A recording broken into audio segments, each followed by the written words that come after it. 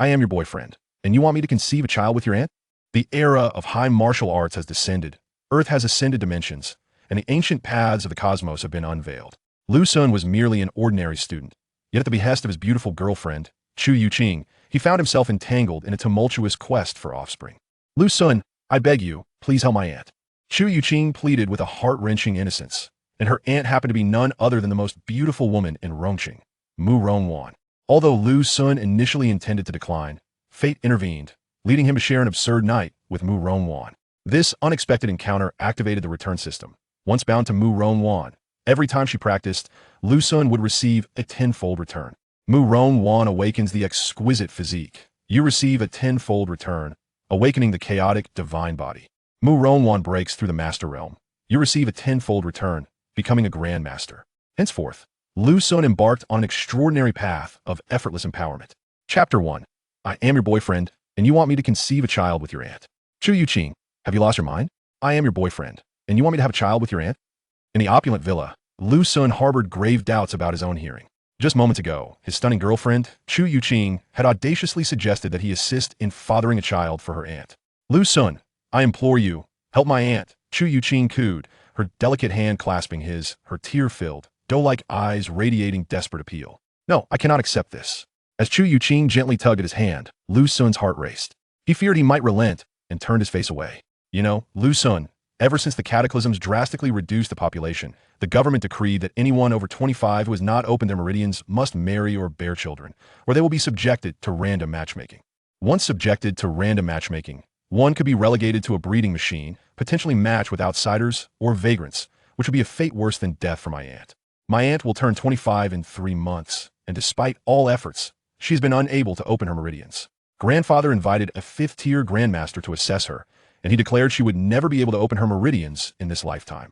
My aunt does not wish to marry just anyone, so her only option is to conceive a child, Chu Youqing explained, striving to persuade Lu Sun. If she cannot open her martial meridians, why not attempt to open her spiritual or demonic meridians? Lu Sun inquired. After the commencement of the era of high martial arts, anyone who opens their meridians can embark on a path of cultivation. There are 3 types of meridians: martial for martial arts, spiritual for immortality, and demonic for magic. The martial meridian is already impossible. The spiritual meridian is even less feasible. And as for the demonic meridian, it is suited for Westerners. We have already tried these options, and none have succeeded. Chu Youqing shook her head. Why not consider in vitro fertilization? That won't work. My aunt is inexperienced and has a unique constitution. Doctors say the failure rate for in vitro fertilization is exceedingly high. Your grandfather wields such power, yet he cannot safeguard your aunt. Lu Sun's gaze swept over the billion-dollar villa, the abode of Chu Youqing's aunt. The mere decoration had cost a fortune, epitomizing extravagance. Distribution is mandated by the state. Even a 4th-tier, true master cannot alter this. Moreover, my aunt is renowned as the most beautiful woman in Rongqing. Countless eyes are fixated upon her. Chu Youqing sighed. The most beautiful woman in Rongqing? Your aunt is Murong Wan. Lu Sun was taken aback, unaware of this detail. Of course, you are indeed in a position of great fortune. Surely you can agree now? Chu Youqing's gaze flickered. Observing her demeanor, Lu Sun felt a disquieting sensation. Perhaps this matter was not as straightforward as she suggested. No, this is a matter of principle. Lu Sun resolutely refused, extinguishing the light in Chu Youqing's eyes. You should explore other avenues. I am leaving. Lu Sun turned to exit. It is so hot. Before he reached the door, a sudden wave of heat surged through him. An primal impulse erupted from within, a desire to conquer and claim. Something is amiss. Chu Youqing, what did you just give me to drink? Lu Sun spun around, his eyes ablaze. He then noticed that Chu Youqing had retreated to the back door. Lu Sun, I am sorry. With that, she exited the villa, closing the door behind her. All the lights in the villa extinguished. I am sorry, Lu Sun. I cannot allow the Wang family's beast to take my aunt. In whispered murmurs, Chu Youqing's figure vanished into the depths of the night. Chu Youqing. Lu Sun's eyes flared crimson as he pursued her, intent on seeking clarity. Ah! A delicate cry echoed as a figure of ethereal grace collided with Lu Sun, enveloping him in fragrant warmth. Lu Sun's desires ignited entirely. He lost all rationality, transforming into a beast driven solely by instinct. Emitting a low growl, he pressed the enchanting beauty in his arms onto the sofa. In the subtly fragrant room, Lu Sun slowly opened his eyes. It hurts. He felt as though his waist might break. Was that Murong Wan? The lingering sensations from the previous night caused Lu Sun to reminisce about the madness that had transpired. Due to the villa's darkness and the effects of the drug, Lu Xun had lost his reason, becoming a being that only knew how to unleash his primal instincts. He had not clearly seen the visage of the person beneath him. However, the skin as delicate as that of an infant, the flawless and alluring figure, the supple body, and the intoxicating fragrance. It must have been Murong Wan. Truly, she was the most beautiful woman in Rongqing, igniting an impulse within Lu Xun to repeat the experience despite his principles. Although he had already indulged countless times. Alas, how will I interact with Chu Youqing moving forward? Lu Xun lamented, a headache brewing. Once the drug's effects wore off, his intellect reclaimed dominance, compelling him to ponder the ramifications of that night. Well, Chu Youqing agreed to help her aunt. Her opening of meridians is a certainty. Once she does, we will no longer inhabit the same world. Thus, Lu Xun found clarity. Pursuing Chu Youqing was a recent development. Initially, Chu Youqing had urged Lu Xun not to waste his efforts, declaring her disinterest in romance. Yet, just days prior, she had suddenly acquiesced. Considering this, it was hard to believe it was not influenced by her aunt. It seemed evident that once Chu Youqing opened her meridians, their separation would be inevitable. As for her aunt, once pregnant, she would likely vanish from Lu Xun's life entirely. So, perhaps it was best to accept this and live quietly as a handsome layabout. If all else fails in opening her meridians, perhaps he could marry a girl he truly admired and lead a simple life. Then, dust would return to dust, and all would be resolved. Sigh, I'm simply not destined to be the protagonist. Lu Xun rested his head on his hands, achieving a state of complete tranquility. Indeed, if not for this incident, how could he have ever had the privilege of such intimate contact with the daughter of a true master, the most beautiful woman in Rongqing? Ding! The system has detected a profound bond between the host and another, fulfilling the activation criteria for the return system. This system aims to unite all, transforming the host into an unparalleled sovereign who commands reverence across the realms.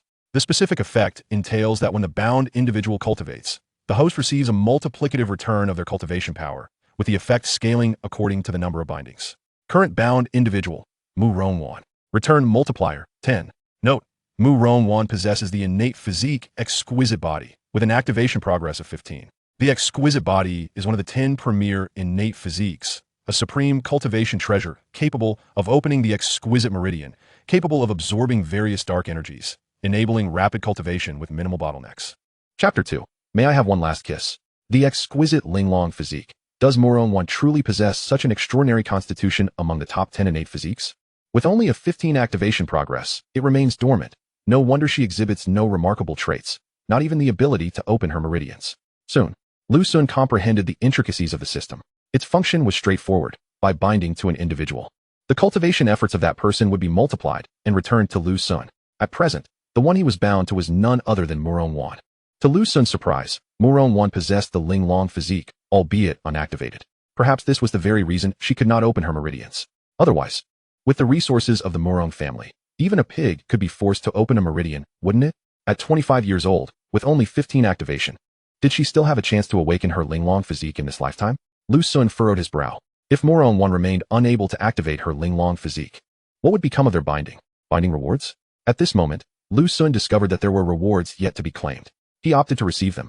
The host has acquired a strand of innate essence. Due to the dispersive nature of innate essence when separated from the body, it has been infused within the host. The host can transmit it to Murong Wan through methods such as kissing, aiding her in activating her innate physique. Innate essence, a marvelous boon, perfectly suited to assist Murong Wan in awakening her Lingling physique. However, to bestow this essence upon her, a kiss was required. Following the fervor of the previous night, it seemed unlikely that Lu Xun would have any further encounters with Murong Wan in the near future. Where could he procure a kiss? What about the moon slumber stone? Turning his head, Lu Xun spotted a crescent-shaped white stone atop the bedside table. This stone evoked a sense of tranquility, undoubtedly possessing calming and sleep-inducing properties. A true blessing for those plagued by insomnia. The Murong family truly lived up to their prestigious status, casually placing a moon slumber stone worth millions beside the bed. Lu Xun mused. With the advent of the high martial era, the heavenly Tao of Blue Star awakened, initiating the elevation of the entire planet. Periodically, Blue Star would traverse the dark cosmos, emerging into new realms, occasionally arriving at places abundant with rare treasures and resources. Experts concluded that Blue Star was traversing an ancient stellar path leading deep into the universe. As for the ultimate destination of Blue Star, no one knew. Some claimed it was the mythical immortal realm, others suggested the divine realm, while some posited it would reach the very center of the universe. Westerners believed that Earth would inevitably arrive at the paradise where God resides. The moon slumber stone was not rare along the ancient stellar path, yet it remained elusive for the average person, with prices starting at 1 million on Blue Star. Rising from his bed, Lu Xun resolved to devise a plan to deliver the innate essence to Murong Wan. Auntie, I apologize. It was my first attempt at administering the drug, and I miscalculated the dosage, causing you distress. Just as he cracked the door open, voices drifted in from outside. The speaker was Chu Youqing. Indeed, it was she who had administered the drug, and rather forcefully at that. Lu Xun's head still throbbed slightly. Yet, the one truly suffering was not Lu Xun. It must be his aunt, Murong Wan. Serves her right for getting entangled with her own kin. Lu Xun couldn't help but feel a twinge of schadenfreude. No worries, Youqing. I am fine. I hope to conceive, another voice chimed in. This had to be Murong Wan's voice. True to her reputation as the most beautiful woman in Rong City. Her words were melodious.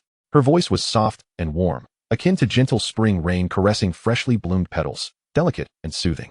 Yet, it carried a discernible hint of frailty, the source of which was unmistakably Lu Xun.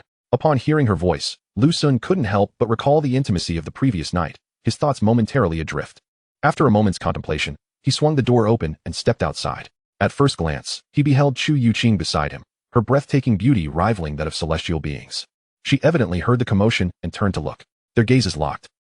Murong Wan blushed like a startled fawn, swiftly turning away, unable to meet Lu Xun's eyes. At 25 years of age, was it truly appropriate to be so bashful? Lu Xun, I'm sorry. It was I who administered the drug, if you must lay blame. Let it be upon me, not on my aunt, Chu Youqing said, her expression laden with regret.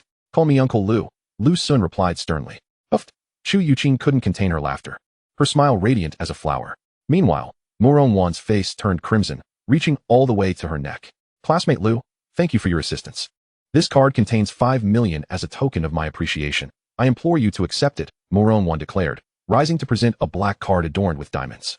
This was a black diamond card. Regardless of the issuing bank, a black diamond card holds intrinsic value of at least 1 million, even if its balance is 0. Not to mention, this one contained 5 million. Murong Wan's generosity was remarkable. From another perspective, such lavishness indicated her intentions. She sought not a romantic entanglement with Lu Xun, merely borrowing his essence for procreation. Clearly, she was preparing to fulfill her familial duty. There's no need. I haven't incurred any losses in this matter. Farewell, Lu Xun declined. Turning to leave, a flicker of surprise crossed Murong Wan's gaze. She had heard from Chu Youqing about Lu Xun's background. Classmate Lu, allow me to escort you out. She offered, not insisting. Together with Chu Youqing, she accompanied Lu Xun to the villa's entrance. Lu Xun, Annie has arranged for a driver to wait outside. He will take you home. Chu Youqing, looking somewhat sheepish as though she were a child caught misbehaving, hesitated to leave with Lu Xun. All right, Lu Xun replied, stepping outside. After taking a few strides, he suddenly halted. The two women turned to look at him. Lu Xun seemed to be in contemplation, after 2 or 3 seconds. He turned back, his gaze steady upon Murong Wan. May I have one last kiss? Lu Xun asked in a husky voice. This question caused Chu Youqing to widen her eyes in astonishment, while Murong Wan stood momentarily stunned. A flush once again graced her cheeks. Her gaze traversed Lu Xun's handsome visage, and upon meeting his deep, melancholic eyes, her heart softened. With a complex expression, she gently acquiesced with a soft Then, she closed her eyes. Thank you. Lu Xun took several steps forward, cradling Murong Wan's face, and pressed his lips against her luscious cherry blossoms, kissing her. Murong Wan shuddered slightly. She had anticipated a farewell kiss on the forehead, only to discover Lu Xun's lips upon hers. Not only that, but he continued the kiss for a full minute. At last, Lu Xun had transferred all the innate essence into Murong Wan's body. Miss Murong, farewell. Lu Xun released her and turned to leave. Murong Wan stood frozen in place. Annie, are you all right? Lu Xun, look at the good deed you've performed, Chu Youqing remarked. Assuming Murong Wan was in a stupor from the kiss, unbeknownst to her, at that moment, a profound transformation was occurring within Murong Wan, as the innate essence began to activate her Linglong physique. Chapter 3, The Radiance of the Seven-Colored Phoenix. Classmate Lu, are you returning to school? Yes. I am heading back to school. A luxury car, valued at millions, carried Lu Xun towards Rongqing No. 1 High School, an esteemed martial arts academy. At the tender age of 19, Lu Xun was merely a month away from graduation. At this pace, in just over an hour, Murong Wan would activate her Linglong treasure body. In the back seat of the opulent vehicle, Lu Xun monitored Murong Wan's progress through the system. Approximately every minute, the activation progress of the Linglong treasure body would rise by 1%. Driver, please take me to the Martyrs Cemetery in the Northern District. Certainly, Student Lu. Halfway there, Lu Xun abruptly changed his destination. The car veered northward. Student Lu, we have arrived. Would you like me to wait for you? Thank you. But there's no need for you to wait. You may return. An hour later, they reached the Martyrs Cemetery. After undergoing a stringent security check, Lu Xun stepped inside. The cemetery was vast, with gravestones stretching endlessly in every direction. The area had been expanded, yet it occupied little actual land. After several minutes, Lu Xun arrived at a shared grave. Gazing at the black and white photograph on the headstone, he fell into a reverie. The image depicted his parents, hand in hand, nestled together. Their smiles radiant. They were his biological parents, who had perished in a calamitous disaster. Lu Xun seated himself before their gravestone, patiently waiting. The activation progress for Murong Wan had reached 80. Time passed incrementally. Lu Xun remained silent.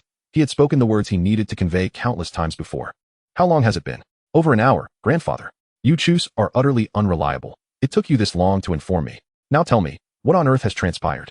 A thunderous voice erupted in front of Murong Wan's villa. Chu Youqing was on the verge of tears. Over an hour had passed, and Murong Wan remained still as a statue. When Chu Youqing attempted to push her, she was repelled by an unseen force, nearly injuring herself. Worried about the lack of movement for such a duration, Chu Youqing decided to notify Murong Wan's father, her grandfather, Murong Wan, a fourth realm grandmaster. In the era of high martial arts, celestial paths, and magic coexisted, each with its own hierarchy denoted by unified numerical values for ease of distinction. The first realm of martial arts is the meridian opening, equivalent to the same realm in the celestial path. The second realm is the Qi realm, akin to the gathering Qi realm of the celestial path. The third realm is the aperture realm, comparable to the condensing essence realm of the celestial path. Prior to meridian opening, several preparatory tasks must be accomplished, such as body tempering, which is considered part of the opening process. What? Borrow a child? This is preposterous. Where's that boy? I'll wring his neck. Upon learning the truth, Murong Wan erupted with fury. His robust vitality made the surrounding trees tremble. Achoo! In the cemetery, Lu Xun sneezed. Is someone thinking of me? He mused with a hint of vanity. Grandfather, this is not his fault, nor my aunt's. I suggested this to my aunt. Though fearful of her grandfather, Chu Youqing took responsibility. Murong Wan's gaze was as fierce as thunder, causing Chu Youqing's heart to race. Grandfather, you must know that my eldest uncle is colluding with the Wang family. Tiana, what brings you here? Chu Youqing was cut off mid-sentence by Murong Wan's booming voice. Elder uncle, I happened to pass by and heard that Wanner was in trouble, so I came to check. A figure appeared at the entrance. Chu Youqing recognized him as her eldest uncle, Murong Tian, the son of Murong Wan's brother. Has he arrived so quickly? As expected. A night owl is always on the lookout. Chu Youqing silently snorted, pouting as she hid behind her grandfather. She had no desire to greet him. Soon, a throng of people arrived at the villa. The Murong family was large and prosperous, with numerous siblings, cousins, and relatives. Furthermore, Murong Wan had 2 brothers and several sisters, making the clan exceptionally vast. What is the meaning of this crowd? Everyone return. Wanner is not in grave danger. Seeing so many people suddenly gather, Murong Wan shot Chu Youqing a warning glance before bellowing at the multitude of descendants.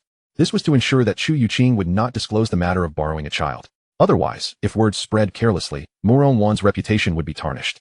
The illustrious beauty of Rong City, the daughter of Murong Wan, a fourth realm grandmaster, was caught in such a scandal. To borrow a child was one thing. To embroil herself in trouble was another. The Murong family's dignity would be sullied across the cosmic expanse. In the sky, a streak of light approached swiftly. It was a celestial practitioner flying on a sword. Higu has arrived. Murong Wan sighed in relief. The newcomer was Higu, who, during her meridian opening, had unlocked a rare celestial meridian, the spirit pivot of healing. This medical meridian endowed her with exceptional healing skills, enabling her to treat both martial and celestial practitioners, which is why she was not restricted by the flying ban in Rong City. Just as Higu prepared to touch Murong Wan's wrist, she sensed a repulsive force. Even with her strength, she could not use spiritual energy to examine Murong Wan's body, which surprised her. After all, she was a third realm celestial practitioner, and Murong Wan was merely an ordinary person. Undeterred, Higu performed a hand gesture and swept her hand across her eyes, activating a special ability granted by the spirit pivot of healing, the spirit pivot eye. This allowed her to perceive the body's meridians and accurately diagnose ailments. Upon using it, Higu felt an intense burning sensation in her eyes, akin to a mere mortal staring directly at the sun. Higu, what is the matter? Does Wanner possess some extraordinary fortune? Higu exclaimed, having glimpsed a hint of clarity. She is 25 and has yet to open her meridian. What kind of fortune could she possibly have? Murong Wan expressed disbelief. Perhaps to challenge his skepticism, in the next moment, Murong Wan suddenly opened her eyes. A radiant light began to emanate from her, and an invisible wave radiated from her being. What is this? Higu sensed something extraordinary, her breath gradually halting. Look at the sky. Someone pointed upwards. As the crowd gazed, they beheld the heavens, now suffused with resplendent, multicolored clouds. The celestial glow was magnificent and vibrant, an extraordinary phenomenon. Murong Wan inhaled deeply. A phenomenon. Celestial phenomena are rare, typically occurring when a powerful individual breaks through to a higher realm. When an unrivaled genius opens their meridian, and unveils an exceedingly rare celestial vein. It can also provoke such manifestations. For instance, a prodigy once opened the fiery sky martial vein, resulting in an inferno-like crimson phenomenon. In this era of emerging talents, a radiant glow was not particularly extraordinary. However, the fact that these were multicolored clouds made it exceptional. Grandfather, it's not just a vast glow. The entirety of Rongqing is enveloped in this radiance.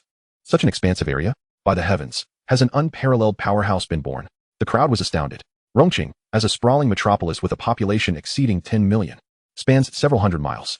The extent of this celestial phenomenon is rather vast, to say the least. Look at Shaowan, exclaimed the crowd, drawn by the resplendent hues of the rainbow. Upon glancing down, they beheld Murong Wan enveloped in a translucent halo, intricate spiritual patterns subtly manifesting beneath her skin. Her once limp hair danced in the windless air, the tips shimmering like starlight, reminiscent of the Milky Way cascading to earth. Wow, what has happened to my little aunt? Gasped the onlookers in astonishment.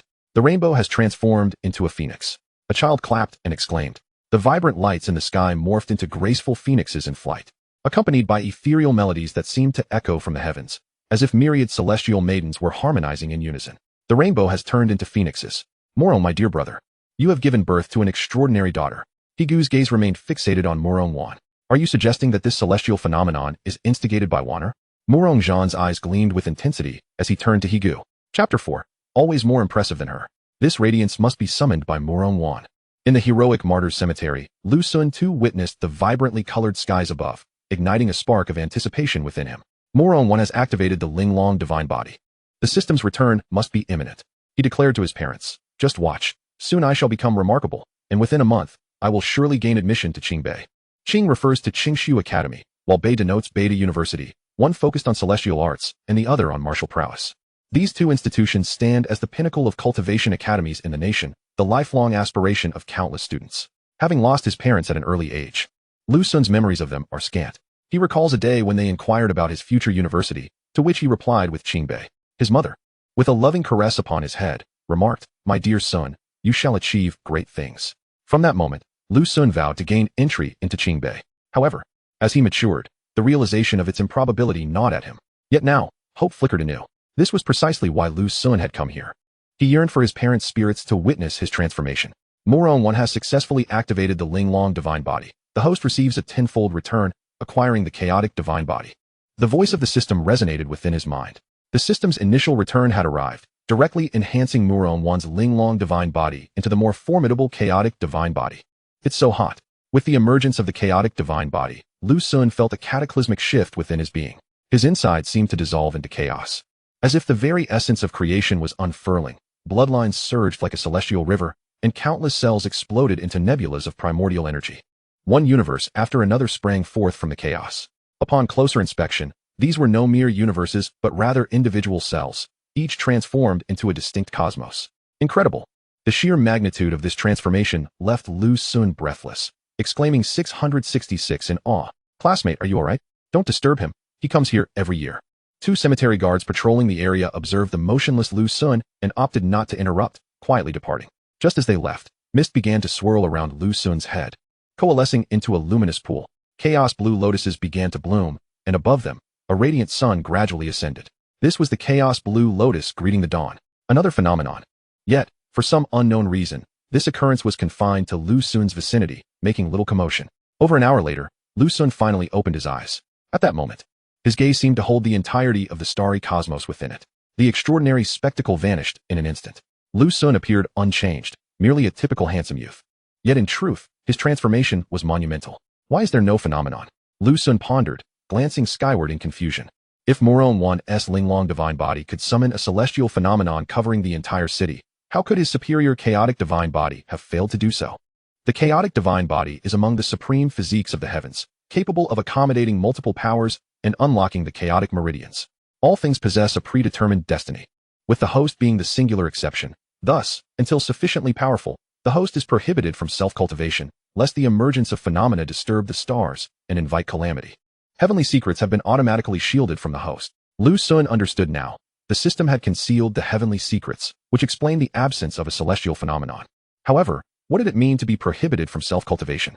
What use was the chaotic Divine Body then? After a moment of contemplation, Lu Sun found some solace in this arrangement. He had bound Murong Wan through the return system, allowing her to undertake the arduous and costly journey of cultivation while he could leisurely grow stronger. With a month remaining, could Murong Wan truly open her meridians?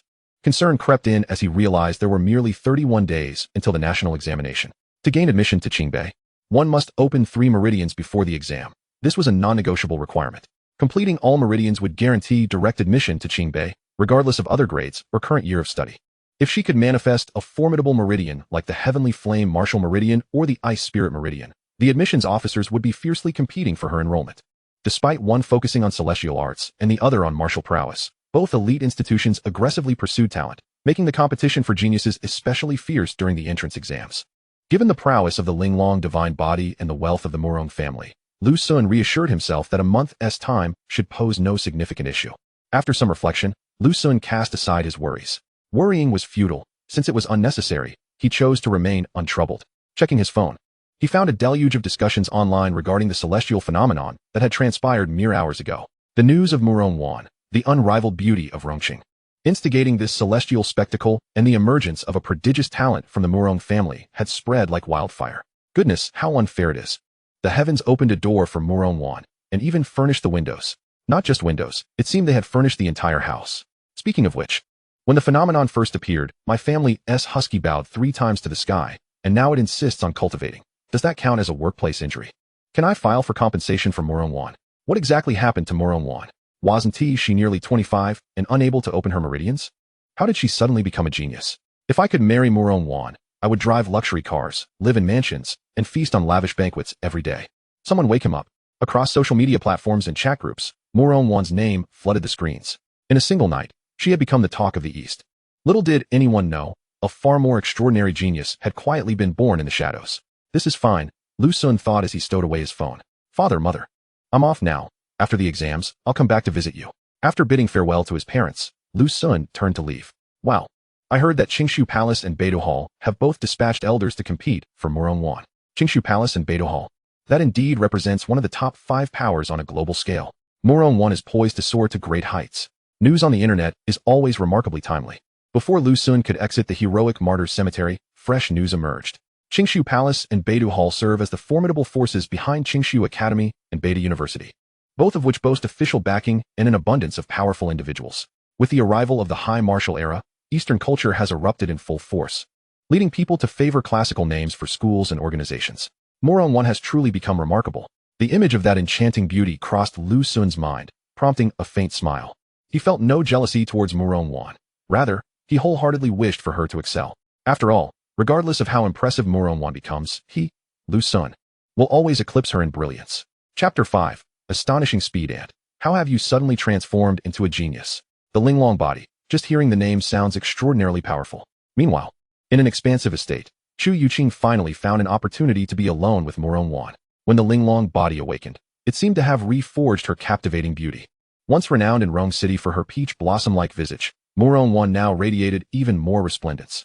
With a glazed bone structure, icy jade skin, peach blossom eyes, and starry pupils, she captivated even Chu Youqing. Murong Wan appeared somewhat dazed. Everything that had transpired today felt surreal to her. Just a few hours ago, she was a 25-year-old incapable of opening her meridians, a waste. Suddenly, the world had turned upside down, and she had become a prodigious talent shaking the very foundations of the East. Even formidable powers like Qingshu Palace and Beidou Hall dispatched elders to her, not to mention the myriad other organizations. The threshold of the Murong family would soon be trampled upon. This is splendid. Now, even without the worry of pregnancy, there is no need to concern herself with that scoundrel from the Wang family. Chu Youqing felt genuine joy for Murong Wan. However, upon hearing the word pregnancy, Murong Wan's expression shifted slightly. Previously, she had desired to conceive, but now she could no longer afford that luxury. Alas, it seems I have inadvertently done harm with good intentions. Had I known you would awaken the Lingling Body today, I wouldn't have called Lu Xun over. Chu Youqing lamented, noticing Murong Wan's expression. Do not blame yourself, Youqing. This is the Jia clan's meridian opening pill. Please deliver it to him, Murong Wan said, handing a small vial to Chu Youqing. The Jia clan's meridian opening pill? Such a rare item that even wealth cannot readily procure. Aunt, don't you need it yourself? Chu Youqing inquired. I have no use for it. Very well. Chu Youqing accepted the vial. Miss, everything is prepared. We may commence the body tempering now.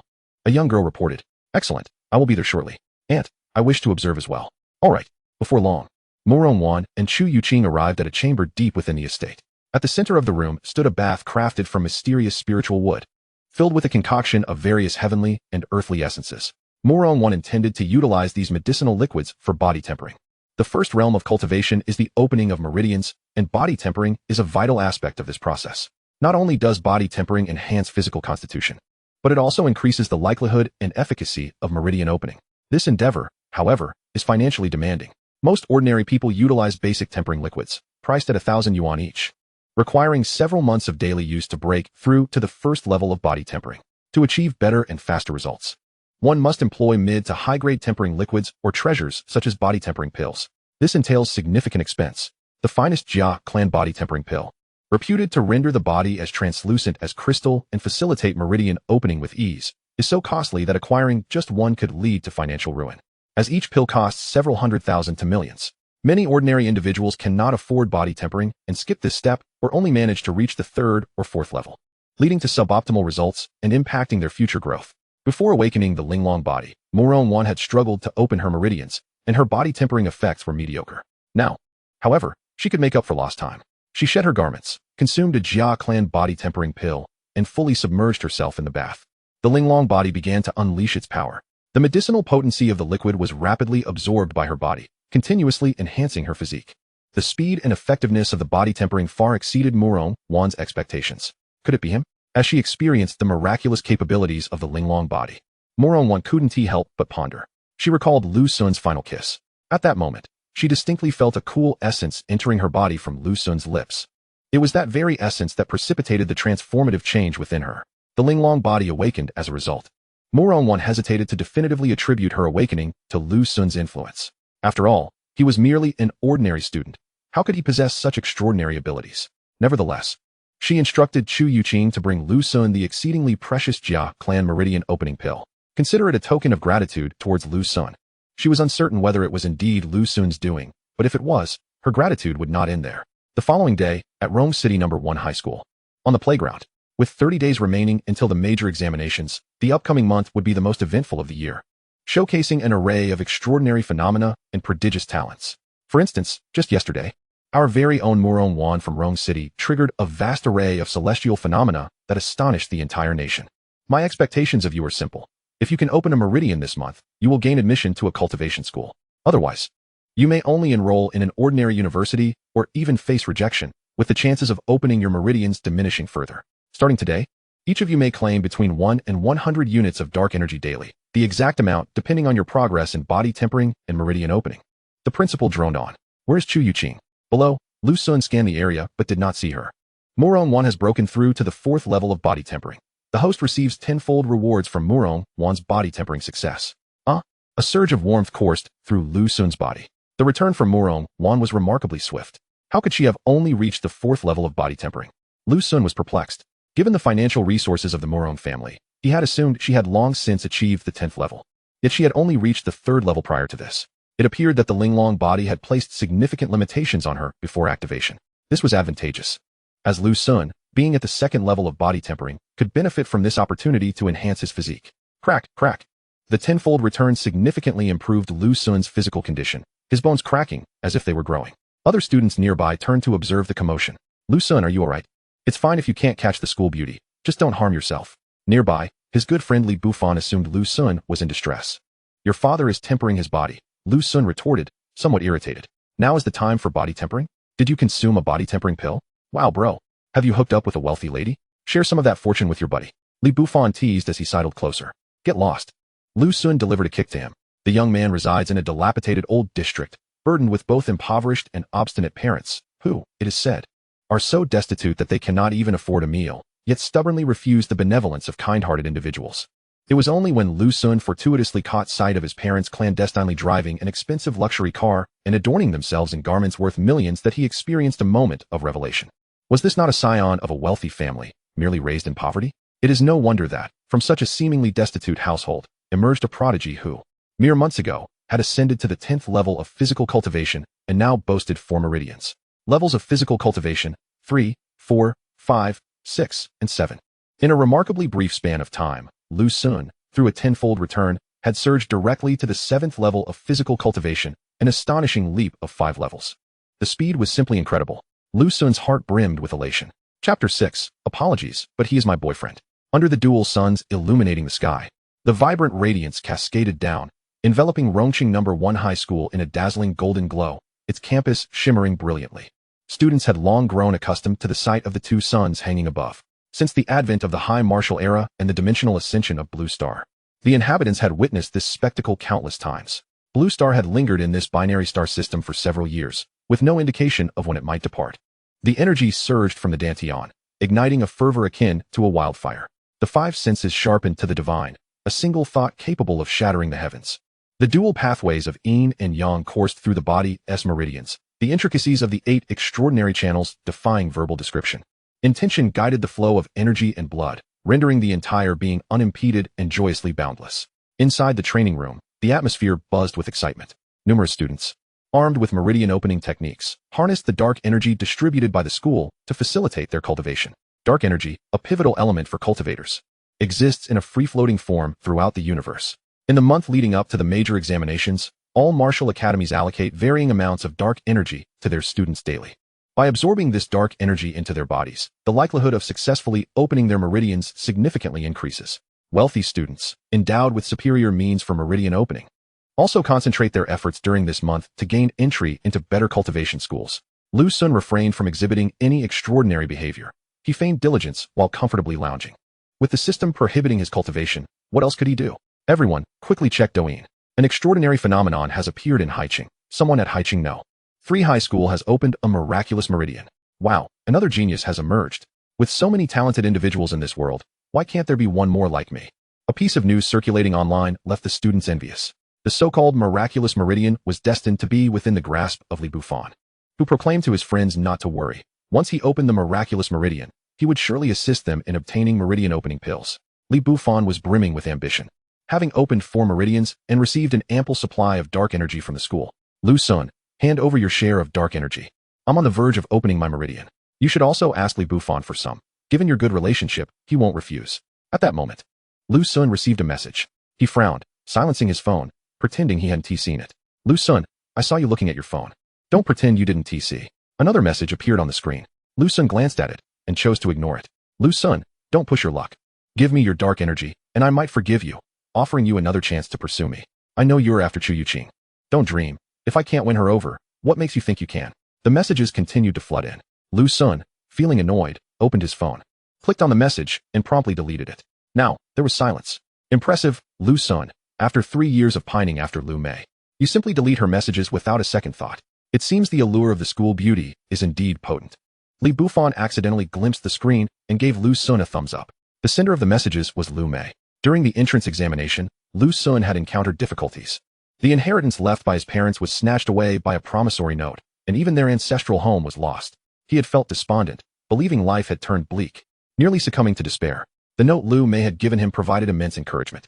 It depicted Lu Sun soaring through the sky with a sword, radiating heroism, accompanied by delicate handwriting below. Keep going. That note was like a beacon of hope in his darkest hour, restoring Lu Sun's faith in life. For 3 years, he had assumed Lu Mei was the one who cared about him, thus enduring the title of a devoted admirer. Only recently did he discover that the note was actually a gesture from Chu Youqing, facilitated by Lu Mei. Lu Mei, aware of his misunderstanding, had remained silent. The tea had brewed too long.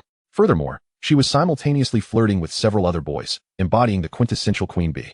Upon learning the truth, Lu Sun promptly ceased all interaction with her, turning his attention to pursuing the school beauty, Chu Youqing. He had not anticipated success. His primary aim was to express gratitude and shield her from unwanted attention. To his surprise, Chu Youqing unexpectedly agreed. Not long after exiting the training room, Lu Sun was confronted by an irate Lu Mei. Don't think I'm unaware of your ploy to entice me. After 3 years of unrequited pursuit, you intend to switch strategies, right? Lu Mei bore an expression that suggested she had seen through Lu Sun's motives. Neurotic. Lu Sun had no intention of engaging with Lu Mei and turned to leave. If you walk away now, I shall never grant you another opportunity, not even to bring my lunch. Seeing Lu Sun's reaction, Lu Mei grew anxious, issuing a stern warning. She suddenly realized Lu Sun was serious. Over the past 3 years, he had provided her with numerous benefits and conveniences. Where would she find another admirer so devoted and handsome? Especially with her friends and other students present. Lu Sun continued on, unhesitatingly. Lu Mei, unable to maintain her composure, chased after him, blocking his path. Lu Sun, keep your dark energy for yourself. Just bring me a serving of braised chicken rice, and we can start anew. Start anew as your admirer? Lu Sun chuckled. If you manage to open your meridian, I might just offer you a chance for a proper relationship. Lu Mei relaxed her terms. With onlookers increasing in number, she realized that if Lu Sun left, she would lose face. I've opened my meridian. Why would I still be interested in someone like you? Lu Sun shot back. What are you pretending for? You are just a useless individual stuck at the second level of physical cultivation. Do you really think I'd be interested in you? Me allowing you to be my admirer is merely out of pity. With your pathetic self, you'd be lucky to even touch the school beauty's shoes, let alone her fingers. Lu Mei, having lost her composure, unleashed a barrage of insults. Who are you, and why are you insulting Lu Sun? At that moment, a clear voice rang out. Lu Mei turned to see it was Chu Youqing. Though she possessed some charm, in the presence of the pure and lovely Chu Youqing, she paled in comparison, her face draining of color. Chu Youqing, you arrived just in time. I was helping you scold this toad. Lu Mei found herself at a loss for words, her eyes wide with astonishment. For Chu Youqing had naturally entwined her arm with Lu Sun's. She instinctively rubbed her eyes, believing she must have been mistaken. Apologies, but he is my boyfriend, not anyone's admirer, and certainly not a toad. Chu Youqing tilted her head slightly, her gaze upon Lu Sun imbued with warmth, reminiscent of autumn waters. I do not require his affection. Love is a reciprocal endeavor, not a one-sided sacrifice with one party demanding without limit. Her tone was gentle, yet each word pierced through Lu Mei's heart like a dagger. Perhaps she intended to deliberately provoke Lu Mei, for as she spoke, her delicate hand quietly clasped Lu Sun's. Their fingers intertwined, a scene that rendered Lu Mei's heavily made-up face crimson, more so than the color of liver. Chapter 7, An Unprecedented Realm of Body Refinement. Lu Sun, I have laid bare the entire situation before you, and even helped to thoroughly vex that woman. You mustn't hold it against me any longer. In the campus, Chu Youqing clung to Lu Sun obstinately. At this moment, she revealed the complete truth. The reason she sought to borrow Lu Sun from Murong Wan was because someone from a prominent family, possessing the prowess of a grandmaster at the fifth realm, had set their sights on Murong Wan. This individual was a scoundrel known for toying with women, with many beautiful women reported to have been ruined by him. The scoundrel conspired with members of the Murong family, preparing a two-pronged approach. One was to present lavish gifts in a marriage proposal, leveraging the Murong family's influence to compel them to wed Murong Wan directly to him. Should Murong Wan refuse, he would resort to foul play during random matchmaking. In essence, the scoundrel was determined to claim Murong Wan. Your grandfather, a master of the fourth realm, cannot control the entire family? Lu Sun inquired. Several years ago, my grandfather was injured on the celestial ancient path and has yet to recover. My uncle and his faction have rapidly developed over the years, with the family head reaching the pinnacle of the third realm. My grandfather is struggling to maintain authority over them, sighed Chu Youqing. I still have several questions that perplex me. Speak your mind. Your sudden acceptance of my pursuit is not merely for this matter, is it? Otherwise, how could you, a proud swan, possibly take an interest in me, a mere toad? Lu Sun turned to gaze at Chu Youqing. Of course not. Chu Youqing shook her head vigorously, resembling a rattledrum. Then tell me, given my humble background and lackluster disposition, what do you find appealing in me? Lu Sun pressed her. Naturally, it's your handsomeness. Chu Youqing exclaimed, her eyes sparkling as she gazed at Lu Sun's striking features, as if she yearned to leap forward and take a bite out of him. Well, you have passed the test. Lu Sun was quite satisfied with this answer. What about your aunt? What does she see in me? Lu Sun continued his inquiry. I recommended you to her. Good fortune should not flow to outsiders. That day I had you escort me home was to allow my aunt a glimpse of you. After seeing you, she expressed great satisfaction, hence it is you. Chu Youqing's reasoning left Lu Sun astounded. Good fortune should not flow to outsiders, and it could be utilized in such a manner. What of your aunt's situation? After a moment of silence, Lu Sun asked. Her condition couldn't be better. The elders of the Qingshu Palace and Beidou Hall have said she has awakened the Linglong physique, which will significantly accelerate her cultivation speed. Although my aunt is a bit older and has yet to open her meridians, she cannot join the Qingshu Palace or Beidou Hall. However, an elder from Beidou Hall is willing to take her as a disciple and will have her nurtured at Beidou University for several years. As long as she breaks through to the fourth realm before the age of 30, she will be able to join Beidou Hall. Chu Youqing candidly shared Murong Wan's circumstances with Lu Sun. Murong Wan was already 25 and still eligible for Beidou University. Indeed, in this world, those rigid and formidable rules were only meant for the common folk dwelling below. By the way, this is something my aunt asked me to bring to you. It should aid you in opening your meridians. Chu Youqing handed Lu Sun a small jade vial. Is this from Murong Wan? No, let her keep it for herself. Lu Sun declined to accept. This contains the Jia family's meridian opening elixir, which cannot be bought even with wealth. For those of lesser aptitude, consuming it greatly increases the likelihood of successfully opening their meridians. You would then be able to qualify for a cultivation school, Chu Youqing insisted. Indeed, it is a fine item. I shall accept it. Why are you still angry with me? Chu Youqing assumed Lu Sun was deliberately provoking her. I am not. I simply do not require it. Why must you be so obstinate? Very well, I must return. My mother has found a friend to help me open my meridians. Lu Sun, do you truly not want the Jia family's meridian opening elixir? I do not. Then I shall return it to my aunt. With a sigh, Chu Youqing departed from the school. Wow, Lu Sun, brother Sun, you are incredible. Have you truly won the heart of the campus belle? Brother Sun, no. Father, teach me. I too wish to learn the art of wooing women. You do not know the extent of Lu Mei's fury. I heard she was so incensed that her mouth contorted. It was utterly hilarious. During mealtime, Li Bufan, having heard of the events from somewhere, was in awe of Lu Sun. Ha ha ha, Lu Sun. Your brother Fan has opened his 5th meridian. The next day, this lad boasted of his achievement. Ha ha ha, I have opened my meridian. Today, I break through the mortal realm. From henceforth, my fate shall not be dictated by the heavens. Wow, a spiritual meridian. Among the students of Rong City No. 1 High School, more and more individuals were succeeding in opening their meridians.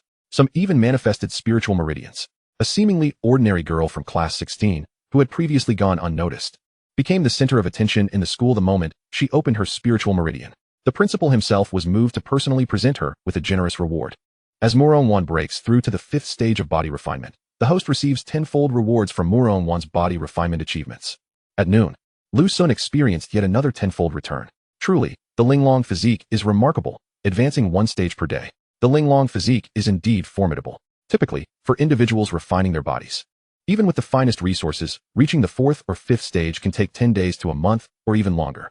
Yet Murong Wan, having only just reached the 4th stage yesterday, soared to the 5th stage today, reaching the 10th stage of body refinement. This wave of returns elevated Lu Sun 3 tiers, bringing him to the 10th stage of body refinement. If this continues, will I directly open my meridians? Lu Sun wondered. The effects of opening meridians at the 10th stage of body refinement are the most potent. Those with the means typically choose to reach the 10th stage before opening their meridians. Murong Wan had just reached the 5th stage. If she continues to ascend and the tenfold returns keep coming, one wonders what might transpire with Lu Sun. As Murong Wan breaks through to the 6th stage of body refinement, the host receives tenfold rewards from Murong Wan's body refinement achievements. A day later, Murong Wan ascended another stage. Are we even reaching the 12th stage of body refinement? Lu Sun was taken aback. Body refinement typically culminates at the 10th stage. Where does the 12th stage come from? This was not the end. 2 days later, on Friday morning, Murong Wan broke through to the 7th stage of body refinement.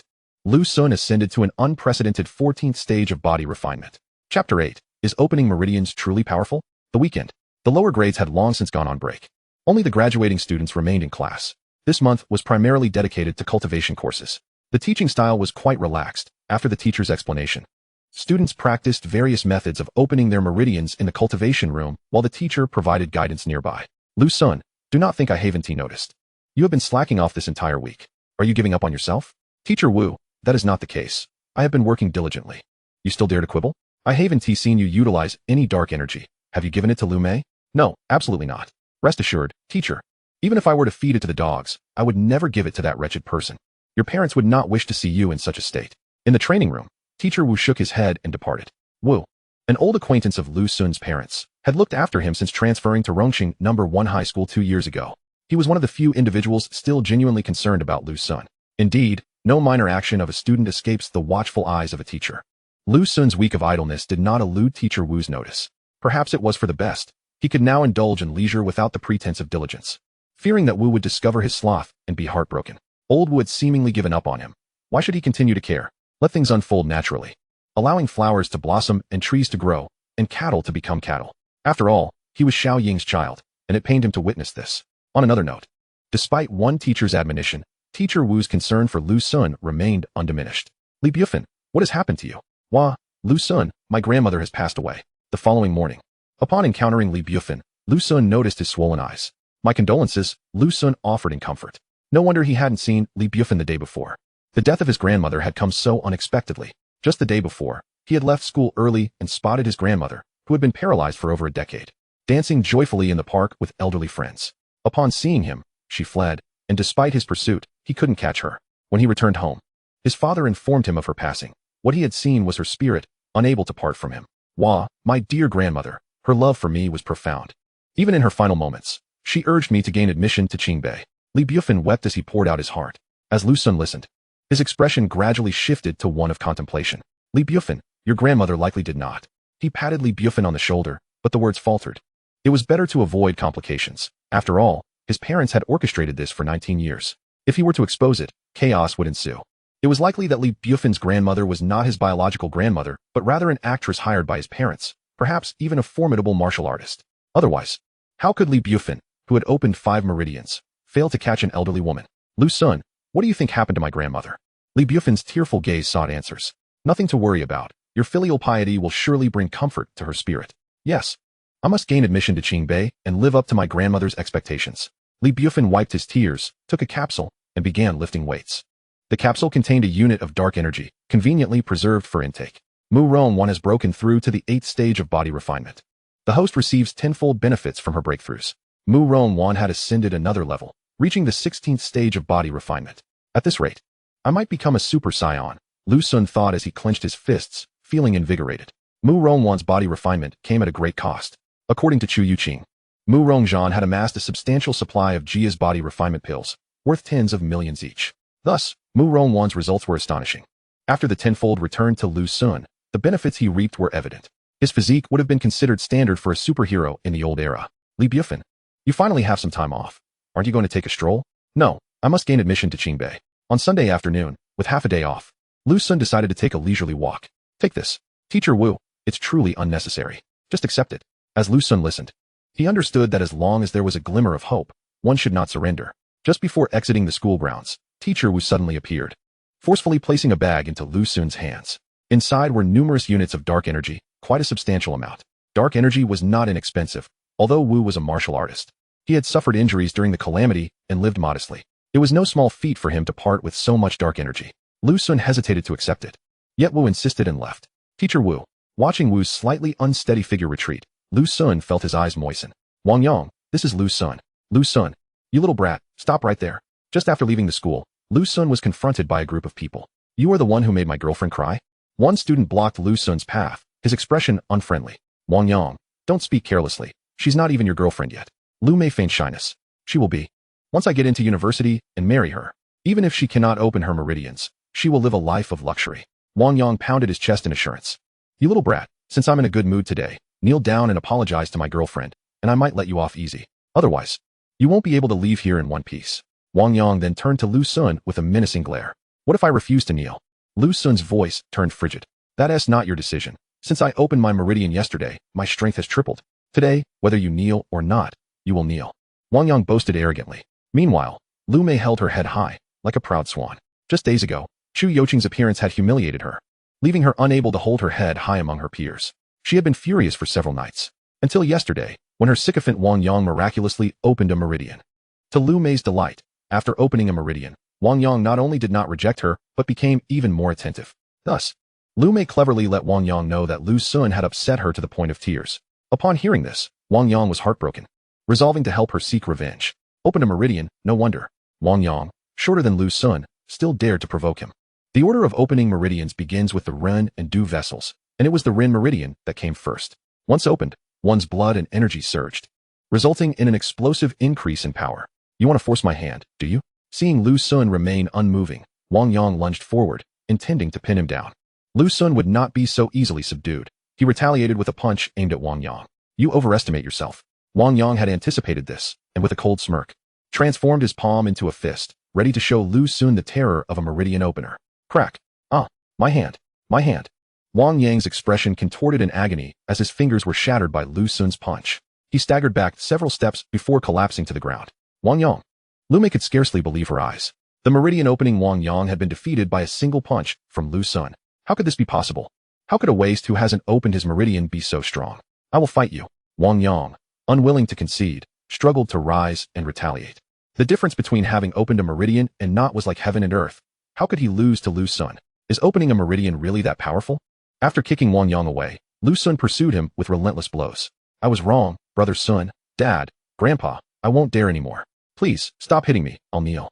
Under the relentless assault of Lu Sun's iron fists, Wang Yang, bruised and battered, finally came to terms with reality, continuously bowing his head to Lu Sun. As for his few companions, they had long since fled in terror. Lu Sun finally released Wang Yang and approached Lu Mei. Lu Sun, what do you intend to do? He came here on his own accord. It has nothing to do with me, Lu Mei exclaimed in terror, fearing that Lu Sun might turn violent against her. You truly are all of a kind. I prefer not to resort to violence against women, but do not compel me to make an exception. This is my final warning. Lu Sun fixed a cold stare upon Lu Mei. After several tense seconds, he turned and departed. Lu Mei exhaled deeply, only then realizing that her back had been drenched in cold sweat. She suddenly perceived how unfamiliar Lu Sun had become. Was this still the same Lu Sun who had adored her for 3 years? Considering my current strength, I suspect that even those who have opened 5 or 6 meridians would be no match for me. If I were to open my meridians, what then? Wang Yang's provocation had granted Lu Sun a comprehensive understanding of his own prowess. Presently, he found himself anticipating the opening of his meridians. Judging by Murong Wan's progress in body refinement, it would be soon. Chapter 9, Rival in Love. Lin Xiao, the news is true. Chu Youqing has indeed confessed that Lu Sun is her boyfriend. Lu Sun is courting death. Lin Yan's face was a mask of fury, coming from a prestigious family. Lin Yan had been provided with a personalized meridian opening package, resulting in his infrequent attendance at school. After achieving commendable results, he intended to return to school to flaunt his accomplishments and bask in the admiration of his peers. However, upon his arrival, he learned of Chu Youqing's confirmed relationship with Lu Sun, which infuriated him. Yesterday, several locations exhibited extraordinary phenomena. I wonder if anyone at our school will open a celestial meridian, triggering such occurrences. I heard that the third young master of the Lin family in Class 1 has already opened 7 martial meridians. If he opens one more, he could potentially access the celestial meridian. Wow, he is undoubtedly this year's top scholar at our school. Oh, isn't that the third young master of the Lin family? Nearby, a group of students engaged in conversation caught sight of the subject of their discussion. Lin Yan, the third young master of the Lin family. Lin Xiao? Lu Sun is over there. At that moment, one of his lackeys spotted Lu Sun not far away. Upon hearing Lu Sun's name, Lin Yan changed direction and strode purposefully toward him. Lu Sun, it's Lin Yan. I've heard he has opened 7 meridians. Be careful, he might cause you trouble. Several of Lu Sun's dormitory mates instinctively distanced themselves from him upon seeing Lin Yan approach. Lin Yan had openly pursued Chu Youqing on multiple occasions, and his current demeanor indicated he was indeed seeking trouble with Lu Sun. Lu Sun. Lin Yan approached Lu Sun, his gaze sharp as a blade, brimming with unmasked hostility. What business do you have with my brother? Li Bufan unexpectedly stepped forward, positioning himself protectively in front of Lu Sun. Are you always going to hide behind others? Lin Yan scoffed. You have business with me? Lu Sun gently pushed Li Bufan aside. Now that's more like a man. However, you've yet to open a single meridian. While I have opened 7, the celestial meridian is within my grasp. Lin Yan held his head high, an air of arrogance surrounding him. And then, Lu Sun's expression remained unchanged. You are unworthy of Chu Youqing, Lin Yan stated coldly. Oh, Lu Sun leaned in, intrigued by what was to follow. You probably do not know that Chu Youqing discovered her hidden ancient spiritual root yesterday. Once activated, it is a certainty that she will open 9 spiritual meridians and access the celestial meridian, marking her as an unparalleled genius across the entire East. And you, a penniless, powerless parasite with no family, have no right to be her boyfriend. Lin Yan glared, his emotions surging with his words. Wow, an ancient spiritual root. The campus belle is such a genius? Lin Yan's declaration caused a stir among the surrounding students. Those possessing an ancient spiritual root are not merely rare. They are exceedingly unique, akin to a prodigy destined for cultivation. She actually has an ancient spiritual root. While Lu Sun was taken aback, he also felt a surge of happiness for Chu Youqing. Although her family, the Chu family, was not as prominent as the Murong family, it was not far behind. Otherwise, how could she aspire to marry Murong Zhan's daughter? Yet, the fact that Chu Youqing had yet to open even one meridian was somewhat peculiar. Little did he know, she bore a hidden ancient spiritual root. However, it seemed that this root had yet to be activated. If I could bind with her, upon her root's activation, would I not also acquire an ancient spiritual root? A sudden thought struck Lu Sun. The system had not specified that he could bind only one target. Host. This is feasible, but you must elevate to the second realm before you can bind a second individual. The system provided clarity within his mind. Lu Sun understood. When he returned to his senses, he found Lin Yan regarding him with contempt, seemingly conveying, now, do you comprehend your own insignificance? Thus, Lu Sun nodded earnestly, saying, indeed.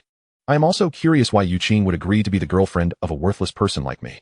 Perhaps next time we share a room, I can inquire on your behalf. Lu Sun, you are courting death. This statement utterly infuriated Lin Yan. He summoned his strength, preparing to strike Lu Sun. Do you seek to harm my brother? Have you sought my permission?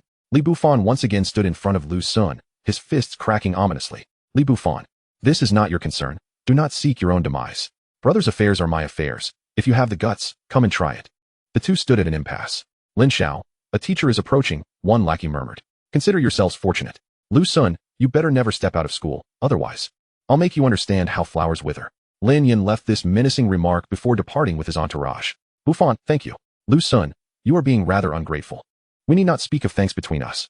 Just refrain from leaving the school for now. If you can successfully open a meridian, he won't dare to trouble you. Understood. Lu Sun and Li Bufan also exited the scene. The other students, seeing that there was no longer any drama to witness, dispersed. Haha, wife. Lu Sun has offended Lin Yan. Trouble is on the horizon. Not far away, Wang Yang and Lu Mei were also present. Wang Yang reveled in the misfortune, while Lu Mei regarded Lin Yan's retreating figure, deep in thought, pondering his intentions. Murong Wan has broken through to the 9th stage of body refinement. The host receives tenfold benefits from Murong Wan's body refinement. That noon, as Murong Wan broke through yet another stage, Lu Sun barely ascended to the 18th stage of body refinement. What a thrill. The sensation of continuously growing stronger is truly exhilarating. Ha ha ha, Lu Sun. I have opened the Yangwei Meridian. Li Bufan, inspired by his grandmother's dying wish, worked exceptionally hard and successfully broke through the Yangwei Meridian. Now, only 2 martial meridians remained unawakened for him. Lu Sun found it perplexing, with his parents' substantial wealth, and Li Bufan not lacking in capability. If resources had been piled up, Li Bufan would likely have opened 8 meridians by now, rather than facing such hardships. Wealthy individuals often entertain peculiar notions. Lu Sun comprehended. As that day concluded, Lu Sun noticed a subtle shift in the atmosphere within the dormitory. Several of his roommates had become reticent, avoiding conversation with him. Lu Sun understood that they were afraid of Lin Yan. Most of the dormitory residents came from less affluent backgrounds, students without accommodations in Rong City. A wealthy young master like Lin Yan represented an insurmountable force to them. Their instinctive avoidance of Lu Sun was entirely reasonable. Lu Sun maintained a relationship with his roommates that was neither particularly good nor bad, showing little concern for their shifting attitudes. 2 days later, Murong Wan finally reached the 10th level of body refinement, while Lu Sun made a remarkable leap to the 20th level. His mastery of body refinement was unparalleled, a feat that had never been accomplished before nor would likely be again. Chapter 10, A Sudden Explosion. With her advancement to the 10th level, Murong Wan was on the cusp of opening her meridians, and Lu Sun found himself filled with anticipation. He continued to recline comfortably, deliberately avoiding Teacher Wu to prevent any disappointment from being discovered regarding his lack of diligence. He thought it best to let Teacher Wu revel in his achievements after the meridian opening. Oh, a master of the 4th realm is coming to guide us on how to open our meridians? A new piece of news stirred excitement among the students. The following morning, a martial arts master of the 4th realm would arrive at Rongqing No. 1 High School to provide instruction on meridian opening. However, Lu Sun felt little enthusiasm. It was of no use to him. He could not cultivate. Even if a master from the 5th or 6th realm were to arrive, it would hold no value for him. Lu Sun, did you ever imagine I would come? The next day, in the grand auditorium, Chu Youqing suddenly appeared before Lu Sun. Clad in a JK uniform and a crisp white shirt, she exuded a fresh and sweet demeanor. Little sister, please take a seat. I will find another spot. Li Bufan graciously relinquished his position. Lin Xiao, look. Chu Youqing has taken a seat next to Lu Sun. An observant junior noted the situation. Lin Yan, noticing that Chu Youqing had chosen to sit beside Lu Sun, was instantly filled with displeasure. He sprang to his feet, intending to confront Lu Sun. Lin Xiao, stay calm. The master will be here shortly. Reluctantly, Lin Yan sank back into his seat, his eyes ablaze with resentment as he glared at Lu Sun and Chu Youqing. I have delightful news to share with you, Chu Youqing said, pursing her lips. What good news? Lu Sun had already begun to suspect the answer. I've been struggling to open my meridians, and my mother's friend, who specializes in this, was at a loss. So she took me to a formidable immortal cultivator for an assessment. Guess what? I actually possess an ancient spiritual root. Chu Youqing exclaimed joyfully. Congratulations. Lu Sun offered his heartfelt wishes. The admissions office of Qingbei stated that as long as I could activate my ancient spiritual root, I could be directly admitted, even if I hadn't opened my meridians before the major examination. The more she spoke, the happier she became. Lu Sun fell silent for a moment, then remarked, your aunt has now become a peerless genius, no longer needing to worry about the scoundrel's harm. You too have become a genius, while I may never open my meridians. Chu Youqing, Lu Sun, do not continue. Chu Youqing swiftly covered his mouth. Darn it. Lin Xiao, remain composed. Stay calm. This action nearly caused Lin Yan to explode with rage. I know what you intend to say, but I assure you, it is out of the question. Chu Youqing glared at him with her glistening eyes, brimming with indignation. After a moment, she suddenly realized something, her cheeks flushing. If you promise not to utter those 2 words, I will let go. Lu Sun nodded in agreement. Only then did Chu Youqing hastily remove her hand. The lingering warmth in her palm made her heart race like a startled deer. Why? Lu Sun was perplexed. He had always believed that Chu Youqing had accepted his pursuit solely to assist her aunt, now that her aunt's issue was resolved, and she had transformed into a genius endowed with an ancient spiritual root. What reason remained for her to continue associating with him? Lu Sun could not fathom that Chu Youqing was someone who only valued appearances. In the olden days, perhaps that might have sufficed, but in this era of martial prowess, mere beauty without substance was utterly worthless. Why are there so many questions? Regardless, you cannot rid yourself of me. As for opening your meridians, I will assist you. I have purchased plenty of dark energy with my pocket money, and I also possess that bottle of Jia's meridian opening elixir given by my aunt. I have even devised a plan for opening your meridians. Together, we will strive to achieve 3 meridians opened before the major examination. Chu Youqing declared with unwavering confidence. Chu Youqing, I am quite lazy. Do not waste your time on me. Instead, focus on activating your ancient spiritual root, Lu Sun replied, somewhat intimidated by her enthusiasm. Regardless, you need not worry about the ancient spiritual root. My parents will find a way to help me. Your laziness is inconsequential. I will supervise you, Chu Youqing insisted, resolute in her decision to assist Lu Sun in opening his meridians. Alas, Murong Wan, you must hasten to open your meridians. Lu Sun lamented, feeling a headache coming on. The master has arrived.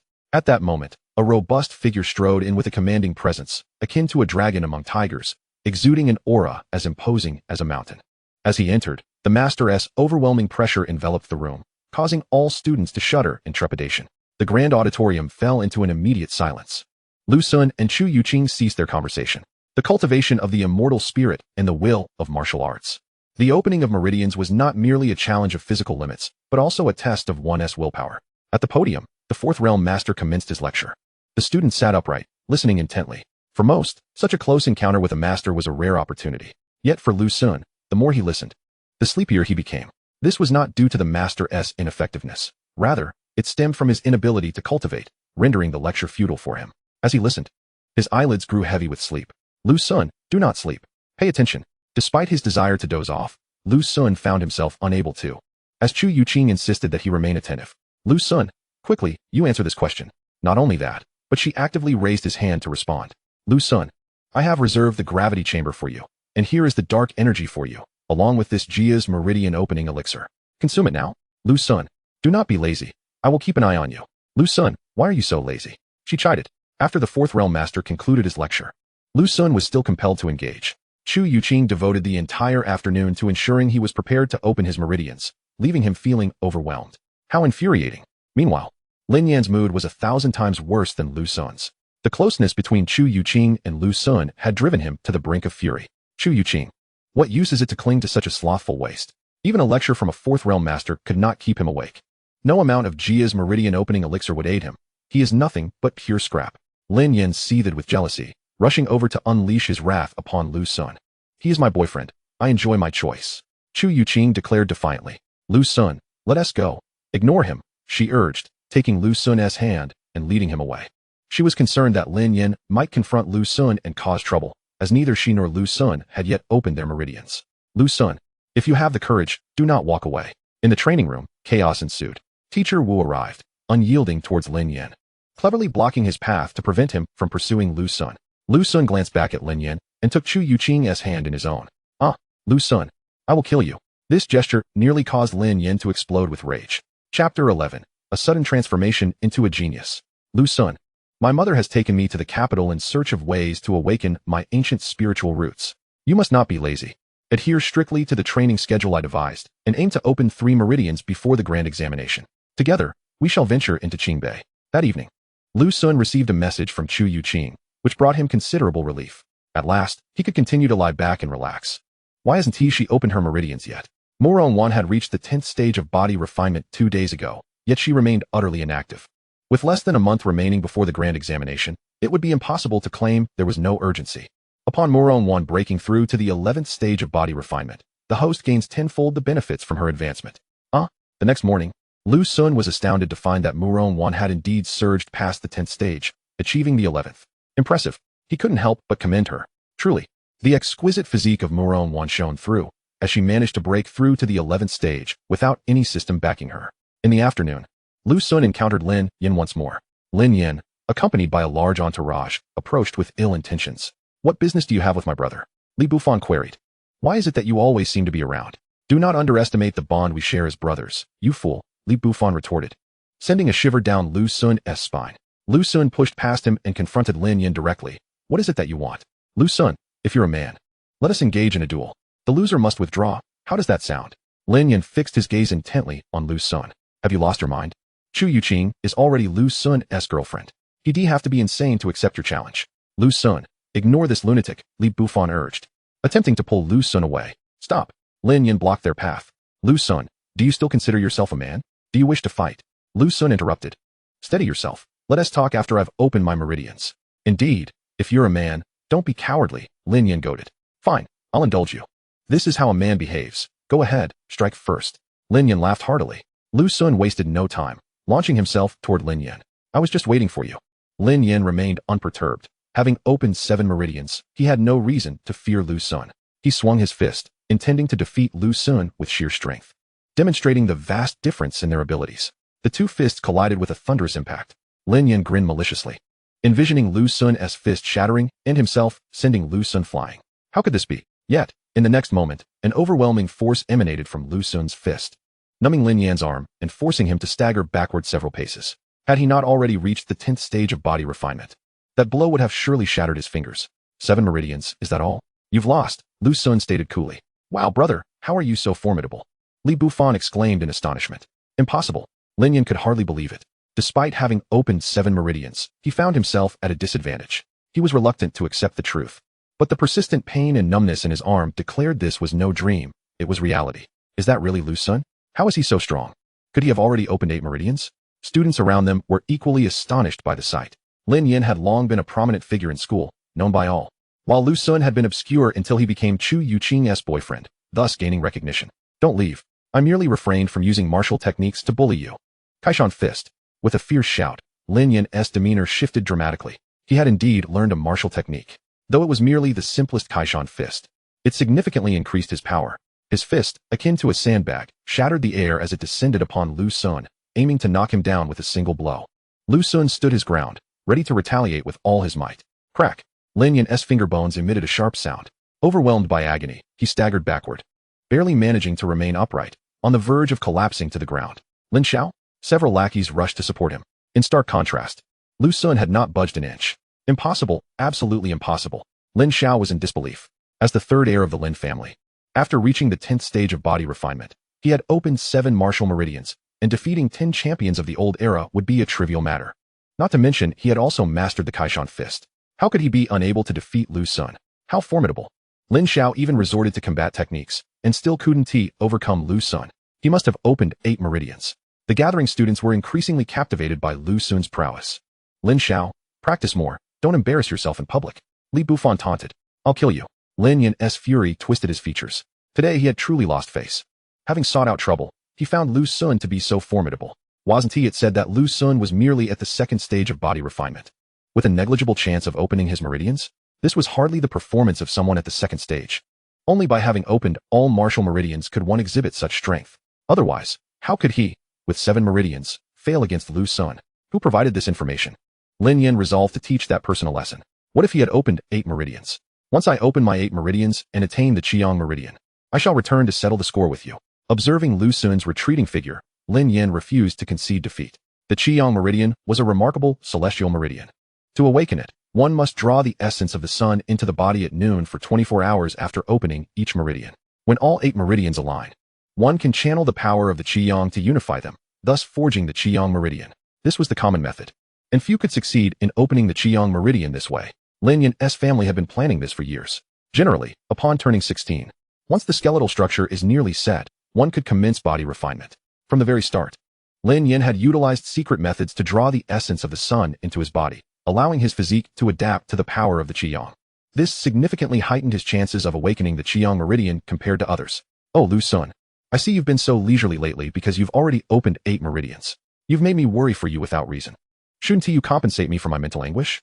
You're still wasting time here. For the love of my ancestors, I must work harder. Farewell, Lu Sun. A single remark from Lu Sun sent Li Bufan rushing into the training room as if electrified. The 2nd stage of body refinement was indeed impressive. Lu Sun clenched his fist. Lin Yan had opened 7 meridians and was already at the 10th stage of body refinement, despite Lu Sun having opened no meridians.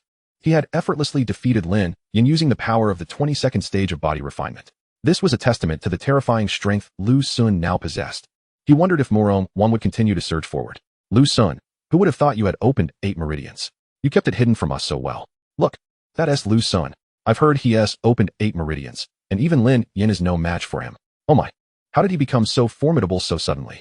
Before nightfall, the news of Lu Sun's 8 meridians spread like wildfire across the campus. In the blink of an eye, He transformed from a mere waste unable to unlock his meridians at the second stage of body refinement into a prodigy at Rongqing No. 1 High School. His students greeted him with beaming smiles, as if they were intimately familiar with Lu Sun. Even those former roommates who had deliberately distanced themselves from him now approached him with renewed warmth, eager to curry favor. The ancient saying holds true: when one is strong, one is surrounded by good people, Lu Sun mused. Even in the era of high martial arts, certain truths about the world remain unchanged. Chapter 12. Apologies, Promises Expire. Xiao Sun, you've done remarkably well. Your parents in the heavens must be immensely proud. The following day, Teacher Wu sought out Lu Sun to commend him. After the news spread, Teacher Wu was elated for quite some time. Lu Sun refrained from informing Teacher Wu that he had yet to unlock a single meridian. Lu Sun, you are indeed the dark horse of our school this year. Let Director Xiang conduct an assessment shortly. Once it's confirmed that you have unlocked 8 meridians, we can arrange for a single dormitory for you, along with the rewards you deserve. Principal, there are only a few days left. I don't need a new dormitory. As for the rewards, let us wait until after the final examination. Very well, we shall proceed as you wish. By the way, take some time over the next few days to contemplate whether you wish to enter Qingshu Academy or Beta University. A week before the final exam, the admissions officers from Qingbei will arrive to pre-admit students who have unlocked all meridians. Understood, Principal. The principal then relayed several matters to Lu Sun. You must unlock your meridians within this week, Murong Wan. After the principal departed, Lu Sun silently prayed. The reason he did not want to change dormitories or accept rewards was that he could not withstand the assessment. Whether he had unlocked his meridians would be revealed instantly. If the Qingbei admissions officers arrived a week later and discovered that Lu Sun had not actually unlocked any meridians, it would surely be amusing. Brother Sun, good morning. Brother Sun, do you need dark energy? I have some left. Brother Sun, could you share your experience on unlocking meridians? Lu Sun had become a well-known figure at the school. Wherever he went, he was greeted, and many approached him to establish rapport or seek advice on unlocking meridians. Yet, Lu Sun possessed no such experience. He continued to enjoy his leisurely existence, free from the worry of disappointing Teacher Wu. Wife, it's Lu Sun. We'll head this way. While Lu Sun was wandering about, Wang Yang and Lu Mei happened to spot him. Wang Yang immediately decided to take a detour. After learning that Lin Yin could not compete with Lu Sun, the latter had become an unparalleled force in Wang Yang's eyes. He dared not provoke him further. Wife, where are you going? However, Lu Mei, upon seeing Lu Sun, did not shy away but instead walked over. Her expression was complex as she gazed at Lu Sun. For 3 years, he had brought her meals and provided countless other forms of assistance. Lu Mei had grown comfortable with this dynamic. Viewing Lu Sun as her most obedient admirer, she never anticipated that he would suddenly cease his affections. If he had fallen into misfortune, it wouldn't have mattered. But now, not only had he won the heart of the school belle, but he had also remarkably unlocked 8 meridians. This realization filled Lu Mei with intense regret. Heaven knows that when she heard this news yesterday, she nearly wept with remorse. Thus, despite their previous fallout, Lu Mei resolved to make another attempt. Today, she dressed carefully. Donning the white dress Lu Sun had first seen her in, and wandered around in search of him. Now that she had found him, she would not let the opportunity slip away. She tossed her hair and approached Lu Sun, her body gently leaning forward as she extended a heart-shaped box. From this angle, Lu Sun had an exquisite view of the subtle curves between her ample bosom. What is this? Lu Sun halted. Lu Sun, this is the chocolate you gave me for my birthday 3 years ago. I've eaten the chocolate, but I kept the box. Today is your birthday, so I filled it with handmade chocolates for you. Lu Mei's voice was enchanting, a rare charm that few young men could resist. After all, how else could she have attracted so many admirers? My birthday? I'm sorry, but I've always celebrated my lunar birthday. Also, this box isn't the one I gave you. If you plan to act, at least put in some effort and change the production date on the box. Lu Sun's words turned Lu Mei's face a kaleidoscope of colors.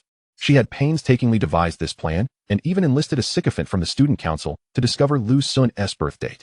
Little did she know that he celebrated his birthday according to the lunar calendar. Her ruse was swiftly exposed. Lu Sun, have you forgotten the promise from 3 years ago? As Lu Sun prepared to leave, Lu Mei stamped her foot and questioned him. Promise? Lu Sun thought back and finally remembered.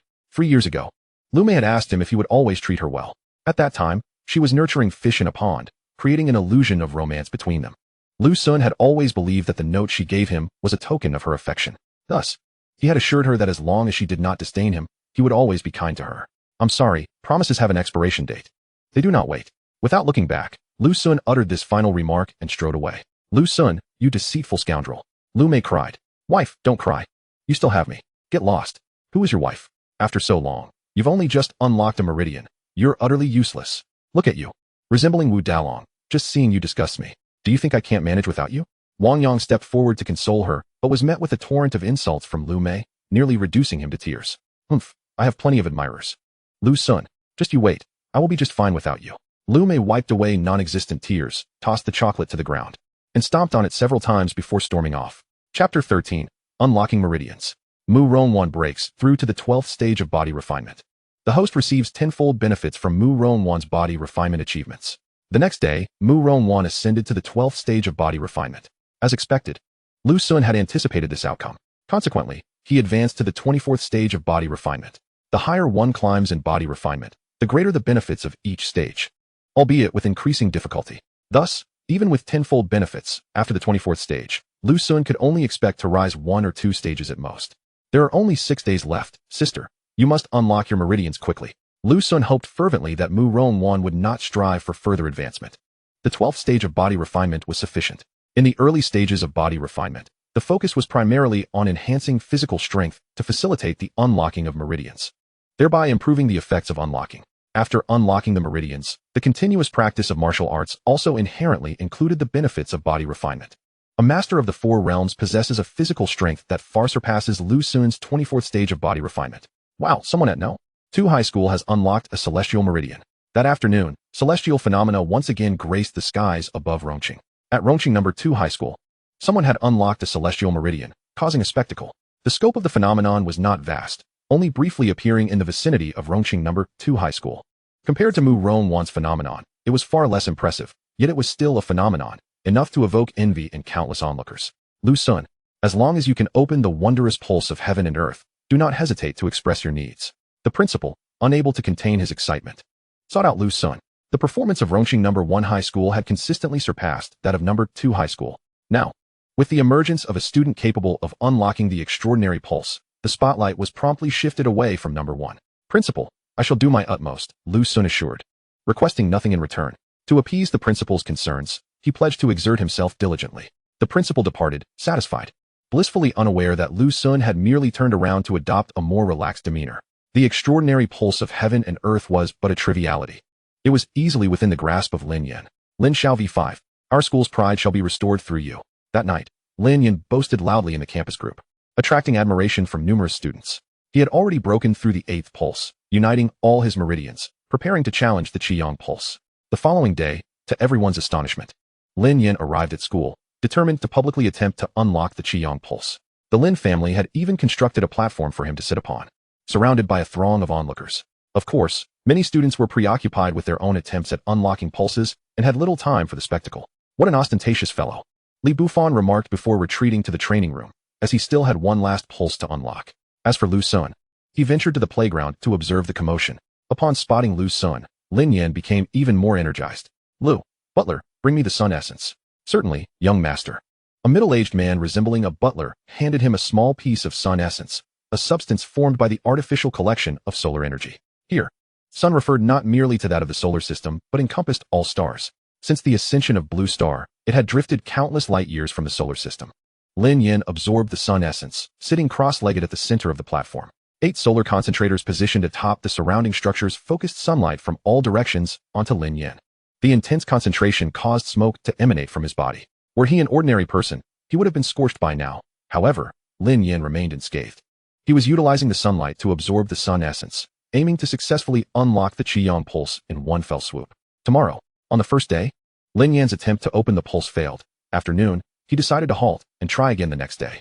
The Qiyang pulse was most easily unlocked at noon. Moreover, in this twin-star system, the solar power far exceeded that of other systems, greatly enhancing the chances of unlocking the Qiyang pulse and similar martial veins. The next day, Lin Yan continued his endeavors. Damn it, he failed once more. Twice now. Surely, such repeated failures must have taken a toll on his body. Lin Xiao is truly resilient. He has not yet given up despite the setbacks. With wealth and such dedication, it's no wonder he is so formidable. The admiration from his peers left Lin Yan feeling a profound sense of accomplishment. He took a high-priced rejuvenation pill to heal his injuries. Tomorrow, I can fail countless times. As long as I succeed once, I will become a true genius. Lin Yan persisted through repeated failures. Meanwhile, on the other side of Rongqing, the Murong family's estate was abuzz with excitement. Nearly the entire Murong clan had gathered, with only a few exceptions from out of town. Today, Murong Wan was set to unlock her pulses. My younger sister is truly a prodigy, having reached the 12th stage of body refinement in just half a month. I wonder how many pulses she will unlock this time. In my opinion, she will undoubtedly connect all martial veins at once. perhaps even unlocking the wondrous pulse of heaven and earth. With such a capable little ant, it is certain, numerous members of the Murong family congregated, their faces beaming with joy. Murong Wan possessed the exquisite physique known as the Lingling Body, making her rise to prominence inevitable. In turn, the Murong family would bask in her success, ascending to new heights. Yet, while some celebrated, others were steeped in worry. For instance, those aligned with Murong Wan. The second brother, Tiangu, what should we do? I returned the items, but Wang Yuanjie refused to accept them, insisting on demanding someone in exchange. He even threatened to inform our uncle of our plans. Murong Tian's younger brother, Murong Chue, wore a distressed expression. Previously, they had colluded with the scum of the Wang family, using Murong Wan to secure the Wang family's support. Their intent was to seize power and control the entire Murong family. Who could have foreseen that Murong Wan would suddenly emerge as an extraordinary talent, shaking the Eastern realm? Their previous schemes were rendered useless. Murong Tian instructed his brother to return the items gifted by the scoundrels. Yet, that scoundrel refused to accept them and threatened to expose them. What does Wang Yuanjie truly want? He claims that even if he cannot marry Murong Wan, he should at least be allowed to toy with her for a few days. Tiangu, he is a pervert. No woman who has been with him has escaped unscathed. Let him wait. The blue star has lingered here for several years. It should soon re-enter the ancient starry path, and perhaps there will be an opportunity then. A glimmer of coldness flickered in Murong Tian's eyes. Regardless of how extraordinary Murong Wan became, it had no bearing on their faction. On the contrary, if Murong Wan were to rise, their lineage would have no hope of advancement. If they could leverage Wang Yuanjie to eliminate Murong Wan, it would only serve their interests. Very well, Tiangu. I shall message him immediately. You go personally to avoid any leaks. Understood. Murong Chue departed. An extraordinary genius? Humph. A talent that has not yet matured is merely a shooting star, a fleeting brilliance. After a cold smirk, Murong Tian composed his expression, adopting a smile as he re-entered the estate. It has begun. My little ant is so beautiful. At that moment, within the estate, Murong Wan inhaled a substantial amount of dark energy all at once. She employed the simplest method to unlock her pulses, swallowing the dark energy like a whale, her aura immediately becoming profound and mysterious. Within mere minutes, the air around Murong Wan trembled slightly, an invisible wave emanating from her body, pulling the surrounding air into gentle ripples. Inside her, the first martial vein was successfully unlocked. Excellent. Murong Wan called out, his voice resonant with approval. She has done it. How swift. My little ant is truly remarkable. The other members of the Murong family erupted in cheers. Chapter 14. One vein after another, unlocking 8 veins consecutively. Murong Wan successfully opened her first martial vein. The host receives tenfold rewards from Murong Wan's pulse unlocking. At long last, the moment had arrived. Lu Sun finally awaited the unlocking of Murong Wan's pulses. As the surge of heat surged within him, he quickly sought refuge in a secluded grove, sitting cross-legged. The heat flowed like a tempest, transforming into a colossal river within him, surging forth with unstoppable momentum. Buzz. The Huin acupoint was breached. What the? Lu Sun clenched his teeth, his brow furrowed. No one had warned him that unlocking pulses would be this excruciating. The ferocious heat surged from the Huin acupoint, racing towards the Guanyuan, Qihai, and Shinkei acupoints.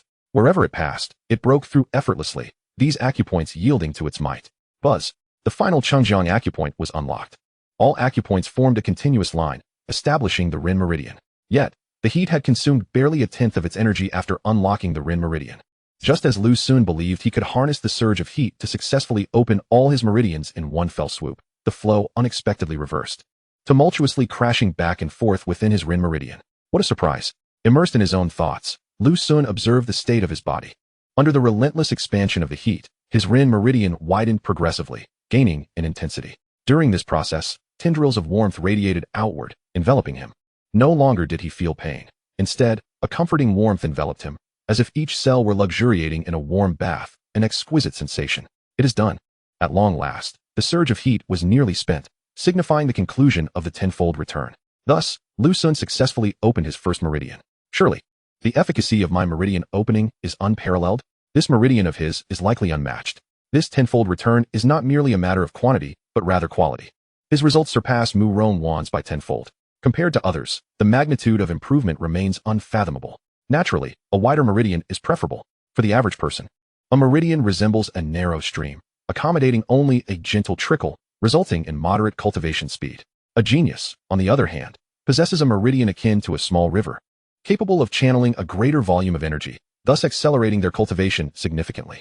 Lu Sun's meridian, however, could be likened to a mighty river, not only surging with vigor but also accommodating numerous streams, allowing for a cultivation experience as effortless as a fish in water, progressing at an astonishing pace. It is fortunate that Lu Sun has reached the 24th stage of body refinement. Otherwise, even with a tenfold return, his meridian would not have achieved such breadth. My strength must have surged by at least tenfold. With the opening of the Ren meridian, his power escalated by over threefold, like Wang Yang, who achieved a threefold increase. Now, Lu Sun feels as though his strength has surged by 7 or even tenfold, imparting him the exhilarating sensation that he could obliterate the blue star with a single punch. Of course, this is merely an illusion following the explosive increase in power. Murong Wan opens her second meridian, and the host gains tenfold from her achievement. Here it comes. Not long after, a second surge of heat entered Lu Sun's body. Remarkable. Murong Wan's exquisite physique is indeed formidable. By the looks of it, she intends to open 8 meridians in one go. Who else but a true prodigy would dare to attempt such a feat? Yet she dares. The second meridian is the Du meridian. The Ren and Du meridians are the two most vital pathways. In the martial arts novels of the old era, protagonists who successfully opened the Ren and Du meridians became invincible masters. In this age of advanced martial arts, opening these 2 meridians is merely the beginning of one's cultivation journey. Once the heat surged into his body, it charged through the acupoints of the Du meridian, such as Chanxiang, Yaoyang, Mingmen, and Lingtai, sweeping through the spine and ultimately ascending to the acupoint located in the mouth known as Yinjiao. Thus, the Du meridian was entirely connected. Just like the first time, the heat consumed only a fraction after opening the Du meridian. It began to oscillate within the Du meridian, reinforcing and widening it further. Simultaneously, wisps of warmth spread outward, nourishing his entire being, benefiting even the 12 primary channels. How warm! After the heat dissipated entirely, Lu Sun felt an intense heat coursing through him. The opening of the Du meridian may not have significantly amplified his strength, but his vitality surged, and his spirit became exceptionally vibrant. If a septuagenarian or octogenarian were to open their Du meridian, they could instantly regain youth beyond a decade. Murong Wan opens her third meridian, and the host gains tenfold from her achievement. Such rapid progress. Just as Lu Sun finished with his Du meridian, Murong Wan opened her third meridian. The third meridian is the Chong meridian, which, compared to the Du meridian, is the true vessel of qi and blood.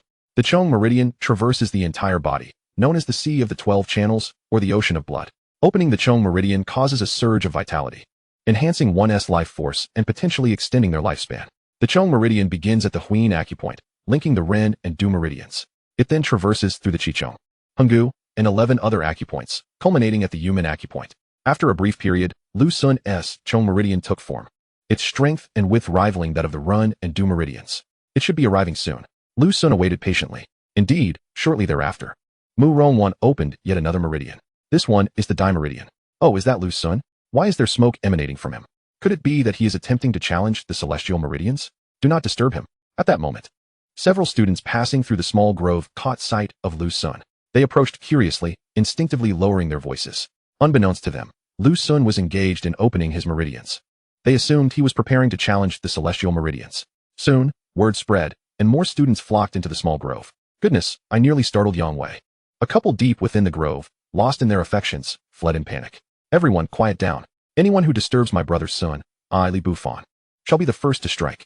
Li Bufan arrived, shooing away the gathering students. Why are there so many people? After a few minutes, Lu Sun's Chong meridian took form. Upon opening his eyes, he realized he was the center of attention. Never mind. Murong Wan's speed is too swift. There is no time to relocate now. In mere moments, Murong Wan opened the Yin Xiao meridian, followed by the Yang Xiao, Yin Wei, and Yang Wei meridians. Except for the final Yang Wei meridian, the latter 3 are relatively easier to open. The difficulty of the last meridian lies in the need to integrate the 8 meridians with the 12 primary channels, creating a comprehensive network throughout the body. The 12 primary channels can generally be opened alongside the meridian openings. If not, it requires additional effort. For Lu Sun, this is naturally not a challenge. Each instance of the tenfold return of heat, while broadening and solidifying the meridians, simultaneously facilitated the connection and enhancement of the 12 primary channels. In the final meridian, that surge of heat surged into the 12 primary channels, thoroughly connecting Lu Sun's extraordinary 8 meridians. Wow, Lu Sun is glowing. How striking. At the moment all meridians were fully connected, Lu Sun appeared as if reborn, radiating an ethereal glow. Coupled with his handsome visage, he left several girls utterly mesmerized. Chapter 15. Is this also called an anomaly? Extra, extra. Lu Sun and Lin Yan were competing against each other, both striving to challenge the celestial meridians. It is said that they both harbor affections for the school beauty, Chu Youqing, who chose Lu Sun over Lin Yan, especially after Lin Yan lost to Lu Sun a few days prior. Thus, he came to school to challenge the celestial meridians, hoping to reclaim some honor, only to discover Lu Sun had begun as well. Wow, is our school this lively this year? I wonder who will succeed. The news of Lu Sun's challenge to the celestial meridians spread like wildfire through Rongqing No. 1 High School. Not only did it spread, but it also evolved into a tale of two geniuses vying for supremacy, each consumed by rivalry. Consequently, those immersed in their cultivation rooms could no longer remain seated. They rushed out to witness the spectacle. Lu Sun and Lin Yin were not far apart. Lin Yin was situated on the largest playground, while Lu Sun was in a small grove adjacent to it. As students flocked in, both the playground and the grove became utterly congested. Everyone, please do not push. Make way for the principal. The principal is arriving. Ultimately, they are young, brimming with vigor, and determined to contend over every matter. Perhaps this is for the best. If everyone were to adopt a lackadaisical attitude like ours, how could the world ever progress? Ha ha ha, youth is indeed a treasure. Our school boasts an abundance of talent this year. The principal and many teachers wore expressions of maternal pride, watching the scene unfold with great satisfaction. I am indeed at a loss. Lu Sun realized that he had painted himself into a corner. He yearned to shout his grievances. Lu Sun had no intention of competing with Lin Yin. As the fated protagonist endowed with a golden finger, all he needed was to lounge comfortably and let things unfold. Especially since Chu Youqing was already his girlfriend. What was there to compete over? It was merely a coincidence that Murong Wan chose today to open her meridians. However, Lu Sun could hardly divulge these reasons to anyone. With such an impressive physique as hers, having already opened 8 meridians, she would surely strive to break through to the Lingling meridian with unyielding momentum. After some contemplation, Lu Sun relaxed. With your meager abilities, you wish to contend with me? On the other side, Lin Yin had also received the news. Upon learning that Lu Sun was attempting to open the extraordinary meridians, he swallowed several units of solar essence in one go. Young master, take it easy. Take it easy? Nonsense. Today, failure is not an option. Lin Yin resolved to give it his all, determined not to be outdone by Lu Sun. In pursuit of opening the Qiang meridian, his family had invested over 100 million in resources, acquiring numerous rare materials. What did Lu Sun possess? His entire family's accumulation over generations could not possibly be surpassed by someone like Lu Sun, who merely toiled away at his studies. Ha ha ha, as expected of Murong Zhan's daughter. Opening 8 meridians in less than 2 hours, this record should surely rank among the top 10, right? Meanwhile, within the Murong estate, Murong Zhan laughed heartily. Although the opening of meridians occurred internally, as a master of the 4th realm, he could see that Murong Wan had indeed opened 8 meridians. Grandfather, hasn't my aunt come down yet? Is she preparing to open the extraordinary meridians? One of Murong Zhan's granddaughters inquired curiously. Indeed, the Linglong physique can unlock the Linglong meridian, which is not just any ordinary extraordinary meridian. Among all extraordinary meridians, it is considered the most formidable. Murong Zhan replied with pride.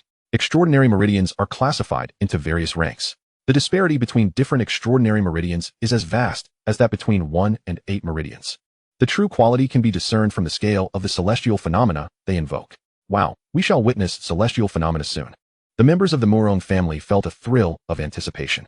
Having opened 8 meridians, she must not be allowed to grow stronger. At the back of the crowd, Murong Tian's gaze flickered. He made no move, for with Murong Zhan present, there was little he could do. The time was not yet ripe. He would wait for the blue star to re-enter the ancient star road. Then, the situation would boil over like water splashed into a hot frying pan. Only then would there be an opportunity. As noon approached, one wondered if young Master Lin would succeed today.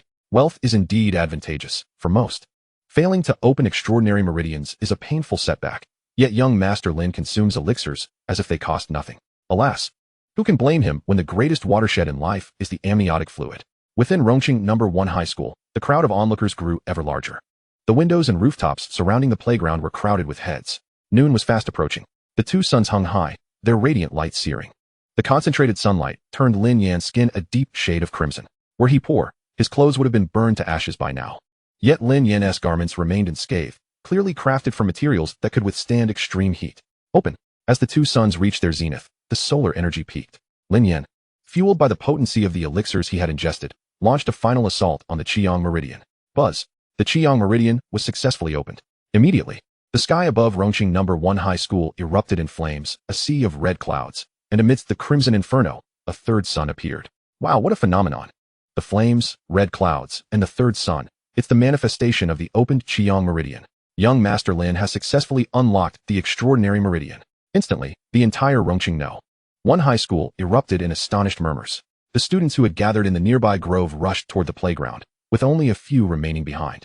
Lu Sun, young Master Lin has succeeded. What about your extraordinary meridian? Young Master Lin is clearly superior. Shut it. Are you looking for a beating? Lin Yan's lackeys jeered, only to be silenced by Li Bufan's authoritative shout. Lu Sun looked up at the sky. Is that what you call a phenomenon? He scoffed. The scope of this so-called phenomenon was too limited, far less impressive than the celestial occurrence invoked by the genius from number 2 high school just days prior. Oh, still looking down on young Master Lin's phenomenon? Why don't you open an extraordinary meridian and surpass him? Exactly, Lu Sun, you can't just talk big. Lin Yan's 2 subordinates were brazen, their faces adorned with mockery, as though they could already envision Lu Sun's humiliation.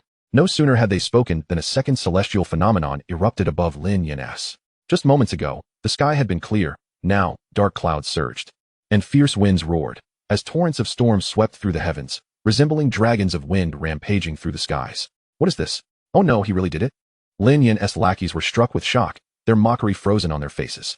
This celestial phenomenon, in both scope and might, far surpassed that of Lin Yan. How could this be? Lin Yan leaped to his feet, disbelief etched across his face. He had just opened the Qiyang meridian, ushering in celestial phenomena at the peak of his elation. Yet, in the next moment, Lu Sun had summoned an even more expansive and formidable celestial spectacle, rendering his own achievement dull in comparison. The 9 Heavens Dragon Dance. This must be the wuxianovel meridian. What a grand display. Is it Lu Sun? Beside the principal, a school leader's eyes sparkled as he gazed in Lu Sun's direction. The students surged once more, moving from the playground back to the grove.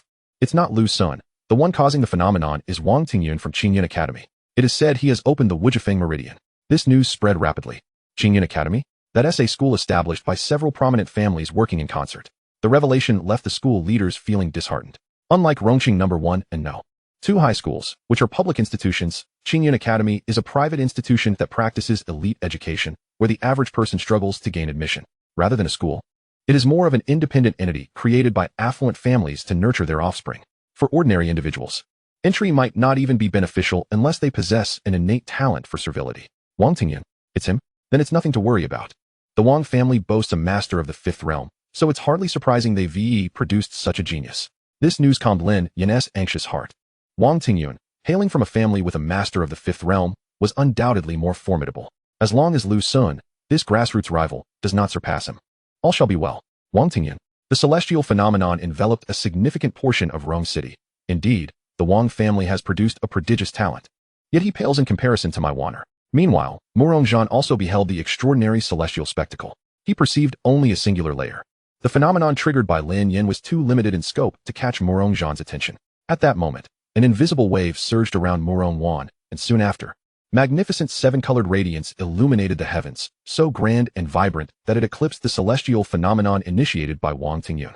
The colorful rays cascaded like divine maidens scattering flowers, saturating the entire sky and seemingly dyeing the world in hues of brilliance. Even from 100 miles away from Rong City, one could gaze upward and behold it. Success. Oh, my dear auntie has opened the miraculous celestial vein. The members of the Murong family erupted in cheers.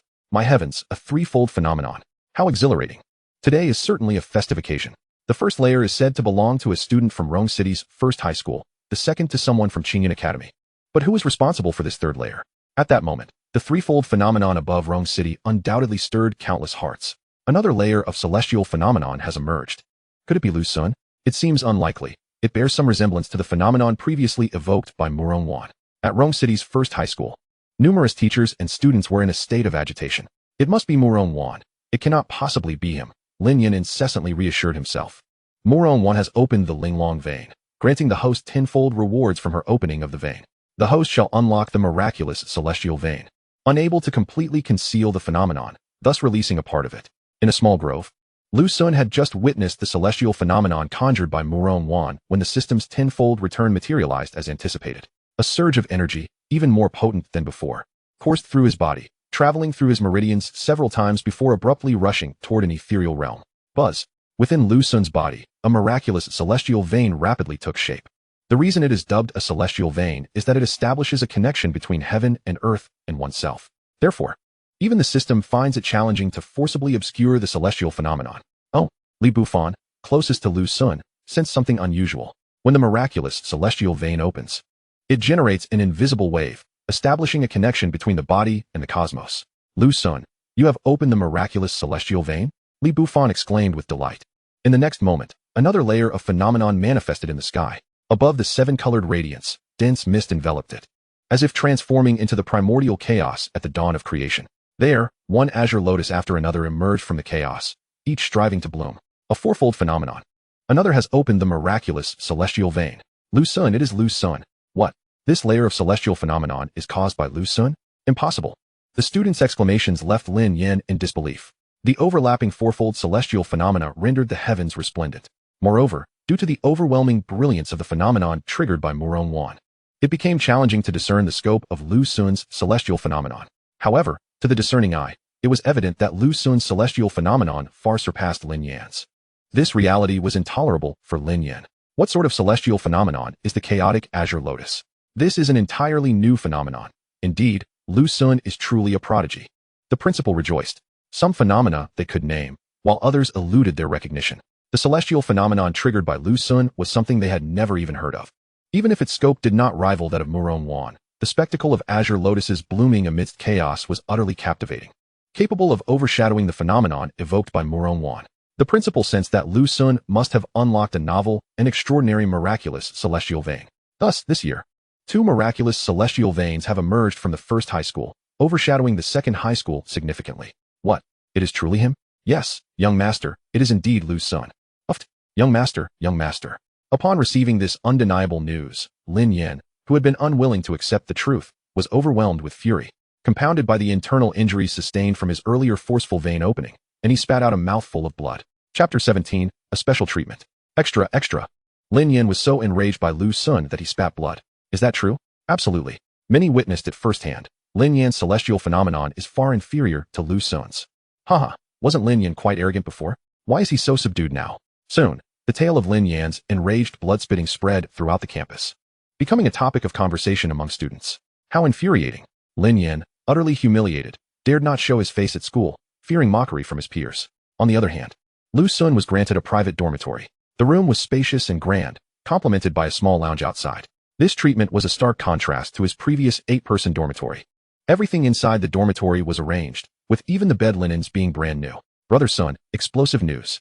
Lin Yan was so enraged that he spat blood. Li Bufan rushed in, eager to share the news with Lu Sun. He spat blood? Yes, several witnesses saw it. He must have sustained injuries during his vein opening. And your provocation caused him to lose control. These pampered rich kids, built up by resources, are as fragile as a sausage. They explode at the slightest pressure. How will he ever cultivate martial arts now? Li Bufan remarked disdainfully. In his view, this minor incident leading to blood spitting was absurd. If he encounters a life and death crisis in the future, wouldn't he end up expelling his internal organs? Li Bufan's words served as a reminder to Lu Sun. In terms of psychological resilience and toughness, Li Bufan was undeniably formidable, standing in stark contrast to other privileged young masters. From this perspective, his parents' decision to raise him in a humble manner made sense. At the very least, in terms of character, Li Bufan was impressive and would not crumble under minor setbacks. Whether in martial cultivation or immortal pursuits, one's mindset is of utmost importance. There is a saying that to cultivate, one must first cultivate the heart, which is not without merit. Today, a total of 4 celestial phenomena emerged. Brother Sun, yours is the highest and most radiant, followed by Murong Wan's. Then Wang Tingyun from Qingyun Academy, and finally Lin Yan. It must be my brother Sun who has overshadowed even Murong Wan. Li Bufan thumbed up in admiration. His final remark was laden with ambiguity, which precisely encapsulated the truth. What background does Wang Tingyun have? Lu Sun pondered this matter. He had heard of Qingyun Academy. To ordinary students, it was akin to a heavenly realm. The students there spend on daily necessities what an average student would require for a month or even an entire semester. I'm not sure. It is said to originate from a family with a grandmaster of the 5th realm, and the phenomenon he triggered is substantial, far superior to Lin Yan's, Li Bufan explained. A grandmaster of the 5th realm. Lu Sun had a vague sense that this Wang Tingyun most likely hailed from a family notorious for producing scoundrels. In all of Rong City, there should be no other family named Wang with a grandmaster of the 5th realm. Why would such a family produce scoundrels? Lu Sun was perplexed. Isn't it said that poverty breeds cunning while wealth nurtures virtue? Such a wealthy family. Could it be that their conscience has also evaporated? Or perhaps that saying is merely an excuse used by the affluent of bygone eras to cleanse their reputations. A fourfold phenomenon. Indeed, Wanner. Today we have witnessed a remarkable phenomenon of 4 distinct anomalies. However, there is no need for concern. Your anomaly is the most formidable, unmatched by any other.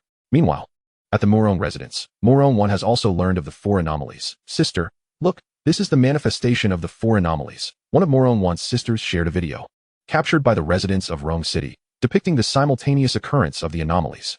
The foremost anomaly reveals a chaotic realm from which a blue lotus blossoms, while below it, radiant hues transform into dragons and phoenixes. Further down, the winds stir and dragons dance. culminating in the fiery red clouds reflecting the blazing sun. Who caused this blue lotus to bloom? Murong Wan inquired. Despite its limited range, this anomaly is the most significant. After its appearance, the other anomalies seem to be overshadowed. It is said to be a student named Lu Sun from Rong City No. 1 high school, her sister explained. Lu Sun. Murong Wan was taken aback. Yes, he is a soon-to-graduate martial arts student. Her sister's words confirmed Murong Wan's suspicions. This Lu Sun, could he truly possess such prowess? The image of Lu Sun's sun-kissed, handsome visage, alongside his robust physique, flashed in her mind. And a subtle blush crept onto her cheeks. Sister, what is the matter with your face? Oh, it's nothing. Murong Wan hastily dispelled the image. Although she did not harbor profound feelings for Lu Sun, a woman's memories of her first man are often the most indelible. This is fortuitous. He should be able to gain admission to Qingbei. Murong Wan reigned in her tumultuous thoughts. Presently, her singular focus was on enhancing her strength. Eager to compensate for the years she had squandered, what should I name this extraordinary vein of the heavens and earth? Perhaps the chaos vein. After Li Bufan's departure, Lu Sun finally had the opportunity to sense the changes within his body. Undoubtedly, the celestial vein coursing through him far surpassed Murong Wan's exquisite vein. The reason the celestial phenomena he invoked were not as far-reaching as Murong Wan's was due to system constraints, which had only allowed a fraction to be released. Even so, the celestial phenomena triggered by Lu Sun managed to suppress the other 3 anomalies. If the system were not imposing such restrictions, the scope and impact of his celestial phenomena would be unfathomable. A meridian as wide as a thoroughfare, and yet he cannot cultivate independently. System, are you toying with me? Subsequently, Lu Sun mused that such broad meridians seemed of little use to him, as he could not cultivate on his own. Although the host cannot cultivate independently, he can replenish energy. The wider the meridian, the faster the replenishment. Furthermore, once the host's strength is sufficiently formidable, the limitations can be lifted. The system's explanation offered Lu Sun a measure of solace. Indeed, in future battles, should he expend excessive energy, his recovery speed would be tenfold that of others. As for cultivation, he found himself indifferent. He preferred a life of ease. Following this upheaval in meridian awakening, Lu Sun became a highly sought-after figure at Rong City No. 1 high school. A student who had opened multiple spiritual meridians found his luster eclipsed by Lu Sun. He received a flurry of phone calls, predominantly from recruitment officers of various martial arts schools, all eager to offer him a plethora of resources in hopes of enticing him to enroll. They were destined to be disappointed. Lu Sun's ambition had always remained fixed on Qingbei. Which institution would it be? Qingshu Academy or Beta University? Lu Sun had yet to reach a final decision. The following day, teachers from the Qingbei admissions office arrived early at Rong City No. 1 high school. Despite it being a Saturday, in their eagerness to recruit talent, they sacrificed their weekend. Is it possible to operate 2 admission letters in this manner? Indeed, Lu Sun. Only students who have awakened celestial veins receive such treatment. At the start of the school year, you may choose either institution. Upon discovering that Lu Sun had not yet made his choice, they resolved to issue him admission letters for both schools. Lu Sun could present either letter at Qingbei for enrollment. Such privileges were exclusive to those who had awakened celestial veins. This proposal was agreeable to Lu Sun, and he accepted. Chapter 18, The Genius Rankings. Wow, Lu Sun, you are truly remarkable. This is wonderful. Now we can attend Qingbei together. What about you? It's a bit troublesome. My mother has taken me to seek out a 5th realm immortal cultivator. They mentioned that to awaken my ancient spirit root, I would likely need innate spiritual energy, which can only be found along the ancient stellar path. My mother is currently searching for it to purchase. On this day, Chu Youqing sent a message. Lu Sun typically refrained from initiating contact with her due to her mother's stringent oversight, fearing that she would be discovered. You need not worry about me. As long as I activate my ancient spirit root before turning 25, I can enter Qingshu Academy at any time. You are cultivating a martial vein, so Beta University would be best for you. Of course, if you wish to attend Qingshu Academy, I would be equally delighted. Chu Youqing sought to alleviate Lu Sun's concerns. After exchanging a few more words, they ended their conversation. Innate spiritual energy? Lu Sun recalled that after binding with Murong Wan, the system had rewarded him with innate essence, aiding her in activating her exquisite body. If he could bind with Chu Youqing, the system might reward him with innate spiritual energy as well. He would postpone such considerations until he reached the 2nd realm. The system required Lu Sun to attain the 2nd realm before he could bind with another individual. There was no need to rush. Lu Sun, give me a definite answer. Will it be Qingshu Academy or Beta University? I have not decided yet. Fine, then I shall choose first. I will pursue martial arts at Beta University. On Monday, Li Bufan opted for Beta University. At last, he did not disappoint his grandmother's spirit in the heavens, having opened his final martial vein on the last day, earning direct admission to Qingbei. Rong City No. 1 high school performed admirably this year. A week prior to the major examination, Qingbei pre-admitted a total of 8 students. In addition to Lu Sun, Li Bufan, and Lin Yan, there were 5 others. Among these 5, 3 had awakened spiritual meridians, while the remaining 2, like Li Fan, had opened 8 martial veins. Qingbei had slightly lower requirements for spiritual meridians. Students who could open 5 or more before the major examination were eligible for direct admission. Among these 5 students, 4 hailed from affluent families, while only 1 was a diligent student with decent cultivation talent. In the era of advanced martial arts, an individual's ability to rise is influenced not just by personal effort and talent, but significantly by resources, background, and wealth. Not to mention, merely overcoming the body tempering stage has proven insurmountable for countless ordinary individuals. Unless one's talent is so extraordinary that it can defy all odds, even without wealth or resources, one may still rise against the tide. Days later, the major examination commenced. After being pre-admitted to Qingbei, the major examination held little significance for Lu Sun, brother Sun. This year's exam questions are truly challenging. Li Fan went off to take the major examination. Even after being pre-admitted, he could still participate to gauge his potential score. The major examination's results were comprehensive, with the Meridian Awakening score accounting for half, while the other half comprised various aspects of cultivation knowledge, theory, comprehension, and so forth. Lu Sun did not attend. He was not as diligent as Li Fan and was certain to fall short in the academic subjects. Why seek discomfort? He remains as carefree and joyful as ever, lounging lazily every day. Sun Gu, the results are out. Haha, my abilities are formidable. I can secure admission to Qingbei on my own. A week later, when the examination results were released, Li Fan was overjoyed. His scores were also sufficient for Qingbei. Only over 200 students achieved this feat, wasn't it? After the results of the major examination were announced, the authorities disclosed more data. This year, across all the provinces in the East, a total of 285 individuals unlocked the Heavenly Marvel Meridian. Out of millions of examinees, merely over 200 opened the Heavenly Marvel Meridian, a remarkably low ratio. This is also why the state has enacted a mandatory measure for random marriages at the age of 25. Several calamities have brought about a significant reduction in global population. And while the situation in the East is relatively better, the population has still dwindled by nearly half. That amounts to hundreds of millions. If the population in the East could return to the peak levels of the old era, with over 10 million examinees annually, the number of geniuses would undoubtedly surge. Naturally, there are also examinees like Li Fan who have yet to unlock the Heavenly Marvel Meridian. They might achieve it after entering university. Can one truly compete for the top 2 positions? Following the conclusion of the major examination, a topic surged to the forefront of online discussions. Who among the geniuses that unlocked the Heavenly Marvel Meridian this year is the foremost genius? Such debates arise every year. In previous years, the contest for the top genius was relatively uncontroversial. This year is unique, as besides Murong Wan, another student has awakened an extraordinary constitution. This genius from the capital, known as Lu Xinghe, first awakened the stellar sacred body, subsequently unlocking the Heavenly Marvel Meridian and the stellar martial meridian. The stellar sacred body is also one of the 10 innate constitutions. Its remarkable trait lies in the ability to absorb stellar energy for cultivation through the stellar martial meridian. Each star illuminated within one's body doubles their combat prowess. If a stellar map can be formed within the body, creating a stellar battle body, one's combat power could escalate to a terrifying level. Compared to Murong Wan's Linglong treasure body, which emphasizes speed of cultivation, the stellar sacred body focuses more on combat, exhibiting far greater battle strength. Furthermore, Murong Wan is 25 years old, while Lu Xinghe is merely 20. He even repeated a year to awaken his stellar sacred body. This led many to believe that Lu Xinghe should undoubtedly be recognized as this year's top genius. However, some argue that cultivation level is what truly matters, and an excessive pursuit of combat power is misguided. Overall, there is still greater support for Lu Xinghe, as he is remarkably young. Online, several versions of genius rankings emerged. Some discerning individuals recognized value in them. On one particular ranking, Lu Sun discovered his name, astonishingly placed third. On another, some firmly believed Lu Sun should be ranked first. How can you only consider the scope of the celestial phenomena? That was the emergence of the chaotic blue lotus. Such a magnificent manifestation, how can you overlook it? Lamented the creator of the ranking.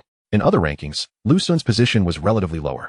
After all, the system had shrouded his heavenly secrets. With only a few celestial phenomena being revealed, while his manifestations were indeed formidable, their scope was limited. It seems there are still individuals with discernment. However, the popularity of these 2 rankings was not particularly high, and few people took note of them. This was perhaps for the best, as Lu Sun preferred not to draw too much attention. Otherwise, how could he continue to enjoy his leisurely days? Chapter 19, Graduation. This year, Chengdu No. One high school achieved commendable results, with as many as 28 students gaining admission to Qingbei. Our Lu Sun and Lin Yan even unlocked the Heavenly Marvel Meridian, becoming nationally recognized geniuses, especially Lu Sun, whose name even topped the genius rankings online. 2 days later, at the graduation ceremony, the principal beamed with pride as he lavished praise on Lu Sun. This year, Chengdu #1 High School produced 2 heavenly marvel meridians, achieving the best results in history. And the principal was naturally elated. Humph, what a mere wild ranking, Lin Yan scoffed. He had also seen the ranking that placed Lu Sun first, which bore little distinction from authoritative rankings, save for placing Lu Sun at the pinnacle. Yet in all other online rankings, Lin Yan found himself outside the top 100. As for Lu Sun, his standings in other rankings were also respectable, consistently within the top 20, even the top 10. It was no wonder Lin Yan felt uncomfortable. Graduation arrived. At the conclusion of the ceremony, all the students erupted into cheers, the entire campus abuzz with jubilation. 3 years of martial arts schooling had come to a close. From this point onward, everyone would face a brand new chapter in life. Whether this life would be good or bad, sometimes change itself is worthy of anticipation. Lu Sun, you have performed remarkably, far exceeding your parents' achievements back in their day. If they knew of your accomplishments, they would be overjoyed. Teacher Wu approached Lu Sun, his eyes glistening with tears as he spoke. Teacher Wu, the school has granted me a generous reward, these dark energies. You need not return them. Keep them for yourself. My meridians are damaged, and I will never advance further in this lifetime. Lu Sun intended to return the dark energy given by Teacher Wu, but the latter refused. Focus on your training and grow swiftly. Understood. Lu Sun nodded earnestly. Following the graduation ceremony, a farewell party was held. The students lingered, congregating in small groups. Years later, they would realize that today would be the last time many of them gathered together. For countless individuals, today's parting would be the last encounter of their lives, even if they resided in the same city. Oh, Lu Mei, why is she with Lin Yan? At this moment, Li Bufan noticed Lu Mei walking hand in hand with Lin Yan. Although news of Lin Yan nearly spitting blood from anger due to Lu Sun's actions last week spread throughout the campus, few dared to mock him. On the contrary, many girls envied Lu Mei, wishing to take her place at Lin Yan's side. Lu Mei reveled in this attention. Upon seeing Li Bufan and Lu Sun, she held her head high, resembling a proud swan adorned in a thick layer of makeup. Isn't it ridiculous that Lu Sun would pick up discarded goods? The Lin family's third young master is utterly disgracing the rich second generation. Li Bufan's words were sharp and loud, deliberately intended for Lu Mei to hear. Indeed, he aimed to provoke. Over the past 3 years, he had long found Lu Mei distasteful. Upon hearing his words, Lu Mei's expression darkened instantly. She cautiously glanced at Lin Yan, fearful that he might overhear. Unfortunately, Lin Yan did catch wind of it. Surprisingly, rather than retreating, he strode directly towards them. Lu Sun, how could you be so blind? You fawned over her for 3 years, only to abandon her at a critical moment. You probably don't know that Lu Mei has been diagnosed with a natural enchantress physique. If you could cultivate with her, the results would be exponentially greater. Lin Yan declared triumphantly. Lu Mei had nurtured many fish, but she was merely a fish in someone else's pond. She had long desired to align herself with Lin Yan, the affluent young master. However, Lin Yan had shown her little regard, seemingly unimpressed, until Lin Yan was defeated by Lu Sun, leaving him so enraged that he spat blood. He realized that regaining his dignity would not be achievable in the short term. It was then that he began to regard Lu Mei with newfound respect. After all, Lu Mei had managed to keep Lu Sun enthralled for 3 years, suggesting she possessed some extraordinary qualities. Unexpectedly, this newfound regard yielded surprising results. Lu Mei possessed a naturally alluring physique. This revelation dimmed Lin Yan's affections for Chu Youqing considerably. While Chu Youqing was merely beautiful, Lu Mei could potentially facilitate his rapid growth. Lu Mei, shyly leaning against Lin Yan, gazed at Lu Sun with an expression brimming with satisfaction, as if to say, how do you like it now? Regretting your choices? A naturally alluring physique? Such a gift seems destined for the role of a furnace catalyst. Lu Mei, with such an exceptional constitution, why would you choose such a lackluster individual? I have heard that in Jingqing, a naturally alluring individual from a prestigious family was married to a young master whose family boasted of formidable power, and within a few years, she ascended to the third realm. If you don't believe me, one can easily verify how sought after a naturally alluring physique is in the realm of cultivation. Li Bufan's eyes twinkled as he rambled on with a flurry of words. Li Bufan, who are you calling lackluster? At least I have opened the celestial veins of the world. What do you have? Lin Yan retorted, angered. I have a good brother, Lu Sun, who can infuriate you to the point of bloodshed. Li Bufan confidently invoked Lu Sun's name. You seek death. Come on, let Lu Sun beat you until you bleed again. If you have guts, don't hide behind Lu Sun. I will hide. As the two exchanged barbs, Lin Yan failed to notice Lu Mei subtly loosening her grip on his arm. Minutes later, the commotion subsided. After delivering a sharp retort to Li Bufan, Lin Yan departed with Lu Mei. He was reluctant to provoke Lu Sun again, but he was still unyielding in the face of Li Bufan. Lu Sun and these two truly are a match made in heaven. They break up in a single day, Li Bufan remarked. A day to break up? Did you not notice Lu Mei's expression? She is clearly preparing to seek a new partner. You have pointed her to a bright path. What bright path? I still have words unspoken. That naturally alluring individual hails from a prominent family. Lu Mei, with no power, influence, or background. would merely become a plaything in a larger family. At this point, Li Bufan suddenly glanced at Lu Sun. You wouldn't still have lingering feelings for her, would you? Lingering feelings? Lu Sun withdrew his gaze. Since discovering that the note had been sent by Chu Youqing, Lu may had become a stranger to him, who would harbor feelings for someone who had purposefully exploited a misunderstanding, treating him as a devoted admirer for 3 years. Chapter 20. Martial skills can also be returned. After the final exam, Lu Sun continued to reside in the dormitory arranged by the school. He had no other place to stay in Rongqing. Finally, the long-awaited day arrived. That afternoon, the acceptance letters arrived, 2 in total, one from Qingshu Academy and another from Beta University. Lu Sun, my parents have decided to take me to Jingcheng to stay with a relative. How long do you plan to prepare for your journey? Li Bufan messaged in the evening. He was heading to Jingcheng, seeking refuge with relatives? Were his parents still planning to maintain this charade? After exchanging a few words, Lu Sun felt that Li Bufan's parents intended to continue raising him in poverty. Poor lad, despite having a fortune at home, he had to toil like an ordinary person, practicing in the most rudimentary manner. Had Li Bufan been raised in Lin Yan style, he would likely have already opened the celestial veins. Lu Sun, recently the Shadow Clan has resurfaced, assassinating geniuses who have opened celestial veins in several cities. Qingbei has opened early reporting. If you wish to go, the Rongqing Martial House will arrange for your escort. Understood, Principal. By the way, try to stay indoors as much as possible and remain at school. When Lu Sun decided to head to Jingcheng early, the principal approached him with a piece of news. The Shadow Clan has reemerged. The Shadow Clan? They were an alien race from the Ancient Star Road. Over a decade ago, when Blue Star entered a node of the Ancient Star Road, they were ambushed by the Shadow Clan. The strong warriors of Blue Star fought valiantly to repel them. But many Shadow Clan members had infiltrated Blue Star and hidden away. These members occasionally emerged to assassinate talents or important figures. Fortunately, after years of purging, their numbers had dwindled, and they had not made much of an appearance in recent years. To think they have resurfaced now. Should we head to Jingcheng early? With Qingbei allowing early reporting, Lu Sun also contemplated going to Jingcheng. After all, Chu Youqing was there too. He thought, I'll take my acceptance letter to tell my parents the good news, bid farewell, and then head to Jingcheng. Murong Wan has broken through to the first level of the martial skill 1000 Traces step, and the host gains tenfold rewards from Murong Wan's achievements. You have acquired the martial skill 10,000 Traces step. After nightfall, the system's return suddenly arrived. Martial skills can also be returned. This time, the return was not from his cultivation, but from martial skills. Lu Sun had wondered why Murong Wan had not made any progress after half a month of opening her meridians. It turned out she had been practicing martial skills. Martial skills, also known as combat techniques, are skills for fighting and killing. With the arrival of the tenfold return, a torrent of information flooded Lu Sun's mind, accompanied by waves of heat. Good heavens! Once Lu Sun processed everything, he exclaimed in awe. The martial skill Murong Wan practiced was a movement technique called 1000 Traces step. Its defining traits were speed, agility, and an element of deception. This was a fundamental martial skill that could later be combined with other techniques to become even more powerful. For instance, when combined with lightning techniques, it could transform into Thunder Shadow 1000 Traces step, allowing the user to leave behind shadows of lightning while moving, instantaneously creating 12 lightning clones. These clones could briefly solidify for attacks and facilitate instantaneous movement between them. Murong Wan had only recently opened her meridians, yet she had already cultivated 1000 Traces step to the first level. It appeared that her exquisite physique not only facilitated rapid cultivation, but also allowed for astonishing speed in mastering martial skills.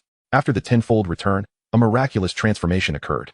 The martial skill evolved from 1000 Traces step to 10,000 Traces step. How fast?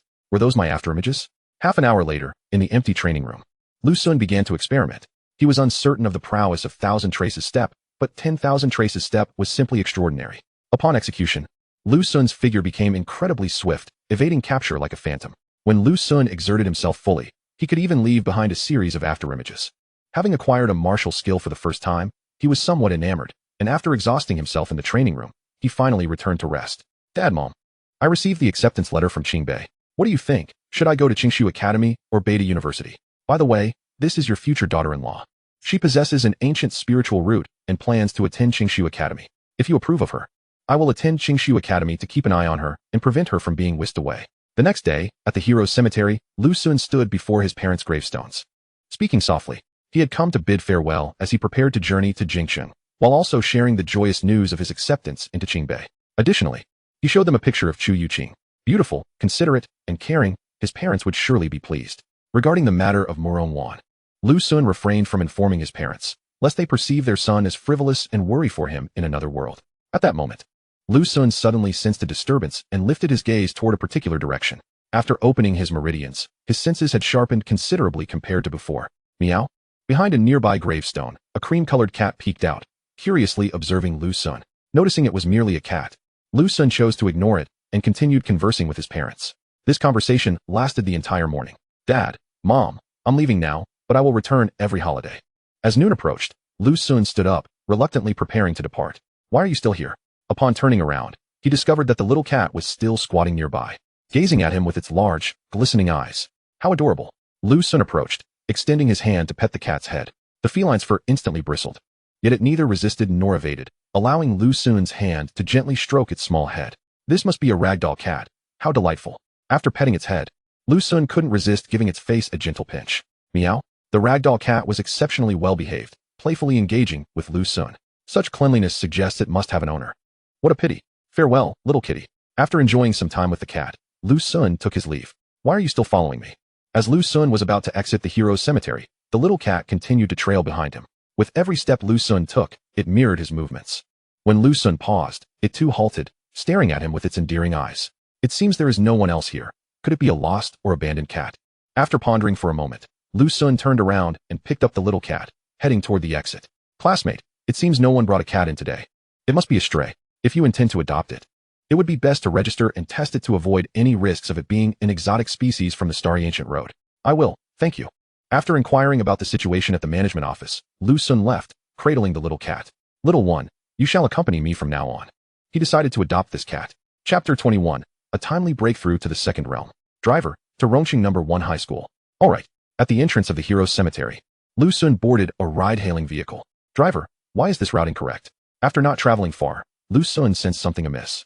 Little brother, there was an accident on North City Avenue, so we had to take a detour. An accident? What kind of accident could cause the closure of an 8-lane road? It is said that members of the Shadow Clan infiltrated the city, specifically targeting those talented individuals who have opened the heavenly meridians. And the accident on North City Avenue stemmed from this. The driver, concerned that Lu Sun might not believe him, hurriedly provided an explanation. The Shadow Clan has come to Rongqing. Don't worry, little brother. These Shadow Clan members only kill those who have opened the heavenly meridians. We can pass right under their noses without them even glancing our way. The driver, worried that Lu Sun might be frightened, kindly reassured him. Lu Sun opened his mouth, but ultimately refrained from revealing that he too had opened the heavenly meridians. Alas, in this world, it's challenging for ordinary folks. You still seem to be a student. You should open your meridians quickly. If you can't, you'll end up like me, a man in his 50s. With 4 children at home, still needing to have another just to have a pension. Once the driver started talking, he couldn't stop, lamenting about life's hardships. With one hand holding the cat, and the other scrolling through videos on his phone, Lu Sun soon came across footage of the accident on North City Avenue. The scene was engulfed in thick smoke, with vehicles strewn about in disarray. Such a grand spectacle? Aren't these Shadow Clan members supposed to be assassins? Why create such a commotion? It's a transport vehicle for energy blocks, no wonder. Upon glancing at the comments, Lu Sun understood. The target of this assassination attempt by the Shadow Clan was Wang Tingyun of the Wang family. However, due to the constant presence of skilled protectors around Wang Tingyun, they cleverly utilized a vehicle transporting energy blocks, detonating it to create chaos before attempting to strike Wang Tingyun. Unfortunately, they still failed to kill him. Murong Wan was a master of the 4th realm. As long as Murong Wan remained at home, she should be safe. Lu Sun set his phone down, subconsciously worrying about Murong Wan. Bang! Suddenly, a deafening explosion reverberated, causing the taxi to sway violently. Damn! The driver struggled to steady the vehicle, bringing the taxi to a halt. A tire burst. Please wait a moment while I change it. The driver unbuckled his seatbelt and exited the car. Damn! Both tires are ruined. Who the hell left blades on the road? Sorry, little brother, but it seems you'll need to call for another ride. I will refund your fare. After inspecting the situation, the driver informed Lu Sun. No need, driver. You have it tough too. There's no need to refund the fare. You're a good person. Little brother. Lu Sun declined the refund, summoned another vehicle through his phone, and then stepped out of the car. Meow? Upon exiting, the little cat in his arms suddenly stood up, its fur bristling. Lu Sun's brow twitched violently. A wave of life and death crisis surged through him. Instinctively, he tilted his head. Whoosh! A sharp crossbow bolt whizzed past, almost grazing his face. Even though it did not strike him, the sensation of the wind against his skin left a painful sting. This illustrated the bolt's formidable power. Had it hit him, even with his body tempered to the 24th stage, his head would have been pierced through. Driver, I have opened the heavenly meridians. Help me call the police. After narrowly evading the lethal arrow, Lu Sun uttered a hasty sentence before sprinting away with the cat. Huh. The driver was bewildered. The young man in his car was actually a prodigy with heavenly meridians? Realizing this, he quickly dropped to the ground and began calling the police. Whoosh, whoosh, whoosh. Indeed, following the first bolt, a second, third, and fourth bolt swiftly followed. The area was extremely open, devoid of obstacles, clearly chosen for an ambush. 10,000 steps. The crossbow bolts came swiftly and accurately, so Lu Xun activated the 10,000 steps technique. His figure shifted and morphed, consistently evading the bolts at crucial moments. He continued to weave and dodge, striving to escape the assailant's range. Whoosh! A bolt landed at his feet, shattering a rock the size of a tofu block into pieces. A martial crossbow. Lu Xun recognized that the assailant was utilizing a powerful and rapid-firing martial crossbow. Changing direction once more, he evaded several bolts before seeking refuge behind a large rock. Is this the first realm? In the distance, the attacker wielding the martial crossbow was incredulous. With his strength and the surprise attack from the martial crossbow, even an ordinary warrior of the second realm would struggle to survive. How could he possibly miss against someone in the first realm? No signal. This is strange. This person likely isn't from the Shadow Clan. Behind the rock, Lu Xun glanced at his phone and realized something was amiss. The Shadow Clan should not be able to block mobile signals in a wide area. Furthermore, the Shadow Clan members are born assassins. If they wish to eliminate someone, a simple approach and a swift blade would suffice. There is no need for a crossbow. Whoosh, whoosh, whoosh. Bang, bang. The assailant resumed their assault. The bolts incessantly struck the stone, each one embedding itself deeper. If this continued, the stone would surely be pierced, and the distance between them was steadily diminishing. A mere half-minute's respite would allow for escape. The assailant's prowess was formidable, and this large stone could scarcely shield him. Moreover, Lu Xun sensed the adversary drawing ever closer. As the intervals between the bolts shortened and their force intensified, Murong Wan has broken through to the second realm. You receive tenfold of Murong Wan's gains. At that moment, suddenly, the system's voice resonated in his mind, accompanied by a surge of warmth. She has achieved her breakthrough? A smile involuntarily graced Lu Xun's face. Just yesterday, Murong Wan had attained proficiency in martial arts, and today she had ascended to the second realm. The timing of her breakthrough was nothing short of exquisite, truly fortuitous. At this moment, a continuous flow of warmth surged within him. This warmth coursed through his body, forming a grand cycle along the Ren, Du, Chong, and Dai meridians. Throughout this process, true energy was incessantly born. For other martial artists, reaching the second realm necessitates the solidification of their meridians followed by the absorption of dark energy to complete a circulatory cycle, thereby transforming dark energy into true energy within their bodies. Once sufficient true energy is amassed, they can break through the dantian and establish the qi-si. Thus, the second realm of martial arts is referred to as the qi-si realm. However, for Lu Xun, this process was markedly expedited, fueled by the tenfold return of warmth. The speed at which true energy was birthed within him was astonishing. This true energy surged along his meridians, racing towards his dantian. Buzz! The dantian ruptured, and true energy poured in, rapidly forming a vast qi-si. Consequently, Lu Xun formally stepped into the second realm of martial arts, attaining the cultivation of the first layer of the qi-si. Yet, this was not the end. An abundance of warmth continued to transform into true energy, flooding the qi-si until it could no longer contain it. At that point, the qi-si began to compress the true energy, enhancing its quality, until it could be compressed no further. Buzz!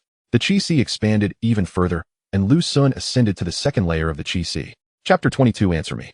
Merely half a month after opening his meridians, he had already established the qi-si and entered the second realm, all while acquiring a martial technique in just 2 days. Could this be the legendary Lingling Body? In the Murong family's estate, Murong Tian's pupils constricted, his teacup suspended in midair, clearly taken aback by the news. Half a month prior, Murong Wan successfully opened her meridians. Typically, martial artists spend anywhere from a month to several months solidifying their meridians before beginning their training. While cultivating true energy post-meridian opening is not particularly challenging, advancing to the second realm requires an ample amount of true energy to fully establish the qi-si. This process is time-consuming and contingent on various factors. For instance, Murong Tian, with abundant resources, took a full 8 months to establish his qi-si. For an ordinary martial artist, this could extend to a year or even longer. Even for those who solely rely on dark energy for cultivation, the amount required to open the qi-si is a substantial sum for the average individual. Yet, what of Murong Wan? She accomplished it in just 15 days. During this period, due to the sudden appearance of the Shadow Clan, Murong Wan personally guided her in learning a defensive martial technique over the span of 2 days. Though she only mastered the first tier, the fact that she learned it in 2 days is nothing short of extraordinary. Thus, the actual time Murong Wan took to establish her qi-si was merely 13 days. 13 days. Even if Murong Wan disregarded resource consumption in her training, this figure is truly astonishing. The Shadow Clan is known for targeting prodigies. Why would they overlook such a monstrous talent? Murong Tian now fervently wished that the Shadow Clan would suddenly appear and eliminate Murong Wan. Otherwise, their lineage may face a dire future. On the other hand, Lu Xun's tenfold return finally concluded. He slowly opened his eyes, feeling the surging true energy within him, and murmured, if the third layer of the Qi were not naturally superior in capacity, this wave of return should have propelled me to the fifth layer or beyond. Meow? The sudden meow of the kitten in his arms jolted him back to reality. Whoosh! A bolt whizzed towards him from the side. Lu Xun moved with the swiftness of a startled rabbit, evading the bolt. His eyes, reminiscent of stars, locked onto the assailant, a masked martial artist clad in tight-fitting attire, now less than 20 meters away from him. Whoosh, whoosh, whoosh. Several bolts rained down. This is it. Lu Xun tossed the kitten aside and vanished from his position, charging towards the masked martial artist. This was not recklessness, but rather a calculated risk. After breaking through to the third layer of the Qi, Lu Xun sensed the assailant's strength as they unleashed their full might. The masked martial artist was also at the second realm, but had not yet reached the third. Otherwise, Lu Xun would not have survived this long. Amongst peers in the second realm, who need fear whom? Despite Lu Xun only being at the third layer of the Qi, his body refinement had reached the 24th stage, providing him with unparalleled advantages in the Qi realm. Coupled with his larger Qi, even if his opponent were at the peak of the Qi realm, he could still escape if he were unable to prevail. Several bolts were deftly dodged by Lu Xun as he clenched his fists and charged forward. The masked martial artist discarded the crossbow and drew a battle blade, swinging it at Lu Xun as he approached. However, Lu Xun feigned a thrust, using the Thousand Shadows step to appear beside him, delivering a punch the size of a sandbag towards the masked warrior. The masked martial artist's reflexes were impressive. He swiftly redirected his blade to strike, aiming to cleave Lu Xun in two. Yet, the next moment, Lu Xun's colossal fist collided with his head, delivering a devastating force that felt akin to a nuclear explosion within his mind. Simultaneously, the Lu Xun he had struck transformed into a mere afterimage. How could this be? The masked martial artist's eyes narrowed, turning crimson in an instant. Lu Xun's punch was overwhelmingly terrifying. The masked warrior swung his blade, attempting to push Lu Xun away. However, reeling from the blow to his head, the masked martial artist's combat effectiveness plummeted. Lu Xun deftly evaded, then closed in using the Thousand Shadows step. Boom. The masked martial artist endured another crushing blow, spitting blood. With such a meager level of skill, did he dare to come after me? In less than a minute, Lu Xun had him pinned to the ground. The masked warrior was thoroughly subdued, devoid of any power to resist. Lu Xun swiftly tore away the cloth covering the warrior's face, revealing an unfamiliar visage. Indeed, he was not a member of the Shadow Clan. Lu Xun narrowed his eyes, his voice turning sharp. Humanity truly revels in self-destruction. Speak. I harbor no grudges against you. So why did you attempt to kill me? Answer me. The final three words resounded like thunder, causing the injured masked man to tremble. It was a misunderstanding, a misunderstanding. The masked man stammered in defense. I intended to kill a first-realm student who bears a slight resemblance to you. He happened to be at the hero's cemetery today, and I mistook you for him. Oh. Lu Xun crouched down, gripping the man's collar. The student you intended to kill, is it someone named Lu Xun? Indeed. I am Lu Xun. With a grin revealing his pearly white teeth, Lu Xun declared, I am Lu Xun. What? The masked warrior's bulging, bloodshot eyes widened in disbelief. His voice wavering. How is that possible? Lu Xun only opened his meridian half a month ago. You possess at least the strength of a 5-layered Qi now. This is inconceivable. He was unwilling to accept this reality. Not only him, but anyone in his position would likely find it hard to believe. That is not the crux of the matter. The crucial question is, why do you wish to kill me? Since you can mistake me for someone else. It indicates that we are strangers with no grievances between us. You must have been sent by someone. Speak. Who sent you? Lu Xun initially recounted calmly, but his last three words escalated into a thunderous roar, reverberating like a clap of thunder. The masked warrior trembled in fear. Lu Xun's manner of speech was exceedingly intimidating to him. I don't know. Perhaps terrified that Lu Xun might strike again. Coupled with the knowledge that his life lay in Lu Xun's hands, the masked warrior resolved to confess. Lu Xun's gaze turned frigid. Are you toying with me? No. I occasionally take on assassination tasks to earn dark energy. This mission was contracted through the dark web, and the bounty was exceedingly high, 5,000 units of dark energy. You opened the celestial meridian, and most would fear being traced and would refrain from accepting such tasks. I needed the money, so I took it. The masked warrior hastily explained, his words tumbling out in a rush. Chapter 23, Dark Web Assassin. I have divulged everything I can. I have also provided you with the card and password for the dark energy. After all, you have nothing to lose. Can't you let me go? The masked warrior's voice quivered as he pleaded for mercy, yearning for his life. Thus, he revealed all. He was an assassin from the dark web. Having taken this mission without any knowledge of the employer's circumstances. 5,000 units of dark energy. Lu Xun lightly tapped the hilt of his blade. Am I truly worth that much? The price of dark energy is not fixed. When the blue star recently departed from the ancient path of the stars, dark energy was abundant and thus relatively inexpensive. However, after some time, as dark energy was consumed, its value surged. The critical point is that while exchanging dark energy for money is straightforward, converting money into dark energy, particularly in large quantities, is not. 5,000 units of dark energy is not an insubstantial amount. It is worth at least 5 million now. Thus, someone has offered 5 million for his life. Who could that person be? Few harbor enmity towards Lu's son. Wang Yang, Lu Mei, Lin Yan. He could count them on one hand. Wang Yang and Lu Mei were easily dismissed. They could not produce such a sum of dark energy. Could it be Lin Yan? Would this fellow truly resort to such malice, hiring an assassin to kill him after suffering heartbreak and love? A figure suddenly flashed through Lu Sun's mind. The one who had seized all his family assets 3 years ago with a mere IOU. Meow? The sound of a cat suddenly echoed. Lu Sun's eyelids twitched involuntarily, and he instinctively lowered his head. A battle blade swooshed past, severing several strands of his hair. In an instant, the vanishing step activated, propelling Lu Sun back several meters, allowing him to finally discern the assailant, a shadowy figure coalescing into form. A member of the Shadow Clan. This is precisely why they are called the Shadow Clan. They can briefly transform into shadows to launch surprise attacks, rendering them nearly impossible to defend against. The Shadow Clan warrior, having missed the ambush, did not relent. Wielding a Shadow Clan battle blade, he brazenly commenced the pursuit. How dare you think me an easy target?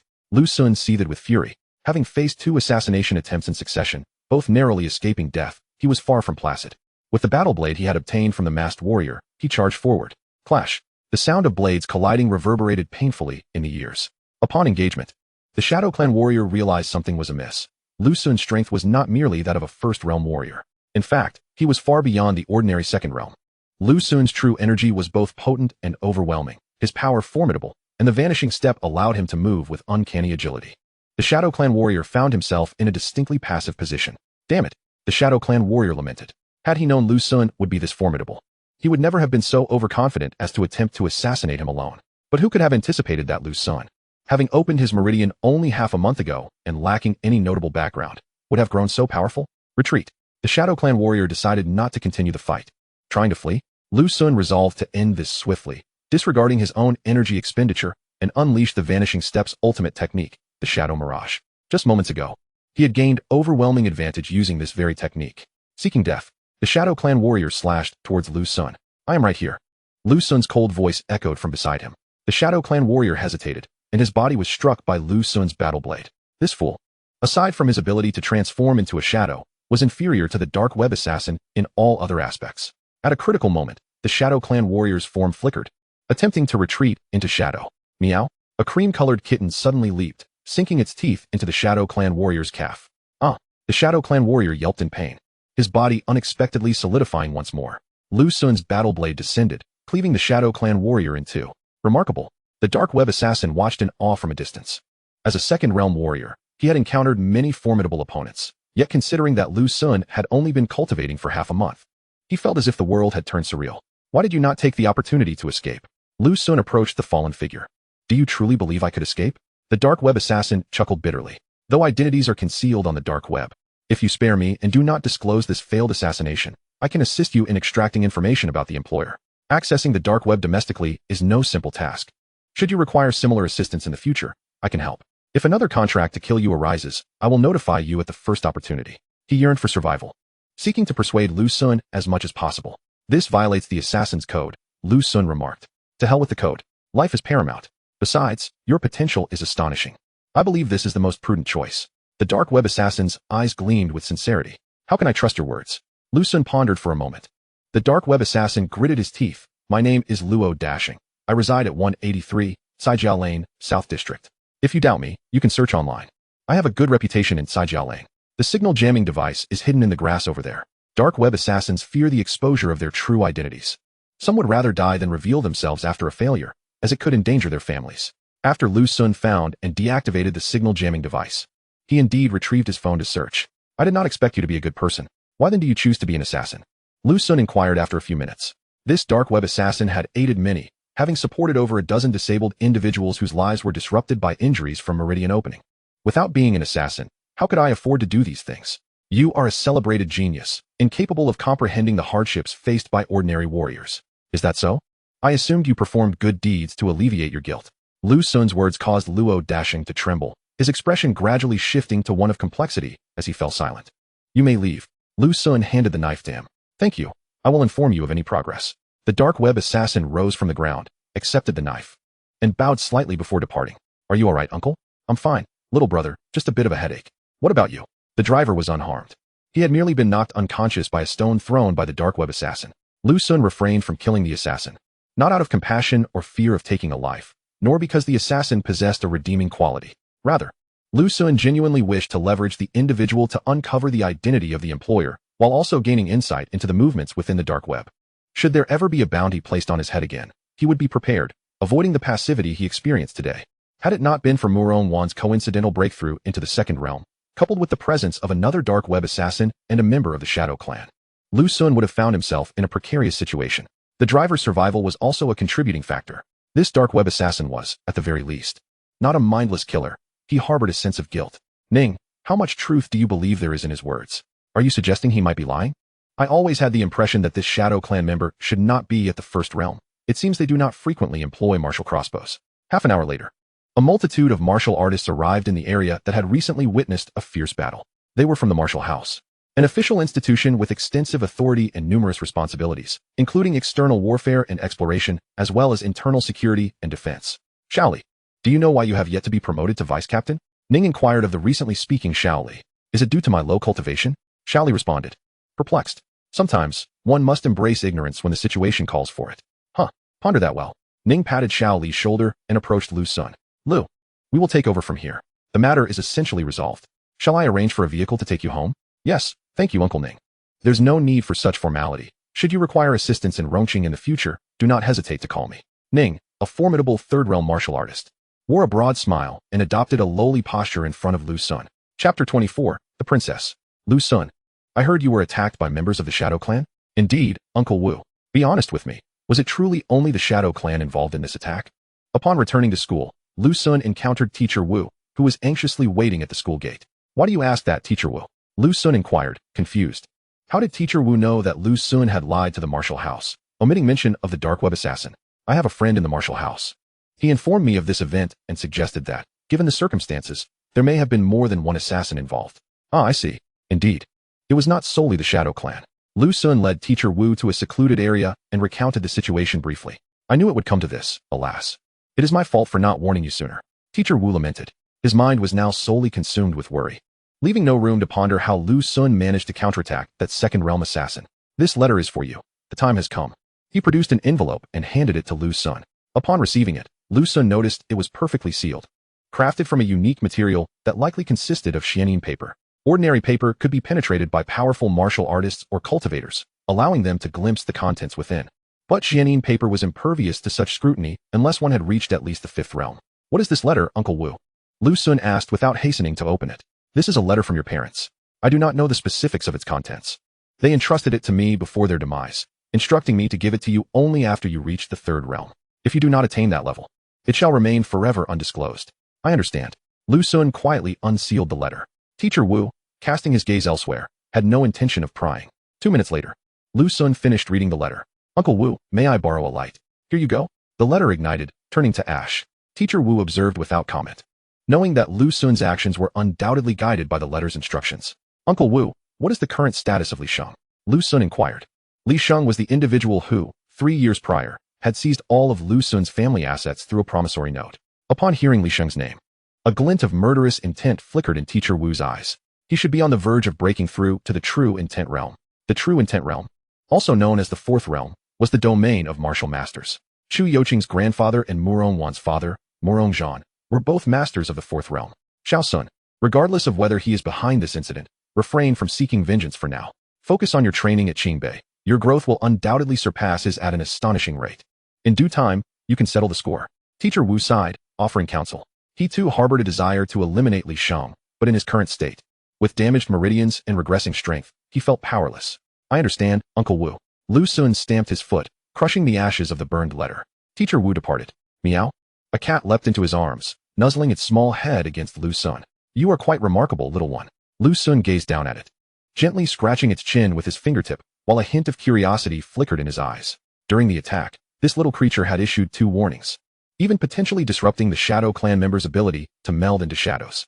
The bite mark on the calf of that individual did not seem coincidental. Is this truly an ordinary cat? At that moment, Lu Xun harbored suspicions that this feline might be an extraordinary being from the ancient paths of the starry sky. Though he doubted internally, he maintained a gentle demeanor as he continued to pet it. Even if it were indeed a rare creature from the ancient paths of the starry sky, given its reliance on him, he decided to observe it further. Meow meow meow. The cat rolled in his palm, exposing its soft belly. Xiaobai, stay still, it's bath time. In the bathroom, Lu Xun held down the squirming cat with one hand while using a shower head with the other to give it a bath. Having named the cat Xiaobai, he settled onto his bed post-bath, retrieving dark energy to initiate recovery. Although the system prohibited his cultivation, he was allowed to recover. The 2 battles of the day had taken a toll, and Lu Xun sought to test his recovery speed. My meridians indeed recover swiftly. An hour later, Lu Xun opened his eyes, satisfied as he stretched his limbs. His recovery rate was astonishingly rapid. The significant depletion of vital energy in his core had been replenished in just over half an hour. If only he could cultivate on his own. But the process was exhausting. Sitting still for half an hour, continuously cycling through his meridians, felt tedious. If he were to remain seated for a day or two, or retreat for a year or two, would he not be driven to boredom? It was far more comfortable to lie back. Lu Xun lazily reclined, one hand petting the cat, while the other scrolled through videos on his phone, contentedly squinting his eyes. As dusk fell, Lu Xun's fingers gradually slipped, causing his phone to thud onto the bed. The ragdoll cat curled up in his lap, its tail gently draped over his wrist. Together, the boy and the cat drifted into slumber. Time passed slowly. As midnight approached, 3 moons ascended into the sky. One was the original moon of the blue planet, while the other 2, crimson in hue, belonged to this twin star system. They were gradually drawn closer to the blue planet due to its emergence, resulting in a series of gravitational fluctuations. Had this been during the early days of the era of high martial arts, such phenomena could have unleashed a catastrophic disaster, claiming numerous lives. However, at this juncture, the impact on the blue planet was negligible. Suddenly, the ragdoll cat nestled in Lu Xun's arms opened its eyes. In the darkness, its pupils glimmered with an ethereal light. Anyone who dared to meet its gaze would feel as though they were staring into the eyes of a human rather than a feline. Almost instantaneously, a surge of fury ignited within the cat's eyes, as if recalling a vexing thought. How outrageous! To think that this princess was made to share a romantic bath with him, and he had the audacity to bestow upon her such a mundane name. You are the Little White. Your entire family is Little White. I shall slay you. The irate ragdoll cat raised its paw, poised to strike, only to be swiftly seized by a large hand. You truly are peculiar, Lu Xun observed, having awakened at some point. His gaze was sharp as a knife. Speak. Are you not an aberration from the ancient paths of the cosmos? The ragdoll cat froze, then erupted in indignation. You are the aberration. Your entire family is an aberration. Its childish yet fierce voice resonated distinctly in the night. Indeed, one can converse, yet you are still deemed an aberration? Lu Xun pressed, pinning the ragdoll cat down. Such a fuss over nothing. The cat haughtily lifted its dainty chin, its whiskers quivering. In a universe teeming with myriad races, does the ability to speak truly signify one as an aberration? Remember this. I am Princess Astral Veronica, Celestial Moonlight Starry Ocean Aurora I Beshara Fiona Barbara. As it spoke, its sugary voice, akin to honey, juxtaposed with its earnest expression, created an adorable contrast that was hard to resist. However, the absurdity of that elongated name made Lu Xun's temples throb. You are a princess? He grasped the crux of the matter. A mere cat, a delightful cream-colored ragdoll, claiming to be a princess. Was the world slightly deranged? Of course. I am the heir of the esteemed astral star of celestial light, which stands a full 12 nodes ahead of you along the ancient paths of the cosmos. If you can assist me in catching up, once I ascend to the throne of astral star, I shall appoint you as a grand general. The ragdoll cat held its head high, promising with an air of authority. Grand general? Lu Xun scoffed. Your ambitions are overly grandiose. I might as well send money to Yingzhong. Foolish human. You fail to appreciate such a splendid opportunity. No touching my ears. The ragdoll cat exclaimed, thoroughly enjoying the discourse, until Lu Xun gave it a gentle stroke. It was simply too adorable as it shook its head and spoke earnestly. On a serious note, Lu Xun said, reining in his amusement. How did you come to be in such a state? Isn't it due to the treacherous schemes of your kind? The ragdoll cat retorted. Humans transformed you into this. Indeed. A wicked witch took advantage of my vulnerability and cast a spell, turning me into a cat. After all I had taught her, I regarded her as my most loyal servant. A witch? Lu Xun pondered, realizing that the ragdoll cat was likely referring to a sorceress from the West. There were many types of sorcerers, and some women practicing dark magic were often labeled as witches. Since you are the esteemed princess of Astral Star, how did you end up in such a remote place? It is Astral Star. The ragdoll cat corrected indignantly. This princess merely overslept, and when I awoke, Astral Star had already departed. Overslept? The explanation struck Lu Xun as rather comical, and he found it hard to believe. Meow, meow, meow. The ragdoll cat issued a series of cries. Realizing this, it meowed several times before surrendering to the absurdity. After a while, the spark of intelligence in its eyes dimmed, becoming less animated and more feline in nature. Then, it leaped into Lu Sun's arms, nuzzling affectionately before curling up comfortably. What is happening? Lu Sun gently stroked the ragdoll cat. At this moment, the cat was exceptionally docile, allowing Lu Sun to pet it without resistance, appearing rather content. Lu Sun was baffled. Sleep. He resolved to return to slumber, observing the peculiar situation. Until the following morning, the ragdoll cat exhibited no abnormalities. When Lu Sun awoke, it still leapt onto him, seeking affection. Little White, where is the princess within you? Meow. Lu Sun took the liberty to confirm, discovering that the ragdoll cat remained just that, a ragdoll cat. Not a princess with an extravagant name from the celestial realm. Could it be that last night had merely been a figment of his imagination? Was it only after midnight that this so-called princess would awaken? Watching the ragdoll cat delightfully consume its breakfast, Lu Sun mused, let us depart. I shall take you to the capital to experience the world. He prepared to set off for the capital when his phone rang. Upon checking, he saw it was a call from Chu Youqing. Lu Sun, are you alright? Chu Youqing inquired with genuine concern. Does she know I was attacked? Lu Sun feared she would worry, having refrained from informing her of the previous day's events. I am fine, Lu Sun replied. That is a relief, Chu Youqing sighed. Then continued, yesterday, the Shadow Clan infiltrated my grandfather's estate, aiming to assassinate my aunt. Fortunately, my grandfather discovered their intentions, but he was injured in the process. The Shadow Clan intruded upon the Murong family estate. When did this occur? Lu Sun questioned. Shortly after Wang Tingyun was attacked. I suspect they orchestrated such a ruckus deliberately to divert attention and strike at my aunt, Chu Youqing detailed. This coincides with the timing of my own attack. Lu Sun calculated. Chu Youqing's suspicions appeared well-founded. The primary target of the Shadow Clan this time was likely Murong Wan. Of course, Wang Tingyun and Lu Sun were also on their list. Wang Tingyun had formidable protectors, so the Shadow Clan created chaos to facilitate their attack while drawing the attention of strong individuals from Rong City. The elite among the Shadow Clan would then focus their efforts on Murong Wan. Meanwhile, Lu Sun, lacking power, influence, or background, was confronted by a second-tier Shadow Clan member. This arrangement was foolproof, as it could potentially eliminate 3 prodigies simultaneously. However, all 3 Shadow Clan operatives had failed. Despite their failure, the group targeting Murong Wan managed to injure the esteemed master, Murong Wan. It seemed there were formidable individuals among the Shadow Clan after all. My grandfather's injuries are severe. I hope that scoundrel Murong Tian does not take advantage of this situation. Chu Youqing expressed her concern. What injuries does your grandfather sustain? Lu Sun inquired, curious.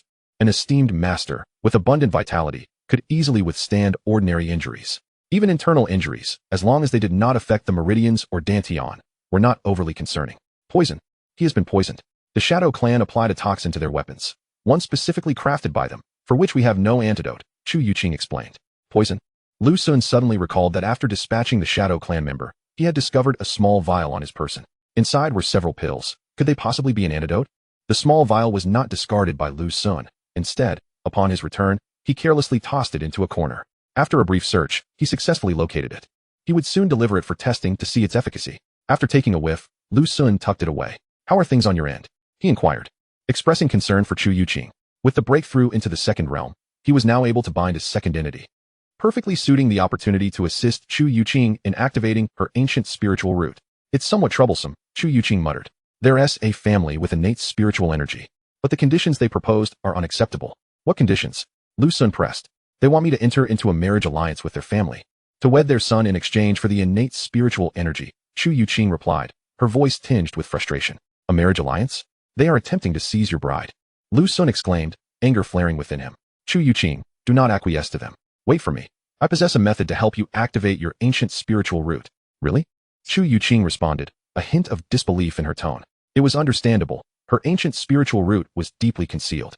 Her mother had sought assistance from numerous individuals in the capital, yet all had been rendered helpless. Only innate spiritual energy could suffice. Trust me, rest assured. I am already in a relationship and would never agree to such a thing. Even if my mother consents, I will not.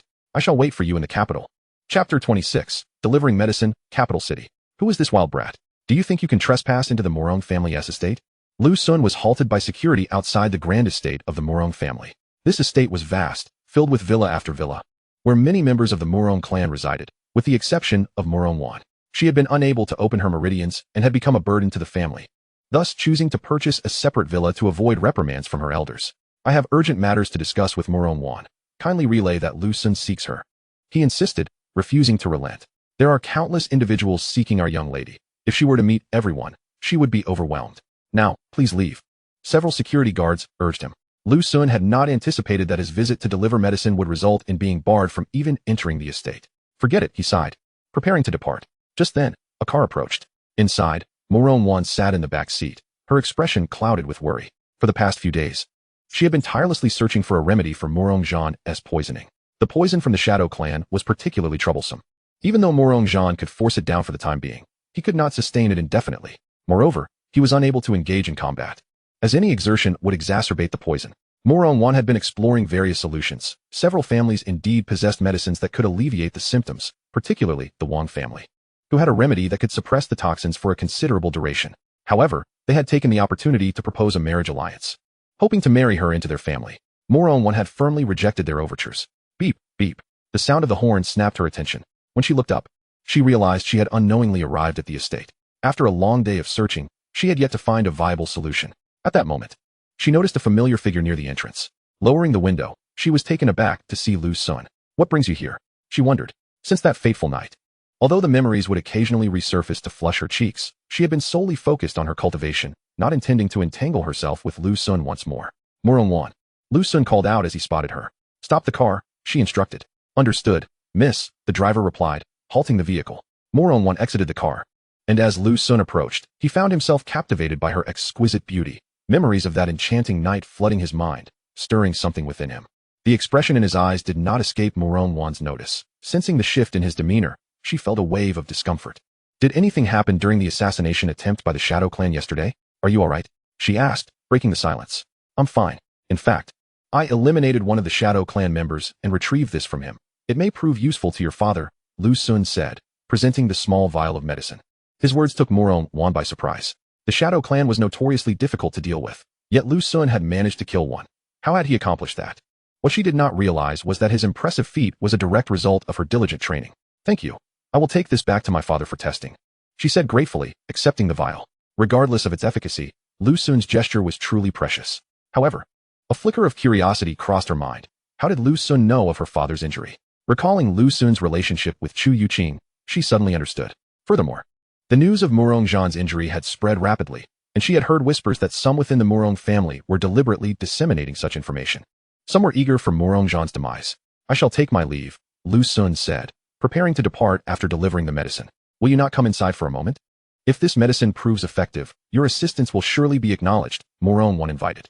Not today, I must head to the capital. Chu Youqing mentioned you would be going there as well.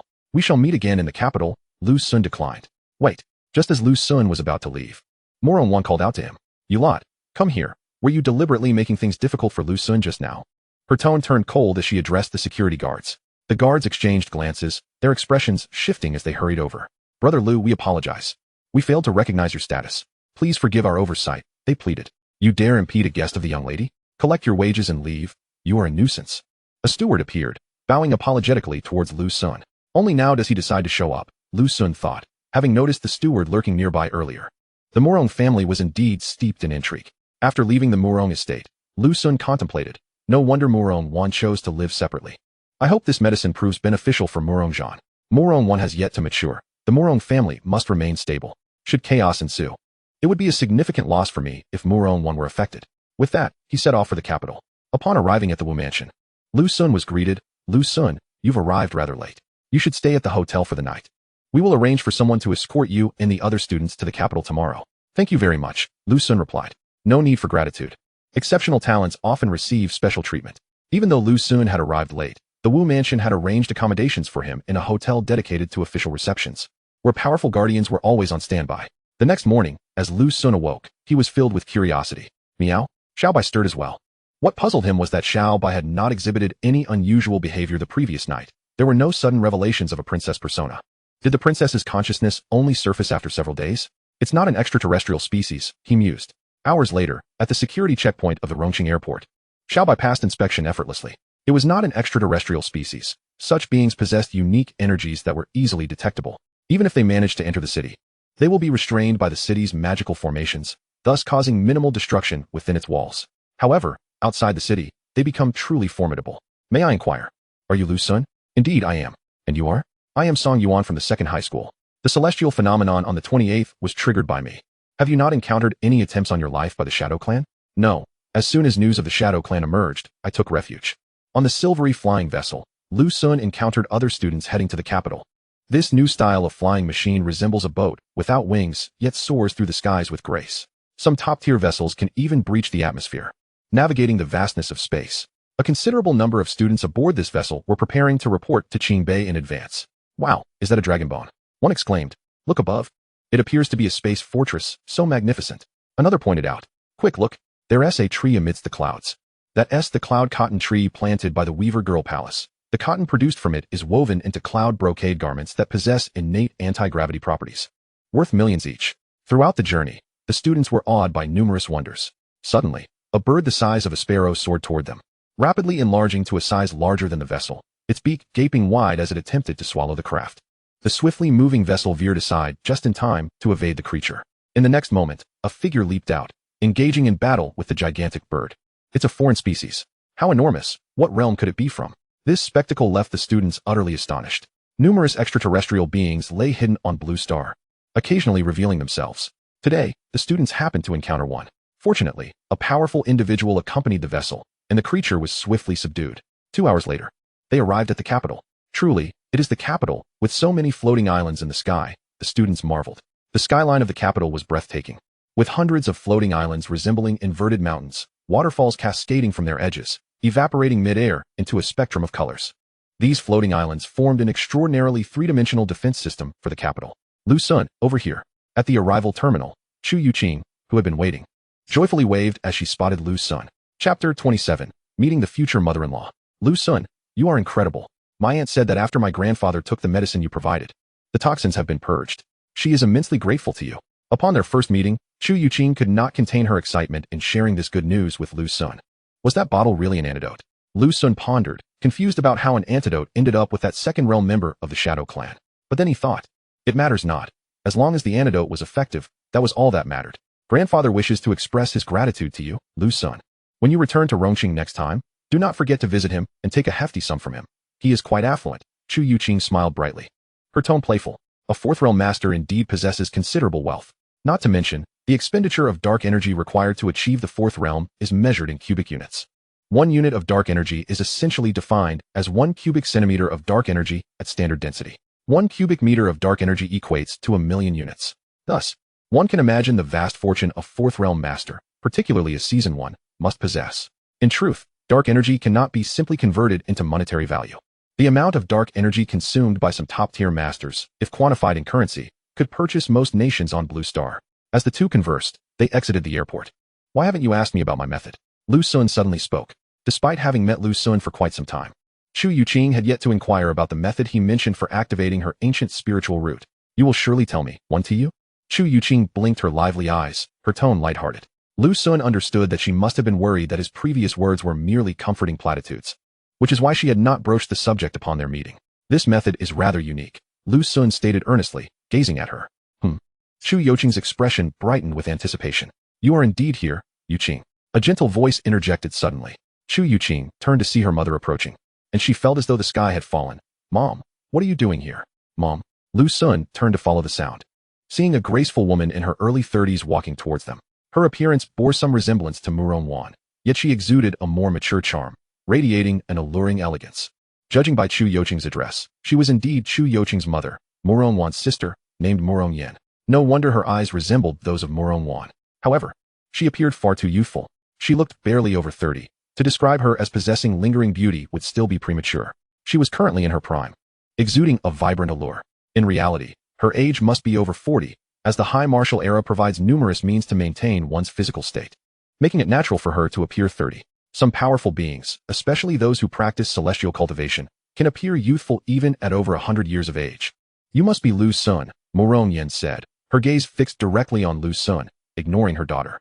Hello, Auntie, I am Lu Sun, Lu Sun responded, feeling a sense of formality akin to meeting a parent, displaying a degree of restraint. In truth, he felt as though he had been caught in the act. Though somewhat nervous, Lu Sun was not fearful. He was not a mere boy. At 19, he was already in university. What was the harm in being in a relationship? There's a cafe over there. Shall we go chat? Murong Yen suggested. Chat. Chu Youqing protested, her lips pouting. Mom, I'm just here to pick up Lu Sun. What are you doing? Youqing, I merely wish to have a conversation with Lu Sun, Murong Wan replied gently, her demeanor not suggesting any intent to cause trouble. All right, auntie. Lu Sun acquiesced. Youqing, please wait over there. Mom, be obedient. Inside the cafe, Chu Youqing reluctantly took a seat at another table. What would you like to drink? A latte, please. 2 lattes, thank you. After placing the coffee order, Murong Wan removed her chic jacket, revealing her alluring figure. Although her beauty might not surpass that of Murong Wan, the unique charm and grace of a mature woman were qualities that Murong Wan could not compare to. Lu Sun sat stiffly, eyes fixed ahead, conscious to avoid gazing where he ought not to. After all, she was Chu Youqing's mother, his future mother-in-law. Do you know why Youqing is fond of you? Murong Wan resumed, candidly addressing the relationship between Lu Sun and Chu Youqing. Auntie, to be honest, I do not know. Lu Sun replied sincerely. He had always felt that Chu Youqing's agreement had come rather abruptly. Initially, he believed she was merely helping her aunt, yet after assisting her, she continued to regard herself as Lu Sun's girlfriend, treating him well. 5 years ago, you were likely still in middle school. At that time, Blue Star encountered a significant cataclysm as it entered a node of the ancient Starry Road, a disaster that surely left a lasting impression on you, Murong Wan narrated. Lu Sun's expression turned serious. He vividly recalled the calamity from 5 years prior, for it was the event that claimed the lives of his parents. The catastrophe struck with startling suddenness, catching many formidable beings of the Blue Star amidst the vastness of the cosmos, leaving them unable to render timely aid. The protective barrier of Rong City shattered, and various malevolent entities seized the opportunity to wreak havoc, resulting in countless casualties. Youqing nearly perished in that disaster, but fortunately, a kind-hearted couple, already injured, sacrificed their lives to save her, preserving her existence. Murong Wan delicately sipped her coffee, holding this incident close to her heart. Could that couple have been my parents? Upon reaching this point, Lu Sun could hardly feign ignorance. The couple whom Murong Wan referred to as having rescued Chu Youqing were likely his own parents. Indeed, Murong Wan nodded slightly, confirming the truth. It was, without doubt, his parents who had saved Chu Youqing. This revelation elucidated why Chu Youqing had so suddenly agreed to be his girlfriend and why she had not departed after assisting her aunt. It was highly probable that Chu Youqing had discovered Lu Sun's identity at that time, realizing he was the son of the couple who had rescued her. Chapter 28, Aunt. This is my answer. We only recently learned of this matter. Otherwise, my father and I would have personally expressed our gratitude long ago. Murong Wan gently pressed her ruby lips together, her tone tinged with a hint of remorse, before breaking into a smile. Fortunately, it is not too late now. She gracefully retrieved a card from her handbag, her slender fingers delicately pushing the card toward Lu Sun. Aunt, what is this? Lu Sun inquired, a look of confusion crossing his face. Youqing owes your family her life. This is a token of our appreciation. The card contains 20,000 units of dark energy, and the password is written on the back. Please, you must accept it, Murong Wan spoke softly. 20,000 units of dark energy. This was indeed a substantial sum. However, at such a moment, Murong Wan offering dark energy as a means to repay the life-saving grace bestowed upon Chu Youqing by his parents was laden with unspoken implications. Lu Sun could easily surmise Murong Wan's intentions. She sought to settle past debts with money to prevent Chu Youqing from pursuing a relationship with him. Truly, she considered herself to be a significant figure. Why do the wealthy so often resort to financial solutions for their dilemmas? Do they truly believe that money is omnipotent? Aunt, my parents made their own choices back then, and they saved more than just Chu Youqing. There is no need for you to extend such gratitude towards me. Lu Sun's demeanor remained serene as he pushed the card back. We can only offer this much dark energy for now. We also possess a villa in Rong City, which we can transfer to you if you desire. Murong Wan's delicate brows furrowed as she once again pushed the card toward him. Did she believe Lu Sun thought the amount insufficient? Aunt, you misunderstand. I genuinely do not need it. Lu Sun shook his head with a bemused smile, resolutely returning the card. Murong Wan's eyes suddenly brimmed with tears. Her voice choked as she implored, Aunt begs you, please leave Youqing alone. She has sacrificed her innate spiritual roots for you, adamantly refusing to acquiesce to the He family's marriage proposal. If only you agree, we would be willing to offer any compensation. Witnessing Lu Sun's unwavering stance, Murong Wan finally shed her facade, revealing a pleading expression. At last, the crux of the matter was laid bare. Lu Sun had anticipated that Murong Wan's visit was undoubtedly to address this issue. Their relationship had likely been carelessly revealed during a mother-daughter quarrel. Otherwise, how would she have known? Aunt, is it merely about the innate spiritual roots? Why such urgency? Lu Sun inquired, perplexed. Once the Blue Star next enters the ancient celestial pathway, even if the Chu family cannot procure it themselves, acquiring it will become significantly easier. They would not find themselves in such a dire situation, forced to marry Chu Youqing for access. You may not be aware, but those of the 6 realms have stated that once Youqing surpasses 18 years of age, the likelihood of activating her ancient spiritual roots will diminish drastically. Murong Wan's face was etched with worry. Youqing will turn 19 in a month. This is her final month. Thus, it became clear. Lu Xun had only recently turned 19, while Chu Youqing was a few months younger. With only a month's time remaining, and no signs of the blue star entering the ancient celestial pathway, it was no wonder Murong Wan was so anxious. Perhaps the family in the capital, possessing the innate spiritual energy, had recognized this urgency and resorted to coercion through marriage. Lu Xun, for Youqing's future, I implore you, if you are willing to leave her, I can promise you anything. Murong Wan pleaded desperately. Gazing upon the enchanting yet fragile figure of Murong Wan, certain inappropriate thoughts fleetingly crossed Lu Xun's mind, nearly prompting him to blurt out, "Aunt, can you truly promise anything?" What was he thinking? He swiftly reined in his thoughts. Chu Youqing was his girlfriend. He was not that kind of person. "Aunt, like you, I wish for Youqing's well-being. Rest assured, I know how to proceed," Lu Xun stated earnestly. "Lu Xun, thank you so much," Murong Wan sighed in relief, hastily extending the card once more. "Please accept this card in front of Youqing. I will tell her you left her for money, so she can let go. It is a pity for you. Consider this dark energy our compensation." Before she could finish, a clear and vibrant voice suddenly rang out. "Mom, what are you doing?" Chu Youqing, having caught sight of the scene from a distance, could no longer contain herself and dashed over like a gust of wind. "Youqing, do you understand? I make my own decisions. Even if I can never activate my ancient spiritual roots, I refuse to marry anyone from the He family. Lu Xun, we are leaving." Chu Youqing interrupted her mother, genuinely angry, and seized Lu Xun's hand, attempting to pull him away. Lu Xun remained unmoved. Having attained the third tier of Qi Si, he was not easily swayed, especially with Chu Youqing yet to open her meridians. "Lu Xun." Chu Youqing looked at him in confusion. "Chu Youqing, your aunt is right. The most important matter for you now is to activate your ancient spiritual roots." Lu Xun's gaze bore into her reddened eyes, his voice deep as a tranquil abyss. Chu Youqing seemed to grasp something, the brilliance in her eyes gradually dimming. "So, what is your choice?" "My choice." Lu Xun gazed deeply into the depths of Chu Youqing's eyes. The next moment, amidst Murong Wan's incredulous stare, Lu Xun cradled her face and passionately pressed his lips against Chu Youqing's luscious mouth. "Ah!" Murong Wan gasped, covering her mouth with both hands, her beautiful eyes wide with astonishment. Crash! The server holding coffee trembled, causing the cup and saucer to shatter. "Bravo, brother!" Cheering erupted around them. Chu Youqing's body went rigid, her eyes wide, her mind a blank canvas. She had not anticipated Lu Xun's sudden bold kiss, leaving her utterly bewildered. Lu Xun unabashedly claimed the kiss, showing no signs of halting. Conditions met for binding. Chu Youqing has been bound. Current return multiplier, 20. Note: Chu Youqing possesses exceptional ancient spiritual roots, with an activation progress of 9. These roots are innate and can yield at least 9 meridians and extraordinary paths of heaven and earth. Reminder: the host has binding rewards available for collection. After an entire minute, Lu Xun awaited the system's prompt. Yes, his purpose for that kiss was to bind with Chu Youqing. When binding with Murong Wan, it had occurred following their most intimate connection, triggering an automatic binding by the system. Beyond the most intimate connection, there existed another method of binding. Thus, once the affection level of the binding target towards Lu Xun reaches a perfect score of 100, a prolonged kiss can also facilitate the binding. Chu Youqing had long since attained this level of admiration for Lu Xun. Therefore, when Lu Xun kissed her, the binding occurred naturally. Lu Xun promptly claimed his binding reward. The host has acquired a strand of innate spiritual energy, which can assist Chu Youqing in awakening her ancient spiritual root. Lu Xun's guess was indeed correct. After binding with Chu Youqing, the system rewarded him with innate spiritual energy.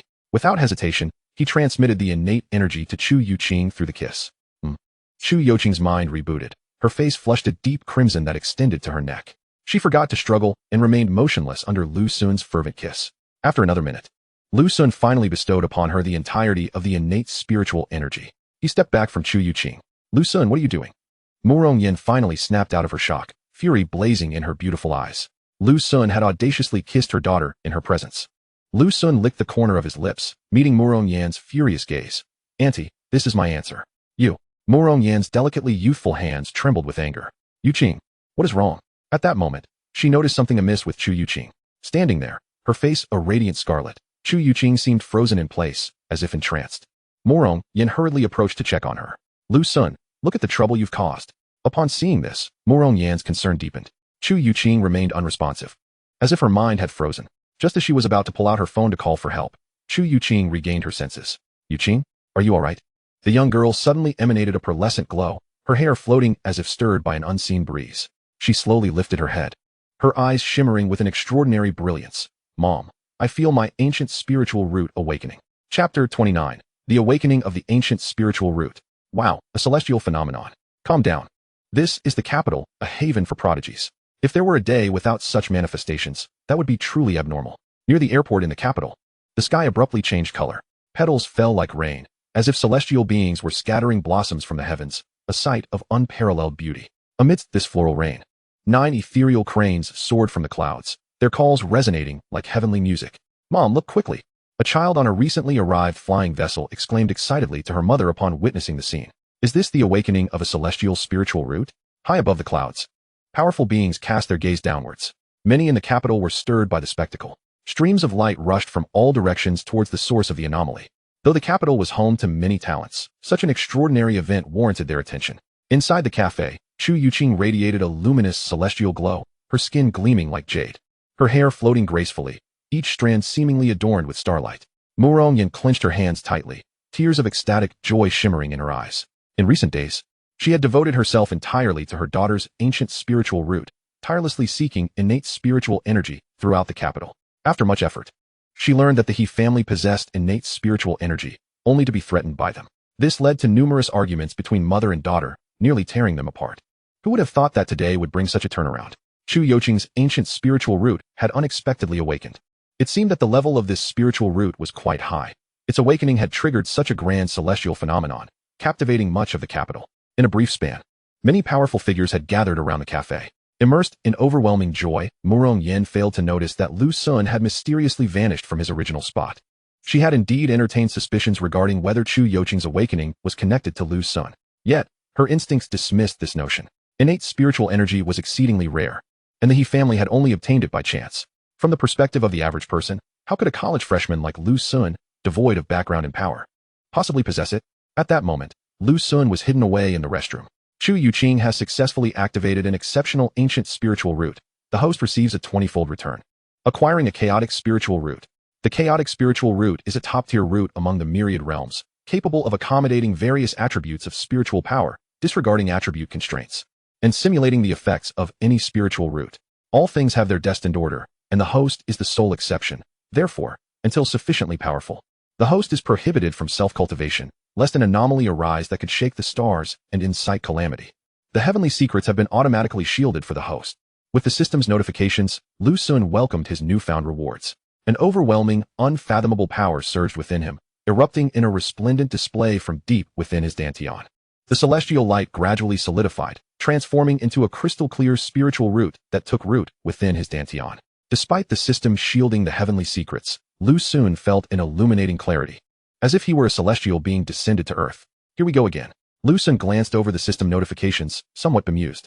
After Chu Youqing activated her ancient spiritual root, he received another 20-fold return, acquiring an even more formidable chaotic spiritual root. However, he remained bound by the system's prohibition on cultivation. "Well, guess I'll just take it easy." Lu Sun shrugged. In martial arts, there was Murong Wan. In the realm of immortals, there was Chu Youqing. His chaotic divine body could accommodate multiple powers. One can rest at home while their cultivation progresses. Once the anomaly on his body dissipated, Lu Sun retrieved Xiaobai from his pocket, cradling it as he stepped outside. He hadn't anticipated that she would be so formidable, awakening her ancient spiritual root on her own. Judging by the manifestation, this spiritual root was no simple matter. It likely met the standards of a celestial spiritual root. Indeed, how wonderful it would be if such a prodigy were born in our family. At that moment, in the cafe, Chu Youqing had become the absolute center of attention. The original patrons had been cleared out, and those arriving were prominent cultivators from the capital. "Madam Chu, as long as the Chu family is willing to form a marital alliance with my He family, we are prepared to increase our previous offer tenfold." A middle-aged man with a square face spoke fervently, his eyes ablaze with intensity. "Furthermore, my He family will devote all our resources to help the Chu family establish a firm foothold in the capital. As for innate spiritual energy, it will be at your niece's disposal whenever she needs it, to assist her in opening more spiritual veins." The man's words caused Murong Wan to waver slightly. He was from the He family, the very family that possessed innate spiritual energy. Upon witnessing the celestial phenomenon triggered by Chu Youqing's awakening, the He family had rushed over. Upon discovering that Chu Youqing had awakened her ancient spiritual root unaided, they immediately sweetened the deal, eager to ally with the Chu family. Murong Wan harbored thoughts she had not disclosed to Lu Sun and Chu Youqing. She actually hoped to forge a marital alliance with the He family. On one hand, she believed it would benefit Chu Youqing's development. The He family was a more significant family than both the Murong family and the Wang family from Rong City. Marrying into such a family would undoubtedly bring numerous advantages. Cultivation is not merely about talent. Without sufficient resources, Even possessing a miraculous spiritual vein does not guarantee success. Moreover, the path of cultivation is fraught with peril, and many talented individuals have fallen along the way. The He family's strength could provide protection for Chu Youqing. In contrast, what did Lu Sun have to offer? From the perspective of Murong Wan, Lu Sun appears to possess nothing, merely a scruffy youth. At best, he is a somewhat talented young man, yet still a mere pig seeking to devour her family's cabbage. What mother does not wish for her daughter to live a prosperous life? On the other hand, the He family could assist the Chu family in establishing their presence in the capital.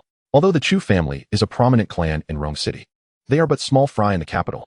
Her husband, the father of Chu Youqing, has lost influence within the Chu family. At this juncture, if they could transition to the capital and secure their footing there, it would be akin to a rebirth for the branch of the family to which Chu Youqing's father belongs. In the future, they could return to Rong City, full of vigor, to flaunt their status among the other members of the Chu family. Mom, if you wish to marry, then do so, but I still have my studies. Chu Youqing declared, her delicate face clouded with frost, resolutely refusing. She had been unwilling from the start. Now that her ancient spiritual root had been awakened, her agreement was even more improbable. Miss Chu, we do not intend for you to marry immediately. We only wish to arrange a betrothal for now. You may wed upon your return after completing your studies. The middle-aged man hastily clarified. That is unacceptable. I already have a boyfriend. At this, Chu Youqing's gaze swept the room in search of Lu Sun. A boyfriend? Surely you jest, dear niece. With your talents, who in that impoverished corner of Rong City could possibly be worthy of you? The middle-aged man's expression shifted to one of disbelief. She was not jesting. Lu Sun approached leisurely, striding to stand before Chu Youqing. Under the almost fiery gaze of Murong Wan, he casually wrapped an arm around Chu Youqing's waist. I am her boyfriend, Lu Sun stated, his tone calm and resolute. Boyfriend? The middle-aged man's brow arched, his sharp gaze slicing through the suddenly appeared youth. The eyes of all the cultivators in the cafe turned to Lu Sun. The hand he rested on Chu Youqing's waist remained, and the lingering starlight from the girl flowed along his fingertips. To the onlookers, Lu Sun was unmistakably an ordinary person with no cultivation. Given the extraordinary nature of the chaos divine body, it would be challenging to discern Lu Sun's prowess without surpassing several major realms. Madam Chu, the middle-aged man suddenly chuckled. Even if your daughter wishes to decline the marriage proposal, she ought to find a more presentable shield. Lord He, I beseech your understanding. Children often lack discernment. I believe we should let this matter rest, Murong Wan sighed. Although she too desired an alliance with the He family, Chu Youqing was too obstinate. And Lu Sun's parents had done her family a favor. She was not inclined to press the issue further. Madam Chu, have you considered? My He family also has a possessor of an ancient spiritual root, known as He Huan, who opened 9 meridians 4 years ago. In just a short span of 4 years, he has reached the pinnacle of the 3rd realm, just 1 step away from the 4th. If your niece marries him, any sons born with spiritual roots could inherit the Chu surname, the head of the He family urged. Is that true? Murong Yan's eyes brightened at this revelation. Indeed, the head of the He family assured her. Initially inclined to give up, Murong Yan's interest was rekindled. Madam Chu must understand the probability of offspring with spiritual roots from the union of 2 such individuals. The head of the He family continued to persuade. Murong Yan clasped her hands together, her brow furrowed, her eyes filled with turmoil and hesitation. Mom, regardless, I will not marry, Chu Youqing reiterated firmly. She understood her mother's hidden worries. After giving birth to her, no second child had followed. For a prominent family, the more children, the better. Chu Youqing's father's decline within the Chu family was possibly linked to their having only 1 child, and that child being a girl. A grandson bearing the Chu surname, especially one with an ancient spiritual root, was of immense significance to Chu Youqing's parents. Youqing, you are still young. You do not comprehend that gratitude and love are not synonymous. Indeed, Murong Wan began to persuade Chu Youqing. Mom, do not even mention love. Asking me to marry into the He family is a grave insult to the very concept. Chu Youqing shot back, rendering her mother momentarily speechless. Dear niece, with your talents, if you join my He family, you would undoubtedly receive immense favor. We shall devote our entire family's resources to assist you in your cultivation. The head of the He family promised. That will not do. No matter how good your He family is, it cannot compare to Lu Sun. I will not marry. No matter what, Chu Youqing huffed defiantly. Lord He, allow me to ponder this further. Murong Wan spoke once more, her internal conflict evident. There were many untold struggles she had not shared with Chu Youqing over the years. Her inability to bear more children had made her life within the Chu family exceedingly difficult. However, the inability to conceive was not solely her fault. Oh, by the way, Madam Chu, there is one more matter I neglected to mention. A few years ago, our He family obtained a copy of the heavenly level technique, the Tianyin Tongxinju.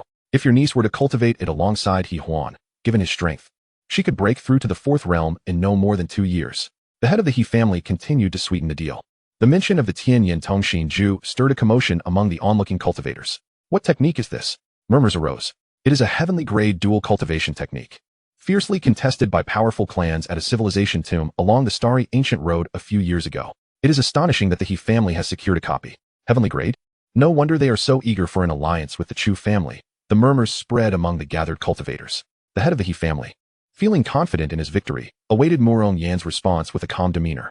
Murong Yan was indeed moved. She had heard of the Tian Yin Tong Xinju. Unlike other dual cultivation techniques, it was a legitimate method that benefited both parties involved.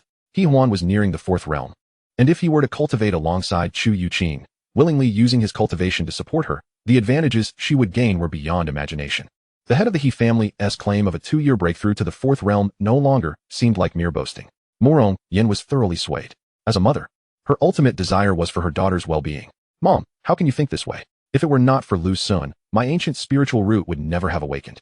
Sensing her mother's wavering resolve, Chu Youqing interjected swiftly. As she recalled the kiss with Lu Sun, she felt something enter her being.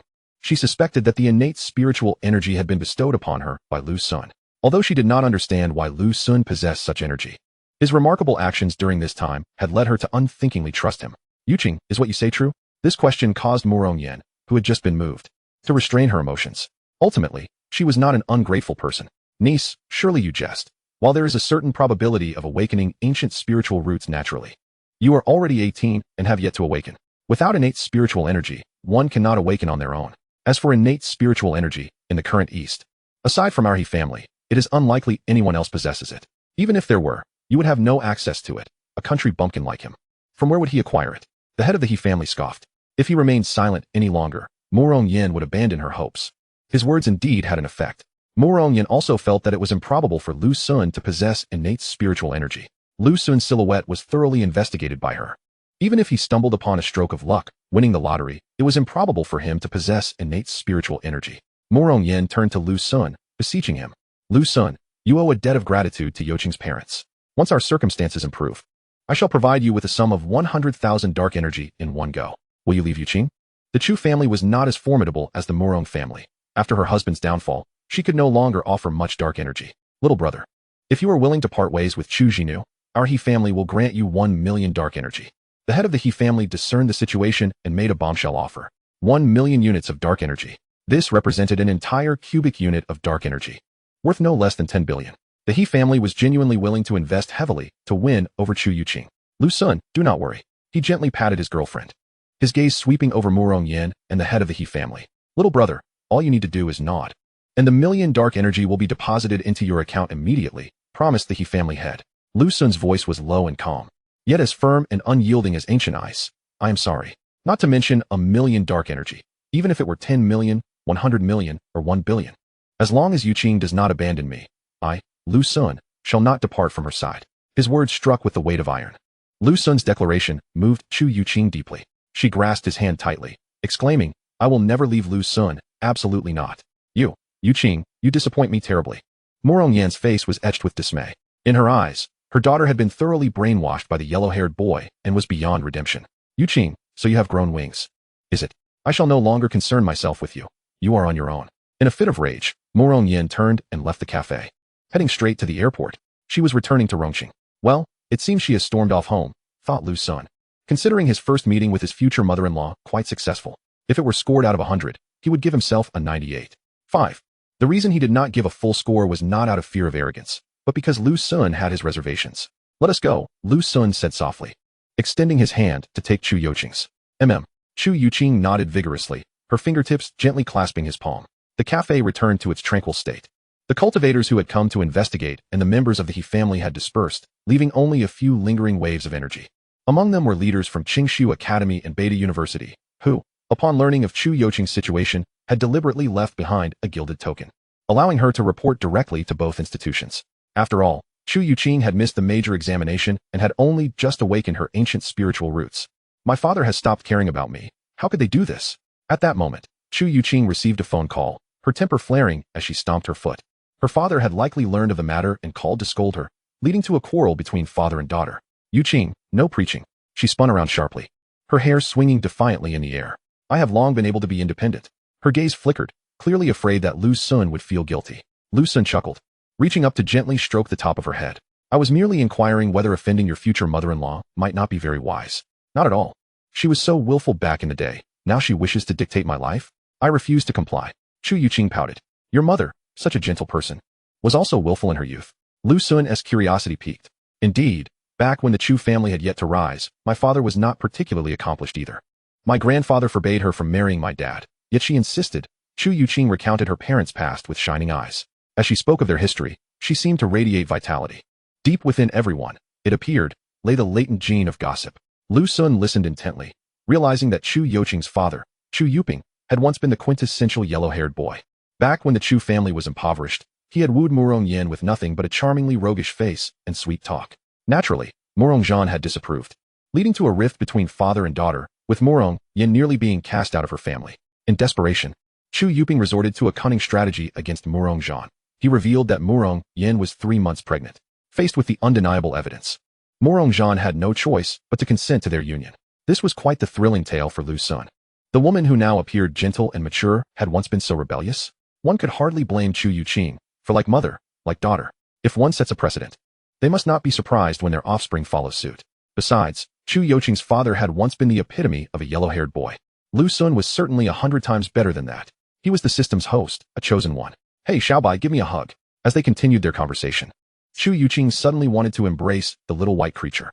Xiaobai, nestled in Lu Sun's arms, showed no inclination to relocate. Upon seeing Chu Youqing reach out, it waved its tiny paws adorably.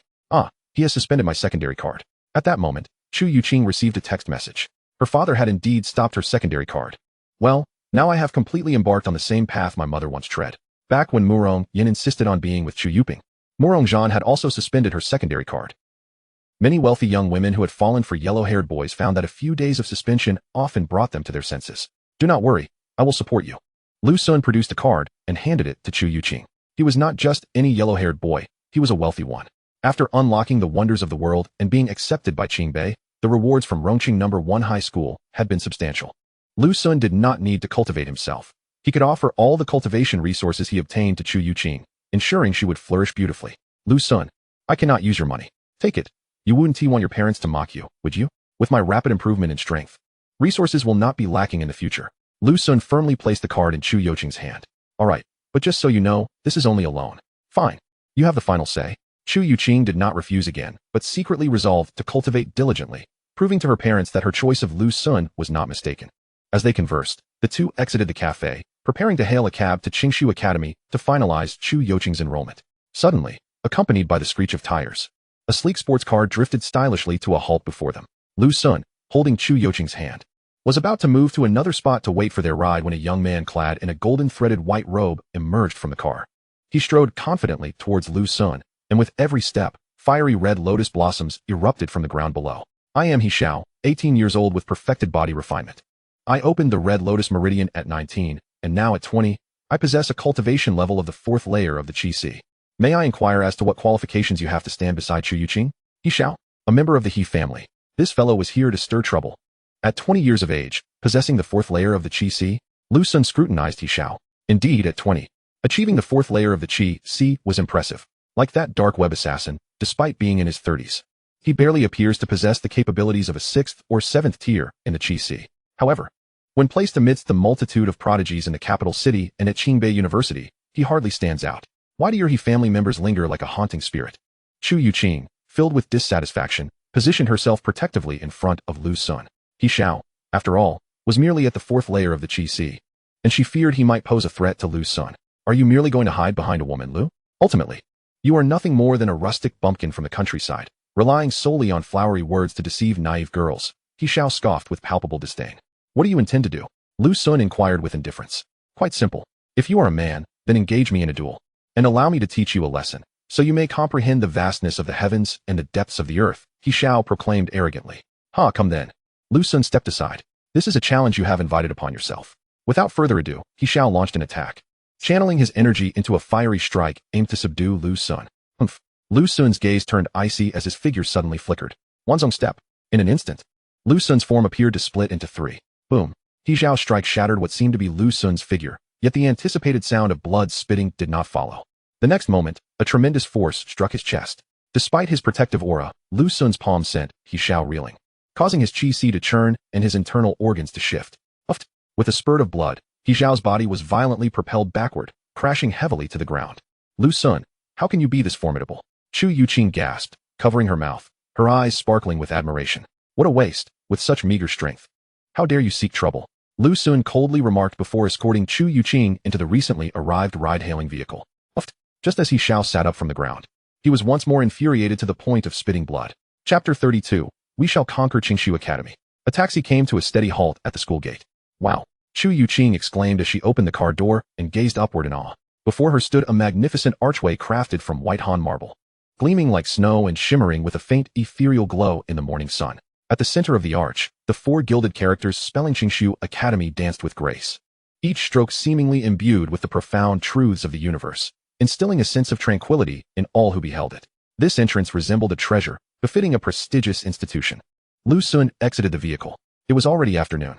After the commotion at the airport, they had come directly here to facilitate Chu Youqing's enrollment. So many people. Due to disturbances caused by the Shadow Clan, Qingbei had opened early registration, resulting in an unusually bustling atmosphere at Qingshu Academy's gates. The number of martial artists far exceeded that of the celestial cultivators. Yet, Qingshu Academy's enrollment was not significantly less than that of Beta University. Here, a congregation of genius students from across the nation gathered. Chu Youqing was somewhat unique. Having been brought to the capital by her mother in search of innate spiritual energy, she had not participated in the grand examination and had not been granted early admission. Fortunately, the admissions officer at Qingshu Academy had assured her that activating her ancient spiritual root before the examination would allow for direct acceptance. Now, although the grand examination had passed, her innate celestial root would pose no issue. While at the cafe, the elder she encountered was likely a school authority from Qingshu Academy. The token he provided allowed Chu Youqing to report directly. Chu Youqing, you have finally arrived. This way, please. Indeed, upon presenting her token and stating her name, a dedicated teacher promptly arrived to assist. Lu Sun accompanied her throughout the process. In less than an hour, her enrollment was completed with astonishing efficiency. It was worth noting that this was an exceptional admission. Truly, the foremost academy of celestial cultivation was bustling with talent. Look at the senior, Ran Jia, already at the 4th realm in her 3rd year. How impressive. And take a glance at those ahead of her. They are even more formidable. Last year's newcomer king, Luo Ping, is truly remarkable, having ascended to the 3rd realm within just a year. In the campus, a leaderboard was surrounded by throngs of students. Lu Sun and Chu Youqing approached to witness the excitement. Indeed, it was a gathering of prodigies. Lu Sun could not help but acknowledge the sheer abundance of talent at Qingshu Academy. This was a stage set for the gifted. In other places, reaching the 3rd realm would already signify mastery, while the 4th realm would indicate a significant figure. Yet here, in Qingbei, such achievements were merely standard for prodigies. Of course, not everyone possessed such extraordinary abilities. The students who made it onto these leaderboards were the cream of the crop, the most exceptional among the exceptional. Lu Sun, there are indeed many geniuses here, Chu Youqing remarked, astonished. Her grandfather had only broken through to the 4th realm at nearly 50, yet here, prodigies were achieving it by the age of 22 or 23. It's truly infuriating to compare. Trust me, these rankings will undoubtedly be conquered by us in the future. Lu Sun asserted confidently. Indeed, Chu Youqing nodded emphatically. Mother, I thought you had returned to Rongqing. Why are you here again? While Chu Youqing and Lu Sun were enjoying their time at Qingshu Academy, she suddenly spotted her mother. I have come to help you set up your dormitory. Murong Wan's expression was impassive, laden with belongings. Hadn't she returned to Rongqing? Lu Sun refrained from voicing this thought aloud as he stepped forward to assist her with the load. Murong Wan did not decline but also refrained from conversing with Lu Sun. Still worried about your daughter, fearing I might lead her astray? Lu Sun mused internally. Murong Wan had previously been upset and intended to return to Rongqing. Chu Youqing's father had even suspended her secondary card, seemingly aiming to sever ties with her. Yet, not long after, Murong Wan had unexpectedly come to the school. Lu Sun sensed that she was perhaps recalling her own past, anxious that he might replicate the actions of Chu Youqing's father and lead her into an unwanted situation. Annie, what do you take me for? I am far more capable than your husband, Lu Sun thought to himself, maintaining a facade of gracefulness while fulfilling his role impeccably. Students at Qingshu Academy enjoyed favorable treatment. Chu Youqing's dormitory was a private room equipped with protective formations. Qingqing, I must take my leave now. All right, I will accompany you to Beta University tomorrow. After helping her move her belongings into the dormitory, Lu Sun bid farewell to Chu Youqing. With the day waning, Lu Sun found a nearby hotel to stay in, deciding to assess the situation at Beta University the following day before determining which school to attend. Strange. That night, Xiaobai displayed no unusual behavior, and the so-called princess did not make an appearance. Lu Sun resolved to observe further. The next morning, at the gates of Beta University, Chu Youqing was already waiting there early. Where is your mother? Let us not speak of her. It only brings anger. By the way, my advisor replied to me yesterday. She will come to the school the day after tomorrow, and I must devote myself to cultivation then. We can explore around these 2 days. It seemed Chu Youqing had had an unpleasant quarrel with her mother. Lu Sun wondered if her suspended card had been reactivated, presenting the admission notice. The two entered the university. The campus was bustling with activity. Although it was already vacation time, very few students had left. As the 2 most distinguished cultivation schools in Huaxia, Qingbei left a singular impression on Lu Sun, an overwhelming sense of competition. The students here are relentlessly dedicated to their practice, often immersing themselves in training even during holidays. They are veritable zealots of cultivation. The resources afforded to them far surpass those available at other institutions, with each student receiving a substantial allocation of dark energy every month. The school also administers various assessments. The better one performs, the more resources one is granted. Annually, competitions are held, such as the Freshman King Contest for first-year students, where triumph can yield generous rewards. Furthermore, Qingbei provides special attention to students who have opened the celestial veins. Upon entering the school, each student must select a mentor suited to their needs. Once chosen, the mentor tailors a personalized cultivation plan and assigns teaching assistants to oversee the student's progress. This posed a dilemma for Lu Sun, who yearned for a more laid-back approach. After spending an entire morning at Beta University, Lu Sun finally learned of a particularly suitable mentor through upperclassmen. This mentor, named Fei Taiye, possessed commendable strength, boasting a 5th-tier cultivation level. However, that was not the crux of the matter. The key point was Fei Taiye's laid-back demeanor. Years prior, a student had selected him as a mentor and hardly saw him throughout the year. Fei Taiye showed little concern for whether his students practiced or how they progressed. After failing to meet the standards in consecutive assessments, the student could no longer tolerate it and requested a change of mentor. To others, Fei Taiye might not be a desirable choice, but to Lu Sun, he was the perfect mentor. Chapter 33. The Beautiful Sister, Please Spare Me. Classmate, this is your student card. The dark energy for your enrollment assistance has been dispensed. Simply swipe your card at the logistics office to collect it. Thank you. At Beta University, Lu Sun completed his enrollment registration. Upon discovering the treasure that was mentor Fei Taiye, he ultimately chose Beidou University. Initially, he had leaned towards Beidou. Qingshu Academy was a haven for celestial cultivators, whose formidable spiritual awareness made Lu Sun apprehensive about being secretly observed by powerful figures.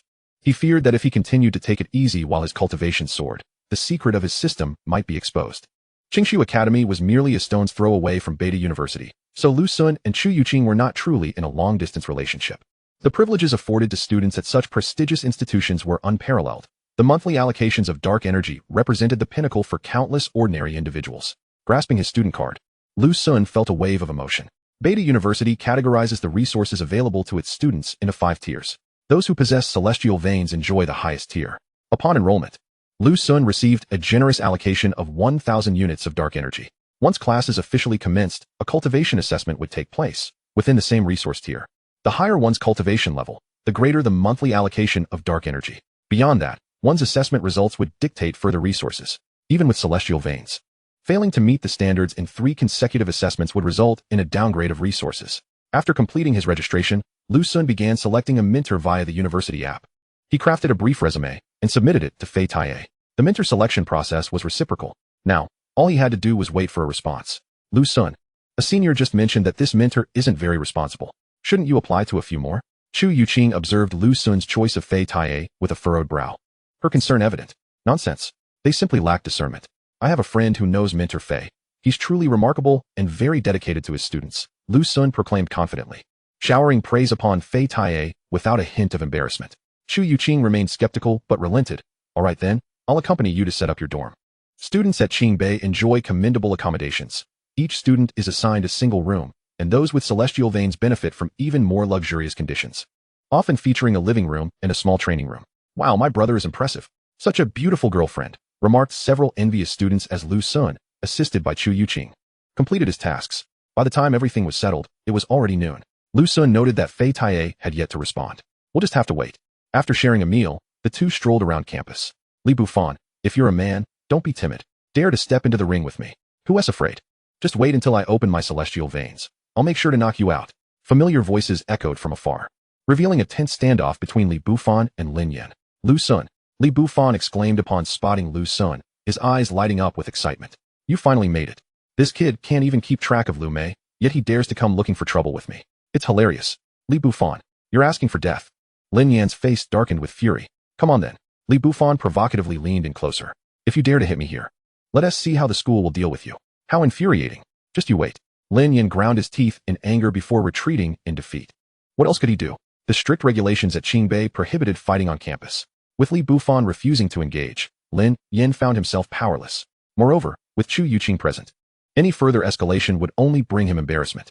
Back at Rongqing No. 1 High School, Lin Yan had several lackeys to back him up, but at Beta University, the students were all exceptional. His reputation as the third young master of the Lin family meant little here.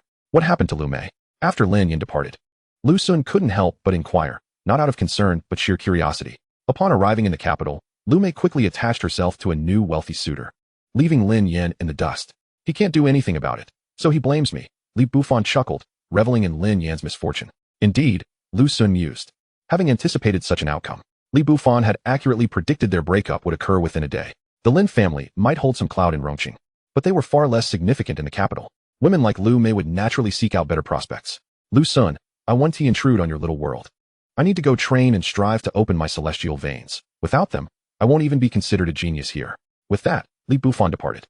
Lu Sun and Chu Youqing resumed their exploration of the campus. Though throngs of students populated the area, most were newcomers, while the upperclassmen were largely engrossed in their cultivation, seldom seen wandering about. Lu Sun, it's Wang Tingyun, Chu Youqing pointed out as she spotted him from a distance. Lu Sun turned to see a man with piercing eyes, exuding an aura of tempestuous energy. He was affiliated with the Wuji wind vein, a wind attribute martial lineage. Beware of the Wang family, they are not to be trifled with, Chu Youqing cautioned. Brother Sun, you've come to Beta University too? I thought you were headed to Qingshu Academy, Wang Tingyun remarked, his tone amiable. In addition to Wang Tingyun, Lu Sun encountered several other students from Rongqing No. 1 High School. Are you Lu Sun? Suddenly, a radiant figure descended from the sky, landing gracefully before him. Lu Sun looked up to find a woman of striking beauty. Her skin as smooth as jade, clad in a simple yet elegant garment that accentuated her ethereal grace. She appeared to be in her mid-20s, reminiscent of Murong Wan. Yet it was evident that her actual age far exceeded that of Murong Wan. The ability to soar through the skies is, in itself, a testament to one's prowess. Especially within the esteemed halls of Beta University. Those who can take flight here are certainly no ordinary individuals. Greetings, I am Lu Sun. Lu Sun discerned that the individual before him was likely an instructor from Beta University. I am Fu Shui, and from this day forth, I shall be your mentor. The elegantly clad woman stated with an air of calmness. Lu Sun was taken aback. Fu Shui, wow, it's her. Have you heard of her? Of course. She is an elder of the Beidou Hall, a formidable presence at the profound realm, and rumored to be merely one step away from the celestial phenomenon realm. It's astonishing that she has chosen to take on a disciple. Gasps of astonishment reverberated around them as some students recognized Fu Shui, a master at the 6th realm. How remarkable that such a powerful figure would voluntarily become a mentor. Lu Sun, you must accept her offer, urged Chu Youqing, tugging at his sleeve as she overheard the surrounding students' discussions. Teacher Fu, I apologize, but I have already pledged my allegiance to Teacher Fei, Lu Sun replied, unwilling to comply.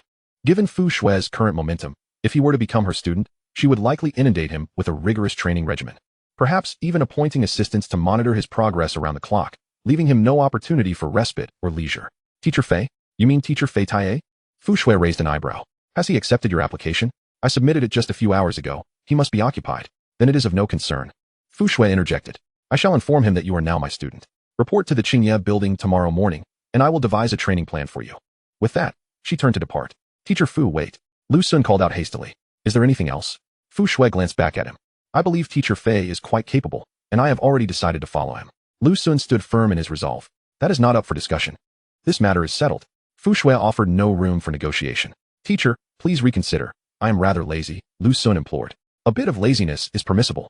I will assign an assistant to supervise your training. Perhaps you might consider other candidates, such as Wang Tingyun or Lu Xing'a. They are far more accomplished than I. We shall discuss them later. I have come specifically for you. That is the final word. Despite his struggles, Fu Shui was unyielding in her determination to become his mentor. Must you be so persistent? Sister, kind and beautiful, gentle and generous, please grant me reprieve. Lu Sun lamented, while also wondering about Teacher Fei's delayed response.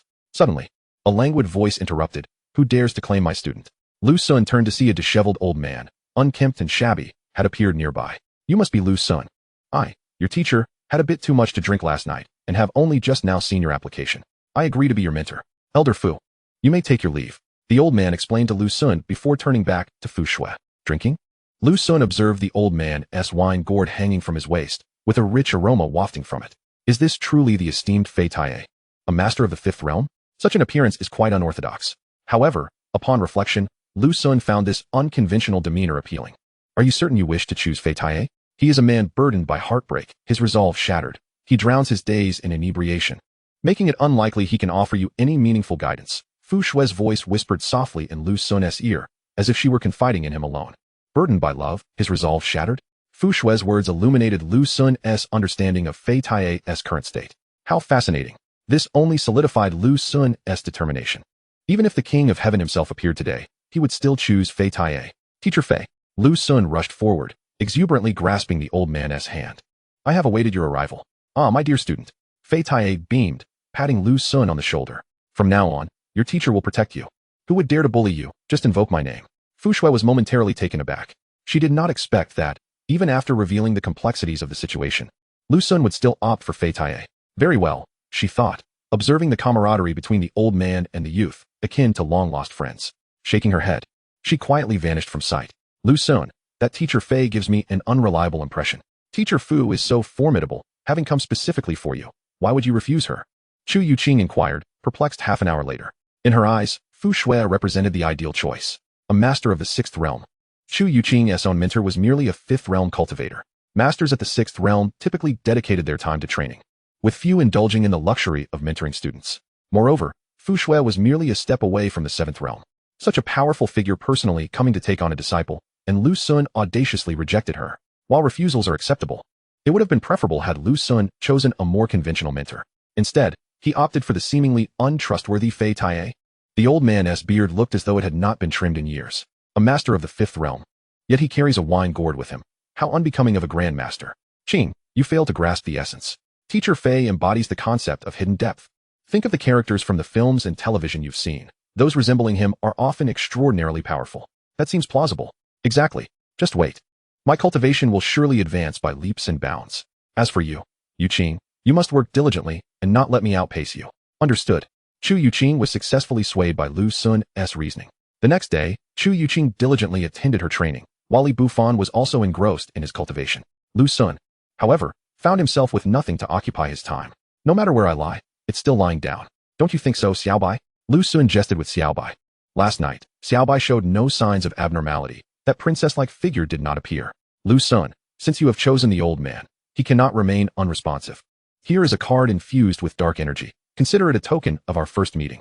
In the afternoon, Fei Tae beckoned Lu Sun outside and handed him a card. Upon inspection, Lu Sun realized it was an energy card, akin to a shopping card, but it recorded the quantity of dark energy. Thank you, teacher.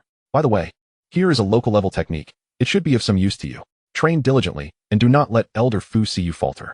With that, Fei Tae tossed Lu Sun a technique book before swaying away. Clearly, he had indulged in drink once more. Truly, he embodied a carefree spirit.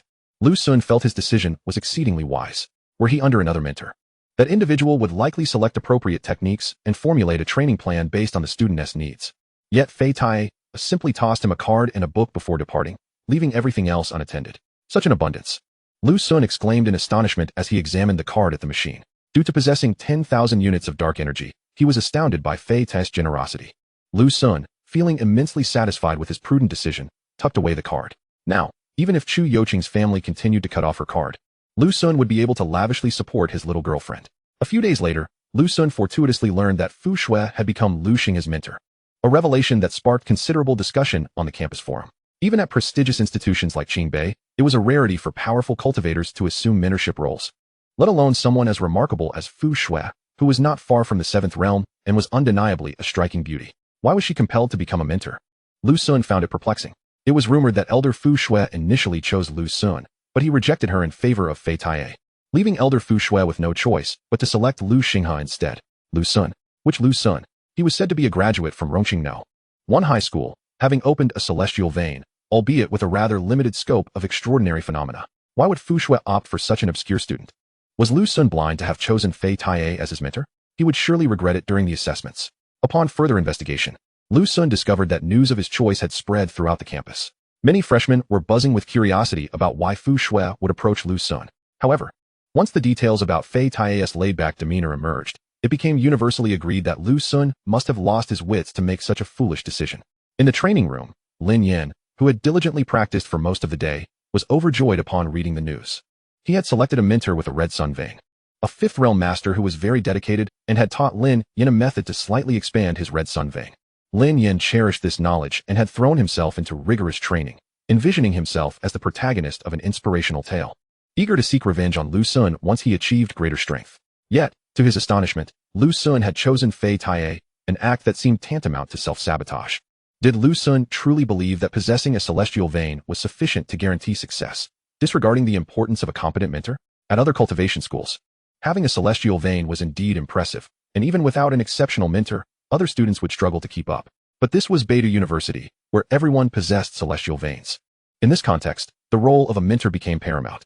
Not to mention, cultivation was a grueling endeavor, without supervision and guidance.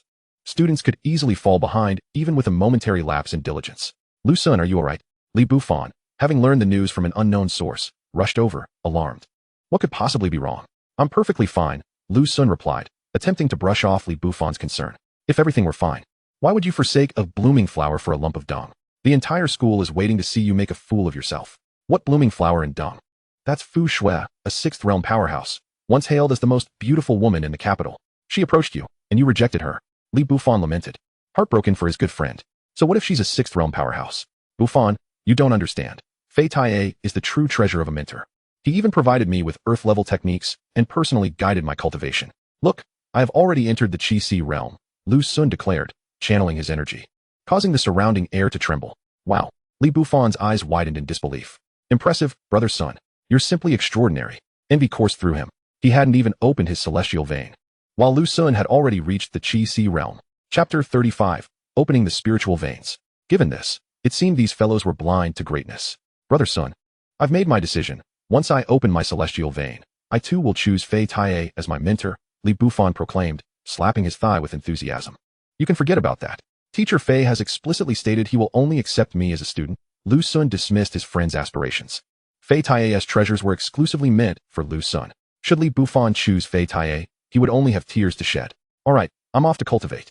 I will definitely open my celestial vein, and then I shall choose Fu Shui. Such a beauty. How could I let her go? Li Bufan exclaimed, invigorated, before darting off. That boy is in for a disappointment. On the mentor selection app, there was no option for Fu Shui. After Li Bufan left, Lu Xun resumed his leisurely existence. He discovered that lounging in different places brought varying experiences. Relaxing at Rong City No. 1 High School did not compare to the comfort of doing so at Beta University, a top-tier institution. The dining here surpassed that of Rong City No. 1 by a significant margin. The campus was vast and beautiful, making leisurely strolls all the more pleasant. Moreover, witnessing others toil diligently in their cultivation while he effortlessly ascended in his own was profoundly satisfying. Comparison added value to his situation. Murong Wan seemed to have arrived in the capital recently. The past few days had been quiet regarding her. She had been taken under the wing of an elder from the Beta Hall, destined for training at Beta University. It was only a matter of time before she arrived. The delay might be due to Chu Youqing's ongoing recovery from her injuries. As for Chu Youqing, she had also refrained from messaging Lu Xun in recent days, likely dedicating herself to closed-door cultivation in pursuit of opening her veins. Chu Youqing has broken through to the 10th stage of body refinement. The host receives a 20-fold reward from Chu Youqing's body refinement achievements. Indeed, the rewards were rolling in. Chu Youqing had reached the 10th stage of body refinement, progressing from the 9th stage to a significant breakthrough. The return multiplier had increased from 10-fold to 20-fold upon binding a second individual. This enhancement allowed Lu Xun's body refinement realm to surge 4 stages, catapulting him to the 20th stage. Lu Xun, I've reached the 10th stage of body refinement, and I'm preparing to open my veins tomorrow. Let's take a stroll on Qingbei Street tonight. Chu Youqing messaged him. Sounds good. Lu Xun agreed. Qingbei Street, situated between Qingshu Academy and Beta University, was the favored locale for students in interschool romances. Why is your mother tagging along with us? Lu Xun inquired, noticing the presence of a shadow trailing behind Chu Youqing. Don't mind her, Chu Youqing replied, revealing that she had acquired an unwelcome companion in her mother. Murong Wan. The two had been at an impasse in recent days. The conditions offered by the He family were exceedingly generous, particularly the earth-level techniques, which inclined Murong Wan toward a potential alliance with the He family, though she had not coerced Chu Youqing. Murong Wan had rented a place on Qingbei Street, seemingly preparing for an extended stay to accompany her daughter. In truth, she aimed to prevent Chu Youqing from repeating her own past mistakes, avoiding a scenario where one day she returned home with an unexpected pregnancy. Chu Youqing's secondary card had also been suspended. Upon enrolling in Qingshu Academy, she received a stipend of 1,000 dark energy units. While this amount might seem substantial to an ordinary person, it proved woefully inadequate for serious cultivation, especially for those exceptionally gifted individuals with rapid cultivation speeds, an astounding 10,000 units of dark energy. Lu Xun, Is Teacher Fei truly so generous as to bestow such a vast quantity of dark energy upon you in one go? I have long professed that Teacher Fei is a treasure trove of wisdom. Do you now believe it? Indeed, you have struck gold this time. Here, take it. It is far too much. If I insist, you must accept it. Once your meridians are opened, your demand for dark energy will significantly increase. Should your cultivation fail to progress, it would indicate that choosing me was a grave error, and surely, you would not wish to be the subject of your parents' ridicule. Would you? Very well, but let it be known that this is merely a loan. I shall repay you when I am financially capable. Lu Sun handed the card containing 10,000 dark energy units to Chu Youqing. Not far away, Murong Wan observed Lu Sun's actions, her beautiful eyes igniting with fury. This was akin to watching one's prized cabbage being devoured by a pig, as after handing over the card, Lu Sun casually took Chu Youqing's small hand in his own. Lu Sun embraced Chu Youqing's waist, and the two remained closely entwined, conversing as they strolled down the street, leaving only Murong Wan, the elegant woman, seething with jealousy. Miss, you bear an uncanny resemblance to my first love. May I add you on WeChat? Scram. Please spare me. I was wrong. I shall never dare again. A young man, eager to avoid detours, became the outlet for Murong Wan's frustrations, reduced to kneeling and begging for mercy under the oppressive aura of a third-tier martial artist. Is your mother's temper so fiery? He inquired, noting her youthful appearance. Every time I walk with her in Rong City, people often mistake her for my sister, and I am frequently approached during our shopping excursions. Lu Sun and Chu Youqing noted this interaction. Indeed, Murong Wan appeared remarkably youthful, despite being over 40. Her life experiences endowed her with a maturity and charm that elude the young. Moreover, hailing from a prestigious family, she possessed an elegant demeanor and striking beauty that rendered her a formidable presence among younger individuals. Thus, the two continued to traverse the streets under Murong Wan's piercing gaze throughout the evening. Lu Sun, we shall meet again next weekend. At 8 in the evening, Chu Youqing bid farewell to Lu Sun and returned to Qingshu Academy. After escorting her to the school gates, Lu Sun cast a glance back at Murong Wan, who lurked nearby, before leisurely making his way back to Beta University. Xiaobai, it has been a week. Where's the princess within you? In the dead of night, Lu Sun roused Xiaobai, turning her over and over in his inspection. A week had passed, and that elusive princess seemed to have vanished entirely, diminishing Lu Sun's amusement. Meow? Xiaobai affectionately nuzzled against Lu Sun. Very well, this shall suffice. Youqing, let us commence. All right, teacher. The following morning, Chu Youqing arrived early at the training room, prepared to open her meridians. The composition of dark energy is intricate. After filtering it with your spiritual root, store it within your dantian.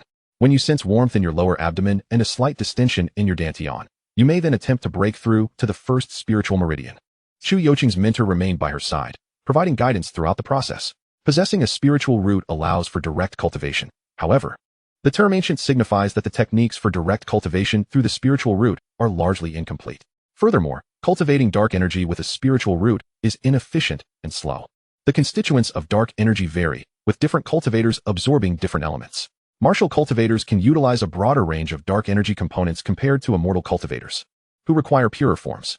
It is akin to automobiles. Martial cultivators can utilize 92, 95, and 98 octane fuels, while immortal cultivators are restricted to 98, consuming only the finest.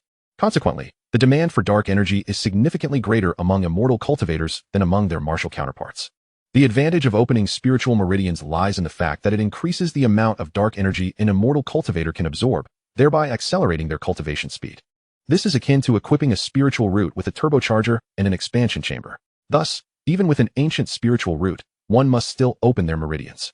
Unlike martial meridians, which align with the body's natural pathways, spiritual meridians are artificially created by the circulation of dark energy within the body. The resulting spiritual meridians differ from individual to individual. The benefit of possessing an ancient spiritual root is that the probability of successfully opening meridians is 100%, and one can open even more meridians. The more meridians one possesses, the faster the cultivation progresses. Chu Youqing inhaled dark energy, and, through her ancient spiritual root, absorbed all the components she could from the dark energy. Teacher, I feel warmth in my lower abdomen. After a mere 10 minutes, Chu Youqing sensed the warmth. Is it so swift? Her mentor, Qin Rulin, was taken aback, though she also possessed an ancient spiritual root. It had taken her over 40 minutes to absorb enough spiritual energy to open her first meridian. Now, employing the breathing technique I taught you, control the spiritual energy within your body and identify the pathway through which it disperses most rapidly. Understood. Chu Youqing complied. Teacher, I have found it. Before long, she had made significant progress. Good. Mobilize all the spiritual energy and unleash it with full force. Qin Rulin's expression shifted with astonishment, her voice rising several octaves. Chu Youqing was truly a prodigy born for the path of cultivation. Her speed was astonishing. Upon hearing this, Chu Youqing summoned all her spiritual energy and charged forth. Buzz. The first spiritual meridian was effortlessly opened by her. Chapter 36. An astonishing 180 spiritual meridians. Chu Youqing successfully opened her first spiritual meridian, and the host received a 20-fold reward for her meridian opening. Is it here? At Beta University, Lu Sun sprang upright. Chu Youqing had risen far too early. At this hour, he had yet to awaken. The 20-fold returns surged within him, the heat flowing through him significantly more substantial than before. That torrent of heat rushed toward a specific direction upon entering his dantian. Buzz. Lu Sun's first spiritual meridian opened. After opening the spiritual meridian, the heat surged repeatedly, just as it had during the opening of his martial meridians, enlarging the spiritual meridian further. Soon, this meridian could expand no more. Buzz. Thus, the heat burst forth, opening the second meridian, followed by the third and fourth. What is different? Lu Sun discerned the distinction. During the opening of martial meridians, the heat would circulate within a single martial meridian until completely exhausted. However, the spiritual meridians seemed to possess with limitations. When further expansion became impossible, the heat would forge new spiritual meridians. Indeed, martial meridians utilize the body's inherent pathways, while spiritual meridians are created from nothing. Thus therewith limitations are to be expected. Lu Sun mused. Even though the system prohibited him from cultivating, Lu Sun still sought to learn and understand these foundational theoretical concepts. He occasionally attended classes at various schools. For even without cultivation, he needed to maintain appearances. It would be unwise to blatantly reveal that he possessed a system that would invite unnecessary trouble. Does one truly believe this world is harmonious and filled with sunshine, where everyone treats each other with kindness and respect? Should the existence of the system be exposed, it would not just be the alien races that would covet Lu Sun. Even among humans, countless individuals would stop at nothing to attain him.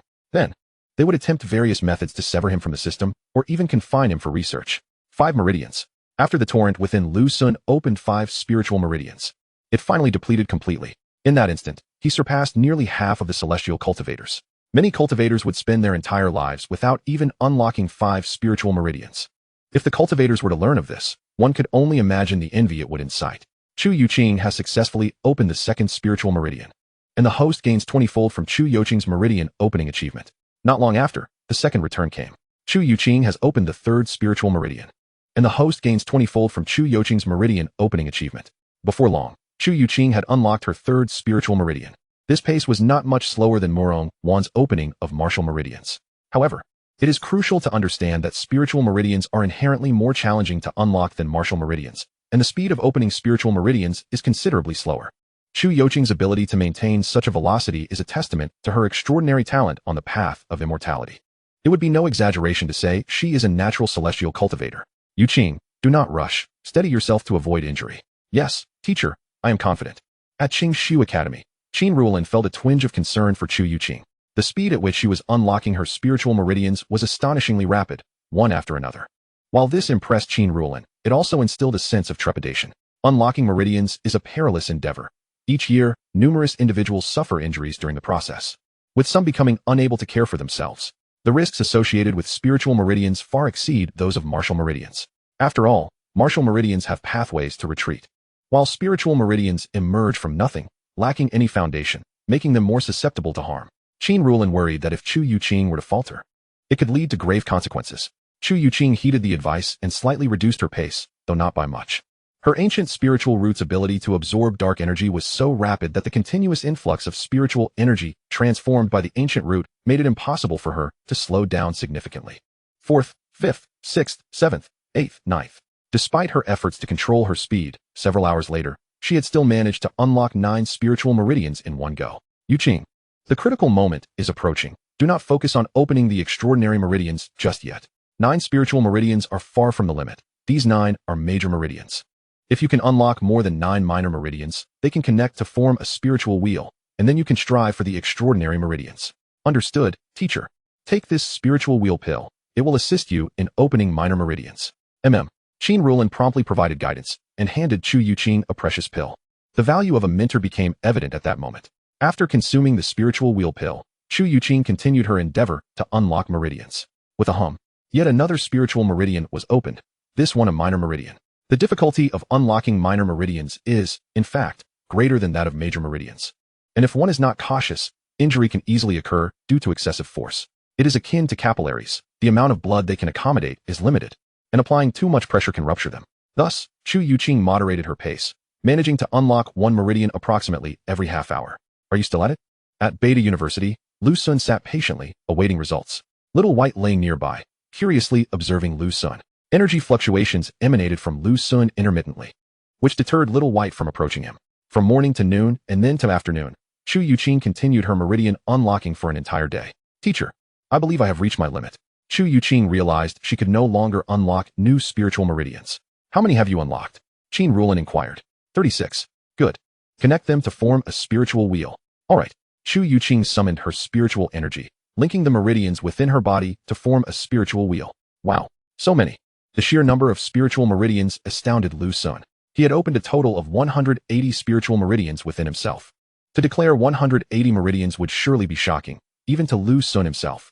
Chapter 37. Strike at the face. Not only did he possess a multitude of meridians, but as the last meridian was unlocked, the remaining heat flowed to connect all these meridians into an immense spiritual wheel. This wheel unified all of Lu Sun's spiritual meridians, allowing them to function as a cohesive whole and significantly enhance his cultivation speed.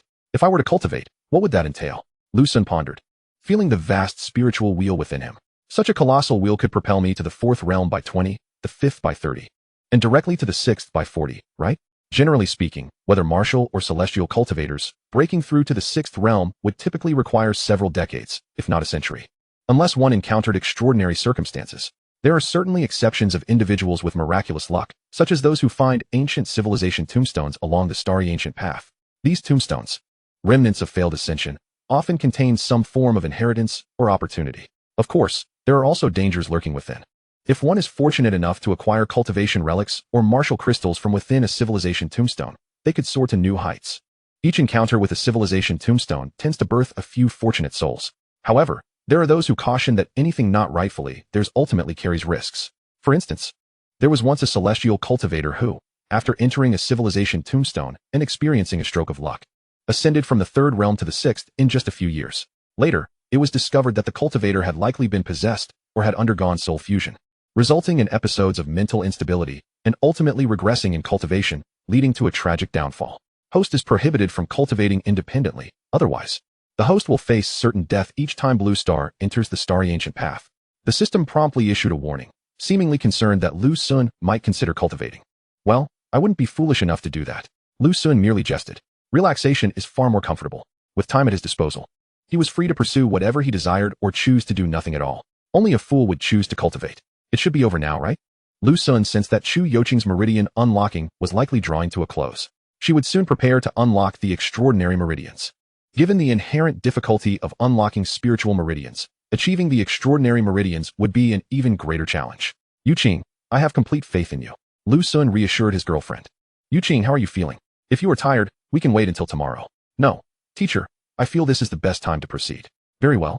Take this Jia Clan Extraordinary Meridian Pill. It should be beneficial to you. Teacher, this is far too precious. No matter, it is of little consequence to me. At Qingshu Academy, Chu Youqing felt deeply touched. Qin Rulin had provided her with 2 invaluable pills in succession. In the eastern regions, the Jia Clan's medicinal pills were renowned for their efficacy, especially for body tempering, meridian unlocking, and extraordinary meridian pills. Their effects are exceptional, and for the average person, even wealth cannot guarantee acquisition. For Qin Rulin, a 5th realm celestial cultivator, securing such pills is not overly difficult. However, as a mentor, this gesture of friendship carries profound significance. After consuming the extraordinary meridian pill, Chu Youqing closed her eyes and began her attempt to unlock the extraordinary meridians. There are numerous types of extraordinary meridians categorized by their attributes, each with several variations. For instance, among fire attribute extraordinary meridians, one can find the red sun meridian, the crimson lotus meridian, the burning heaven martial meridian, and the scarlet sky meridian, among others. Among the Qiyang vein, the red lotus vein, and others, both martial and spiritual veins coexist. The ability of an immortal cultivator to unlock extraordinary veins of heaven and earth hinges on numerous factors. If one possesses a spiritual root, the type of extraordinary vein that can be opened largely depends on the nature of that root. For instance, a fire spiritual root typically yields extraordinary veins of fire attribute, while a water spiritual root results in extraordinary veins of water attribute. In cases where an individual lacks a spiritual root, there remains a slim chance of unlocking extraordinary veins if they can activate 9 spiritual veins, introducing an element of randomness. Chu Youqing possesses a supreme grade spiritual root, which is rather unique in that it is of a non-attributed nature. This implies that, theoretically, she holds the potential to unlock every type of extraordinary vein of heaven and earth. However, the specific type she can manifest remains uncertain. The term non-attributed does not signify an absolute absence of attributes. It may well conceal hidden properties that current detection methods find challenging to uncover. Chu Youqing aspires to unlock a fire attribute extraordinary vein, as the resources required for its cultivation are relatively accessible, and its combat prowess is formidable. Although her father halted her secondary card, her mother, Murong Wan, had proactively prepared the solar essence and fire attribute energy stones necessary for unlocking the veins. As parents, they are concerned about Chu Youqing being deceived by unscrupulous individuals, yet they are equally committed to ensuring their daughter's future is not overlooked. During her previous attempt to unlock the veins, Chu Youqing utilized a considerable amount of solar essence to refine her spiritual veins, thus enhancing her chances of opening a fire attribute extraordinary vein. Unlike Lin Yan, who sought the direct sunlight during his unlocking of the Qiyang vein, she found no need for such measures. The cultivation chamber had already concentrated the surrounding sunlight, creating an optimal environment conducive to her unlocking process. As one of the nation's premier academies, Qingshu Academy boasts facilities that far surpass those of other cultivation schools, both in hardware and software. At this moment, Chu Youqing is enveloped in a radiant glow, her skin turning a vibrant red. With her eyes tightly shut, she diligently absorbs the solar essence and fire crystal stones.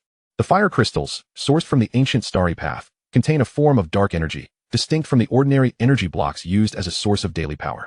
Consequently, they are exceedingly expensive, with a small palm-sized piece costing hundreds of thousands to millions, and they are often unavailable for direct purchase, requiring a trade of dark energy in exchange. Auntie, that's enough.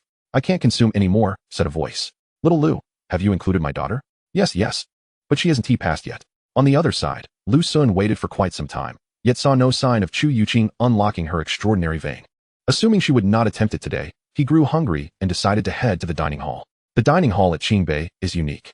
The staff not only serve generously but also ensure patrons leave satisfied. This particular aunt consistently fills Lu Sun's plate and even tries to introduce her daughter to him. Xiaobai, come, let us eat. Lu Sun served a special bowl of food to Xiaobai. The reason he often dines at the aunt's station is that she discreetly prepares a bowl for Xiaobai as well. Thus, the duo enjoyed their meal contentedly. Mr. He, that Lu Sun is just a bumpkin who stumbled upon a bit of luck to unlock an extraordinary vein. With your capabilities, crushing him would be as effortless as a mere step. As he relished his meal, Lu Sun suddenly heard his name. Raising an eyebrow, he spotted two familiar faces, Lin Yan and He Xiao. It was Lin Yan who spoke, while He Xiao was inquiring about Lu Sun's background. That Lu Sun is a scoundrel. I've disliked him for a while. I'll find a way to lure him out of school, and Mr. He can teach him a lesson. Just as Lin Yan was reveling in his words, a shoe flew through the air with a sharp swish, striking him squarely on the back of the head. Turning in fury, he found Lu Sun standing there. Lu Sun, was that you? Indeed, it was your grandfather who threw it, Lu Sun interjected, tossing another shoe aimed at Lin Yan's face. If one must hit, let it be the face. With a swoosh, Lin Yan saw the shoe coming and intended to dodge, but his mind failed to keep up with the swift trajectory of the shoe. He was unable to evade it, resulting in a bruised face marked by a distinct shoe print. Chapter 38. Are you afraid, even of me, a freshman? Lu Sun, how dare you throw a shoe at me? Lin Yan seethed, trembling with rage, the shoe print on his face stinging painfully, compounded by the stares of his peers that fueled his humiliation. Lu Sun. He Xiao had also spotted Lu Sun. The recent incident outside the cafe was still fresh in his memory. On that occasion, Lu Sun had struck him with such force that he had coughed up blood and sustained internal injuries. Days had passed, and with the aid of medicine, he had nearly recovered.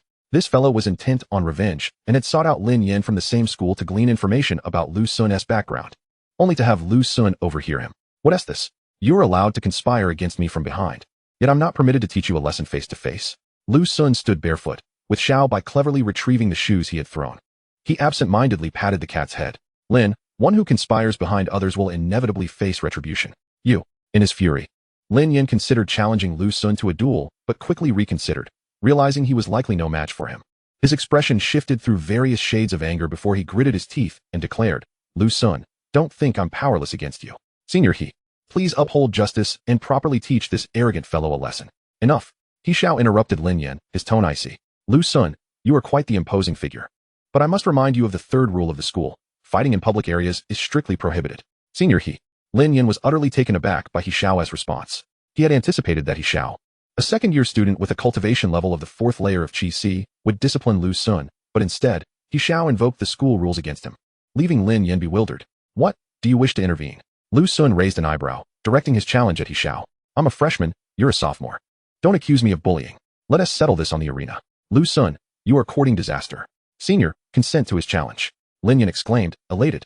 Xiao, who had opened the Red Lotus vein at 18 and reached the 4th layer of Qi Si, was a formidable opponent. How could this freshman dare to challenge him? What audacity fueled this? As more students gathered to witness the unfolding conflict, they regarded Lu Sun with astonishment. A freshman boldly sought to confront a second-year student in the arena. The students were perplexed by Lu Sun's audacity. If he were a freshman who had opened an extraordinary vein, challenging an upperclassman without one might be conceivable.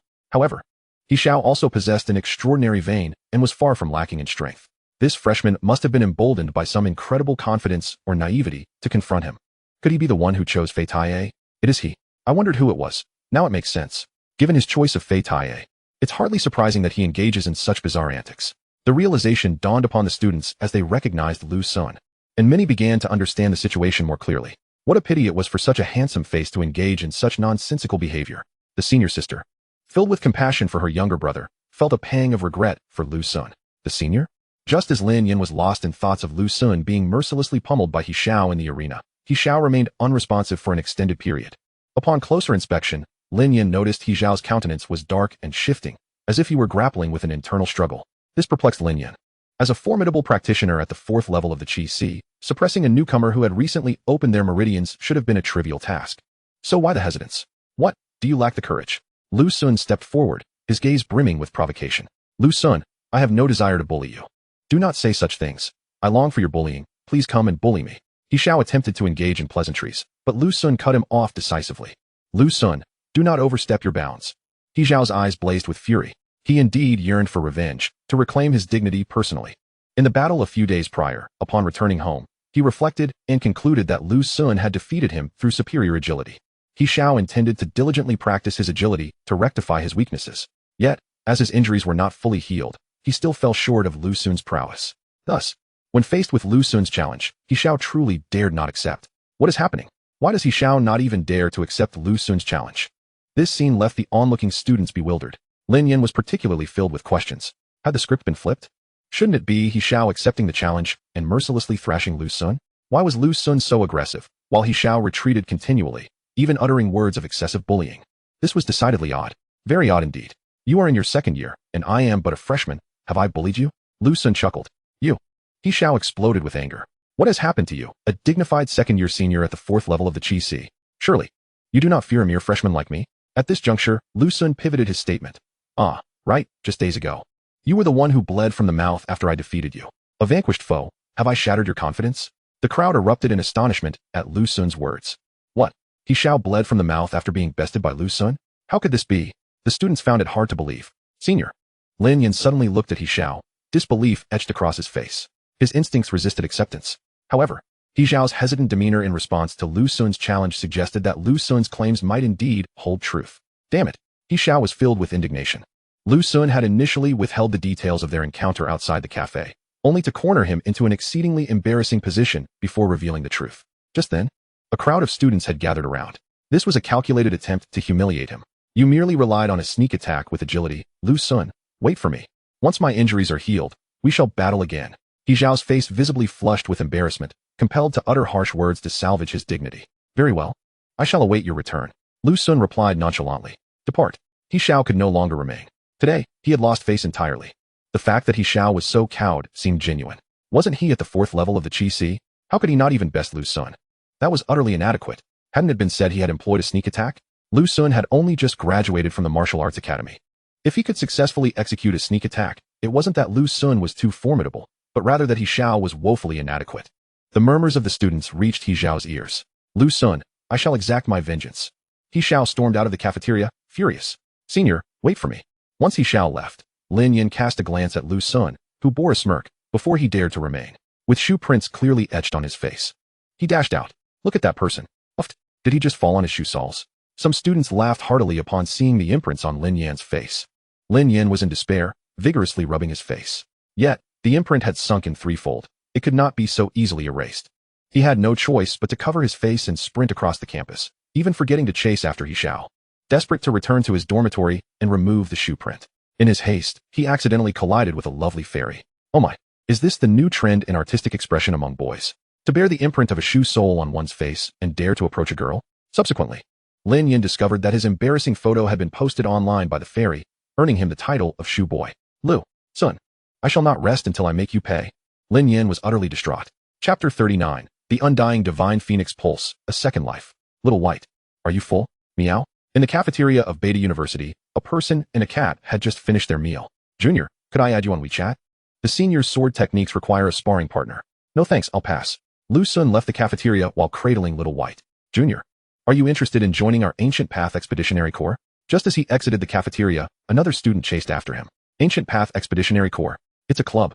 We have over a dozen members who have accessed nodes of the Ancient Path in the starry skies. If you ever have the opportunity to step into the cosmic realms, we can band together. Oh, I will consider it.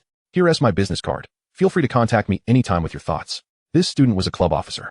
In the cultivation school, there were indeed numerous clubs. Compared to ordinary school clubs, these held greater practical significance. For instance, if there were ever a chance to access nodes of the Ancient Path, students within the club could support one another. Lu Sun had no immediate thoughts on this. With his current level of strength, even if Blue Star re-entered the Ancient Path, he would have no chance of accessing the nodes. The sky darkened. Although Blue Star was no longer within the solar system, the duration of day and night was not too dissimilar to when it was. Lu Sun, cradling Little White, prepared to take a stroll before returning to rest. Have you heard? That Lu Sun has real skill. He actually made a second-year senior at the 4th level of the Qi see bleed from his mouth. Is that true? Didn't Lu Sun just graduate? They say it was a sneak attack. That makes sense, but even if it was a sneak attack, it's still quite impressive.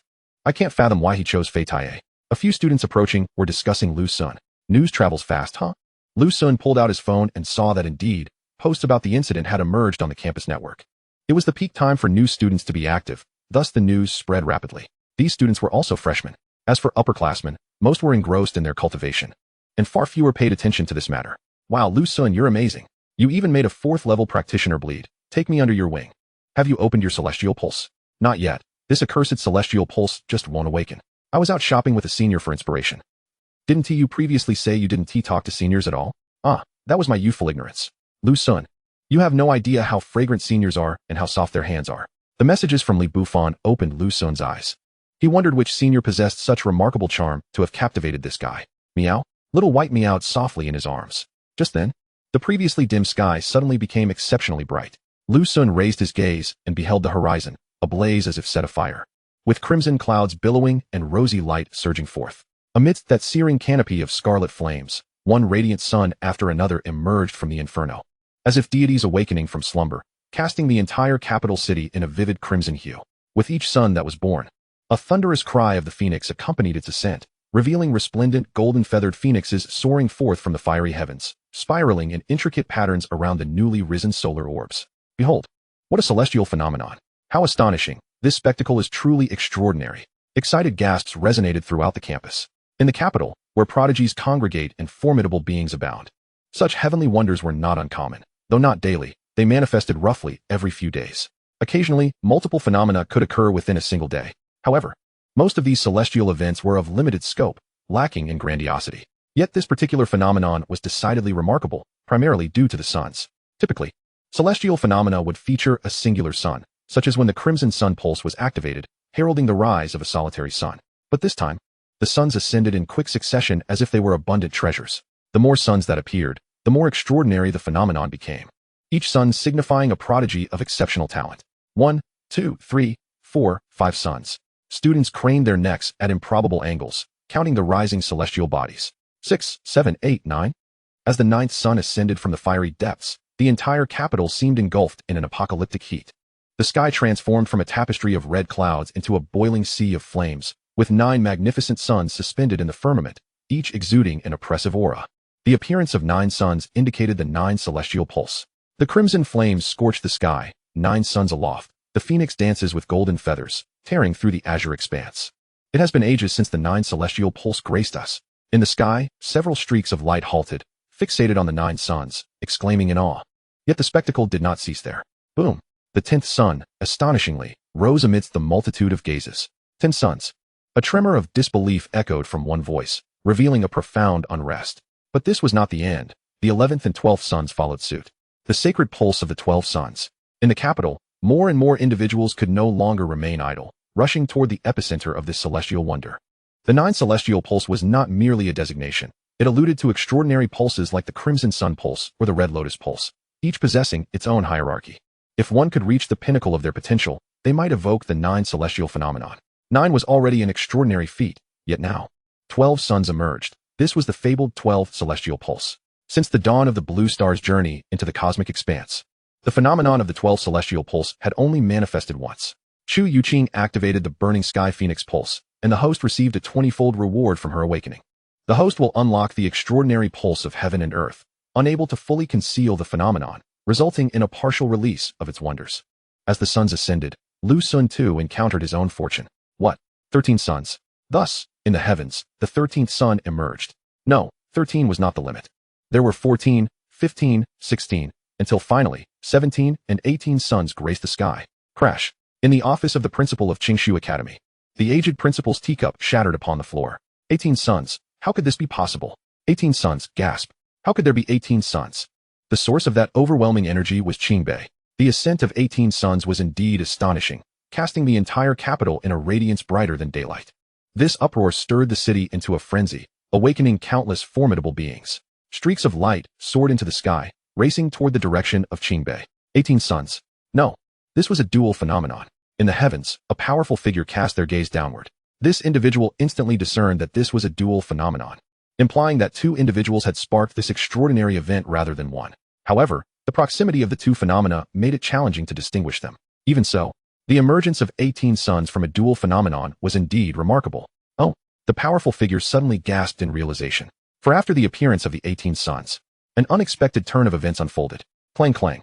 With a melodious cry, a resplendent phoenix soared into the sky, upon its back, astonishingly bearing a golden sun. What kind of pulse is this, a phoenix carrying the sun? The powerful figure in the sky revealed a contemplative expression. Let us name it the undying divine phoenix pulse. How splendid. Now I possess a second life. In an open space near Qingshu Academy, Lu Sun's whisper resonated. Chu Youqing activated the burning sky phoenix pulse, also referred to as the phoenix pulse. After the 20-fold return, Lu Sun named it the undying divine phoenix pulse.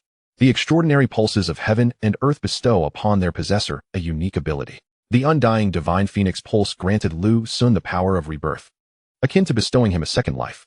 Chapter 40. Stirring the entire school, a genius or a madman. How could they merge? At this moment, Lu Sun discovered that the recently activated undying divine phoenix pulse, under the torrent of the 20-fold return, was surprisingly merging with the previous extraordinary pulse. To be precise, they were connecting, gradually transforming into a singular pulse. It is essential to note that the previously activated extraordinary pulse was a martial pulse, while this one was a spiritual pulse. Could martial and spiritual pulses truly amalgamate? The extraordinary pulse of heaven and earth is born from seizing the essence of creation. It is best to unify into one body, otherwise it risks being targeted by heaven and earth, due to the host possessing a chaotic divine body. The first extraordinary pulse bears chaotic attributes. Thus, upon merging, no conflict arises, nor does it affect the functions of both extraordinary pulses. Rather, it will yield even greater wonders. The system's notification alleviated Lu Sun's concerns. So, it seems fortuitous that the first binding was Murong Wan. Lu Sun felt grateful. Murong Wan's exquisite body and exquisite pulse inherently allowed for the compatibility of various energies. It is noteworthy that here we refer to energy. For instance, Murong Wan could cultivate lightning-based techniques, as well as fire and ice techniques, among others. All paths of martial arts were open to her, unlike the Crimson Sun Pulse, which performed best with fire-based techniques, while other elements would yield lesser results. However, it must be noted that it was martial arts. Murong Wan could not tread the path of immortality. The exquisite body, with its tenfold return to Lu Sun, transformed into the chaotic divine body, receiving an upgrade. From accommodating various energies, it evolved into the capacity to embrace multiple powers. This allowed Lu Sun to pursue martial arts, the path of immortality, or other avenues. Had he not bound to Murong Wan first, lacking the chaotic divine body, it would have posed significant challenges, as compatibility issues would arise. Initially, it might seem trivial, but once one becomes stronger, failing to resolve this dilemma could prove fatal. The notion of dual cultivation in both martial and immortal arts sounds beautiful. Yet the execution is fraught with difficulty. Some practitioners of immortal arts engage in body refinement, which falls under the category of body cultivation within the realm of immortality, distinct from martial arts.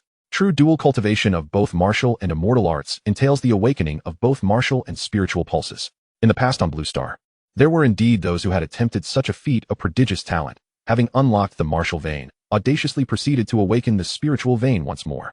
The consequence of this audacity was a precarious imbalance of power, which led to grievous injuries upon reaching the fourth realm, rendering further advancement nearly impossible. However, the chaotic divine body and the chaotic divine vein elegantly resolved this dilemma. This phenomenon manifested as two distinct wonders. The Qingshu Academy possessed one, and the Beida University held another. Esteemed scholars, the airspace of Qing and Bei is forbidden, and we kindly request you maintain your distance. At that moment, the arriving cultivators from the heavens finally made a significant discovery. This instance of wonder was indeed dual in nature. Streams of luminescence had already surged forth. Nevertheless, cultivators from both Qingshu Academy and Beida University ascended into the skies, obstructing the approach of the incoming practitioners. This made it exceedingly difficult for numerous cultivators to draw nearer, leaving them to observe from afar. Indeed, it seemed that the prospects for Qing and Bei were bleak. Individuals from other cultivation schools or factions, who initially intended to explore potential opportunities, quickly discerned that both talents were entrenched within Qing and Bei, leading to the realization that their hopes were dashed. Look, observe the phenomenon above his head. At that moment, several students spotted Lu Sun and gasped in astonishment. An extraordinary manifestation appeared atop Lu Sun's head, resonating harmoniously with the celestial wonders, clearly indicating that he bore a share of the credit for the occurrences above. He appeared to be Lu Sun. What? The Lu Sun who chose Fei Taiye as his mentor? Hadn't he already awakened the extraordinary vein of heaven and earth? Why was he invoking another phenomenon? The students were perplexed. Silence. At this juncture, a man clad in azure descended from the heavens, interposing himself before the students. It was he. This azure-clad man had visited the cafe and met Lu Sun. Principal Ning, has Lu Sun not already awakened the extraordinary vein of heaven and earth? How then has he triggered another celestial phenomenon? A student acquainted with the azure-clad man inquired quietly. If I am not mistaken, he has likely awakened the extraordinary vein of heaven and earth within the spiritual vein. Principal Ning replied in a solemn tone. What? The spiritual vein? Gasp. He unlocked the martial vein, and yet he can awaken the spiritual vein as well? Indeed, he has awakened the extraordinary vein in both the martial and spiritual realms. What manner of prodigy is he? Principal Ning's words left the students astounded. Even in the illustrious Qing and Bei, where talents are abundant, those possessing the extraordinary vein of heaven and earth are but a select few. None of these students harbored such a vein. Now, Lu Sun had not only awakened the extraordinary vein in martial arts, but had also done so in the path of immortality. Such a rarity, even amidst the prodigious talents of Qing and Bei, was almost unfathomable. Lu Sun opened the spiritual vein and unlocked the extraordinary vein of heaven and earth. My heavens! Could this be true? Is he truly so defiant against fate? If this is indeed the case, he may very well be the most monstrous genius of our cohort this year. Soon, news of this revelation spread through the students, creating a considerable stir among the student body at Beida University. A multitude of students flocked to the scene, encircling the area to the point of saturation. The campus network and student groups buzzed with unprecedented activity.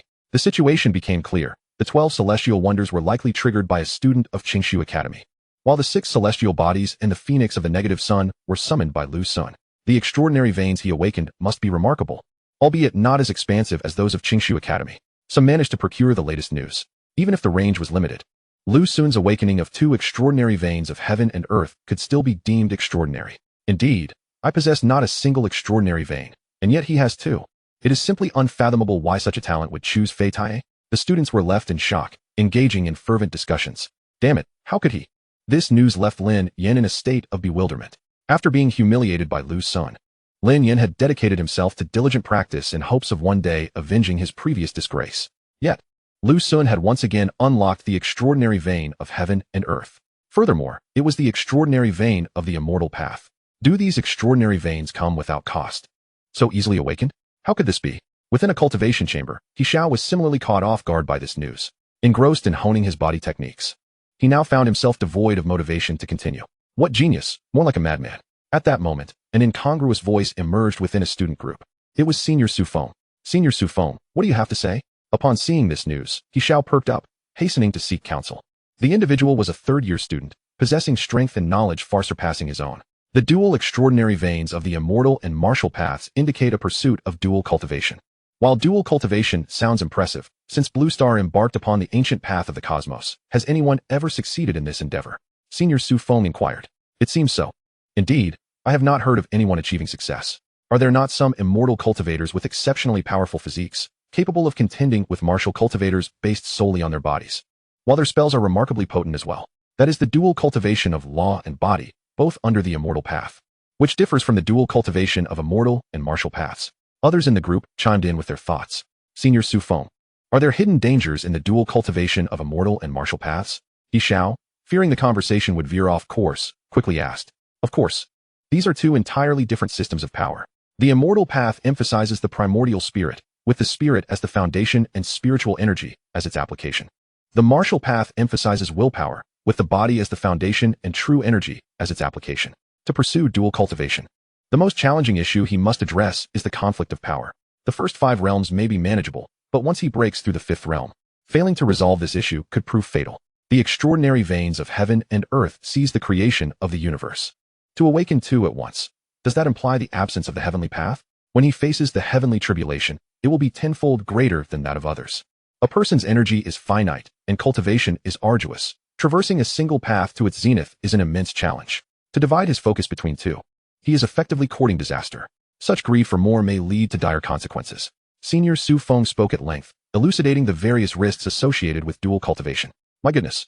A tenfold tribulation. So he truly is a madman. No, I still believe he is a genuine genius. Often, the line between genius and madness is thin, is it not? Senior Su Feng's words incited fervent debate among the members of the group. Some believed Lu Sun to be a true genius, while others considered him reckless, as if he were gambling with his own life. At least I can rest easy now. He Zhao's heart settled somewhat. The discussions within this group quickly disseminated, igniting intense debate among the new student body at Beta University. Chapter 41. Teacher, perhaps you should continue in your despondency. Lu Sun remained oblivious to the tempest of discussion he had sparked. Even if he were aware, it would not weigh heavily on his mind. He was neither a genius nor a madman, merely an unremarkable host of a system. Presently, Lu Sun was burdened by his own troubles. The cause was none other than the return of the captivating beauty, Fu Shui. Teacher Fu. As Fu Shui's enchanting gaze lingered upon him, akin to a connoisseur admiring a rare gem, Lu Sun felt a wave of apprehension wash over him. Lu Sun, did you just awaken the extraordinary vein of heaven and earth within the spiritual vein? Fu Shui inquired. Indeed, teacher, Lu Sun replied. You have awakened both the martial and spiritual veins, and both have manifested extraordinary veins of heaven and earth. Your innate talent is exceedingly rare in this world. Yet do you comprehend the peril inherent in such actions? Fu Shui pressed further. Teacher, I feel it is manageable, Lu Sun responded once more. In my possession lies a profound technique that may assist you in resolving this predicament. With the school leadership present, I hereby declare that, commencing today, I shall be your mentor, and from this moment forth, I shall take full responsibility for your progress. Fu Shui's voice resonated with authority, unwavering and indisputable. She has arrived.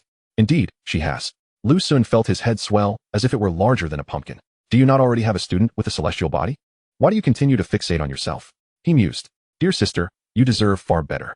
Elder Fu, this is rather ungracious of you. Came the languid voice of Fei Taie. The cavalry has arrived. Teacher, your timing is impeccable, Lu Sun responded with enthusiasm. Teacher, you are here. How is my meridian opening progressing? Lu Sun hurried over. Splendid, splendid. Truly, you are worthy of being my student. Fei Taie beamed with pride. After showering Lu Sun with praise, he produced a card and handed it to him. This card contains 100,000 units of dark energy. A reward for your successful meridian opening. In the future, I shall grant you an additional 20,000 units each month. While I may lack in many areas, dark energy is my forte. 100,000 units of dark energy. A chorus of gasps arose from the surrounding students, their eyes nearly bulging with envy. Not only the students, but even the teachers were envious. Ordinary lecturers at Qingbei were typically cultivators of the third realm, and 100,000 units of dark energy represented a considerable fortune to them. Thank you, teacher. Lu Sun exclaimed joyfully as he accepted the card. An additional advantage of choosing Fei Taie became apparent. With his heart shattered, Fei Taie found himself unable to progress, resigned to a life of mediocrity. This, paradoxically, allowed him to accumulate dark energy. Otherwise, like other masters of the fifth realm, even if acquiring dark energy were easier, the cost of their cultivation would be substantial. My good disciple, I must also strive to improve. I am determined to cultivate you into an exceptional individual, lest others mock our teacher-student bond. However, Fei Taie's next words took a peculiar turn. Teacher, why are you here as well? Please go and acquire some elixirs to solidify your foundation. Return to the training room in the Qinya building in 3 days, and I shall personally oversee your cultivation, he continued. It was evident, he was intent on self-improvement. Yes, teacher. Surrounded by a circle of teachers, Lu Sun felt compelled to suppress any signs of discontent, swallowing his grievances. Alas, witnessing this scene, Fu Shui realized her chances were dashed once again. She shook her head and departed quietly. Wow, Lu Sun has once again rebuffed Fu Shui, resolutely choosing Fei Taie. However, Fei Taie is indeed generous, gifting him 100,000 units of dark energy. Goodness, 100,000 units. Is it too late for me to choose Fei Tae now? Wake up. You lack a celestial meridian. How can you choose? The news of Lu Sun's second rejection of Fu Shui spread swiftly. This time, due to Fei Tae's extravagant generosity, many students began to envy Lu Sun. Look, there goes Lu Sun. Is that really Lu Sun? He is quite handsome. Within the campus, Lu Sun had attained a level of notoriety, with an increasing number of individuals recognizing him. Brother Sun, my dear father, please grant me a strand of your celestial meridian. Li Bufan rushed over, eager to seek Lu Sun's guidance. He had become utterly obsessed with opening his own celestial meridian. 3 days swiftly passed. During this time, Chu Youqing sent Lu Sun a message of good tidings, though they did not meet. When the third day arrived, Lu Sun begrudgingly approached the Qinya building early in the morning. This edifice housed numerous training rooms. Fei Tae had long been waiting for Lu Sun in one such room. Lu Sun noticed that today, Fei Tae had donned a new outfit, even tidying his beard, presenting himself as a man determined to turn over a new leaf. A sense of dread washed over Lu Sun. Teacher, what delightful brew do you have in that gourd? It smells exquisite. Seizing the moment, Lu Sun spoke before Fei Tae could. Ah, this is divine drunkenness, a superior spirit brew that I personally crafted. It's something money cannot buy. Fei Tae's face lit up with pride. So it is brewed by you, teacher. No wonder it possesses such an intoxicating aroma. May I have a taste? Lu Sun displayed a look of longing. Here you go. Fei Tae tossed the gourd to him. Upon uncorking it, the rich fragrance of the brew enveloped the entire training room. Delicious. After finishing one cup, Lu Sun immediately poured himself a second. Teacher, what ingredients did you use? This is simply exquisite. Here's to you, teacher. And another toast. Thus, within the training room, Lu Sun and Fei Tae engaged in a merry exchange of drinks. Reveling in their shared joy. Lu Sun, remember to follow the training schedule. As they drank, Fei Tae's head tilted, and he succumbed to slumber, not forgetting to remind Lu Sun to continue his cultivation before drifting off. My chaotic divine body is indeed formidable. I remain sober after 1,000 cups. Lu Sun felt no intoxication whatsoever. After a moment's thought, he fetched a thin blanket to cover Fei Tae and then clapped his hands, departing. Cultivation was utterly unattainable. It would be impossible in this lifetime. Lu Sun, when I awoke yesterday, you had vanished. What were you up to? Teacher, I was practicing martial techniques. Would you like me to demonstrate? The following day, Fei Tae arrived once again. Lu Sun felt overwhelmed. After finally selecting a laid-back mentor, it appeared that his mentor had been moved and was now determined to strive for excellence. Who could he turn to for counsel? Fortunately, Lu Sun managed to evade the situation using the mystic shadow step. Teacher, do you have any more of that divine drunkenness? Lu Sun began to solicit more wine. Unsurprisingly, Fei Tae soon found himself thoroughly intoxicated once again. Lu Sun, this training room has no recorded usage. Have you been slacking off? Absolutely not, teacher. You needn't scrutinize me so closely. My progress is swift. Just look, my mystic shadow step has improved. Indeed, mere agility is insufficient. This is a sword technique I devised based on an anonymous sword manual. It contains only the first 5 forms. I entrust it to you to develop further. Fei Tae handed Lu Sun a sword manual. This was the last straw for Lu Sun. Over the next 2 days, although Lu Sun continued to intoxicate Fei Tae, the latter would arrive punctually each morning. Regret gnawed at Lu Sun. Other mentors merely assigned assistants to oversee their students. Fei Tae, however, took it upon himself to supervise directly, and he did so every single day. Thankfully, Lu Sun had concealed some resources to manage. Yet, this could not continue indefinitely. Teacher, your brew is so delightful. Surely, your wife must be the happiest woman in the world.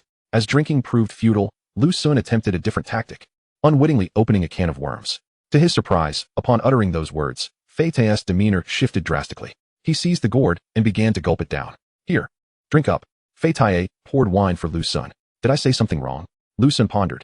The next day, Fei Tae did not show up. On the third day, he was still absent. Was the impact truly that profound? My sincerest apologies, teacher. May you continue in your despondency. Lu Sun expressed his regret verbally, yet felt a profound sense of relief within. At last, he could lie back in peace once more. Chapter 42, Breakthrough, the Second Realm of Celestial Path. Shutan. In the following days, Fei Tae did not make an appearance, much to Lu Sun's delight. The Tae swordsmanship could indeed be passed on to Murong Wan, and perhaps the dark energy could be assessed to see if she needed it. Lu Sun now possessed a considerable array of valuable items. The Tae swordsmanship given by Fei Tae was profound and exceedingly intricate. In contrast, the local level cultivation method previously provided by Fei Tae was rather trivial for students of Qingbei. The hierarchy of cultivation methods is categorized as heaven, earth, xian, and huang, with heaven being the highest tier and earth the second.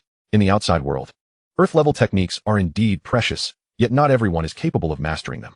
If one's martial veins or spiritual veins are insufficiently robust, Attempting to cultivate a technique of too high a level may prove counterproductive. Originally, Lu Xun intended to allocate all 100,000 units of dark energy to Chu Youqing, especially since her family had cut off her card, presumably to coerce her into compliance. However, upon reflection, he decided to also extend some dark energy to Murong Wan. Given the recent instability surrounding the Murong family and the significant consumption of dark energy for Murong Zhan's recovery, it was likely that Murong Wan could benefit from it as well. As half of the holiday had passed, Murong Wan had yet to arrive in the capital. Seemingly waiting for the start of the new term, Lu Xun continued to indulge in his leisurely existence. Every few days, Chu Youqing would send him a message updating him on her progress. She was diligently training, aiming to reach the second realm before school commenced, so that she could receive a larger allocation of dark energy following the cultivation assessment. As for elixirs, spiritual items, or other resources, they could be exchanged for dark energy. Dark energy serves not only for personal cultivation, but also as currency among cultivators. On the side of Xiaobai, there were still no abnormalities. Lu Xun remained unperturbed, spending each day in a relaxed manner, occasionally attending theoretical classes or visiting the training room to maintain appearances. Ha ha ha, Lu Xun, your brother Fan has unlocked a celestial vein. A week later, following a remarkable phenomenon, Li Bufan excitedly shared his good news with Lu Xun. He had finally activated a celestial vein known as the Xian Huang Martial Vein, a soil-based celestial vein characterized by formidable defense and strength. Lin Yan, come on. Brother lets you take the first shot. This is your own doing. As soon as he activated the celestial vein, Li Bufan eagerly sought out Lin Yan for a duel. The arena served as a venue for competitions among schools. When Li Bufan activated the Xian Huang Martial Vein, the resulting phenomenon was even more pronounced than Lin Yan's. Lin Yan had recently widened his Qiyang vein, coupled with its heavy offensive capabilities, providing him with ample confidence to defeat Li Bufan. Amidst a crowd of onlookers, the two engaged in a spirited exchange on the arena. Lu Xun observed with interest as the battle unfolded. Li Bufan focused solely on defense, while Lin Yan relentlessly attacked. Once Lin Yan was thoroughly exhausted, Li Bufan seized the opportunity to strike, decisively sending Lin Yan off the stage. Are you convinced? Convinced, my foot. What else can you do besides being a turtle? You couldn't even break brother's defense, yet here you are barking. After their bout, the two began to spar verbally. Lin Yan, feeling disgruntled, accepted his defeat to Lu Xun, but now even Li Bufan had bested him. Hey, isn't that Shu boy? It is him. Just as he was feeling dejected, a girl recognized Lin Yan. Ha ha ha, so you are Shu boy? Are you trying to make me laugh to inherit my slippers? Li Bufan mocked loudly. I'll kill you. Lin Yan exploded in anger. Brother Lu, their essay lead. The day after Li Bufan activated his celestial vein, Lu Xun received an unexpected message. It was from a darknet assassin named Luo Dashing. What does it say? The person who wants to kill you is in Rongqing. He should have some history with you and knows you frequently visit the martyr's cemetery. Recently, he raised the bounty on you to 30,000 dark energy units. You must be cautious. This amount may attract the interest of third realm cultivators. 30,000 dark energy. That was no trifling sum. It was indeed plausible for third realm cultivators to be tempted, especially those who had labored for years to reach that level. Li Sheng. Luo Dashing's words left Lu Xun utterly convinced. The one who sought to take his life was undoubtedly Li Sheng, who had previously stripped him of all his family fortune. Upon learning that Lu Xun had unlocked a celestial vein, Li Sheng, fearing Lu Xun's rise and potential retribution, harbored murderous intent. Chu Youqing has broken through to the second realm. You receive 20-fold of Chu Youqing's gains. 2 days later, Chu Youqing achieved her breakthrough to the second realm, resulting in a substantial 20-fold return for Lu Xun. The second realm of the celestial path involves gathering energy through the spiritual vein, converting dark energy into gaseous spiritual power. When sufficient spiritual power accumulates, one can establish a spiritual abode in the Dantian to transcend to the second realm. This realm bears some resemblance to martial arts, yet the nature of the power differs. With the continuous influx of spiritual power, Lu Xun's Dantian opened up a vast spiritual abode, with spiritual energy flowing ceaselessly into it. Unlike martial arts, spiritual power is not compressed or upgraded via the spiritual abode. Rather, the abode merely serves as a reservoir for spiritual power to become more refined. The cultivator must undertake the process themselves. However, should a spiritual will be available, it would greatly simplify this endeavor. The spiritual power circulates within the spiritual wheel, allowing it to be compressed through minor spiritual veins, becoming purer until it transforms into vapor, semi-liquid, liquid, and ultimately condenses into pills, thus enabling entry into the fifth realm of Xiandan. The first 5 realms of celestial cultivation predominantly revolve around spiritual power. For Lu Xun, this process was remarkably straightforward. He hardly needed to exert himself. The surging energy effortlessly handled everything. Within him, the spiritual power continued to increase, and as it exceeded the capacity of the spiritual abode, the density began to rise. His strength progressed from the first layer of gathering energy to the second, third, fourth, and fifth layers, finally halting at the 6th layer. The 20-fold return was indeed substantial.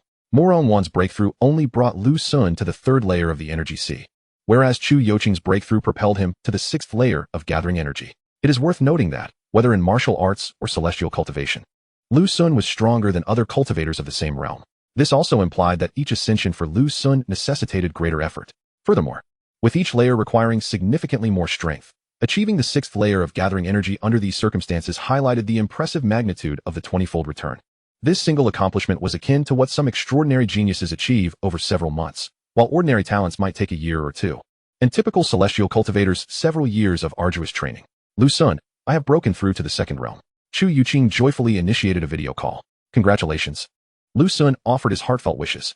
Shall we meet tonight on Qingbei Street? Chu Youqing expressed her longing for Lu Xun. For the past half-month, she had been wholly absorbed in her cultivation. Sounds good. I just so happen to be preparing to give you the dark energy. Chapter 43. Murong Wan has arrived. As twilight descended, the lights of the capital began to illuminate one by one, the neon flowing like vibrant colors between the buildings. Under the glow of 3 moons, the car lights on the long street traced golden arcs, and the city gradually awakened in the night, shimmering with a mesmerizing and resplendent radiance. Lu Xun. At the entrance of Beta University, Chu Youqing joyfully approached, naturally linking her arm with Lu Xun's. It was Lu Xun. Wow, his girlfriend is stunning. This scene was fortuitously observed by some students familiar with Lu Xun. What? Lu Xun has a girlfriend now? Calm down. What's the big deal about having a girlfriend? Without one, you'd have to compete with a multitude of others. With one, you only need to contend with her. A girl earnestly explained to her friend. She's so beautiful. Can I compete with her? Her friend lacked confidence. Understand the concept of misplaced competition. You don't need to compare beauty with her. Then what should I compare? Charm. Get lost. The 2 friends playfully began to bicker. Meanwhile, Lu Xun and Chu Youqing strolled hand in hand along Qingbei Street. With the school year fast approaching, there were many couples out and about in recent days. The entirety of Qingbei Street was predominantly filled with pairs of students. Any single individuals venturing out would need a robust appetite, lest they be overwhelmed by the abundance of love they encountered. Is your mother still around? Don't mind her. Murong Wan was indeed still present. The shop she rented specialized in selling trinkets from the starry ancient road, such as moonlight stone bracelets, star sand necklaces, star track heart knots, and moon dew earrings. There were also shards of star glass bottles, petite glass containers that held stardust which changed color with temperature, emitting a soft blue glow when held, as if one had captured a wisp of the Milky Way. Though these charming items originated from the starry ancient road, they were not overly expensive. Most students at Qingbei could easily afford them. Moreover, they were perfect gifts for couples. Plus, with her enchanting aura as the shop owner, her business was thriving. However, her primary focus remained on Chu Youqing. As soon as Lu Xun and Chu Youqing arrived, Murong Wan dashed over, eager to tag along. In dealing with her mother, Chu Youqing maintained a steadfast stance of indifference. In fact, to provoke Murong Wan, she deliberately nestled closer to Lu Xun, their fingers entwined. This sight made Murong Wan's frustration palpable, her ample bosom rising and falling with agitation. Lu Xun, I heard you also opened your spiritual vein. Are you pursuing both martial and celestial arts? But they say that combining both is perilous. It's fine. You needn't worry about me. Just focus on your training. I believe in you. Chu Youqing was also aware of Lu Xun's situation, harboring an inexplicable confidence in him. Wow, is this really so much? This is what Teacher Fei provided. He gave too much, and I can't possibly use it all. Your training consumes a lot. Take it. All right. I promise to return it to you later. Lu Xun handed her 80,000 units of dark energy. After noting it down in her little notebook, Chu Youqing accepted the card. Upon seeing her record the amount of dark energy he had given her, Lu Xun couldn't help but think, this young lady. It's good. She isn't the type to only take. If he didn't allow her to do this, she would feel unsettled. As they continued their stroll, Lu Xun spotted Li Bufan in the distance. Li Bufan was cheerfully strolling with a beautiful senior, seemingly enjoying his time. Once determined not to be a sycophant, he was now buying drinks and gifts for the senior, even kneeling to tie her shoelaces. Sycophant. Lu Xun felt disdain. Even with the intentional concealment by Lu Mei, who he had treated well for 3 years, he had never stooped to such levels. Nevertheless, despite his sycophantic behavior, Li Bufan appeared to be making good progress with the senior. As they walked, they even hopped into a taxi together, possibly heading to KFC. At least he didn't embarrass his adoptive father. Lu Xun and Chu Youqing enjoyed their time out, even having a late-night snack before parting ways. Murong Wan, having been a silent observer all evening, had been a mere lampstand, simmering with frustration. No, she would carry this annoyance into tomorrow, and perhaps even the day after. After escorting Chu Youqing back to school, Lu Xun turned to see Murong Wan glaring at him from several meters away. Such a beautiful woman looked quite captivating even when angry. After a moment's contemplation, Lu Xun approached her. Wishing to convey that there was no need for her to scrutinize him, he had no intention of taking Chu Youqing to a hotel. However, Murong Wan was in no mood to converse, huffing at him before retreating to her shop. All right then, let's head back. Lu Sun embraced Xiaobai as he returned to Beta University. With the school year approaching, he wondered why Murong Wan had not yet arrived or made any noise. Curiosity regarding Murong Wan's developments lingered in his mind. Murong Wan has broken through to the second layer of Chi Si. You have gained 20 times her achievements. Just as he pondered, the rewards came that evening. How swift. It had been barely over a month since Murong Wan's last breakthrough. Considering the recent turmoil within the Murong family, which had drawn much of her attention, this was impressive. Lu Sun's martial prowess also surged significantly, ascending from the 3rd to the 8th layer of the Chi Si in one go. Although it seemed less substantial compared to the gains from Chu Youqing, it was essential to note that progressing upward became increasingly challenging, with the school year not yet underway. Possessing the 8th layer of Chi Si might label him as a monster during the cultivation assessment. Lu Sun felt a shiver run down his spine. The 8th layer of martial arts and the 6th layer of celestial arts. If he revealed this, it would surely terrify many. No, he couldn't show everything, otherwise he would undoubtedly attract unwanted attention. He decided to present himself as a 3rd layer martial artist and a 1st layer celestial arts practitioner.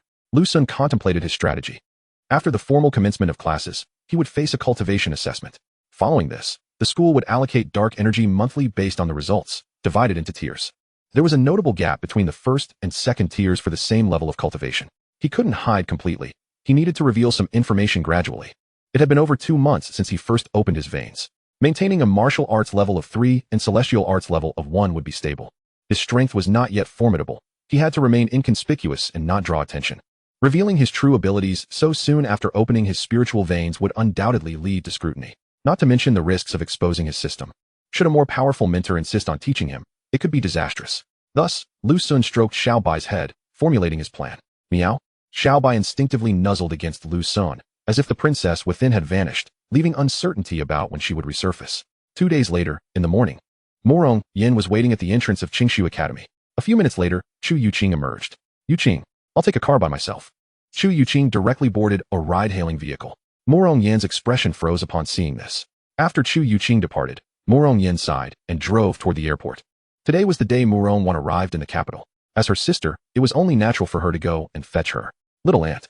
2 hours later, at the airport's arrival area, Chu Youqing joyfully dashed into Murong Wan's embrace. Given their similar ages, she had always shared a close bond with Murong Wan. Today, Murong Wan looked particularly exquisite, drawing the attention of many onlookers. As Chu Youqing and Murong Wan arrived, the 3 stunning beauties stood together, vying for attention and instantly becoming the focal point of the entire gathering. Wanner, after such a long flight, you must be exhausted? Not too bad, sister. The school officially opens tomorrow. Why don't you stay with me tonight? It's rare for us sisters to have time to ourselves, and we should catch up. All right.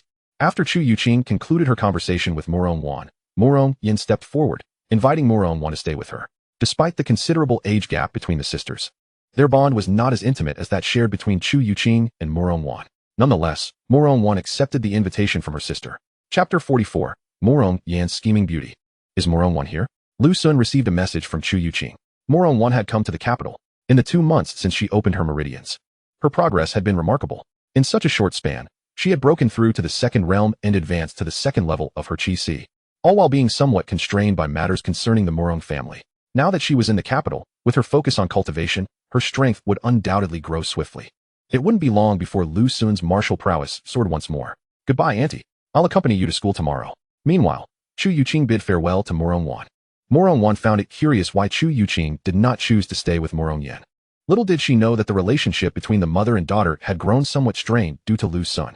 Murong Wan took on the responsibility of being the elder sister, spending the afternoon with Murong Wan to gather her supplies, preparing to deliver them to school the next day. I'll be residing in the capital for a long time. If you ever find yourself bored at school, feel free to visit. It's been years since we sisters have had a chance to talk like this. Yes. Murong Wan, her gaze filled with nostalgia, took her sister's hand, and they began to converse. She shared many memories, from when she used to carry Murong Wan on her back as a child, to how Murong Wan became her shadow as she grew older, and then how, after giving birth to Chu Youqing, young Murong Wan adored her so much that she would push her around everywhere. As they reminisced, Murong Wan's own memories began to surface. The childhood days were always so beautiful. Back then, the world was not so complicated, and the bond between sisters was much purer. Alas, childhood is a time that cannot be revisited. It is precisely because it cannot return that those memories become so special and precious. Thus, their conversation continued late into the night, with Murong Wan doing most of the talking while Murong Wan listened intently. Sister, it seems like Youqing has had a falling out with you? After sharing so many intimate words, their relationship deepened, prompting Murong Wan to finally broach the subject. Yes, Murong Yin had been awaiting this question from Murong Wan. Consequently, as soon as the inquiry was made, Murong Yin eagerly began to speak earnestly about Lu Sun. Lu Sun. Murong Yin failed to notice that, upon mentioning his name, Murong Wan's expression took on a hint of complexity. After all, he was her first man. If nothing unforeseen occurred, he would also be her last.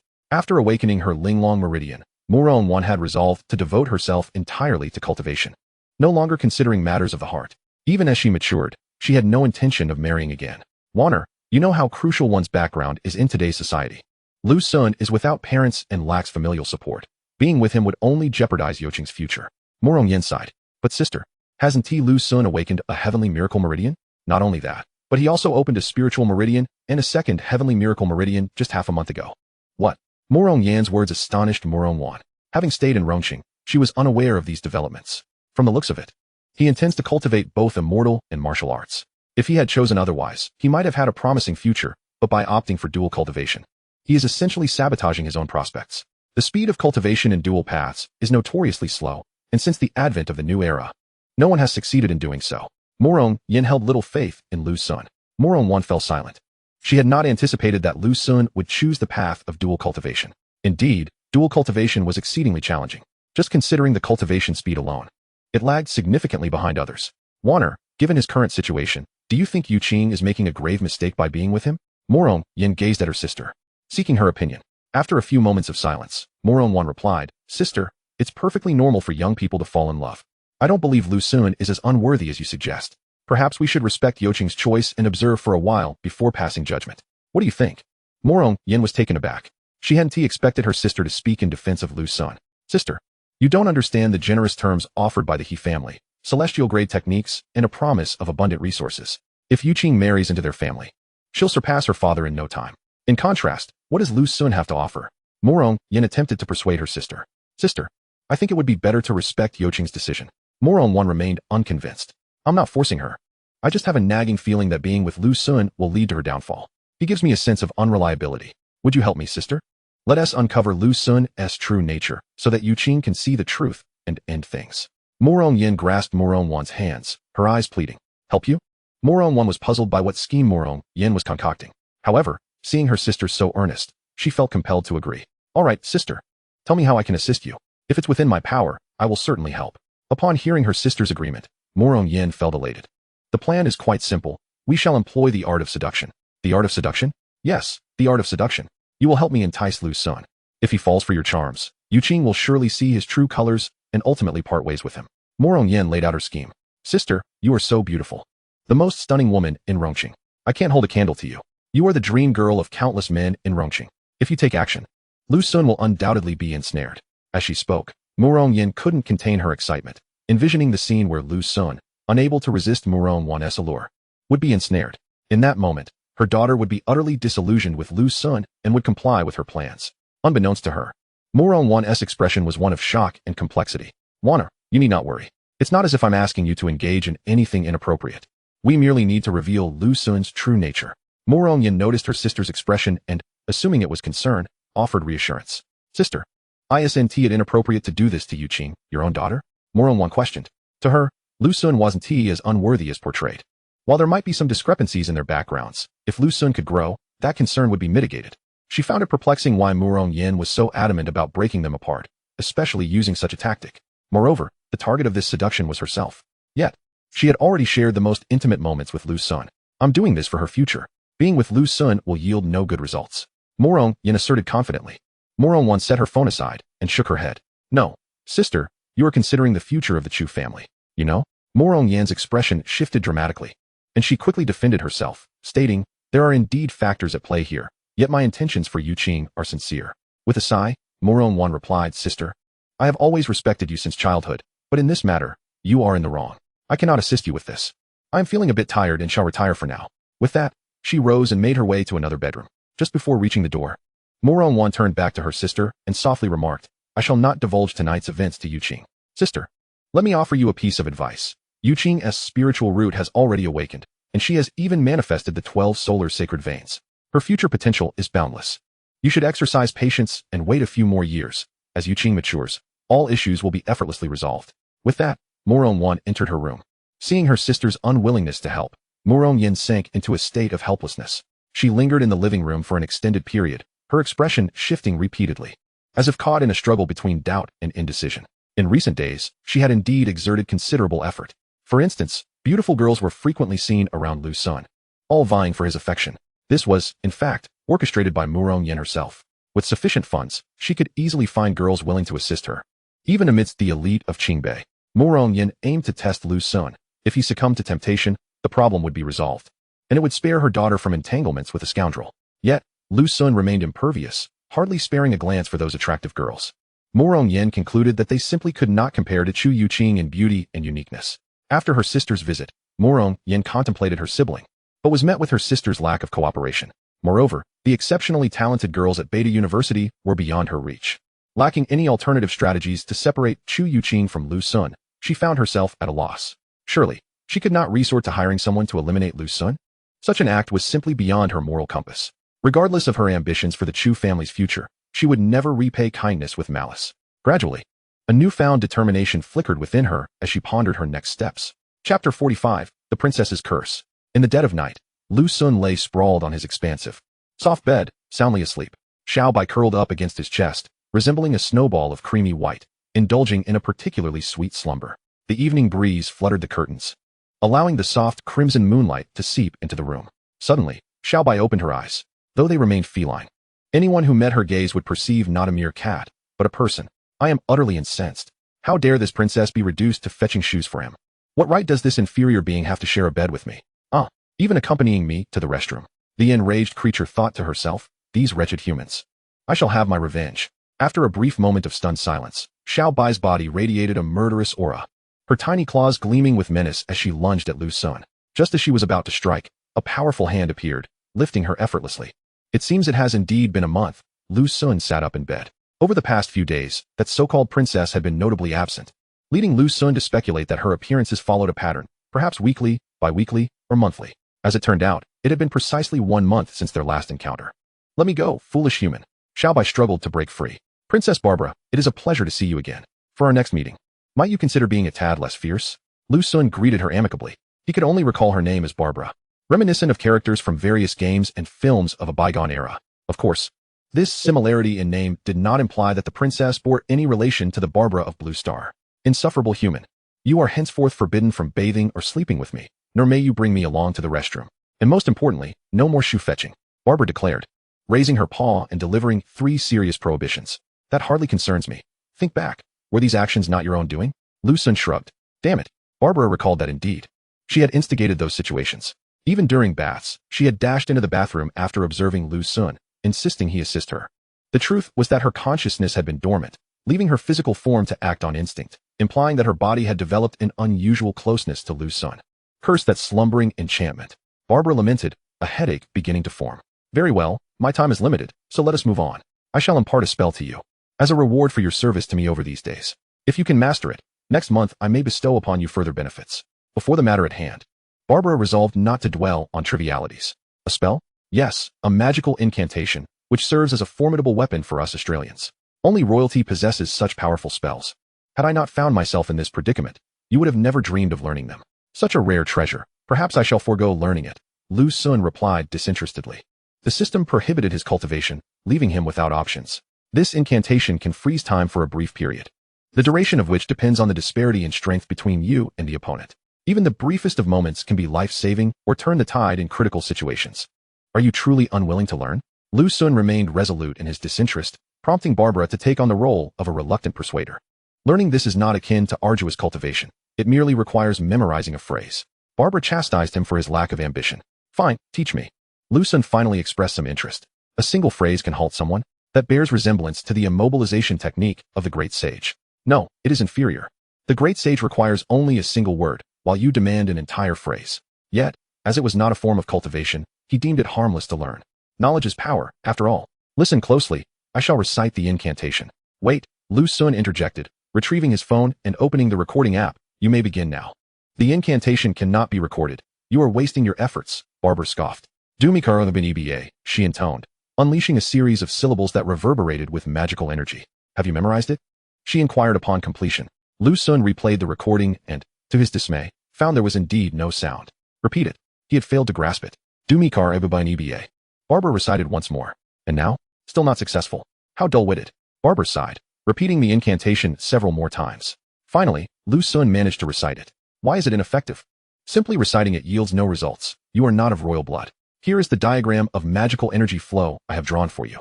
When casting the spell, you must channel your magical energy to produce sound, essentially vibrating the magic to form the incantation. Do you understand? As she spoke, Barbara's paw had drawn several intricate symbols on the wall. Magic? Where am I to find magic? Lu Sun lamented, for he possessed none. Magic. A power possessed solely by the sorcerers of the West. Ah, how could I have forgotten this detail? This is indeed troublesome. Should danger arise, you may use my blood. Meow? Barbara's voice trailed off, morphing into a series of meows. After a few plaintive cries, she resigned herself to defeat. Once again, as before, the spark of spirit in her eyes vanished at lightning speed, her lively expression dissipating into thin air. She transformed once more into a true feline, becoming Lu Sun's little white cat. Meow? Little White leaped into Lu Sun's embrace, nuzzling against him. This is your own doing. Lu Sun lifted Little White, scrutinizing the intricate drawings on the wall that Barbara had made. He could recall the incantation from moments ago, yet these illustrations were far too complex. Without any magical veins or power within him, he found them utterly incomprehensible. After a moment's contemplation, Lu Sun decided to take a photograph of the drawings with his phone. What did her last statement mean? Could one invoke spells using her blood? Lu Sun gently stroked Little White as he pondered. Little White was, after all, Barbara transformed. Perhaps her blood could indeed be of use. He resolved to attempt it only if he faced genuine peril. Little White was so endearing. Lu Sun was reluctant to use its blood for experimentation. If danger truly did arise, he could always try then. Chapter 46, The Guardian of Flowers, A Mother-in-Law's Invitation. The following day marked the official enrollment at Beta University. Although most students had arrived early to report, a portion chose to come at this time. Additionally, senior students who had returned home for the holidays were also making their way back to campus today. The regulations at Qingbei were notably strict, while the holidays were manageable. Once classes commenced, students were subjected to daily attendance checks. Wow, what a beautiful woman. My father was not mistaken.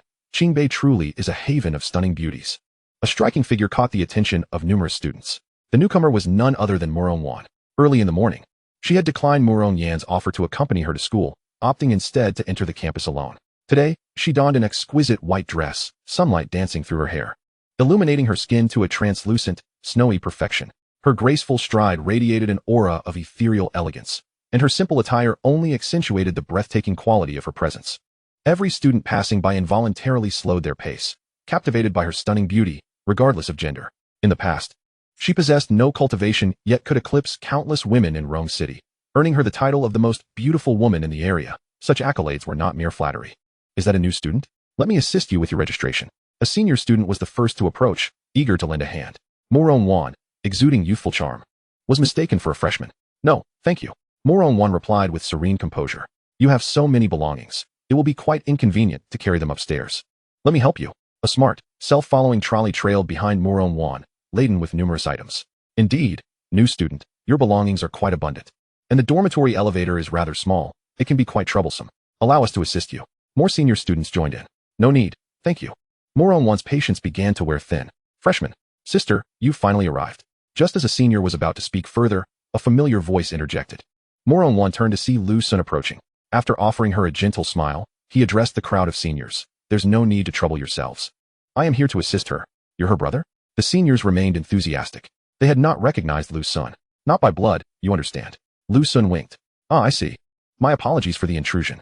The seniors grasped Lu Sun's intent and ceased their pursuit of Murong Wan. Lu Sun, thank you for the medicine you sent. My father's poison has improved, but I lacked your contact information and could not express my gratitude in person. After walking in silence for a while, Murong Wan spoke up. No need for such formality. I also did not expect the medicine to be so effective. By the way, let's connect on WeChat. Lu Sun suggested. He didn't have Murong Wan's contact information and thought it would be convenient to acquire it. All right. After a brief pause, Murong Wan took out her phone. You can scan my code. The two exchanged contact information on WeChat. Your father must be recovering well now, right? Yes, he is mostly better. Though some old injuries still trouble him. With your father's wealth, could he not purchase a healing elixir? His old injuries affected his dantian, and the elixirs capable of complete healing are beyond his means. After connecting on WeChat, Lu Sun and Murong Wan continued their conversation as they walked. Murong Wan's words piqued Lu Sun's curiosity. Are there truly elixirs that even a fourth-tier master cannot afford? However, upon reflection, it made sense. The more advanced the elixir, the rarer and more precious the materials required. For instance, the opening elixir used for initial cultivation is already exorbitantly priced. The elixir capable of thoroughly healing a 4th-tier Master S Dantian must be extraordinarily rare, and there likely aren't many alchemists who can forge such a potion. Wow. A beauty. How stunning. Along the way, Murong Wan attracted many glances. Though Qingbei was filled with beautiful women, few could rival the level of Murong Wan's allure. Many boys were eager to approach her, especially among the older students. At this moment, Lu Sun's role as her protector became evident. Without him, Murong Wan likely would have faced numerous advances on her journey. Murong Wan seemed to notice this and felt a deep gratitude towards Lu Sun. Auntie, why are you here so early? At that moment, Chu Youqing arrived. Murong Wan had risen early, and by the time Chu Youqing arrived, Murong Wan had already departed.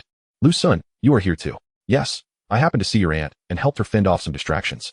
Upon seeing Lu Sun, Chu Youqing did not think much of it. She linked her arm with Murong Wan's, chattering away. The two, close in age, found plenty to discuss. Standing side by side, one resembled a freshly blossomed cherry blossom, while the other shone like a fully bloomed rose, akin to 2 lotus flowers, each radiating a uniquely captivating beauty. Phew, auntie, you have so many things. Thank goodness for Lu's son. Wan, I must be on my way. This afternoon, I plan to go eat with my aunt. Won't you join us? No, I have matters to attend to. All right then. An hour later, at last, all of Murong Wan's belongings had been moved into the dormitory. Lu Sun then took his leave. He couldn't help but notice that his girlfriend seemed somewhat oblivious. Did Chu Youqing so quickly forget about that night?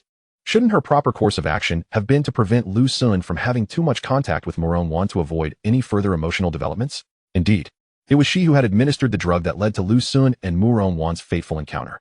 His girlfriend, it seemed, was indeed lacking in awareness. Regrettably, Lu Sun had not found an opportunity to share his dark energy and martial skills with Murong Wan.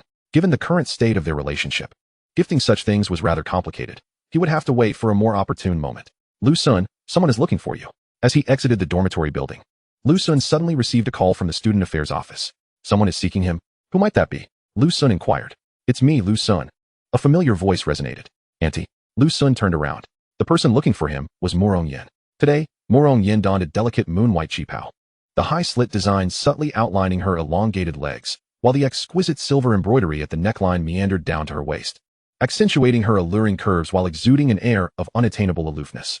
This ensemble radiated an elegance intertwined with seduction, a nobility laced with sensuality, rendering her exceptionally captivating. Passers-by couldn't help but steal glances. Lu Sun, I have just learned that you have unsealed your spiritual veins. I never anticipated your talents to be so extraordinary. Murong Yin approached gracefully, commencing with a string of compliments directed at Lu Sun. Auntie, you flatter me. It is merely luck, Lu Sun replied humbly, uncertain of Murong Yin's intentions. To unlock the dual realms of miraculous veins is no mere stroke of luck. You are truly a prodigy, Murong Yin remarked, her eyes gleaming with admiration. Her abrupt change in demeanor left Lu Sun somewhat perplexed. Auntie, are you here regarding Youqing? He queried directly after a moment's reflection. Murong Yin sighed lightly, her expression softening with tenderness. Yes, it is still about this matter.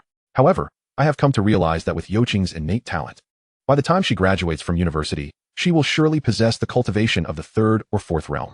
With her and you, my son-in-law, our Chu family is destined to rise. There is no need for me to rush. Her words elicited a smile from Lu Sun.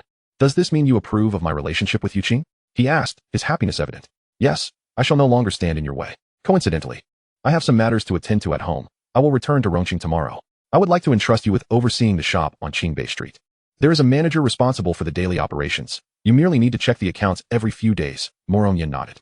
Supervising the shop? That is not too burdensome. After all, I don't need to cultivate, so I have plenty of time, Lu Sun replied. I want to let you do it for free. I will give you 20% of the shop's monthly income, she added. Auntie, there is no need for that. It's settled then. Now, come with me to the shop, and I will explain everything to you. Okay, let me inform Youqing first. Not yet. She is out shopping with her aunt. I will call her later tonight and surprise her. All right. As their conversation continued, Lu Sun followed Murong Yin out of the school. Chapter 47. Drugged again, Auntie. You're a wicked woman. Lu Sun, you must be exhausted. Here, have some water. On the 3rd floor of the shop, Murong Yin handed a glass of water to Lu Sun. Thank you, Auntie. Sweating profusely, Lu Sun accepted the water and gulped it down. The shop was quite spacious. Over 200 square meters, divided into 2 levels. The 3rd floor served as a warehouse, while the 4th was Murong Yan's residence. Indeed, she had acquired the entire building, naming it Qingyue Lu. Upon arriving here, Lu Sun realized there was much to be done. Murong Yin intended to conduct a thorough inventory before her departure. However, A few employees had taken leave today, resulting in a shortage of hands.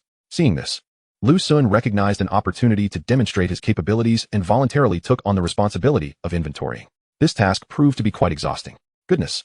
Lu Xun never anticipated the shop's business to be so thriving, with such a significant inventory. During the inventory process, due to the influx of students on the first and second floors, additional staff were required. Consequently, it ended up being just Lu Xun and Murong Wan. Lu Xun couldn't bear to see Murong Wan overworked. Thus, he single-handedly completed the inventory for the entire shop. Had it not been for his second-level cultivation, he would have been utterly overwhelmed. Xiaolu, you have worked hard. Here, let me wipe your sweat, Murong Wan said, gently using a silk handkerchief to dab at Lu Xun's perspiration. The fragrant breeze wafted through the air. Perhaps the scent was too captivating, as Lu Xun instinctively inhaled several times. In close proximity, his gaze inadvertently swept over her prominent curves, causing his heart to race inexplicably. He quickly averted his gaze. After all, she was Chu Youqing's mother, and he must not entertain any inappropriate thoughts. Yet, with Murong Wan so near, it was inevitable that certain notions would arise. Spiraling in his mind, "Auntie, I can manage on my own." Lu Xun hastily took a step back. "Very well, here you go." Murong Wan handed the handkerchief to Lu Xun. With a sigh of relief, he accepted the handkerchief and dried his face. "Youqing and the others will arrive soon. You're drenched in sweat. Why not take a shower upstairs? There's a drying machine in the bathroom, and by the time you finish, your clothes will be dry." Murong Wan suggested. "That sounds good." Lu Xun thought about how he needed to maintain his appearance, especially with Murong Wan coming over. Thus, under Murong Wan's guidance, he proceeded to the fourth floor to shower. What is happening to me? During the shower, Lu Xun sensed something was amiss. Certain images kept surfacing in his mind, and something within his body seemed to be stirring. Although puzzled, he shrugged it off. After all, he was at an age ripe with vigor, compounded by his rapid cultivation progress, resulting in an abundance of energy. Impulsiveness is a natural human instinct. "Xiaolu, come, sit, let us have a chat." Half an hour later, upon seeing Lu Xun emerge from the bathroom, Murong Wan smiled and invited him. "Auntie, hasn't Youqing returned yet? She will soon." Lu Xun sat down opposite Murong Wan. "Youqing has always been a bit like me, headstrong, independent, and opinionated," Murong Wan remarked lazily, reminiscing about Chu Youqing's past. From Lu Xun's vantage point, Murong Wan's exquisite figure was on full display. Though she was over 40, time had not marred her beauty. Instead, it had bestowed upon her an even more enchanting allure. Lu Xun found it increasingly difficult to avert his gaze from her form. Even areas he would typically overlook were now under his scrutiny. His eyes grew redder, and his body felt increasingly heated. Within him, an unnamed fire seemed to ignite, a fact he remained oblivious to. His eyes fixated on Murong Wan's lips, which glimmered like flames, as a deep-seated desire surged within him. Seemingly unaware, Murong Wan shifted positions, the slit of her chi-pao revealing a glimpse of her snow-white thigh. Lu Xun's eyes widened in astonishment. "Meow?" A sudden sound from Little White jolted him. Something is off. Lu Xun was abruptly awakened. His current state felt profoundly wrong, reminiscent of when he had been drugged by Chu Youqing. "I've been drugged," Lu Xun instantly deduced. Who could have done this? His mind raced back over what he had consumed that day. Breakfast and lunch were at the cafeteria, thus unlikely to be the source. He had been with Murong Wan all afternoon and hadn't eaten anything. The water. The glass of water that Murong Wan provided. Could it be her doing? Lu Xun abruptly turned his gaze towards Murong Wan. "What's the matter, Xiao Sun?" Murong Wan's crimson lips curled into a knowing smile as she reached out her delicate hand to touch Lu Xun's forehead. As someone who had experienced such matters before, she was all too aware of the potent effect of skin-to-skin contact in such a state. It could lead Lu Xun to lose complete control. "I'm fine, Auntie." Lu Xun retreated sharply. He understood all too well. It was in Murong Wan's villa that he had once lost control in a similar manner.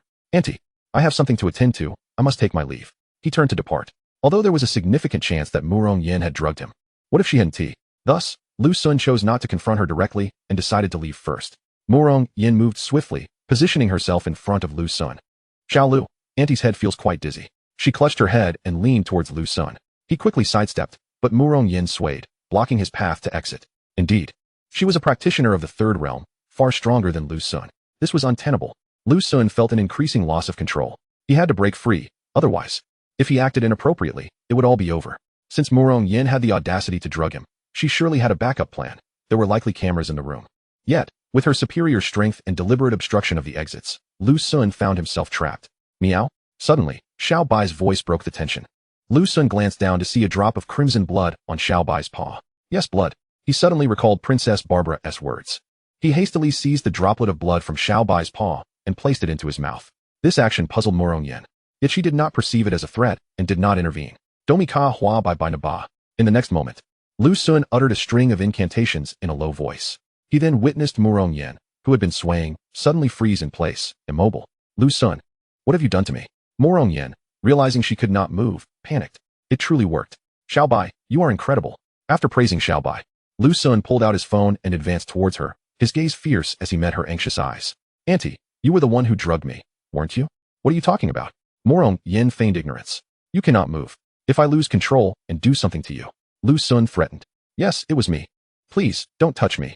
Panic spread across Murong Wan's delicate features. With her cultivation at the third realm, she had dared to drug him, believing that if Lu Sun lost control, she could subdue him and present the evidence to Chu Youqing. At that point, she would suffer no consequences. But now, rendered immobile, the situation had grown dire. So it was indeed you. Auntie, I misjudged you. You are a wicked woman. Disappointment shadowed Lu Sun's expression. He had respected her as an elder, yet she resorted to such underhanded tactics to keep him from being with Chu Youqing. If she thought she could bully him without consequence, she was gravely mistaken. This remark made Murong Wan feel a twinge of shame. Lu Sun. She had barely uttered 2 words before letting out a shriek, as Lu Sun's eyes turned crimson and he lunged at her. Chapter 48. The Ant with Continuous Screams. Murong Wan, terrified, tightly shut her eyes, her long eyelashes trembling like the wings of a startled butterfly. Her full bosom rose and fell rapidly, accentuating her alluring curves beneath the thin fabric of her attire. Seconds passed, yet the anticipated contact did not come. Cautiously, Murong Wan opened her eyes, only to find Lu Sun's face mere inches from hers. His breath was scorching, his nose nearly brushing against her skin, his usually cool eyes now aflame with crimson, veins throbbing at his temples as he struggled for control. Seeing him in such a state made Murong Wan's heart race uncontrollably. Lu Sun was a cultivator. Ordinary drugs had little effect on him. To ensure effectiveness, Murong Wan had administered a potent substance, one that could ensnare even those at the third realm and potentially ensnare fourth realm masters as well. In her mind, there was no way Lu Sun could maintain control. Yet, to her astonishment, he had managed to halt himself. Not only did he regain control, but he had also somehow subdued her, although her prowess surpassed Lu Sun's. In her current immobile state, if he lost control, she would be at his mercy. That would spell disaster for her. Lu Sun, listen to me. Murong Wan's voice trembled, imbued with a hint of vulnerability. I won't stop you from being with Youqing, nor will I obstruct your departure. Please, resolve this at school, all right? And he was wrong. Murong Wan attempted to appeal to his emotions to restore his reason. However, before she could finish her plea, Lu Sun advanced another inch. His heated breath cascading over her cheeks, causing her to shiver and scream as she shut her eyes once more. Though bound by the spell, Murong Wan could speak and blink, but her body was utterly immobilized, her strength completely stifled. As Lu Sun drew near again, the distance between them grew perilously close. His lips nearly brushed against her rosy ones, his searing breath entwining with her delicate skin. Murong Wan could even detect the mingling scent of the drug on him. So intense it felt as if it could incinerate his last shred of reason. Another scream escaped her lips. Murong Wan's breath nearly hitched, her chest heaving, causing the fabric of her clothes to quiver. Lu Sun's fingers had somehow found their way to her waist, the heat radiating from his touch almost scalding her through the thin material. Lu Sun, please, regain your composure. Her voice softened, laced with desperation, but before she could finish, Lu Sun's forehead pressed against hers, their noses gently touching, their breaths intertwining completely. Murong Wan screamed again. Today, she had screamed more than she ever had in her life. Just as she thought she was doomed, Lu Sun abruptly halted. His voice was hoarse, as if he were fighting against something within himself. Auntie, did you administer too strong a dose?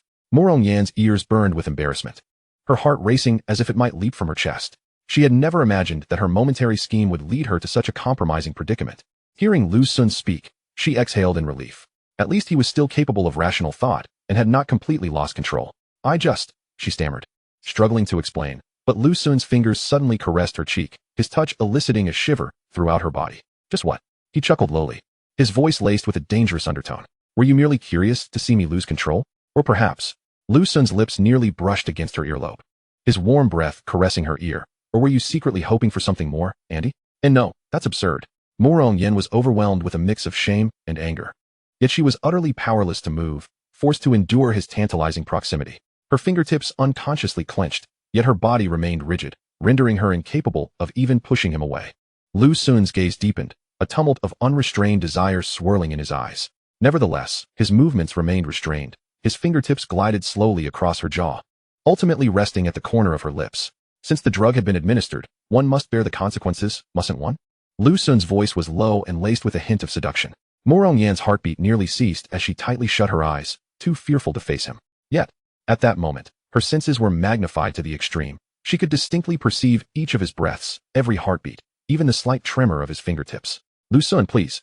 Don't do anything reckless. Murong Wan's voice quivered, tinged with the threat of tears. Suddenly, Lu Sun froze. He inhaled deeply, abruptly stepping back, pressing his palm firmly against his temple, seemingly striving to calm his breathing.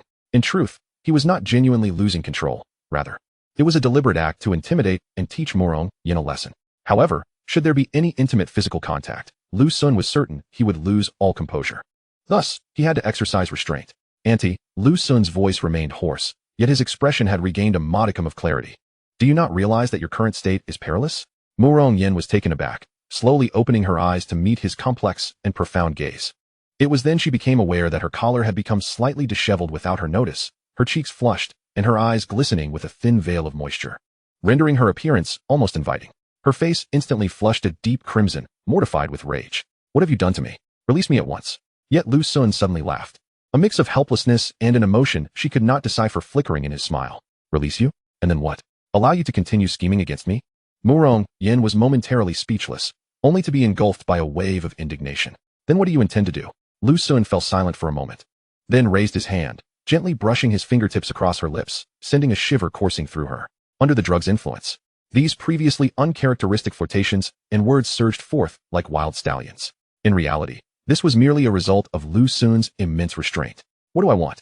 He murmured softly, suddenly bending down to whisper in her ear. Auntie, should you dare to drug me again, I shall not let you off so easily. His voice was low, laced with an undeniable threat. As he spoke, Lu Sun retrieved his phone and played a video.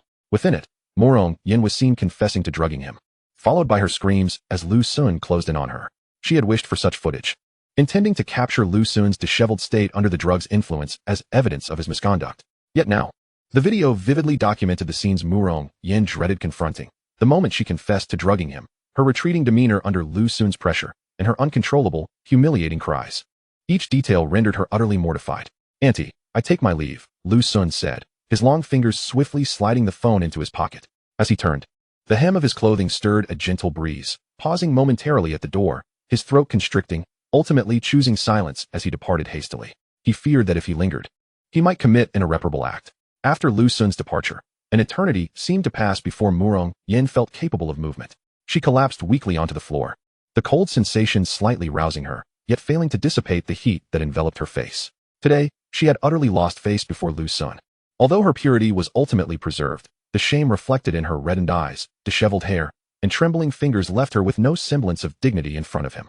She buried her face deep within her palms, muffled sobs escaping through her fingers. Chapter 49, Returning to the Palace. What on earth is this drug? Its potency is staggering.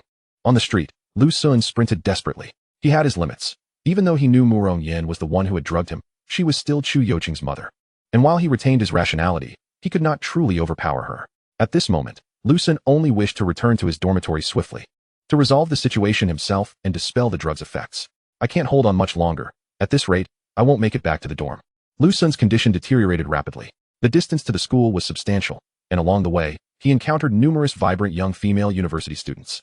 Knowing he would not last until he reached the dormitory, just then, he spotted a hotel and dashed inside. He resolved to rent a room there to take care of matters himself. Give me a room, one with good soundproofing, quickly. Of course. The receptionist was taken aback by the redness in Lu Sun's eyes and hastily arranged a room for him. Lu Sun.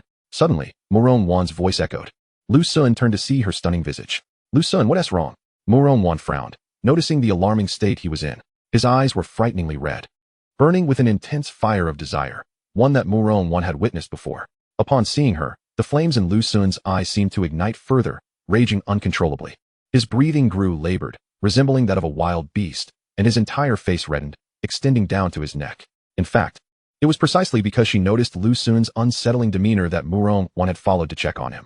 At this moment, Lu Sun was teetering on the brink of an eruption.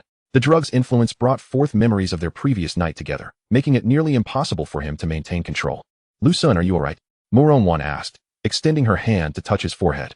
Her soft, delicate hand made contact with his skin, triggering an explosive reaction within Lu Sun. He seized her wrist with a firm grip. Murong Wan gasped in surprise. Thankfully, Lu Sun had not completely lost his reason. He refrained from overwhelming her in such a public setting. Come with me. I need your help, he urged, pulling her along. His strength far surpassed hers, and dazed, she was led into the elevator. Lu Sun, let go of me. What is wrong with you? Murong Wan exclaimed, panic rising within her as Lu Xun's grip tightened, leaving her unable to escape. He remained silent, struggling to restrain himself. Ding! The elevator doors opened, revealing a couple locked in a kiss. The sight momentarily stunned Murong Wan. This hotel, situated on Qingbei Street, primarily served young university couples seeking rooms. It was evident what Lu Xun intended by bringing her here. Ignoring the couple, Lu Xun pulled Murong Wan along, not daring to pause or speak, for he was barely clinging to his last shred of rationality. Any distraction could shatter it completely. Soon, they arrived at the room. Lu Xun ushered Murong Wan inside and locked the door, finally turning to face her. Your sister drugged me. It's even more potent than what Youqing used last time. What? Murong Wan gasped in astonishment. She actually did something like that. Though startled, Murong Wan did not doubt Lu Xun's words. Just yesterday, her sister had approached her, requesting her cooperation in employing the charms of a beauty to deal with Lu Xun, in order to drive Chu Youqing away from him. The reason she ventured to Qingbei Street today was that she had spent considerable time conversing with Chu Youqing while shopping. She intended to discuss with her sister, Murong Yin, about refraining from meddling in Lu Xun and Chu Youqing's affairs. Instead, she encountered Lu Xun, whose eyes were red with emotion. I'm sorry, I can no longer restrain myself. Caught off guard by her sister's actions, Lu Xun had already lost control. As Murong Wan lifted her gaze, she found Lu Xun's face drawing nearer. Before she could react, Lu Xun had pushed her onto the bed. Their lips met. In that moment of surprised exclamation, Murong Wan relinquished her struggle. Without the events of 2 months prior, she would have never allowed Lu Xun to have his way today. Nor would he have been able to pull her into this situation. Women are often like this. After the first encounter, the subsequent ones become less daunting. Not to mention, that night, Lu Xun had not been content with just one encounter. Moreover, Lu Xun's pursuit of her was not without reason.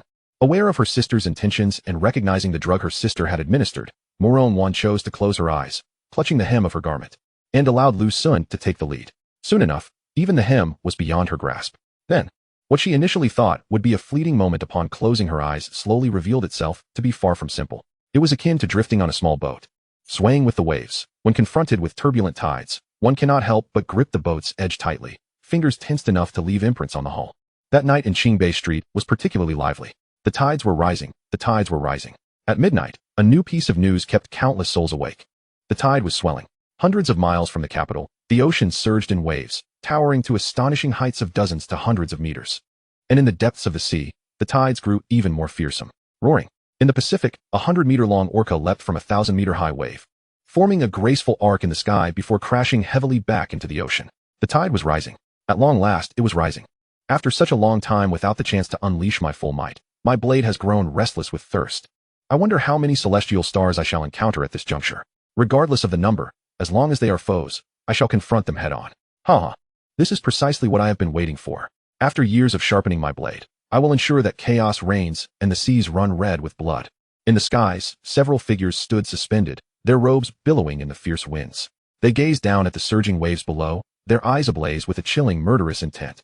The tides were rising. This news spread across Blue Star at an unprecedented pace. It was a matter of utmost significance. For each instance of rising tides signaled that Blue Star was on the brink of entering the ancient path of the stars. This impending event would occur within a few months to a year, but no longer than a year. Blue Star is vast, necessitating ample time to accelerate through the cosmos, using the gravitational arc of stars to catapult itself into the dark universe. All of this is a spontaneous act of Blue Star. Once Blue Star emerges from the dark universe, it will inevitably reach a node in the ancient path of the stars, where a fierce battle awaits. The most recent nodes have involved more than one celestial body. The likelihood of peaceful coexistence between several planets ascending simultaneously is exceedingly slim. At last, the tide has risen. In Rong City, Murong Tian watched the images on the television, a smile gracing his lips. The tides were swelling. Within a year, Blue Star would enter the ancient path of the stars. At that moment, their opportunity would arise. Uncle, the Murong family has seen little development under your stewardship over the years. It is time for you to make way for the younger generation. Murong Tian cast a glance toward the Murong Wan villa, his ambition laid bare in his eyes. The tide has arrived. In the sky, within a cloud, Fei Tae rose to his feet, holding a wine gourd, gazing at the starry expanse. Ahui, a sense of nostalgia flickered in his gaze, which soon transformed into pain. And then despair. Better to drunkenly embrace the galaxy, emptying a jug to drown the sorrows of eternity. Fei Tae murmured, reclining back into the cloud, continuing to indulge in his celestial intoxication. This night felt exceptionally prolonged, as the entirety of Blue Star remained sleepless due to the rising tides within a hotel room. The same ebb and flow kept its occupants awake. Chapter 50. I will treat you well. The following day, Lu Xun did not awaken until the afternoon.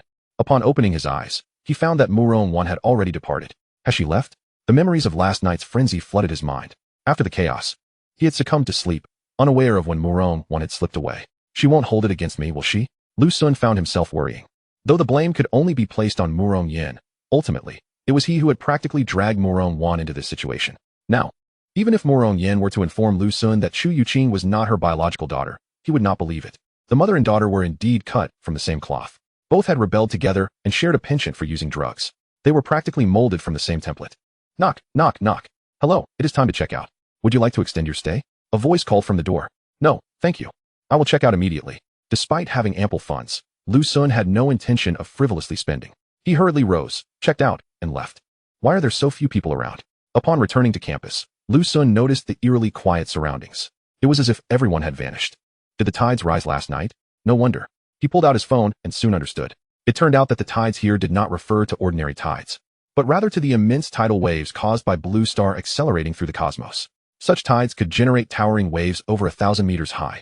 A past catastrophe had been triggered by such tides. Presently, however, the threat of the tides to the land was minimal. The occurrence of tides indicated that within a year, Blue Star would enter the ancient path of the stars. At that time, Blue Star would face a tremendous transformation. In a year? I wonder how much my strength will have grown, and whether I will qualify to enter the ancient path of the stars. Lu Xun could not help but feel a surge of anticipation. His martial skills stood at the 8th level of the second realm, while his celestial prowess rested at the 6th level of the second realm. To depart from Blue Star and explore the ancient path of the stars, one must traverse the Rainbow Bridge. Flying independently was impractical, even for cultivators above the 6th realm. The nodes of the ancient path of the stars, despite being referred to as nodes, were often measured in light years. To step onto the Rainbow Bridge, one required at least the cultivation of the 3rd realm. Furthermore, there were restrictions on the number of available spots. In prominent families like the Murong clan, the total number of spots would not exceed 3. The internal strife among families often revolved around contesting these spots. Whoever could control the family would gain the power to allocate these opportunities. To ensure a family's prosperity, entry into the nodes of the ancient path of the stars was imperative. Some families had achieved extraordinary fortunes precisely at the nodes of the ancient path, soaring to great heights thereafter. For the students of Qingbei, securing a spot is relatively easier, yet attaining the 3rd realm of cultivation serves as a fundamental prerequisite. Lu Xun, the tide has arrived. Blue Star is about to enter the starry ancient road. Now, I must strive with all my might. The teacher mentioned that if I can break through to the 3rd realm before Blue Star enters the starry ancient road, I will be granted one of her slots. At this moment, Lu Xun noticed a message from Chu Youqing. The message was sent last night, but he had no time to read it then. As he replied to Chu Youqing, Lu Xun felt a pang of guilt akin to that of a clandestine affair. However, upon reflection, he realized that the fault lay solely with her mother, which brought him some ease. After sending his response, Lu Xun prepared to head to the testing center to undergo his cultivation assessment. Miss Murong. At the entrance of the testing center, Lu Xun encountered Murong Wan. She halted expressionlessly, though her gaze seemed hesitant to meet his, revealing that her inner turmoil was less than tranquil. Thank you. Had it not been for you yesterday, I would have been in dire straits, Lu Xun said sincerely while observing her. A blush gradually crept onto the stunning contours of Murong Wan's face. How could Lu Xun express gratitude for such a matter? How should she respond? Should she say no need to thank her, given that the incident had transpired? I will treat you well from now on, Lu Xun promised, despite Murong Wan's silence. Murong Wan's cheeks flushed, yet she remained unresponsive and seemed inclined to depart. Wait a moment. This card contains some dark energy, and this tie-a sword technique is quite formidable. It should be beneficial to you. Lu Xun intercepted her, proffering the card and the tie-a sword technique. Although Murong Wan was reluctant to accept, she saw that Lu Xun would not let her go without taking it, and she resignedly accepted the tie-a sword technique before striding away. She did not take the card containing the dark energy. Very well. At least it shows a certain attitude. It seems she is not too upset. This year is brimming with prodigies. Indeed, the school year has only just commenced, and already dozens of students have entered the 1st layer of Qi Si. Aren't there also 2 in the 2nd layer? At the testing center, several teachers were engaged in conversation. As dusk approached, the students had long since completed their cultivation assessments, leaving the center rather deserted. 2 students had reached the 2nd layer of Qi Si. One was Murong Wan, but who was the other? Upon entering, Lu Xun overheard their discussion. He quietly approached, ready for his own assessment. How impressive. Indeed, achieving the 4th layer of Qi Si and the 1st layer of Qi gathering so swiftly is beyond comprehension. Let us not forget, he possesses dual celestial extraordinary veins. Historically, how many prodigies who pursued both martial and celestial paths could unlock such veins? It has been ages since such a talent has emerged. I wonder why he chose to cultivate both paths. Were he to focus solely on one, He could probably reach the 6th realm in no time, and surpassing that would be a mere formality. As Lu Xun turned to leave, the center erupted in exclamations from the teachers. For Lu Xun's cultivation levels were revealed, martial arts at the 4th layer of Qi Si and celestial arts at the 1st layer of Qi gathering. The school year has barely begun, and Lu Xun has already displayed such astounding abilities. They remained unaware that Lu Xun had deliberately concealed his true cultivation level to avoid drawing undue attention. Otherwise, the astonishment would be unimaginable. It appears everyone is diligently striving. As night descended, the campus of Beta University remained eerily tranquil. As was customary, many took the opportunity to engage in evening activities after a day of cultivation. However, it seemed that everyone was now engrossed in intense training. The emergence of the tide instilled a sense of urgency in all. Once Blue Star enters the starry ancient road, it signifies boundless opportunities, but it also heralds peril, particularly for those prodigies yet to mature. On the starry ancient road, other ascending celestial stars often seize the opportunity to ambush Blue Star's talents. Similarly, the alien races hidden within Blue Star will exploit the chaos, as they possess greater familiarity with the terrain, posing a significant threat. Each time Blue Star enters the starry ancient road, numerous prodigies meet their demise. Where do the greatest concentrations of prodigies reside? Naturally, at Qingbei. Thus, it is understandable why the students of Beta University are so absorbed in their training. Lu Xun, in contrast, found himself the most leisurely individual in all of Qingbei. After indulging in a hearty meal at the cafeteria, he returned to his dormitory with Xiaobai. While others were diligently cultivating, his leisurely stroll seemed rather conspicuous. His recent assessment would undoubtedly catch the attention of more teachers and school officials. It would be prudent to maintain a low profile. Lying down anywhere could suffice. The dormitory is spacious enough for him to find comfort. After a refreshing shower, Lu Xun gently dried Xiaobai's fur and reclined comfortably on his bed. Meow. Xiaobai continued to nestle against Lu Xun like a fluffy snowball. With one hand caressing Xiaobai, Lu Xun used the other to scroll through his phone. Fellow students, Blue Star is on the cusp of entering the starry ancient road, which will pose a formidable challenge for Qingbei's students. Almost every time, Qingbei becomes a primary target for alien races. So I urge everyone not to slack off this year and to train diligently. From this point forward, the resources each student receives monthly will be doubled. Additionally, a new rookie leaderboard will be introduced this year. The top 3 on the leaderboard each month will receive generous rewards. The following day, a school announcement appeared on the campus network. A rookie leaderboard? Lu Xun noted that this leaderboard ranks students based on their cultivation levels, specifically for freshmen. In the past, Qingbei would only select the strongest rookie at the end of the freshman year. Now, a rookie leaderboard has been introduced. I should be at the top. Lu Xun felt confident that the first spot on the rookie leaderboard was rightfully his. A day swiftly passed. On the morning of the second day, a new stone tablet was erected in the center of Beidou Square. Names began to materialize upon the tablet, with Lu Xun's name prominently displayed at the top. Concurrently, the official website of Beta University and the campus network updated the rookie leaderboard in a timely manner. What the heck? Lu Xun has reached the 4th layer of Qi Si. And what on earth is this Qi gathering 1st layer? Goodness. Has he broken through to the 2nd realm in both martial and celestial paths? This is unbelievable. Is he even human? Surely. He must have engaged in some clandestine dealings with the heavens. 4th layer of Qi Si, 4th layer of Qi Si, 4th layer of Qi Si. Goodness gracious. Is this going to astonish the entire school for a whole year? As soon as the leaderboard was revealed, students gaped in disbelief, their eyes wide as saucers. Truly, Lu Xun's achievements were nothing short of astounding. 4th layer of Qi Si in martial arts and 1st layer of Qi gathering in celestial arts. Both paths have ascended to the 2nd realm. Coupled with the fact that he is a 19-year-old freshman, all who beheld this were left to ponder 3 words, not of this world. Quick, check the rookie leaderboard. It's explosive news. What? You'll understand when you see it. It's utterly jaw-dropping. As some students were taken aback, they hurried to inform their friends. Initially, not many students were paying attention to the rookie leaderboard since they were engrossed in their training. However, through their discussions, news of the rookie leaderboard and Lu Xun's 4th layer of Qi Si quickly spread among the freshmen. Even some sophomores and juniors took notice. In an instant, gasps of disbelief echoed throughout the campus. This is impossible. In the cultivation chamber, Lin Yan's eyes bulged larger than those of a cow, his face a portrait of disbelief. He had been keenly following the newcomer rankings and had eagerly awaited the morning to check his position. However, upon a mere glance, he found himself rendered speechless for an extended period. Lu Xun had astonishingly secured the 1st position on the newcomer list. As if that were not sufficient, Lu Xun had also surged to the 4th level of Qi Si. Moreover, he was simultaneously at the 1st level of Qi gathering. How could Lin Yan possibly reconcile this? If it had been another student, perhaps he could have concocted a narrative suggesting Lu Xun was a scion of a prestigious family, having received superior training from a young age. Yet, having shared the same school with Lu Xun for 3 years, Lin Yan, though previously indifferent to him, was acutely aware that Lu Xun was by no means a privileged heir. This left him utterly perplexed. What enabled Lu Xun to advance at such a remarkable pace? During this past holiday, Lin Yan had yet to reach the second realm. While he could attribute his prolonged focus on expanding his Honglian meridian as a reason when comparing himself to others, it offered no solace when juxtaposed with Lu Xun.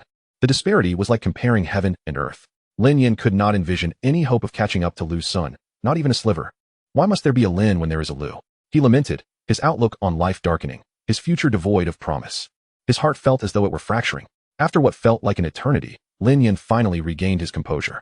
He resolved to call He Xiao. In times of misfortune, the most comforting solace does not stem from the sympathy of friends, but rather in witnessing others share in the same plight. Lin Yan had a contentious history with He Xiao, particularly after that incident in the cafeteria where He Xiao's reputation had been utterly tarnished.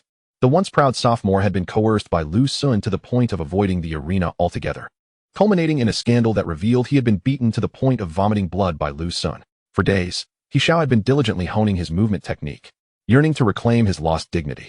Lin Yan, in his current state of despair, wished to inform He Xiao of Lu Xun's achievements, thereby transmitting his own feelings of hopelessness. This would, at the very least, provide him with a sense of camaraderie. After all, he and Lu Xun were contemporaneous freshmen, whereas He Xiao was a year older, having embarked on the path of cultivation a full year before Lu Xun. The realization that Lu Xun's starting point was already the culmination of He Xiao's year was bound to evoke a wave of bittersweet emotions. What? This is impossible. Absolutely impossible. Lin Yan's assumptions were confirmed. As soon as he dialed He Xiao, he was met with an unwavering denial. He Xiao could not believe it. Nor did he wish to accept it.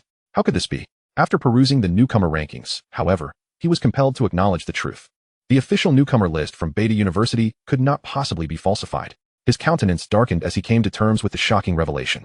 Over the past few days, he had been diligently perfecting a movement technique known as the snake step. Before the confrontation with Lu Xun at the cafe, He Xiao had already reached the second tier of the snake step. He had planned to elevate it to the third tier before challenging Lu Xun to reclaim his honor. Yet, he never anticipated that Lu Xun would catch up to him in cultivation. Now, they were both at the fourth level of Qi Si. This realization was disheartening.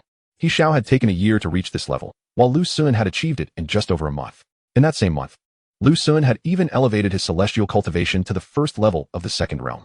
Such progress rendered He Xiao's own efforts appear paltry by comparison. Consequently, He Xiao found himself devoid of motivation to continue his training, sitting there as if his soul had departed. What did it matter how extraordinary one was? Choosing to pursue both celestial and martial cultivation was a path fraught with peril, merely a matter of whether one would meet their demise sooner or later. Eventually, He Xiao stumbled upon a stabilizing point for his wavering heart, Lu Xun's dual cultivation. A cold glimmer sparkled in his gaze as he thought, "You are but a fleeting meteor, a momentary brilliance. If I persist with unwavering determination, my future achievements shall undoubtedly surpass yours." His resolve began to solidify. The concept of the Tao heart, albeit complex, boiled down to one's belief, confidence, and the heart's yearning for strength. At times, individuals require solace. Much like Lin Yan's call to He Xiao, transmitting his emotional burden. He Xiao, too, discovered a point of comfort that could convince him to persevere, otherwise, he would be doomed. Nonetheless, a profound despair lingered deep within him. Lu Xun's rapid progress was nothing short of astonishing. A pace so swift that he was acutely aware he could never catch up, praying only that Lu Xun would falter. "I must hasten my training in the snake step to the third tier and confront him. Otherwise, this opportunity may slip away forever." He Xiao had finally established a goal. He sought to confront Lu Xun, as this was his last chance, given that their cultivation levels were now equal. Otherwise, with Lu Xun's current trajectory of growth, he would never have the opportunity to reclaim his honor. "Wow, brother Sun, you're simply incredible," rising to the first position, leaving Murong Wan beneath you once more. Early in the morning, Lu Xun received a call from Li Bufan. The lad had an uncanny knack for using ambiguous yet precise phrasing. "Ha ha ha, my dear disciple. You have not disappointed me. Here, take this dark energy and cultivate diligently." Fei Taie, swaying as he approached Lu Xun, once again handed him a dark energy card. It seemed that Fei Taie was aware of the recent developments. Fortunately, he did not undergo a complete transformation this time. After delivering the card, he simply departed. What a remarkable mentor, Lu Xun mused. Such a teacher was a rare gem indeed.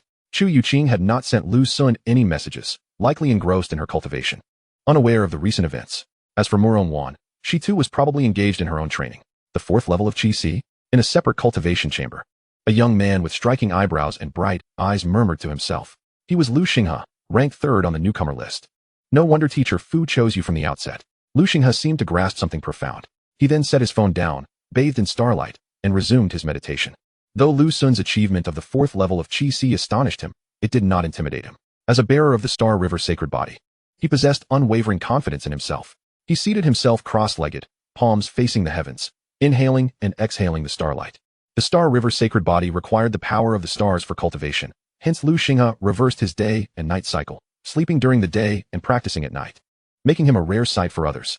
As night fell, Lu Xun noticed that the campus forums were ablaze with discussions centered around him.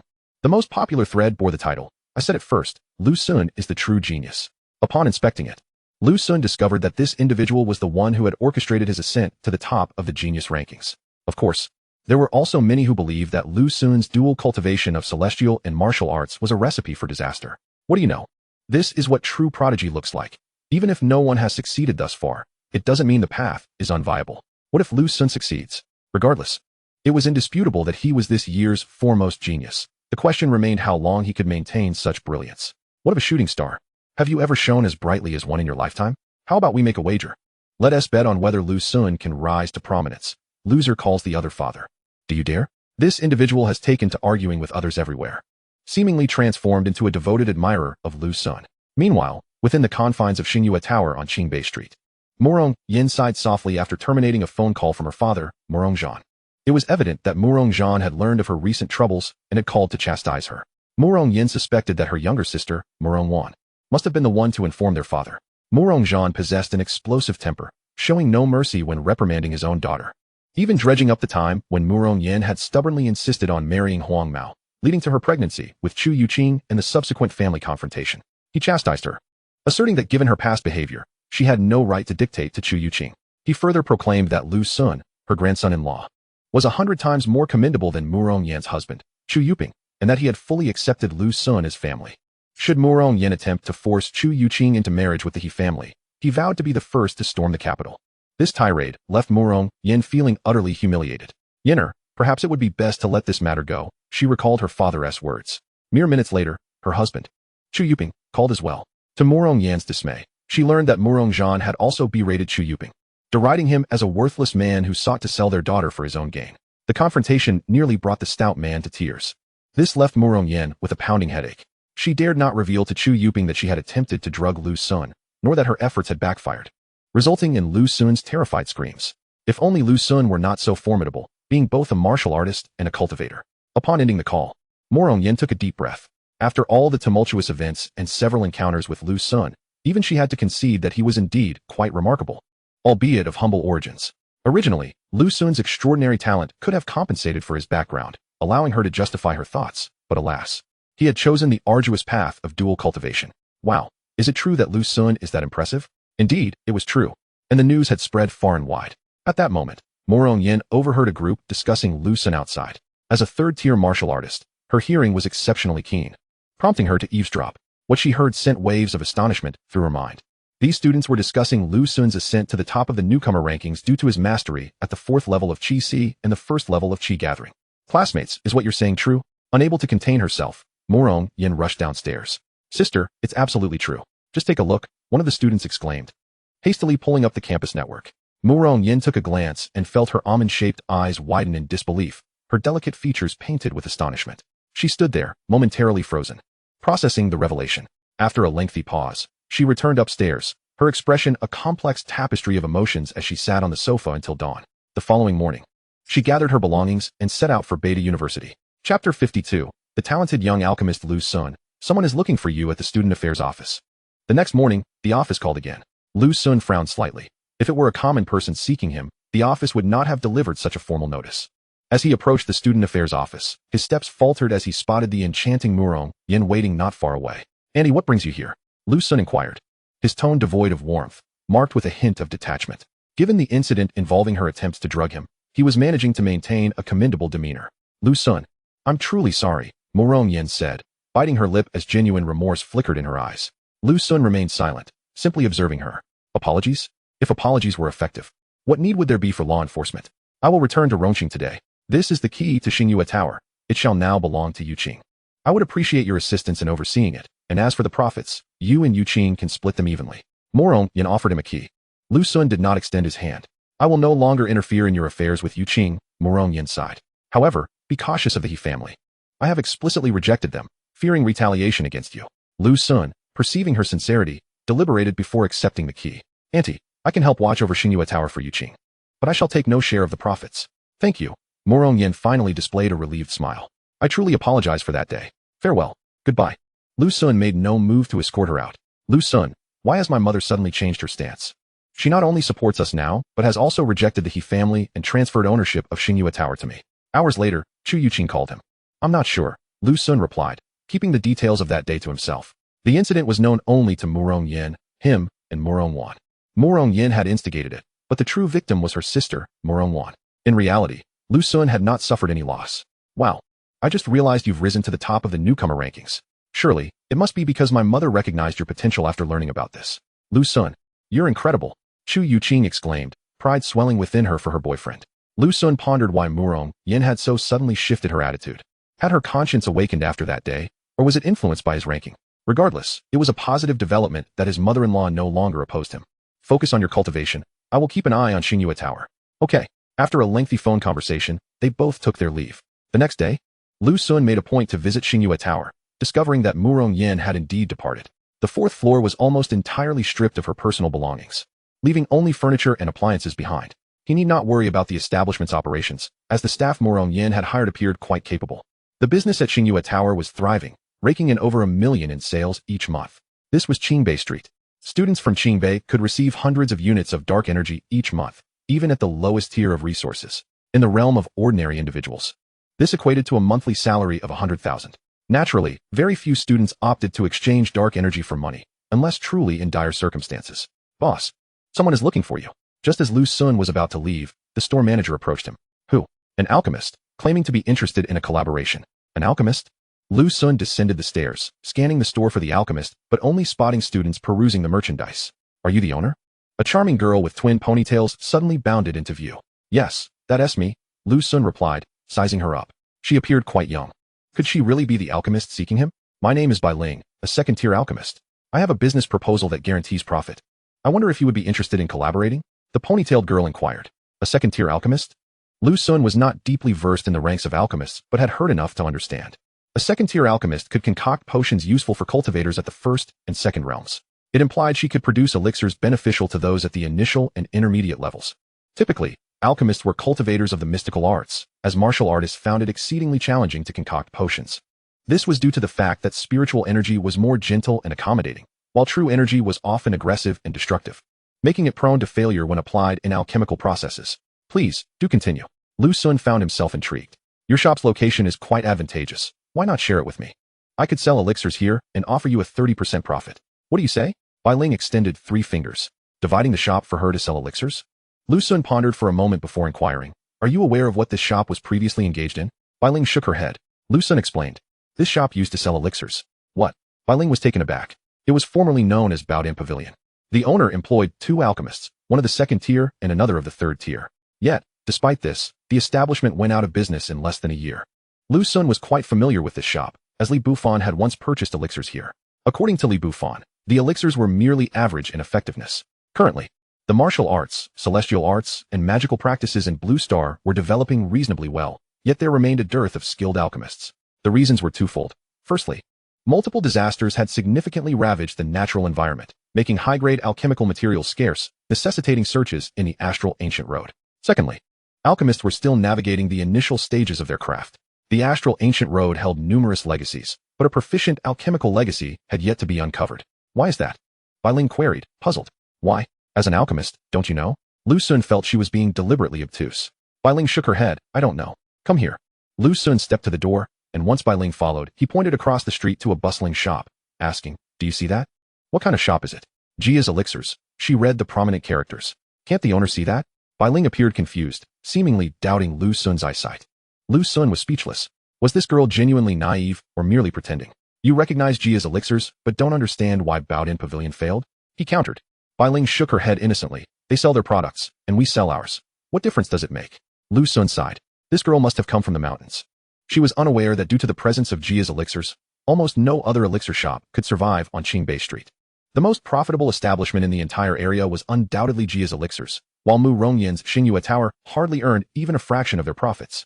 Moreover, Jia's primarily profited from dark energy, the true currency of the cultivation world. Do you truly believe your elixirs can compete with the Jia group?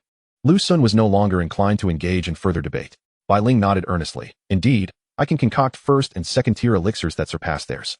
Lu Sun double-checked her sincerity. She spoke with a clarity that suggested she believed in her own claims. If you don't believe me, I have a bottle of Qi gathering elixir for you to inspect. All my elixirs bear golden patterns. The girl produced a small jade vial and handed it to Lu Sun. Golden patterns? What are those? Lu Sun was genuinely perplexed. Even among alchemists of the same tier, there were distinctions, akin to the divisions of cultivation techniques into 4 levels: heaven, earth, mysterious, and yellow. The lowest tier, yellow alchemists, produced elixirs devoid of any patterns, regardless of their grade. Above that, mysterious tier elixirs bore white patterns, earth tier bore silver, and heaven tier bore gold. The tier merely indicated the grade of elixirs an alchemist could produce. The true quality was determined by the alchemist level. And I am a second-tier heaven alchemist, Bai Ling stated proudly, lifting her chin. A second-tier heaven alchemist? Lu Sun checked his phone and was astonished. Bai Ling had not lied. The criteria for alchemist evaluation indeed followed such a framework. The first, second, and third tiers merely indicated the grades of elixirs one could produce, while the quality depended on the alchemist's level. The 2 second and third-tier alchemists previously hired by Jinbao Pavilion produced elixirs without any patterns, marking them as the most basic yellow-tier alchemists. Such alchemists, even if they could create third-tier elixirs, were ultimately of little use. With your remarkable skills, why can't you afford a shop? Lu Sun began to express his skepticism. A skilled alchemist of her level would surely be in high demand at places like Jia's group.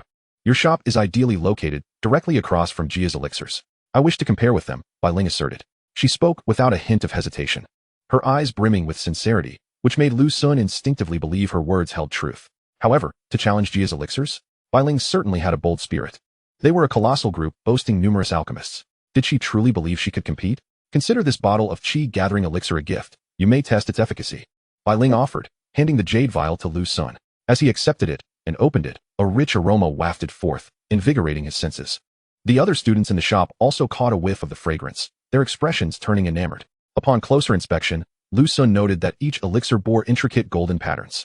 The patterns did not appear artificially applied. Rather, they seemed to possess a profound essence, evoking a sense of the universe's truths.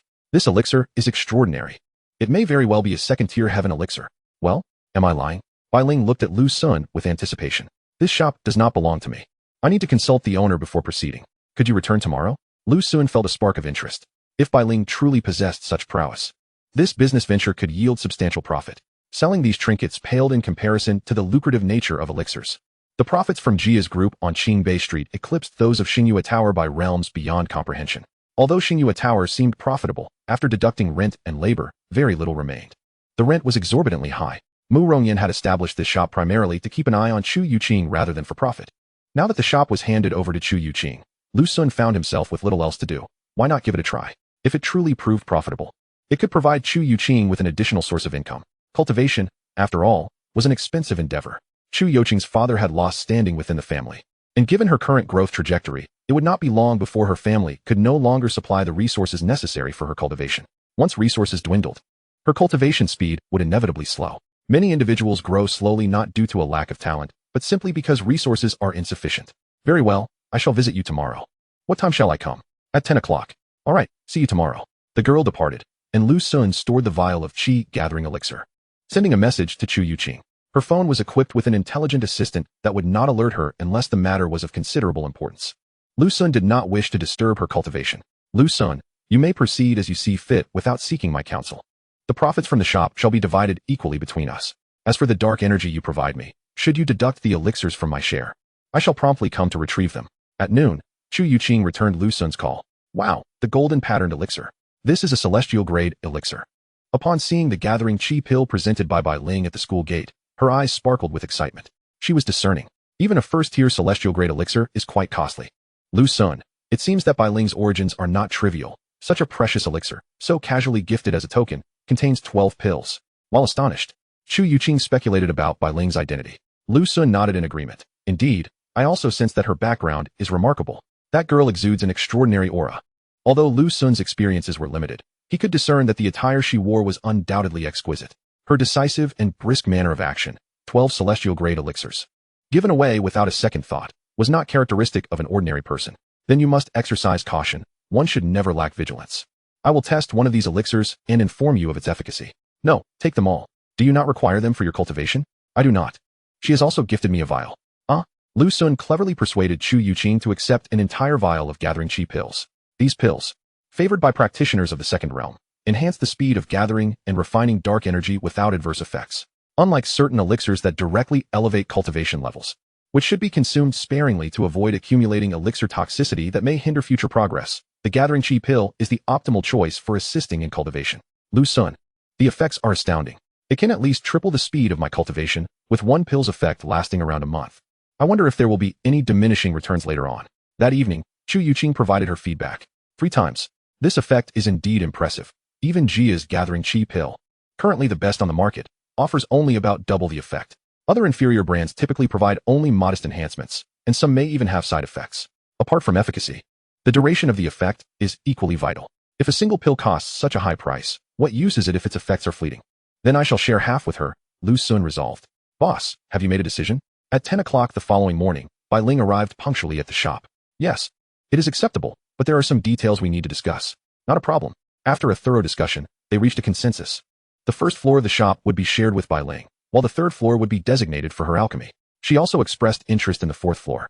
But Lu Xun did not agree to this for the time being. Bai Ling would not pay rent, but would share 40 of the profits with Lu Xun, a figure he proposed which she readily accepted. This further solidified Lu Xun's suspicion that Bai Ling's background was indeed extraordinary. She did not seem to be motivated by profit, but rather a desire to prove herself, evident from her remarkable efficiency. 3 days later, when Lu Xun returned to Xingyue Tower, he discovered that it had undergone a complete transformation. Bai Ling's half was already renovated. The third floor had also been completed, and it appeared that Bai Ling had even set up a small bed in one of the rooms, seemingly preparing to sleep there. The speed of renovations in this era was typically swift, but this level of efficiency was astonishing. On the 4th day, Bai Ling's elixir shop officially opened. Aptly named Lingdan Pavilion, reflecting her name beautifully. Wow, celestial-grade elixirs. How expensive. While they were costly, they were indeed celestial-grade elixirs. Upon the opening of Lingdan Pavilion, the allure of its celestial-grade elixirs attracted a multitude of Qing-based students, filling the place to capacity and nearly overwhelming the threshold. As a result, all the celestial-grade elixirs were sold out within the first hour of opening. Once the elixirs were depleted, Bai Ling instructed her staff to close the doors and hung a sign for students to return the next day. What? They're all gone. I should have been less frugal. The students who failed to purchase lamented their misfortune. Boss, how about that? I wasn't lying, was I? In the shop. Bai Ling clapped her hands, visibly pleased. Impressive, Lu Xun praised, giving her a thumbs up. All right, I need to get back to alchemy. If you're interested, feel free to come and learn. Though I want to be responsible for teaching, Bai Ling said as she disappeared into the 3rd floor, where she had transformed a space into an alchemy room. Chapter 54, A Bounty of 1 billion, Targeting You. Lu Xun, with Lingdan Pavilion's booming business. Why not give her the entire shop? Not just yet. Xingyue Tower's business has also improved recently. All right then. On that weekend, Chu Youqing made a special visit and was astonished by the throngs of people. The queue at Lingdan Pavilion extended nearly out of Qingbei Street. The adjacent Jia's elixir shop was significantly affected. Students who had initially intended to buy elixirs elsewhere opted to wait for Bai Ling's concoctions instead. Some even queued overnight to secure Bai Ling's elixirs. Bai Ling's offerings extended beyond just gathering chi pills and truth-condensing pills, encompassing rare elixirs capable of expanding one's chi si and meridians. These were the most enticing. Unfortunately, the quantity she could produce daily was limited, leaving most unable to procure them. Lu Xun, if she is this remarkable, why is she here making and selling elixirs? Chu Youqing questioned, puzzled. Lu Xun too found himself at a loss for an answer. This girl seemed extraordinary, cloaked in an air of mystery. Who knows why she chose to sell elixirs here? Perhaps she is a descendant of a prestigious family, seeking a diversion from the confines of home. Regardless, it posed no detriment to Lu Xun, with Lingdan Pavilion thriving. His share of the profits equaled several days' earnings from Xingyue Tower. Moreover, this profit was in the form of dark energy. Lu Xun could also secure a celestial-grade truth-condensing pill from Bai Ling for Murong Wan. The truth-condensing pill, like the gathering chi pill, was a second-tier elixir, albeit tailored for martial artists. Concerned that Murong Wan might refuse it, Lu Xun asked Chu Youqing to present it to her, as it would enhance her cultivation speed. Previously, Murong Wan had utilized elixirs from Jia's, which were inferior in efficacy compared to those crafted by Bai Ling. Lu Xun, be cautious. A new bounty targeting you has emerged on the dark web, with an offer of 1 million dark energy. This price is exorbitant, and it's likely to attract 4-realm practitioners. 2 weeks later, Lu Xun received an unexpected message from Luo Dashing. On the dark web, a new assassination contract against him had surfaced. The previous contract had also seen an increase in price, rising from 30,000 to 50,000 units of dark energy. The price hike likely stemmed from a lack of takers. While dark energy was plentiful, Lu Xun had mostly remained at Beta University, with minimal activity in Qingbei Street. For ordinary Third Realm practitioners, making a move in Qingbei Street was perilous. Even if they succeeded in eliminating Lu Xun, they might not escape unscathed. As for Fourth Realm practitioners, 50,000 dark energy was not worth the risk, and they wouldn't even spare a glance. However, the newly commissioned offer of 1,000,000 units of dark energy is exceedingly steep. This amounts to a full cubic meter of dark energy, with prices starting at 1 billion. Even practitioners of the Fourth Realm may be tempted. Who could be behind this? Lu Xun's mind raced as he quickly identified a suspicious target. The He family. After much contemplation, Lu Xun felt that only the He family could be capable of such a feat. The individuals who once seized all his family's wealth with a mere promissory note could not possibly muster such an abundance of dark energy. The He family, however, could. In the past, to compel Lu Xun to part ways with Chu Youqing, the He family had offered 1,000,000 units of dark energy. After Murong Wan's explicit rejection, the He family appeared enraged and retaliated by placing a bounty of 1,000,000 dark energy units on the dark web to have Lu Xun eliminated. He must minimize his time outside the school. Although Lu Xun had deduced the situation, he currently lacked an effective strategy. The He family was affluent and could easily part with 1,000,000 units of dark energy. With his current strength, he was still unable to contend with them. His only recourse was to minimize his excursions from the school. Even if a Fourth Realm practitioner accepted that commission, they would not dare to act within the confines of Beta University. Qingbei Street was relatively safe, but if a Fourth Realm practitioner did take the commission, they might resort to desperate measures, especially those with exceptional evasion skills. With this thought in mind, Lu Xun headed towards the school. Hixia. Upon reaching the school gate, he spotted Hixia. The latter beamed upon seeing Lu Xun. After considerable effort, Hixia had finally cultivated the slithering serpent step to the 3rd stage. He had been waiting for Lu Xun here to challenge him. Lu Xun.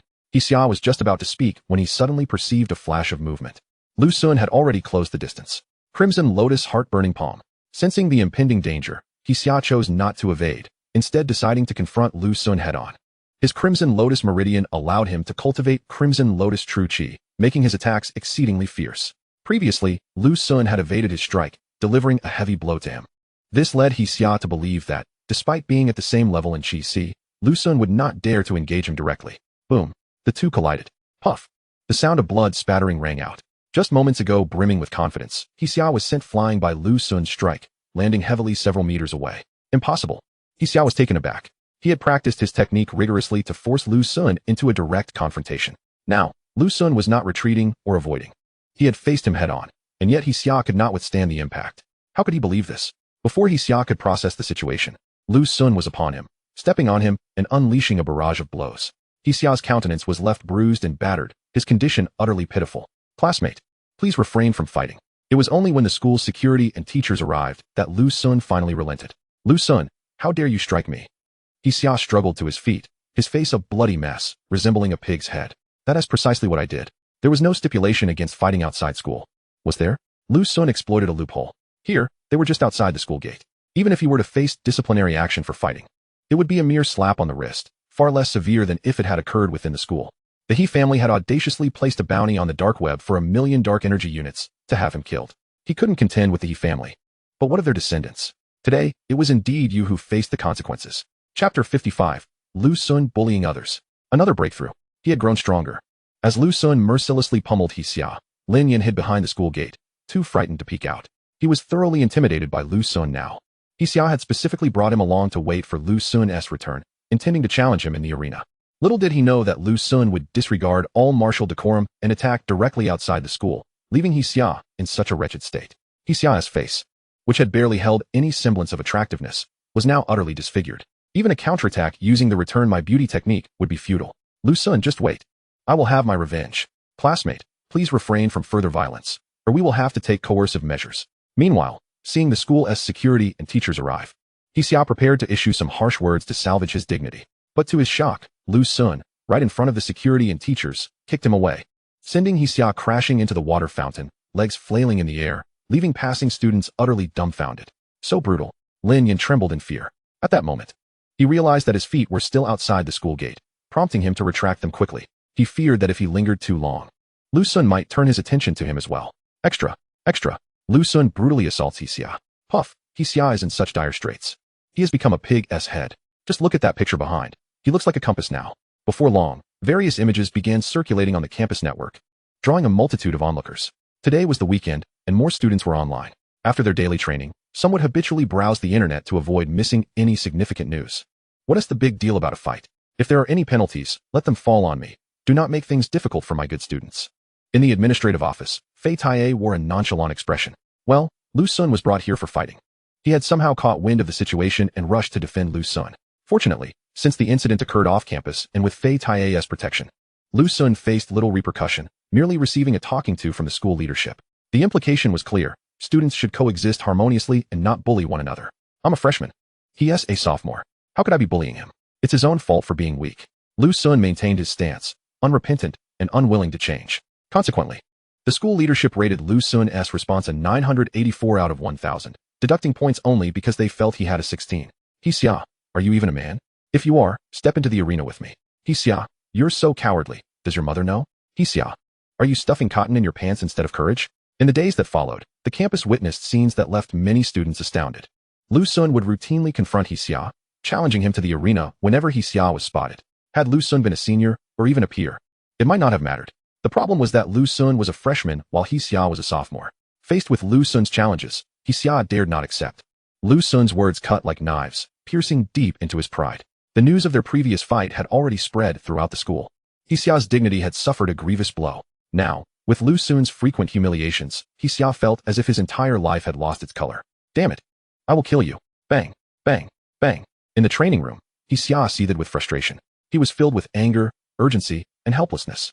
Lu Sun seemed to appear out of nowhere. As soon as he stepped outside, it wouldn't be long before he encountered him. Then, Lu Sun would issue a challenge, which Xia would be too frightened to accept. He would be publicly ridiculed, leading to the loss of his dignity and leaving him without the slightest motivation to train. Only heaven knew how he had endured these past few days. He also dared not leave the school, for every time he approached the gate, Lu Sun's figure would invariably appear in the distance. This left Xiao with the overwhelming sensation that should he dare to leave the school premises, Lu Sun would undoubtedly rush out to deliver a thorough beating. Xiao was engulfed in despair. Oh father, avenge me. A week later, unable to endure the torment any longer, Xiao summoned his father to pick him up from the school gate one weekend. He yearned to return home. He simply could not remain at school any longer. No matter the persuasion, he refused to stay. If this continued, being tormented by Lu Sun would drive him to madness. Upon seeing his father, Xiao threw himself into his arms, weeping uncontrollably. Goodness, Xiao is truly pitiful, reduced to tears from bullying. Yet, despite the gravity of the situation, I couldn't help but find it amusing. What grudge could evoke such torment from Lu Sun? Lu Sun was indeed being excessively cruel. Surely, there must be an underlying story. Otherwise, why would Lu Sun single him out for such treatment? How intriguing. This scene was captured by an onlooker, sparking a heated discussion at Beta University. The students, eager for gossip, found the situation quite entertaining. They had never witnessed such a spectacle. A sophomore, a prodigy with a breakthrough in the earthly meridian, and a chi C at the 4th layer, being bullied to the point of breakdown by a freshman, and resorting to crying for his father. This was unbelievable. Many students expressed their delight, eagerly anticipating more. From now on, I shall never provoke him again, Lin Yan resolved. Henceforth, he decided to keep a distance of 30 meters from Lu Sun whenever possible. If Xiao was driven to such despair, the consequences of inciting Lu Sun's wrath were too dreadful to contemplate. Ha ha ha, brother Sun, you are truly remarkable. If I ever make an enemy, I shall certainly call upon your assistance to deal with them, Li Bufan exclaimed, thoroughly amused. Lu Sun, I heard you made Xiao cry. Indeed. Oh, then you must be cautious. The He family is known for their vindictiveness. Chu Youqing had also caught wind of the incident, and, without inquiring into the details, merely advised Lu Sun to be careful. He did not disclose the matter of the $1 million bounty to her, wishing to spare her worry. Following He Zhao's return home, he applied for an extended leave from school, indicating he had no intention of returning. Lu Sun found himself deprived of amusement. Recently, he had been rarely seen at school because Luo Dashing informed him that the bounty had escalated to 2 million, and it had already been accepted. The identity of the acceptor remained a mystery. This particular bounty was somewhat unique. It was likely that more than one individual had taken it up. Undoubtedly, it was orchestrated by the He family. The increase in the bounty amount confirmed Lu Sun's suspicions. It was undoubtedly the He family seeking retribution for the humiliation He Xiao suffered. The He family was indeed wealthy, effortlessly producing 2 million units of dark energy. Under these circumstances, Lu Sun became increasingly cautious. Murong Wan broke through to the 3rd layer of the Chi Si, and you received 20 times her gains. Days later, the 20-fold return arrived once more. Murong Wan's cultivation speed was astonishing. The heavenly grade pills provided by Bai Ling significantly enhanced her progress. With less than a month until the official start of classes, she achieved another breakthrough to the 3rd layer of the Chi Si. Lu Sun's strength surged once again, ascending from the 8th layer to the 9th layer. and then reaching the pinnacle of the 10th layer. After attaining the peak of the 10th layer, Lu Xun felt a tremendous flow of energy within him, leading him to believe he could enter the third realm. Just as he contemplated this leap, the energy within him continued to expand his Qi. Consequently, Lu Xun ascended to the 11th layer of the Qi. Remarkably, Lu Xun had not anticipated the existence of an 11th layer. While other martial cultivators capped at the 10th layer, he had advanced to the 11th. System. Why have I not broken through to the third realm? Lu Xun inquired. To attain the Tanxiao realm, one must unlock all 108 secret orifices and awaken martial divine abilities. The returns from the Qi realm pertain to true Qi and are insufficient to assist the host in breaking through to the third realm. If the host insists on attempting to break through to the third realm now, the probability of awakening a rare martial divine ability, such as the Eye of the Thousand Miles, the Fire Eye, or the three-headed six-armed form, is exceedingly low. The system's voice resonated. Very well, then. I shall forego the attempt to break through to the third realm at this moment. After some contemplation, Lu Xun decided it was unnecessary to rush his growth. Establishing a solid foundation and mastering each realm to the utmost would serve him better in the long run. Moreover, realms and combat strength are distinct. During the body tempering phase, he could easily defeat Lin Yan, who had opened 7 meridians. Should he continue to ascend through the Qi realm to the 17th or 18th layers, even the ordinary third realm cultivators would not stand a chance against him. Chu Youqing broke through to the second layer of Qi gathering. You received 20 times her gains. A couple of days later, Chu Youqing also achieved a breakthrough. With the benefit of the 20-fold return, Lu Xun surged from the 6th layer to the 10th layer of Qi gathering, merely a step away from the third realm. Chapter 56. The Despairing Genius, the Sword of 10,000 Calamities. Lu Xun, I visited the Star Moon Tower, and everything seems fine. You can focus on your cultivation without worry. After Chu Youqing's breakthrough to the second layer of Qi gathering, she initially planned to invite Lu Xun out for a stroll. But he declined, citing his commitment to cultivation. With the $1 million bounty now accepted, Lu Xun could not afford to be careless. Observing Lu Xun's diligence, Chu Youqing did not hold it against him, opting to investigate the situation at the Star Moon Tower herself. The situation there was indeed promising. Thriving under the influence of Bai Ling's Elixir Pavilion, Lu Xun's range of activities shrank to the confines of Beta University. Fortunately, Beta University was vast, and remaining within its boundaries did not induce monotony. Was she still cultivating? Murong Wan truly was a cultivation fanatic. Since their last encounter, following their second rendezvous under the influence of the elixir, he had not seen her again. It was reasonable to assume she was engrossed in her training. Murong Wan's dedication could be understood. Unlike the students from Qingbei, she was already 25 years old. At her age, students from Qingbei had typically graduated. Had she not possessed the exquisite body and opened the exquisite meridian, being taken under the wing of an elder from the Beidou Hall, she would not have been able to attend Qingbei. Qingbei had certain age restrictions. To clarify, she was not enrolled at Qingbei per se, but was being nurtured there by the elder from Beidou Hall. Another week passed, and the monthly assessment arrived. The monthly exam was relatively straightforward, primarily assessing cultivation levels to determine any progress compared to the previous month. Even if one's cultivation remained unchanged, any improvement, as evidenced by the energy tier displayed on the testing pillar, would indicate progress. It was uncertain whether there would be any changes in the rankings of the newcomer list this month. There would undoubtedly be changes. Yet I felt the top position would remain unchanged. I too share the same sentiment. In the span of a month, Murong Wan and Lu Xinghe would only reach the third layer of the Qi. They could not possibly catch up to Lu Xun, who still held a leading advantage. Do you think Lu Xun might reach the 5th layer of the Qi? On the day of the monthly assessment, students buzzed with speculation regarding the potential changes in the newcomer rankings. The newcomer list fluctuated with each monthly evaluation. Wow. Lu Xinghe has actually reached the 3rd layer of the Qi. Wang Tingyan has reached the 2nd layer of the Qi, not too shabby. Du Yuqi has also reached the 2nd layer. She's quite a beauty. In the testing center, a gathering of students diligently reported updates online.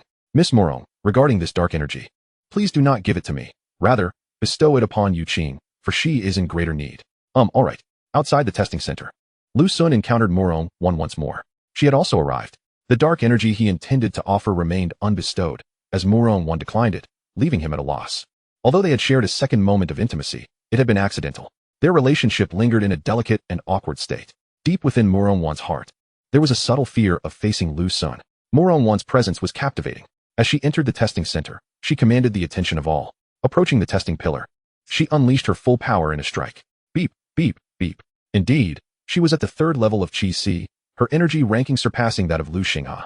Impressive. Truly a blend of beauty and prowess. The students marveled in admiration. Without lingering, Murong Wan departed. Then Lu Xun arrived. The students once again turned their gaze in his direction. Upon entering the testing center, while many anticipated that he would undertake a test, Lu Xun instead approached someone. So, you, The coward who dares not accept challenges, have finally graced the school with your presence? He remarked coldly, fixing his gaze on He Xiao. Who are you calling a coward? I have reached the 5th level of Qi Si. He Xiao, surprisingly fueled by indignation, had indeed broken through to the 5th level. Is that so? Let us meet on the arena shortly, Lu Sun replied nonchalantly. He Xiao hesitated.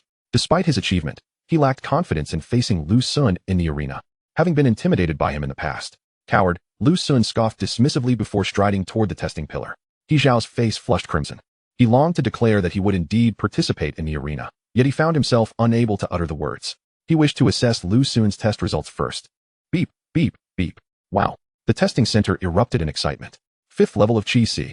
How is it possible that, in just 1 month since the semester began, he has reached this level? Despair flickered in He Xiao's eyes as he grappled with the reality of Lu Sun's rapid ascent. He had only recently broken through to the 5th level himself. What would happen after another month? Would Lu Sun surpass him? He was acutely aware that He Xiao, was no such genius capable of breaking through to the 6th level within a month. Beep, beep, beep. The revelations were not yet concluded. 2nd level of Qi gathering. The testing center erupted once more. Is this the ultimate powerhouse of Beta University? Ha ha ha, did you see? I told you. My brother Lu is the one true god. Yet, some students attempted to dampen the excitement by mentioning the dual cultivation of both sword and martial arts. The monthly examination once again sparked considerable discussion. Naturally, such discussions were fleeting. Once the examination concluded, students returned to their training, with few willing to squander time online. Recently, the blue star had been accelerating. The time until entering the starry ancient path was drawing ever closer, instilling a sense of urgency in all students. Murong Wan's Tai sword technique has broken through to the 1st tier. You have gained 20 times her achievements. You have acquired the Wanjia Wuxiang sword. A week later, unexpectedly, Lu Sun obtained the results of Murong Wan's sword technique training, the Wanjia Wuxiang sword. The Tai sword technique, upon reaching Lu Sun, transformed into the Wanjia Wuxiang sword. Though the name changed, its power increased manifold. Chapter 57, The Princess's Intentions. In the cultivation chamber of Beta University, Lu Sun wielded a long sword, his brow furrowed in concentration as he vibrated his entire being with true energy. With a subtle twist of his wrist, the sword carved intricate trajectories in the air, repeatedly slicing at a massive stone towering before him. To the untrained eye, Lu Sun's swordplay appeared chaotic, reminiscent of a novice's erratic flailing. Yet, upon closer inspection, one could discern the hidden profundity within the apparent disorder. Each stroke seemed to resonate with the cosmos, imbued with an ineffable rhythm and beauty. After a few moments, Lu Sun sheathed his sword, standing before the undamaged stone. He clapped his hands, the air reverberating under the impact. This triggered a chain reaction. The surface of the stone erupted with spiderweb-like cracks, and it soon collapsed, shattering into hundreds of sharply defined fragments. Such sharp sword energy. Lu Sun bent down to pick up a piece of debris, his fingertips gliding over the mirror-like surface. A flicker of astonishment crossing his eyes. The cut surfaces of these stones were extraordinarily smooth, akin to mirrors. Undoubtedly, they had been cleaved by Lu Sun's sword energy. The sword energy was so incisive that even after reducing the stone to hundreds of pieces, it retained its integrity until Lu Sun's applause seemed to awaken it to its shattered state. This exemplified the remarkable sharpness of the sword energy, affirming that it was indeed an impressive sword technique. After returning to him, the Tai sword technique had transformed into the Wanjia Wuxiang sword, an exceptionally powerful form of swordplay. Even the first move rendered Lu Sun's sword energy extraordinarily acute. Another striking feature of the Wanjia Wuxiang sword lay in its formlessness. Its techniques transcended the tangible, resembling ephemeral illusions, akin to flowers in the mirror or the moon reflected in water. Simply put, it was the concept of formlessness surpassing form. Returning to refine a quality sword, Lu Sun sheathed his weapon. This sword had been exchanged for dark energy at the school's resource center. The resource center of Beta University offered a plethora of items, including elixirs, weapons, armor, and treasured garments. The quality of these items was commendable, falling within the upper middle range. For superior items, one would have to spend considerable sums externally or achieve commendable rankings in school-hosted competitions and significant year-end evaluations for a chance at such rewards. Lu Sun's sword had cost him 2,000 units of dark energy, its quality rather mediocre. 2 days later, in the dead of night, the little white cat transformed once more into Princess Barbara. She could only awaken once a month, and the duration was brief, lasting merely 2 to 3 minutes. I told you not to bathe me again. Upon awakening, Barbara instantly absorbed the memories of the previous month, causing her to explode in indignation, her front paws flailing wildly in the air. However, this time she refrained from pouncing on Lu Sun with the intent to harm. Lu Sun, lazily propped up in bed with one hand supporting his face, remarked, "If I were you, I wouldn't squander time on such meaningless complaints." "That's a valid point," Barbara mused, tilting her head thoughtfully, her ears twitching before she subdued her anger. So what do you think? I didn't deceive you, did I? That incantation is indeed quite useful. With a proud swish of her tail, her azure feline eyes sparkled with a sense of triumph. It is indeed effective, Lu Sun acknowledged. Would you like to learn the second incantation? Barbara stepped closer, lowering her voice conspiratorially. This is a support-type spell that can temporarily double your combat power, if cast repeatedly. She paused deliberately before continuing. Your combat power can accumulate even further. Double combat power? And it can stack? Lu Sun inquired eagerly. Do tell. Lu Sun raised an eyebrow, maintaining an expression of calm indifference. Listen carefully, this incantation is quite lengthy. Barbara cleared her throat and recited solemnly, a Bacabibacado. Under the moonlight. The whiskers of the ragdoll cat quivered gently in response to the incantation. She repeated it 5 times, ensuring that Lu Sun had fully grasped it. This is my blood. Try it out, and I shall see if you pronounce it correctly. Barbara extended a drop of blood with her small paw. Her eagerness raised Lu Sun's suspicions. A princess is a princess, and a little white cat is a little white cat. Although the latter was merely a reflection of Barbara's instinct while her consciousness lay dormant. It was this very instinct that rendered her more trustworthy. Once Barbara's consciousness awakened, she might resort to cunning tricks against Lu Sun. Let us try again later, he said nonchalantly. This spell is complex, requiring a certain finesse in pronunciation. Any mispronunciation renders it ineffective. Are you certain you do not wish for my guidance? Barbara blinked innocently. Perhaps you should first disclose your purpose for teaching me these spells. There is no such thing as a free favor in this world. Lu Sun met her gaze intently. It is quite simple. I wish for your assistance in breaking the curse that binds me. This may pose a challenge for you at present. Hence I shall provide you with greater resources to facilitate your growth. Barbara asserted with utmost seriousness. Assist you in breaking your curse? Lu Sun pondered, stroking his chin thoughtfully. Why choose me? If you seek aid, those formidable beings from the east would surely be your best option. No, Barbara shook her head resolutely, the moonlight casting a mysterious shadow in her eyes. This is a choice of destiny and my only chance for a turnaround. A choice of destiny?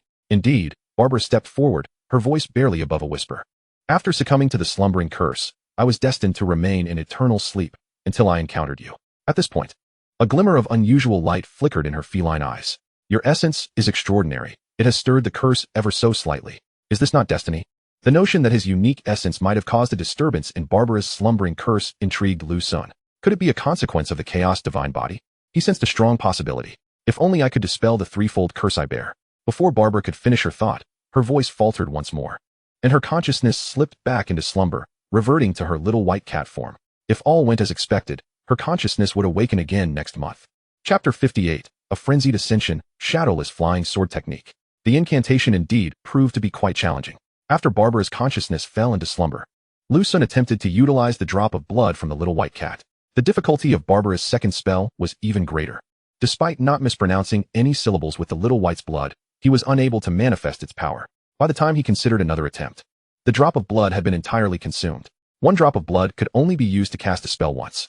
He would wait until next month when Barbara awakened to learn from her again. Lu Sun paid little mind to it and drifted back to sleep. Before 5 o'clock the following morning, dawn broke. Recently, Blue Star had been accelerating through the cosmos, propelled by the gravitational pull of the stars, drawing ever closer to the moment of entering the dark universe. This phenomenon had rendered the cycle of day and night increasingly irregular. At Beta University, the number of students visible during the day was scant. All students were fully immersed in their training. Even those heading to the cafeteria for meals had significantly diminished in number. Many had prepared high-energy foods in advance, seeking to avoid wasting time on meals. Throughout Beta University, Lu Sun remained the most leisurely individual.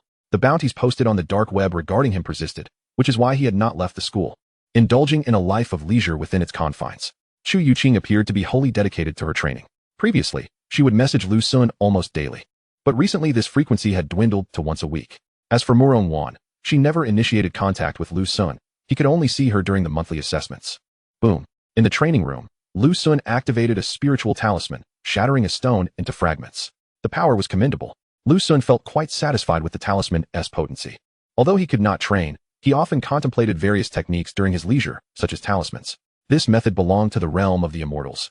Martial arts emphasized self-reliance, while the immortal path offered numerous means of leveraging external forces. If significant progress in training was unattainable, one could still pursue alchemy, artifact forging, formations, talismans, and puppetry as alternative paths. Murong Wan has broken through to the 4th layer of Chi Si. You receive 20 times the benefits from her advancement. One day, Lu Sun received another notification regarding returns. Impressive, he thought, giving a thumbs up. Murong Wan's cultivation speed was astonishing. Merely half a month post-meridian opening, she had broken through to the 1st layer of Chi Si. Although it took over a month to ascend from the first to the second layer due to distractions caused by familial matters, once she focused on her training, she advanced to the third layer in just over 20 days. Now, merely 20 days later, she had surged to the fourth layer. Throughout this time, Murong Wan had also dedicated some time to honing her martial skills. Her exquisite physique was indeed an exceptional foundation for cultivation, born for the pursuit of mastery. Comfortable. On Lu Sun's end, he had leaped to the 13th layer of Qi Si. His Qi Si had expanded remarkably, resembling an immense ocean, boundless and profound. The richness of his true energy rivaled that of certain practitioners in the third realm. Murong Wan's 1,000-track step has broken through to the second stage. You gain 20 times the benefits from her achievement. Your 10,000-track step has been upgraded to divine track step. A week later, another return notification arrived. Following her breakthrough to the fourth layer of Qi Si, Murong Wan had elevated her 1,000-track step to the second stage. Consequently, Lu Sun's 10,000-track step was once again upgraded, transforming into the divine track step. Chu Youqing has broken through to the third layer of gathering Qi. You gain 20 times the benefits from her advancement. A few days later, Chu Youqing also achieved a breakthrough. Lu Sun welcomed this return eagerly, gathering Qi at the 11th layer. Similar to Murong Wan, Chu Youqing's advancement did not propel him into the third realm. Instead, he ascended to the pinnacle of the 11th layer of gathering Qi. Incredible, truly 1 layer per month. With breakthroughs beyond 5 layers achievable within a month, if this continued, he would shatter the records of Beta University. Let us not forget, he was cultivating both immortal and martial paths. How could he progress so rapidly in both? The monthly examination drew near once more, and Lu Sun's results garnered attention yet again. Many students, even those who had anticipated it, remained astonished. Each month, Lu Sun's strength ascended by a layer, concurrently in both the immortal and martial paths. Such an occurrence had never been documented in the history of Beta University. Listening to the murmurs around him, Lu Sun merely smiled faintly, neither confirming nor denying. If these students were to discover his true strength, their astonishment would be beyond measure. 30 years in the East, 30 years in the West. For every moment of your current pride, a moment of despair awaits you. He Xiaowen sneered. Currently, he had entirely lost hope of catching up to Lu Sun. As this month draws to a close, Lu Sun's cultivation has surpassed his peers. He yearns to break through to the 6th layer of the Qi Si, yet he estimates he requires at least another 3 months. Young master, we must leave swiftly. Lin Yan, noticing Lu Sun's gaze directed towards them, urged He Xiao to depart hastily. He Xiao's complexion shifted, fleeing as if his life depended on it. Recently, he had seldom attended school, fearing encounters with Lu Sun. Your incantation, Abacabibacado, is indeed correct, but the duration of the syllables is amiss. Duration? Of course. When articulating, the temporal length must be identical, neither prolonged nor abbreviated. The first incantation has been optimized by the royal family. Otherwise, mastering it would be tenfold more challenging. Days later, Barbara's consciousness awakened once more. This time, she wasted no time and began instructing Lu Sun in the intricacies of incantations. The nuances of spell casting are considerable. What appears to be a mere phrase is far from easy to master. In truth, Lu Sun took a shortcut. He utilized Barbara's blood. Without it, he would lack the magical energy necessary to cast spells. Even with magical energy, executing these incantations demands exceptional magical prowess. Alas, it seems I shall not learn it today. Perhaps next month, meow. 2 minutes later, Barbara's consciousness slipped back into slumber. Lu Sun still had not mastered the incantation. Lu Sun, I have credited your share from the Spirit Pill Pavilion to your account. At the month's end, Chu Youqing sent a message. Lu Sun had not stepped outside the school gates for nearly 2 months. Business at Bailing's Spirit Pill Pavilion flourished increasingly. She primarily concocted celestial-grade elixirs, and somehow, news spread online, attracting not only students from Qingbei, but also practitioners from other cultivation schools and the outside world to purchase her elixirs. Consequently, the monthly profits grew substantially. Chu Youqing insisted on sharing half of the profits with Lu Sun, and he acquiesced. Currently, Chu Youqing lacked dark energy. Lu Sun could store it for her until she required it in the future. Murong Wan breaks through to the 5th layer of the Qi Si. Host gains 20-fold of Murong Wan's achievements. More than half of the new month passed when Murong Wan achieved another breakthrough. Consequently, Lu Sun also ascended to the 15th layer of the Qi Si. Chu Youqing breaks through to the 3rd layer of Qi Gathering. Host gains 20-fold of Chu Youqing's achievements. Not long after Murong Wan's breakthrough, Chu Youqing too experienced a surge in her cultivation. The progression seemed relentless, leaving Lu Sun overjoyed. In just under 3 months since the academic year commenced, Lu Sun had reached the 15th layer of the Qi Si and the 13th layer of Qi Gathering. The pace of his advancement was astonishing. Chu Youqing masters the sword flight technique. Host gains 20-fold of Chu Youqing's achievements. You have acquired the shadowless sword flight technique. Shortly after Chu Youqing's breakthrough to the 3rd layer of Qi Gathering, she mastered the essential method for second-tier celestial cultivation, the sword flight technique. She likely learned a standard version without many shortcuts. with its effectiveness hinging primarily on her cultivation level and sword control skills. After the 20-fold returned to Lu Sun, it transformed into the formidable shadowless sword flight technique, vastly superior to the ordinary variant. Chapter 59, Bai Ling's Troubles. Bai Ling has closed the Spirit Pill Pavilion? Indeed, boss. Miss Bai has been closed for a week, remaining behind closed doors without any indication of what she is doing. One day, Lu Sun received unexpected news. Bai Ling had shut the Spirit Pill Pavilion. It would not be an exaggeration to describe the pavilion as a gold mine. Lu Sun, merely contributing half of the facade, could still reap 40% of the profits, a veritable windfall. With Bai Ling's alchemical skills, her business would flourish anywhere. So her sudden closure was perplexing. Could it be that she felt Lu Sun was receiving too much? Such a lucrative tree must not be allowed to escape. Moreover, the accelerated cultivation of Chu Youqing and Murong Wan was, in part, due to Bai Ling's elixirs. As long as Bai Ling remained, Lu Sun could leverage his proximity to her for preferential access to her potions. After contemplating the situation, Lu Sun resolved to visit Qingbei Street. Although there were still 2 assassination contracts open against him in the dark web, his strength had undergone a significant transformation. A third-tier cultivator would find it impossible to eliminate him. Even in the face of a fourth-tier assassin, Lu Sun was confident in his ability to hold his ground. Qingbei Street lay centrally within Qingbei. He merely needed to delay for a short while. Having donned some disguise, Lu Sun ventured forth. Before long, he arrived at Xinhua Tower. As expected, it was closed. Standing before the tightly locked door of the Spirit Pill Pavilion, Lu Sun furrowed his brow. Despite the closure lasting a full week, a considerable number of individuals awaited outside, eager to purchase elixirs. This was a testament to the remarkable efficacy of Bai Ling's concoctions. Ascending to the 3rd floor, he rapped on the door. Who is it? Bai Ling's voice emanated from within, tinged with fatigue. She had merely shut the door. She was still inside. It's me. Lu Sun. Oh, just a moment. Bai Ling's voice sounded relatively normal, yet there were discernible sounds of commotion from within. It seemed she was engaged in alchemy rather than planning a permanent closure. Creak. After a brief wait of several minutes, the door slowly opened. Boss. It's been quite some time. Bai Ling appeared, forcing a smile. What troubles you, Bai Ling? Upon seeing her disheveled state, Lu Sun could not help but inquire. Bai Ling was undeniably attractive, a genuine beauty. In contrast to the stunning Murong Wan and the pure Chu Youqing, Bai Ling radiated a playful and vivacious charm. However, her petite face was now smudged, strands of hair clung to her forehead, and her locks appeared disheveled. Most distressing were her large, watery eyes, now framed by prominent dark circles, giving her a look of exhaustion. How long has it been since you last slept? I'm fine, Bai Ling replied, rubbing her eyes and yawning. I've been immersed in alchemy, striving to concoct a 3rd-tier elixir, but I have yet to succeed. As she spoke, her shoulders sagged in dejection. A 3rd-tier elixir?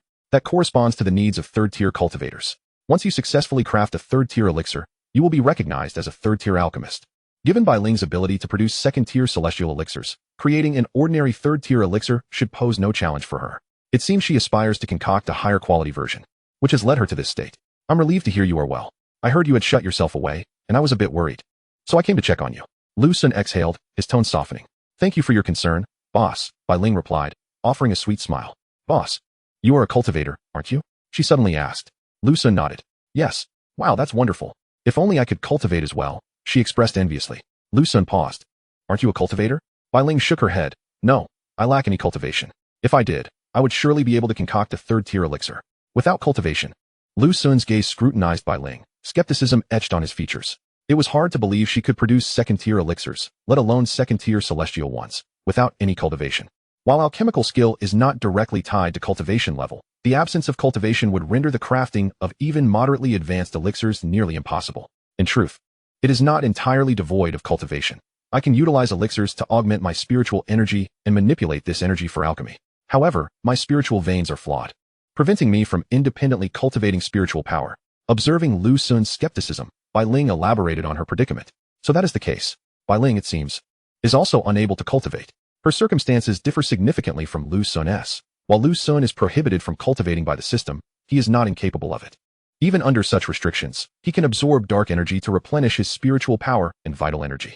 Bai Ling, however, relies solely on consuming elixirs to acquire her spiritual energy, which cannot be sustained in her body for long periods.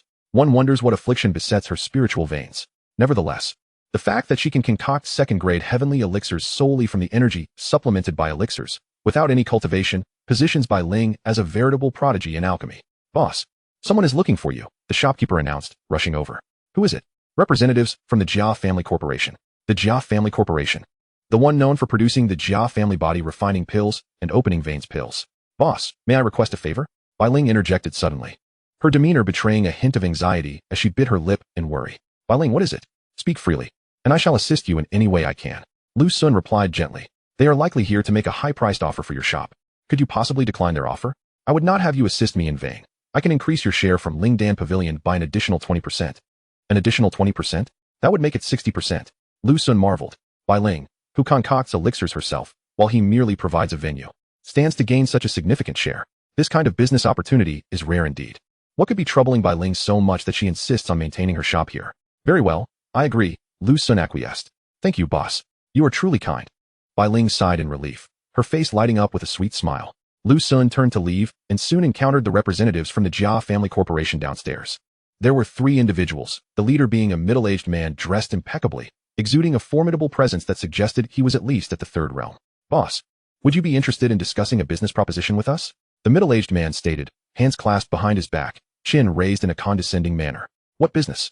Lu Sun asked, arms crossed, maintaining an unruffled demeanor. You signed a 3-year lease, correct? For the remaining 2.5 years.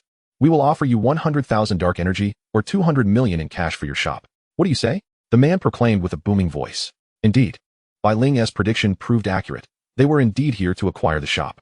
100,000 dark energy or 200 million cash is no trifling sum. Even with the profits from Lingdan Pavilion, accumulating 100,000 dark energy would not be an easy feat. It appears Bai Ling must have posed a significant threat, prompting them to make such a lucrative offer. However, Lu Sun suddenly sensed something amiss. The Jia Family Corporation is a colossal entity. Their elixirs not only sell well within China, but are also immensely popular in neighboring countries. This shop on Qingbei Street is but a minuscule fragment of their vast commercial empire. Even if Bai Ling can produce second-grade heavenly elixirs, how much of the Jia family's business could she possibly usurp? Moreover, given Bai Ling's alchemical prowess, if Lu Sun were to agree to sell the shop, she could easily relocate and still attract a throng of patrons. Yet, Bai Ling seems unwilling to switch locations, as if determined to stand against the Jia Family Corporation. The Jia family is prepared to spend lavishly to acquire Xingyue Building. Could there be a deeper story behind this? Am I caught in a web of enmity? Lu Sun pondered. I'm sorry, but I will not sell my shop. While his thoughts churned, Lu Sun firmly rejected the middle-aged man's offer. There's no need to refuse so hastily. Let us sweeten the deal with an additional vial of Jia family's Ningyuan pill or Tongxiao pill, shall we? The middle-aged man pressed on, refusing to concede. The mention of Ningyuan or Tongxiao pills would quicken the breath of even a peak 2nd realm cultivator. For a practitioner in the 2nd realm aspiring to break into the 3rd, such a breakthrough is no simple task. Many with mediocre talents can struggle for years at the peak of the 2nd realm without advancement. When assisted by Ningyuan or Tongxiao pills, the likelihood of success significantly increases. The Ningyuan pill is targeted at celestial cultivators, also known as the Foundation Establishment pill. The 3rd realm of celestial cultivation, the Ningyuan realm, is crucial. Breaking through elevates one's status significantly among practitioners. The 3rd realm of martial arts is Tongxiao, and the Tongxiao pill similarly facilitates easier breakthroughs. Both are standard 3rd-grade elixirs, and those of decent quality command exorbitant prices. Elixirs produced by the Jia family, such as the Ningyuan or Tongxiao pill, fetch astronomical sums and are not easily procured. Now, they are willing to part with a vial for a mere small establishment like Xingyue Building? The complexities of this situation are becoming increasingly evident. Lu Sun was now more convinced than ever that Bai Ling must have some unresolved issues with the Jia Family Corporation. On the opposite side, the middle-aged man awaited Lu Sun's response, seemingly confident that he would be swayed. After all, they were offering elixirs from the Jia family. I'm afraid I must repeat. I will not sell my shop. To the middle-aged man's astonishment, Lu Sun declined once more. 50,000 dark energy plus the elixirs, if you are willing to sell. The dark energy can be transferred to your account today. Lu Sun, without a moment's hesitation, firmly reiterated, I do not wish to repeat myself. Please leave. While 50,000 dark energy is indeed a staggering sum, it does not hold appeal for Lu Sun at this moment. Furthermore, this shop was a legacy left to Chu Youqing by Murong Wan. Although Chu Youqing has entrusted all decision-making power to Lu Sun, he will not simply sell it away. Boss, will you not reconsider? The middle-aged man's expression darkened. I believe I have made my position abundantly clear. Lu Sun's tone turned frosty, having been rejected twice. The middle-aged man huffed, surveying Lu Sun's face before turning on his heel to leave. He soon returned to the Jia family pharmacy across the street. Boss, thank you. I was genuinely worried you might agree to them, Bai Ling said gratefully as she emerged from behind. I have already given you my word. I will not go back on it. Focus on your alchemy, and do not overexert yourself. Yes, Bai Ling nodded earnestly. Meanwhile, on the 3rd floor of the Jia family pharmacy, the middle-aged man reported back to a young woman in her 20s, whose beauty was akin to a lotus and whose brows resembled willows. He bowed respectfully, stating, Miss, the matter did not go according to plan. The owner of Xingyue building refuses to sell. Refuses to sell? The young woman slowly raised her head, her delicate fingers tapping rhythmically on the table. Indeed, third miss. He refuses to sell. I raised the price twice, yet I did not expect his ingratitude. The middle-aged man gritted his teeth. 50,000 units of dark energy, plus a bottle of foundational elixir, and he remains unmoved. Managerly, investigate this individual's background, and find a way to contact the property owner. Offer a premium to have them breach the contract and evict them. Yes, Mississippi. The middle-aged man departed. After he left, the third miss approached the window, gazing across the glass at the Starry Moon Tower. With a rustle, the two attendants of the Spirit Pill Pavilion on the left side of the first floor of Starry Moon Tower opened the doors. Wow, they've opened. Thank goodness I've been waiting here all along. Those who had been lingering outside surged into the Spirit Pill Pavilion like a tidal wave.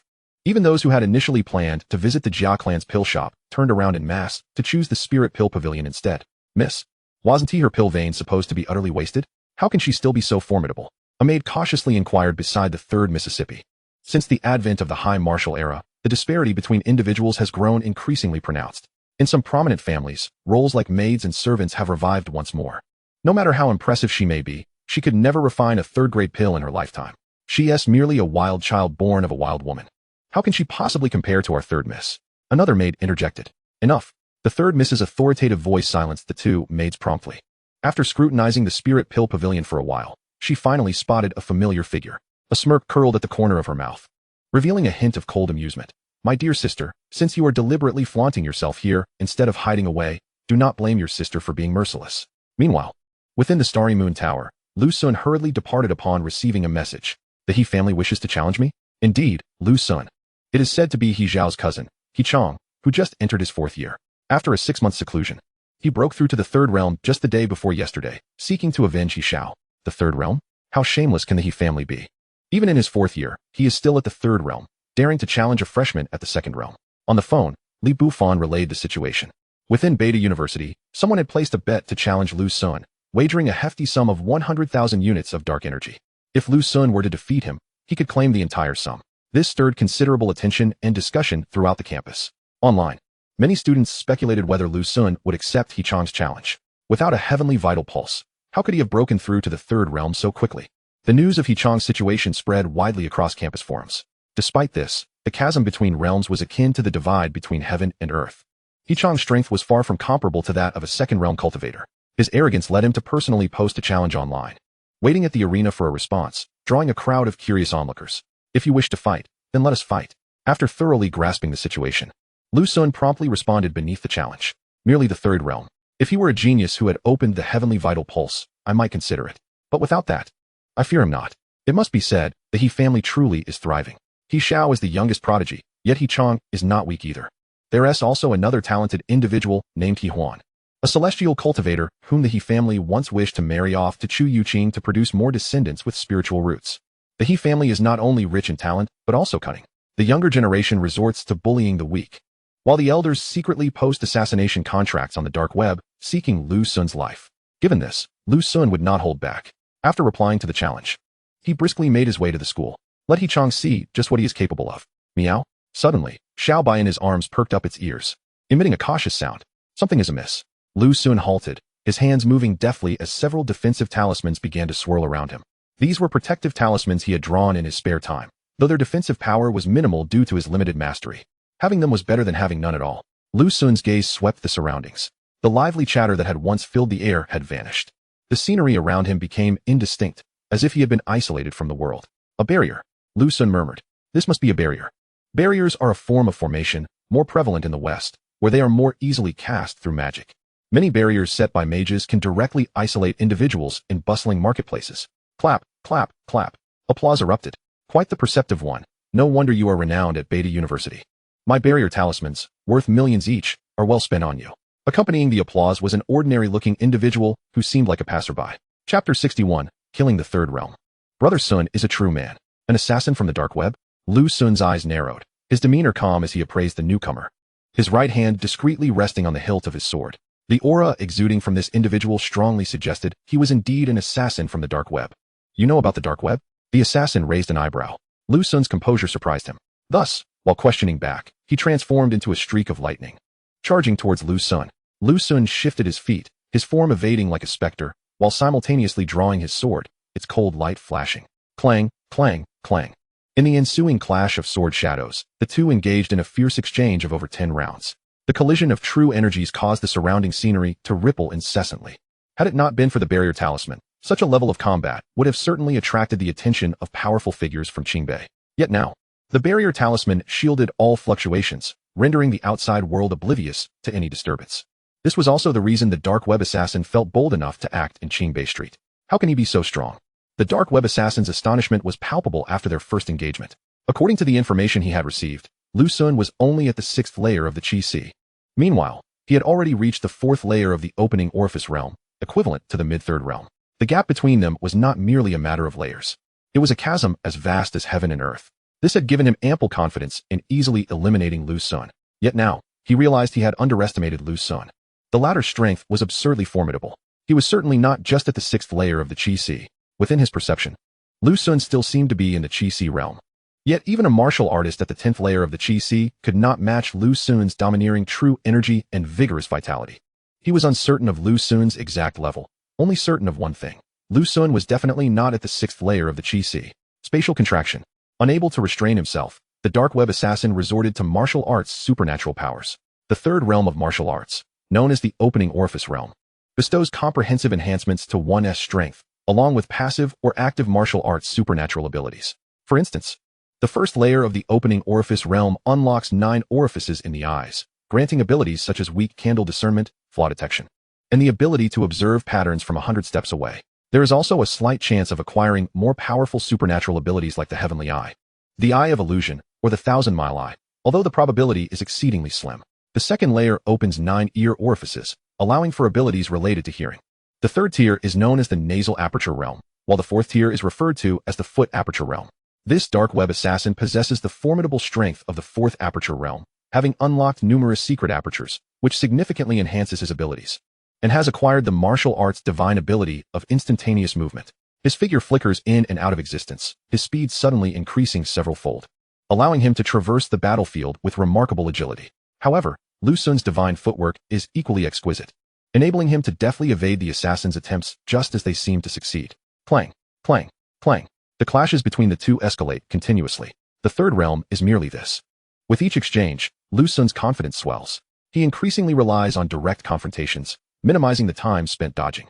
The 10,000 Tribulations Formless Sword. What a sword technique this is. The dark web assassin narrowly escapes injury from Lu Xun's strikes multiple times. Had it not been for his instantaneous movement, he would have surely met his demise. This realization fills him with dread. Upon awakening the eye aperture divine ability, a practitioner of the third realm can discern the weaknesses of their adversaries and anticipate their moves. Yet, he finds himself incapable of perceiving the vulnerabilities of the 10,000 Tribulations Formless Sword, nor can he predict its attacks. How infuriating. I can no longer afford to delay. The dark web assassin resolves to unleash his ultimate technique. He suddenly draws forth an object, preparing to employ it.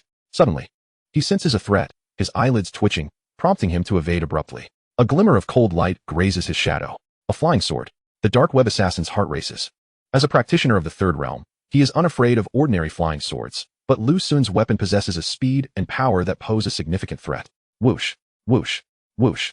More flying swords come hurtling towards him, forcing the dark web assassin into a frenzy, leaving him no time to execute his killing move. This is dire. A life-threatening crisis strikes once more. He swiftly sidesteps, then darts again.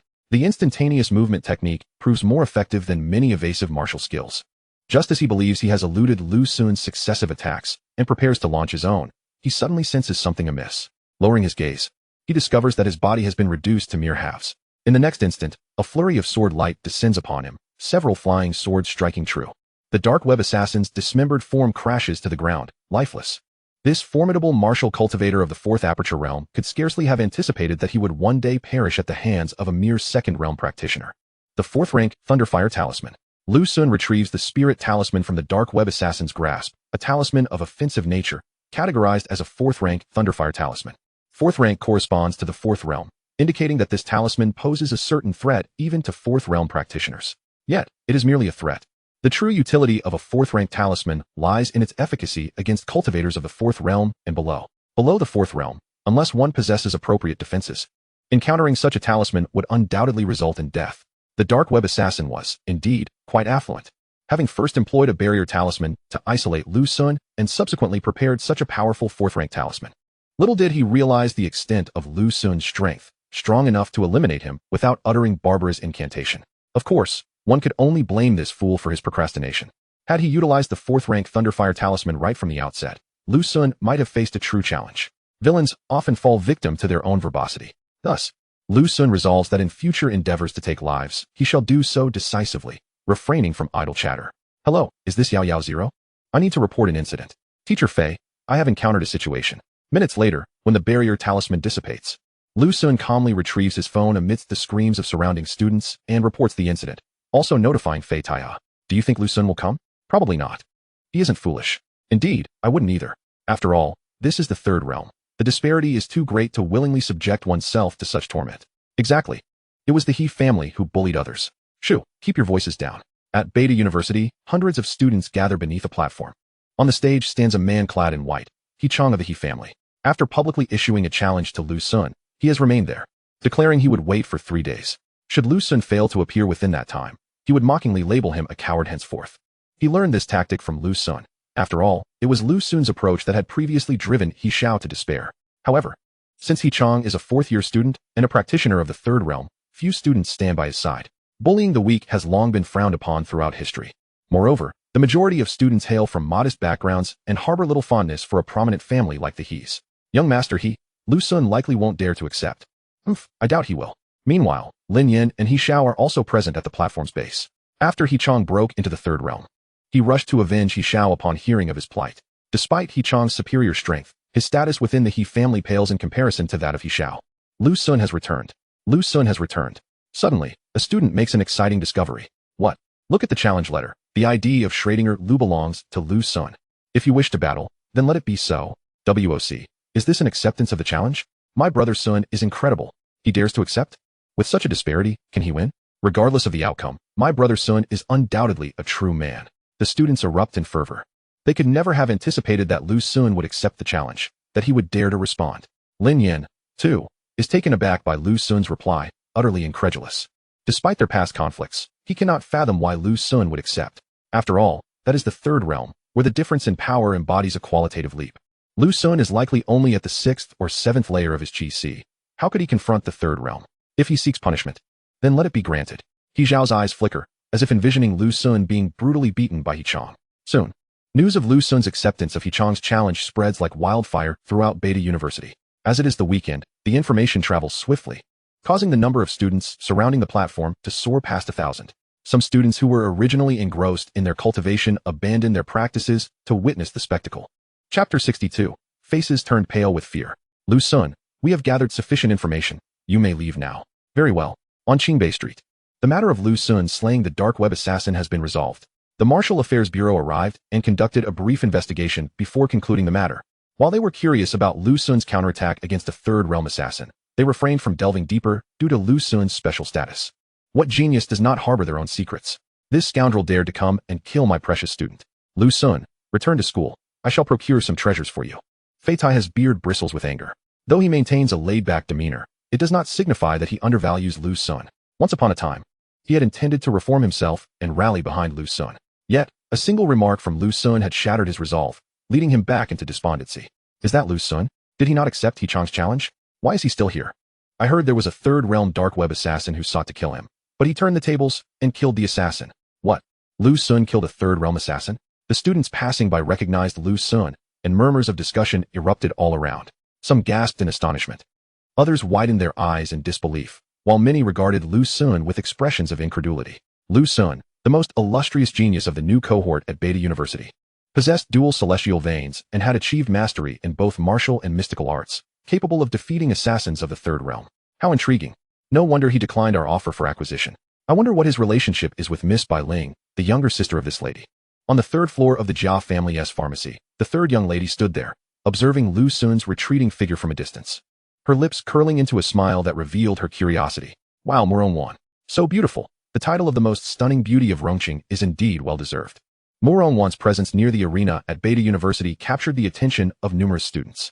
She stood quietly among the crowd, yet seemed as a crane among chickens. Without any ostentatious adornment, she exuded a captivating aura that left onlookers breathless. While Beta University was not devoid of beauties, few could match the singular allure of Murong Wan. Many women's beauty is often augmented by various factors such as status, rank, or cultivation level. However, Murong Wan's beauty was the purest form of allure. Even before any cultivation, she had already claimed the title of Rong City's foremost beauty. Now, with her exquisite physique and rapid advancement in cultivation, she possessed an enchanting radiance that was breathtaking.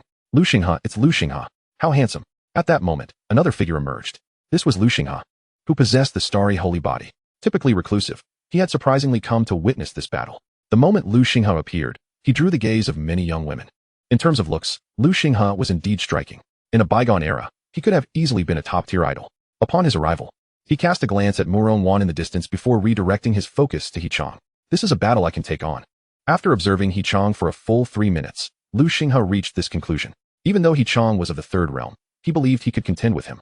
Whether he would win or lose in this confrontation was of no concern to Lu Xinghe. The strength of the starry holy body lay predominantly in its combat prowess. Despite being merely at the 4th level of Qi Si, he dismissed those at the 9th or 10th levels as insignificant. With the overwhelming dominance of dual celestial veins, Lu Sun might not necessarily lose this battle. Unlike the majority of students who doubted Lu Sun, Lu Xinghe held the belief that Lu Sun might indeed prevail. In addition to Lu Xinghe, many other prodigies had gathered, including Wang Tingyun from the Wang family and others who had opened their celestial veins. Even some upperclassmen had come to spectate. Wow, breaking news. A third realm assassin attempted to kill Lu Sun, only to be killed in return by Lu Sun. What? My heavens, is that true? A classmate of mine was on site. It's genuine.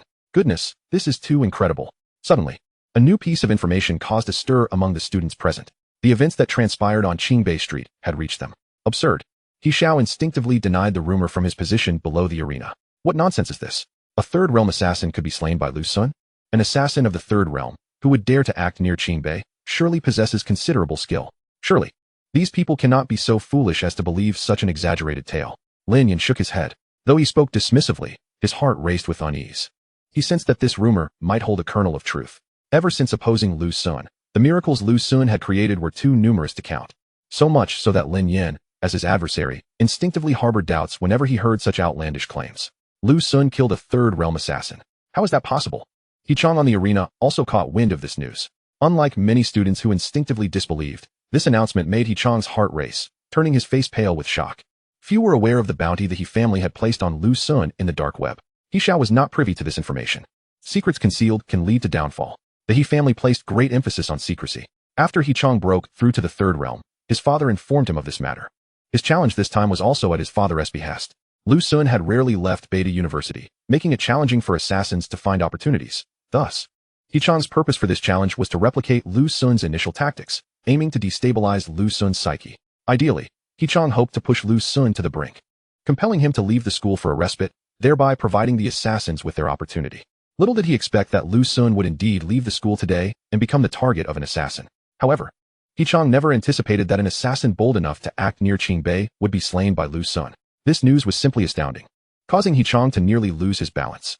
Having just entered his senior year, he had recently broken through to the third realm, a feat considered swift among the students at Beta University. Yet, he alone knew that this was the result of his reliance on medicinal substances. Generally, only those who had opened celestial veins could achieve such a rapid cultivation speed. The drawbacks of using drugs were numerous. First, a shaky foundation. Second, diminished combat effectiveness. Heechang was self-aware enough to understand that he was no match for that third realm assassin. If Lu Sun could kill a third realm assassin, defeating him would surely be a matter of mere moments. This realization sent Heechang's heart racing uncontrollably, and he felt an anxious urgency. Yet he forced himself to maintain composure to avoid embarrassment. Fei Tae was so generous. Perhaps he had provided Lu Sun with some form of support. At that moment, a student proposed a possibility. I think so too. While Fei Tae might be a bit laid back, he truly has no reservations about Lu Sun, given Fei Tae's capabilities. Even a mere token of protection, such as a spirit talisman or a battle pill, could enable Lu Sun to counter a third realm assassin. Other students echoed in agreement. Their words quickly resonated with more students. It must be so. Heechang's heart settled, and a renewed sense of confidence began to blossom within him. The rules of the arena explicitly forbade the use of external items such as spirit talismans or battle pills. One could only rely on their own true abilities in combat. Heechang was unconvinced that he, a third realm cultivator, would lose to Lu Sun, who was merely at the second realm.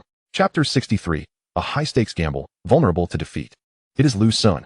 I heard he accepted He-chan's challenge and has even killed a third realm assassin outside the school. Hurry, let's follow to see.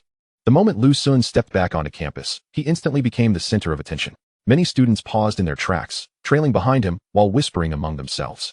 Lu Sun walked with a steady gait, his gaze calm, and made his way directly towards Beidou Square. As he progressed, the crowd behind him grew increasingly dense, a dark mass surging like a tide. Sun Ge, how impressive. You even managed to kill a third realm assassin. He-chan must be so frightened he's about to wet his pants. Li Bufan emerged from somewhere, grinning widely as he sidled up to Lu Sun, his face alight with excitement. His own strength had also seen a rapid ascent, after 3 months of opening his veins. Li Bufan had already reached the pinnacle of the second level of Qi Si, just a step away from the third. Lu Sun has arrived. It was unclear who shouted, but the previously noisy crowd in Beidou Square fell into a brief silence before they all turned in unison to face him. The crowd instinctively parted, creating a passage several meters wide, with all eyes fixated on Lu Sun. Among the students present, most were freshmen, although there were also many upperclassmen. Many had only heard of Lu Sun's name and were witnessing him for the first time today. Wow, he's so handsome. I thought Lu Xinghe was already unbeatable in looks, but it seems there's someone even more striking. Is this truly this year's top genius of Beidou? The eyes of numerous female students sparkled instantly, whispering amongst themselves. Lu Sun's appearance was already remarkable, and with the aura of a super genius enveloping him, he seemed to radiate an invisible charisma that rendered him utterly captivating to those around him. With an air of indifference, Lu Sun disregarded the surrounding clamor and strode directly towards the arena. He here. He really dares to come, thinking that releasing some false information would instill fear in us. Unfortunately for him, his psychological warfare is futile. He coldly regarded Lu Sun, a mocking smirk curling at the corners of his mouth. In his view, the rumors that had circulated earlier must have been a deliberate smokescreen orchestrated by Lu Sun, intended to undermine He-chan's fighting spirit and gain an advantage in their impending battle. Beside him, Lin Yan silently stepped back half a pace, allowing He Zhao's figure to shield him from Lu Sun's gaze. Who dares to challenge me? Lu Sun stood firm at the base of the arena, his eyes sweeping across the crowd. His voice was not loud, yet it resonated clearly in every ear. He-chan responded loudly from the arena, his broad sword striking the ground with a resounding thud. It seems the He family is not entirely composed of cowards. At last, we have a man of substance. Lu Sun's lips curved slightly upward, his tone nonchalant, though his gaze pointedly flicked toward He Zhao. Instantly, He Zhao's expression darkened, his fists clenching involuntarily. He had always hesitated to accept Lu Sun's challenge, a fact that would forever stain his reputation. Unless he were to defeat Lu Sun in the future, this blemish would remain indelible. You are in your 4th year, while I am merely a freshman. You are at the 3rd stage, and I at the 2nd. I want to accuse you of bullying the young, but if 100,000 dark energy is not enough, why not increase the stakes? Are you daring enough? Lu Sun's tone shifted as he directed his attention toward He-chan in the arena. How much more? He-chan asked in a low voice. That depends on what you can offer. Whatever you stake, I shall match, Lu Sun replied coolly. He-chan furrowed his brow, instinctively glancing at He Zhao. I fear you may not be able to muster that much dark energy. He Zhao sneered. Who says my student cannot produce dark energy? A languid voice interjected. It was Fei Tae. This card of mine holds ample dark energy. You may wager as you wish. Should Lu Sun lose, I, as his teacher, will cover any amount. Fei Tae brandished a golden card, swaying it leisurely. Wow, that's a gold card from the Blue Star Alliance. It said that one can only obtain it with a deposit of at least 1 unit of dark energy. 1 unit? That's 1,000,000 units of dark energy. A student with keen insight recognized the golden card in Fei Tae's hand. 1 unit of dark energy equates to over 1 billion in value. Then let us wager 1 unit of dark energy. Before He-chan could respond, He Zhao hurriedly interjected. The He family, known for their wealth, nonetheless had many members, making 1 unit of dark energy a significant sum for He Zhao. Seizing the opportunity to earn some extra cash, he was eager to proceed. Yet, He-chan's anxiety surged again. From the onset, Lu Sun sought to raise the stakes, and rather than curbing this, Fei Tae was only fanning the flames. This left He-chan feeling uncertain. Can you really produce 1 unit of dark energy? Lu Sun inquired, directing his gaze at He Zhao. Of course I can. I don't believe you, unless you produce it immediately. Bring it on. He Zhao gritted his teeth and stepped aside to make a phone call. This card contains 1 unit of dark energy, which I can transfer to you immediately upon your victory. Minutes later, He Zhao produced a card, evidently having secured dark energy from home. All right, let's use this as our wager. Lu Sun agreed decisively. Although He-chan felt a pang of panic, he had no room for retreat. He could not display weakness, as a 3rd-stage genius. Voluntarily instigating trouble only to be intimidated by an obscure rumor would tarnish his reputation. It was better to fight with all his might. After all, he was a 3rd-stage cultivator. 1 unit of dark energy? Isn't that a bit too high a stake? It's not just high, it's astronomical. The crowd buzzed with astonishment, all taken aback by the staggering wager. Even for students from Qingbei? 1 unit of dark energy was a monumental figure. Such extravagant stakes were exceedingly rare in Qingbei. Students, the rules of the arena are simple. The use of talismans, battle pills, or external forces is forbidden. No harm to life or destruction of foundations is permitted, and a party must concede immediately upon surrender. After confirming the wager, a teacher responsible for maintaining order in the arena reiterated the rules. These rules were public knowledge and were repeated each time a student ascended the arena. Now, let the battle commence. After explaining the regulations, the teacher stepped aside, activating a protective formation to shield the outside from the tumult of their confrontation. Lu Sun and He-Chong then faced each other. With his broadsword in hand, He-Chong summoned the power within him, his momentum surging rapidly. In contrast, Lu Sun casually unsheathed his sword. You may strike first, lest you accuse me of bullying the young. As He-Chong's momentum peaked, he insisted that Lu Sun take the initiative. His apparent humility was a ruse, as he excelled in counterattacks, preferring to control the pace of the battle. Bullying the young? No, this is a case of the small outsmarting the large. Before Lu Sun's words had fully escaped his lips, his figure vanished in an instant. So fast, He-Chong's pupils contracted. Having just broken through to the third stage, his mind's eye was keen, capable of tracking even the trajectory of bullets. Yet at this moment, he could not discern Lu Sun's movements. Furious wind sword technique. In shock, He-Chong instantly transitioned to a defensive stance, his broadsword swirling like a tempest, creating an impenetrable curtain of blades around him. Clang, clang, clang. The sound of metal clashing erupted in a series of resounding strikes. As Lu Sun's relentless assault was fully parried by He-Chong. My turn. He-Chong felt a surge of confidence, ready to counterattack. Suddenly, several glimmers of cold light flashed. Simultaneously, Lu Sun's sword struck again, unleashing a series of fierce sword energies that sliced through the air. Not good. Golden Bell Shield. He-Chong's scalp tingled, and he hastily swung his sword to defend himself while activating a defensive technique, the Golden Bell Shield. In a flash, Lu Sun's sword energies were barely blocked. Yet 2 ethereal swords appeared as if conjured by a ghost, piercing through the Golden Bell Shield and instantly impaling his shoulder and thigh. I concede. In a life and death moment, He-Chong shouted in desperation. Buzz. The 3 flying swords abruptly halted, their tips mere inches from his body. Cold sweat drenched He-Chong as his face turned pale. Blood trickling from the corner of his mouth, his body equally drenched in blood. Pierced by 2 flying swords, He-Chong sustained considerable injuries. Though his life was not in jeopardy, he was utterly defenseless. Lu Sun raised his hand and summoned the swords back into his sleeve as gracefully as a swallow returning to its nest. In comparison to that dark web assassin, He-Chong's combat prowess was significantly inferior. He was no match for the current Lu Sun. The latter had effortlessly defeated him without even deploying his full strength. Defeated, He-Chong conceded his loss. What other choice did he have? To persist would only exacerbate his injuries. Hiss. To be vanquished so swiftly in the third realm? The audience erupted in astonished gasps, their astonishment palpable. Thousands of students exchanged incredulous glances, their eyes brimming with shock. Chapter 64. A Sensation, Protective Treasures. Lu Sun emerged victorious. The teacher announced Lu Sun's triumph. He Zhao's eyes widened in disbelief as he shouted, "This is impossible." Despite the outcome laid bare before them, witnessed by thousands, He Zhao remained unwilling to accept it. How could a distinguished genius of the He family, a third-realm cultivator, lose to Lu Sun? Such a reality was beyond his comprehension. Hiss. How formidable he is. With the dual mastery of celestial and martial arts, he fights with such vigor. One hand wields sword energy, the other controls flying swords. Who could possibly defend against that? How can he simultaneously command both true chi and spiritual power?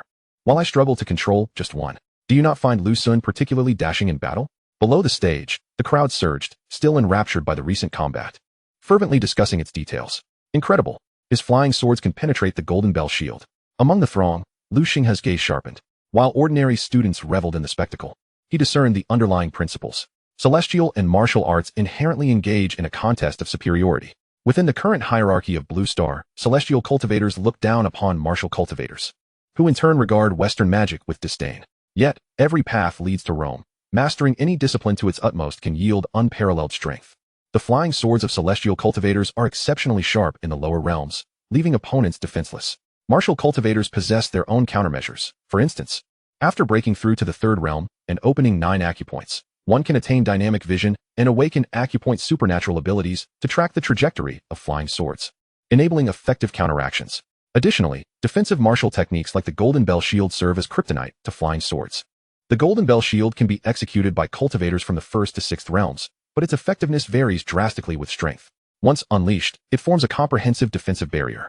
He-Chong's Golden Bell Shield, executed at the 3rd realm, would be incredibly difficult for a 2nd realm celestial cultivator to breach with mere flying swords. Yet Lu Sun, a dual practitioner, was able to penetrate He-Chang's golden bell shield with ease. This was indeed terrifying. His swordsmanship is astonishingly refined.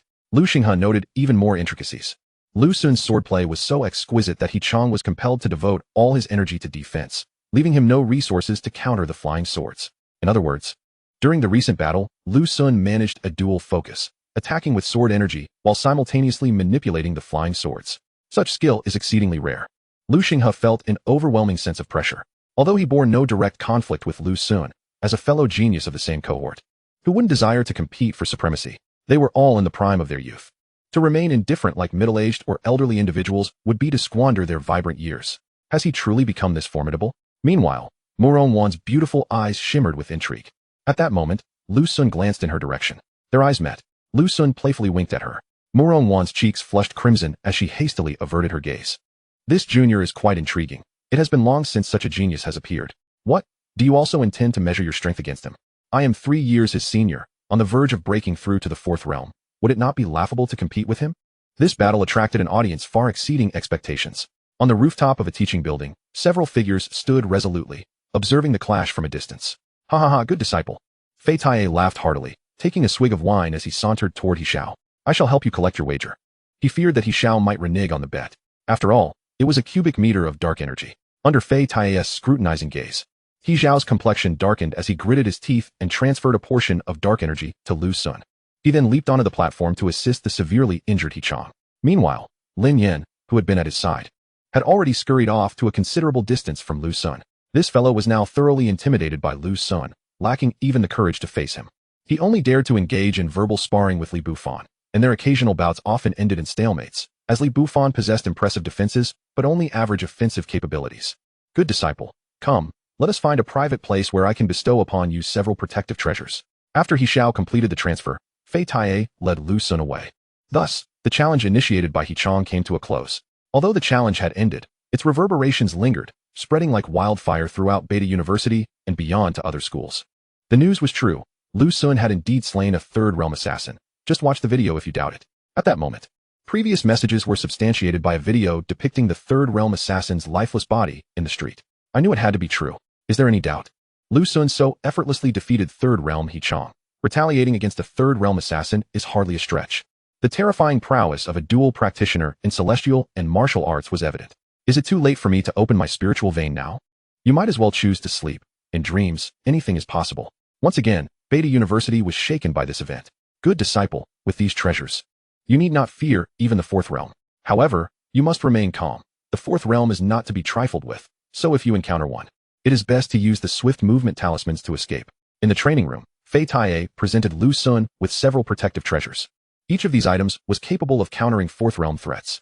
The 4th grade Golden Bell Talisman, when activated, could create a Golden Bell shield that would withstand attacks from ordinary 4th realm cultivators for over a minute. The 4th grade Swift Movement Talisman allowed for a burst of incredible speed for 3 minutes, making it an invaluable escape tool. The 4th grade Thunder Pill, a combat elixir, could be triggered by true chi, unleashing a storm of lightning in an area, an expendable offensive potion.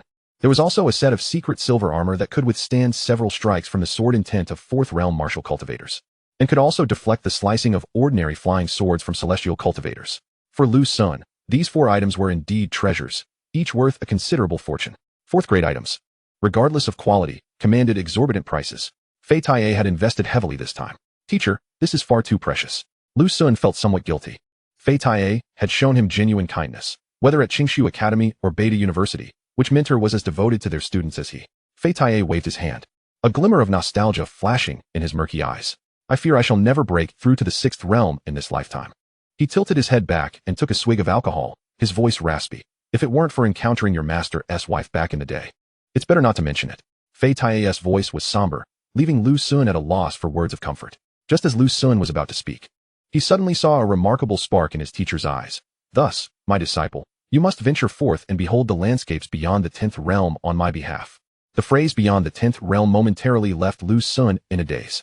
Currently, on Blue Star, there were no publicly acknowledged 10th realm powerhouses. As for what lay beyond the 10th realm, that was a realm of legend upon legend. Some say it is a domain belonging to deities, utterly unattainable for mortals. Others assert that exhausting all the dark energy of Blue Star would scarcely suffice to foster a being from beyond the 10th realm. For Lu Sun, that was an unfathomable distance away. Moreover, There were more pressing matters at hand. Fei Taiye patted Lu Sun's shoulder. Regaining his focus, Lu Sun turned to him. Fei Taiye drained the gourd of wine in one gulp and proclaimed loudly, "Grant me freedom."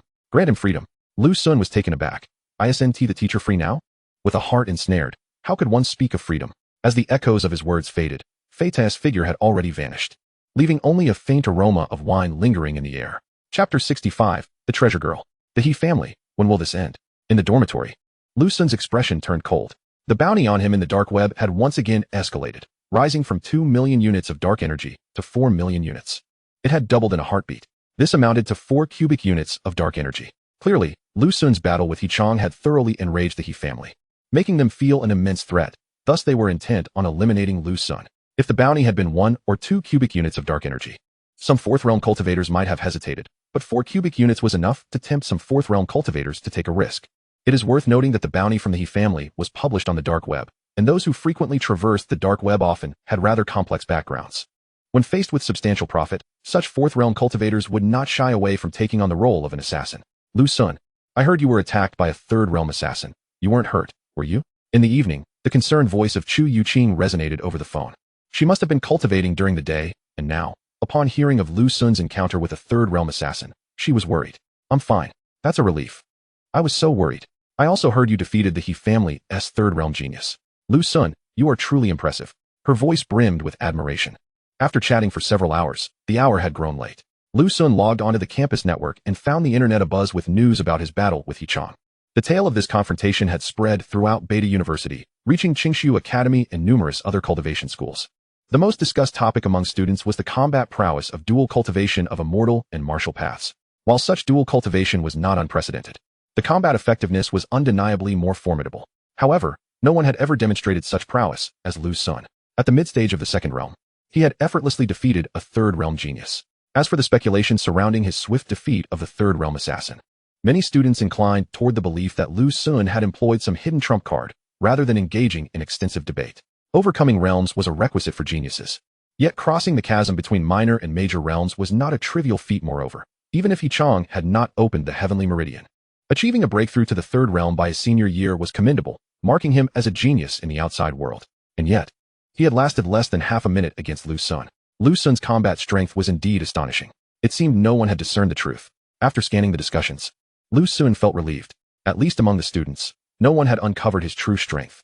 In this battle, Lu Sun had not relied heavily on his extraordinary cultivation level. He had wielded the sharpness of the Wanjia Wuxiang sword and the shadowless flying sword technique, combined with the elusive Shunzong step. Otherwise, considering He Chang possessed the eye aperture divine ability, it would have been challenging for Lu Sun to defeat him so swiftly. He Chang's defeat was not unjust.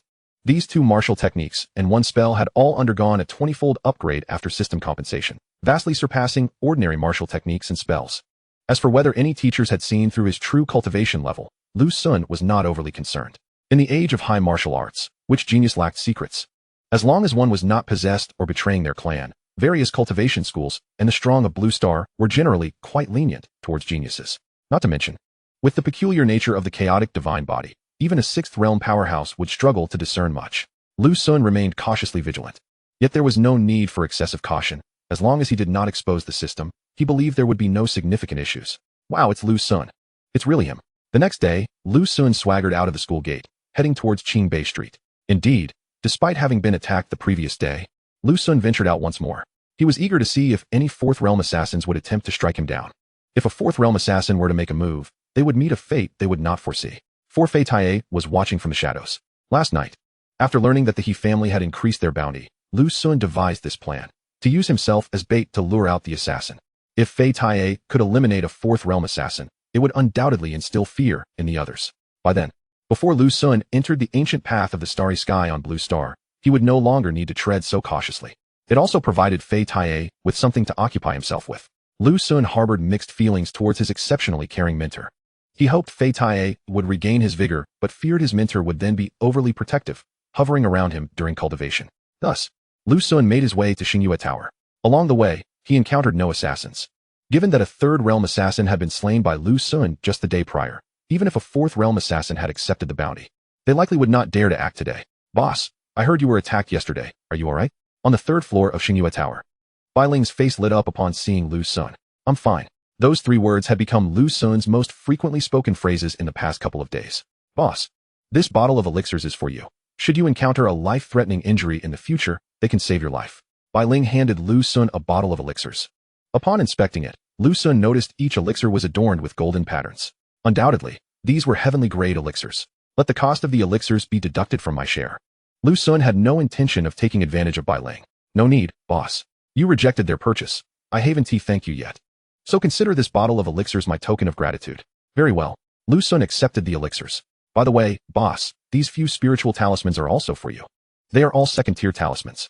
I lack the spiritual power for the 3rd realm, so I can only draw talismans of this level, which may be somewhat inferior, but their effectiveness is quite good. At this moment, Bai Ling handed over several spiritual talismans. Lu Xun examined them and found that although Bai Ling's talismans were only second tier, their quality was significantly superior.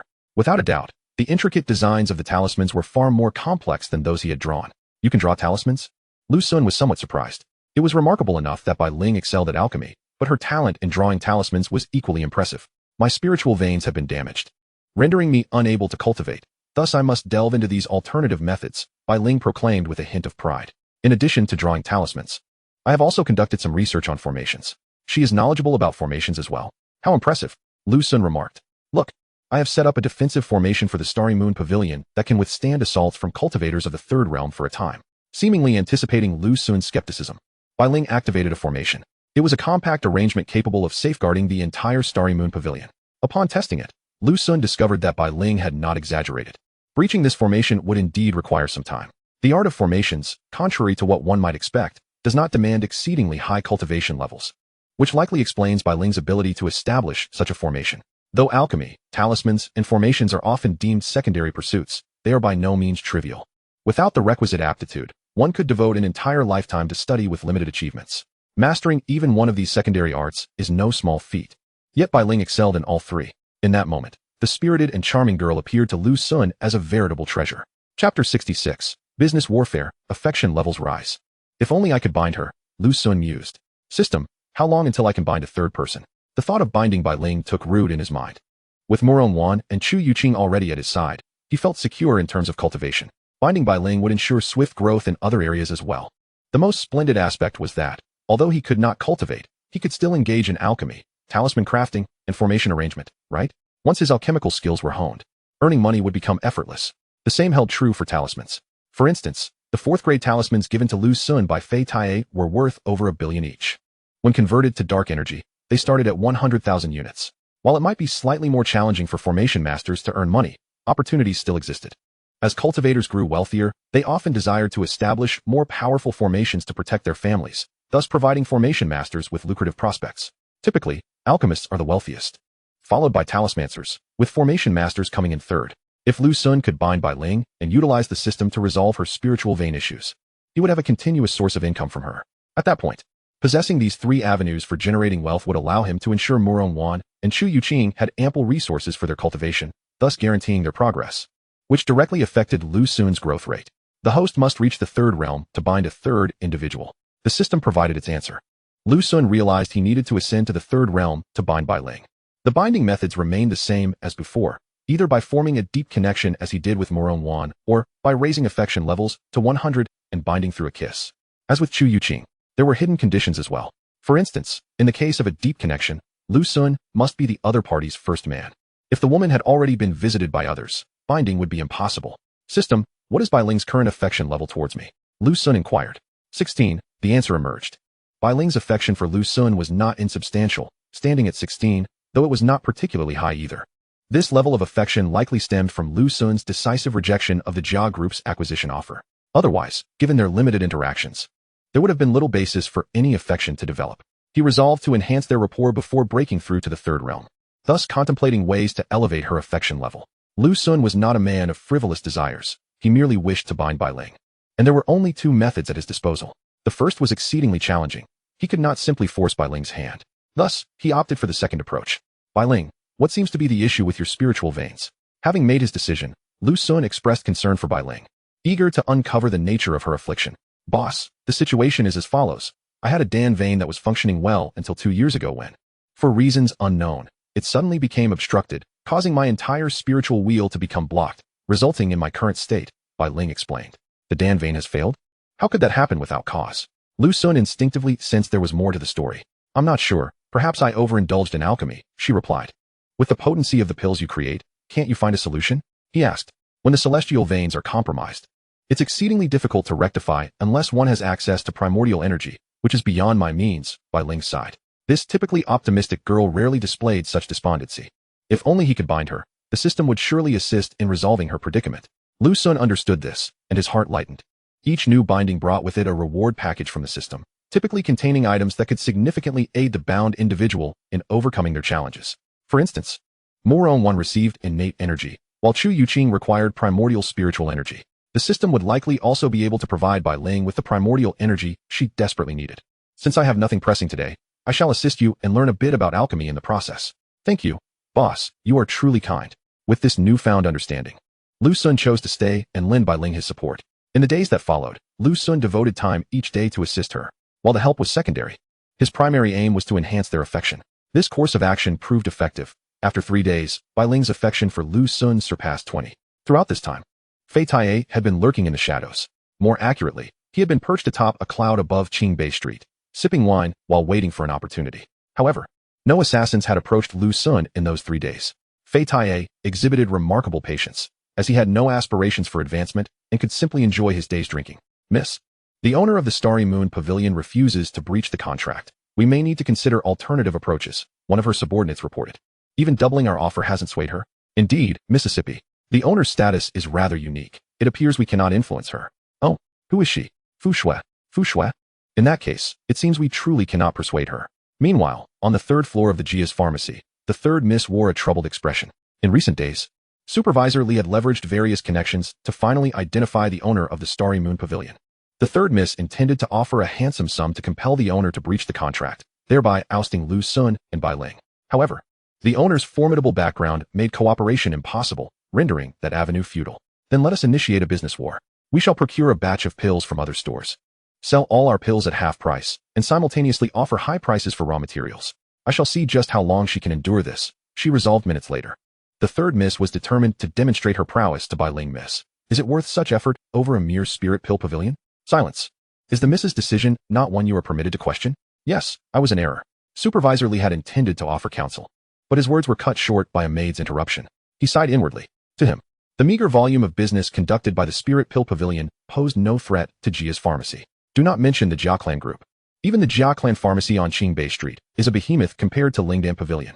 It is akin to the distinction between an elephant and an ant. The primary issue with Lingdan Pavilion is its limited supply. Regardless of its efficacy, the majority of students are unable to procure its wares. They are left with no choice but to opt for Jia Clan elixirs. The 3rd Miss need not engage in a rivalry with Lingdan Pavilion. What? Jia Clan elixirs are half price? Hurry and seize the opportunity. The following day, a sensational announcement reverberated through Qingbei. The Jia Clan pharmacy was offering all its elixirs at half price. This news sent the students of Qingbei into a frenzy. Jia Clan elixirs have earned widespread acclaim, the only drawback being their exorbitant cost. Now, with a half-price sale, it felt as if fortune had smiled upon them. If one does not rush in now, when will they? Consequently, the entirety of Qingbei Street soon became teeming with students clamoring for elixirs. Those who arrived later found it nearly impossible to squeeze through the throngs. Why has everyone flocked to the other side? Half price. Even if our elixirs are superior, they cannot resist the allure of such a discount. Inside Lingdan Pavilion, several attendants gazed longingly outside. Once bustling with patrons, Lingdan Pavilion now stood deserted, as all customers had scurried to the opposite side. The potency of the half-price offer was undeniable, and it was rare to find a student unmoved by it. Each student possessed a limited amount of dark energy for purchasing elixirs. The affluent elite are but a small fraction of the student body. Most students must meticulously budget their dark energy, often saving for several months before they can afford even a single elixir. This directly resulted in the fact that today, the elixirs crafted by Bai Ling remained largely unsold. Chapter 67. Lu Sun's Assistance, Bai Ling's Gratitude. Indeed, his progress this month has been remarkable. Cultivation is ultimately the foundation. Yet Lu Sun not only boasts formidable combat prowess, but has also made significant strides in his cultivation. At Beta University, the seasonal assessment has arrived. This time, Lu Sun chose to showcase a bit more of his strength, particularly in his celestial cultivation, elevating his status by 2 tiers, which sparked renewed discussion. Jia Clan elixirs at half price? Lu Sun raised an eyebrow at Li Bufan. Indeed, brother Sun, Li Bufan replied, rubbing his hands together, his eyes gleaming with excitement. The Jia clan has never offered such a discount. We cannot afford to miss this golden opportunity. After the examination, Li Bufan rushed to inform Lu Sun of the news. The Jia clan pharmacy was selling elixirs at half price. This explosive revelation quickly spread throughout Qingbei. Many students, upon completing their monthly assessments, hurriedly dashed out to seize Jia clan elixirs. Is this a direct challenge to Bai Ling? Lu Sun stroked his chin, deep in thought. Today, due to his participation in the assessment, he had yet to visit Qingbei Street. So many people. When Lu Sun finally arrived at Qingbei Street, he found it utterly packed. So much so that not even a needle could be inserted. Such bustling activity was a rarity for Qingbei Street. A testament to the overwhelming impact of the Jia clan's half-price sale. How could there still be so many left? After much effort, Lu Sun squeezed into Lingdan Pavilion, only to discover that the elixirs had barely sold half of their stock. Such a scenario was virtually unimaginable in the past. Bai Ling's elixirs had always been snatched up the moment they were produced. After assessing the situation, Lu Sun made his way to the third floor. Bai Ling was intently focused on controlling the alchemical flames, only raising her head upon hearing his footsteps, offering a faint smile. Boss. Her demeanor appeared unaffected. Bai Ling, are you alright? Lu Sun inquired softly. I'm fine, Bai Ling replied, wiping the beads of sweat from her forehead, her tone calm. Are you aware that Jia clan elixirs are being sold at half price? Lu Sun pressed on. Bai Ling nodded, a flicker of understanding in her eyes. Yes. They aim to undermine my business. Not only are they offering half-price sales, but the prices of raw materials for alchemy have also surged several-fold. This is undoubtedly their doing. Has the Jia clan group lost its mind? What a significant financial loss to target such a small establishment as Bai Ling's. Lu Sun felt a sense of bewilderment. The enmity between Bai Ling and the Jia clan group piqued his curiosity. What vendetta could possibly justify such ruthless actions? What will you do? Lu Sun asked Bai Ling. It's all right, boss. As long as I can maintain a balance between income and expenditure, I can continue refining elixirs, and as long as I keep refining, there is a possibility for my alchemical veins to recover. Bai Ling maintained an optimistic outlook, showing little concern. This resilience is something many fail to learn.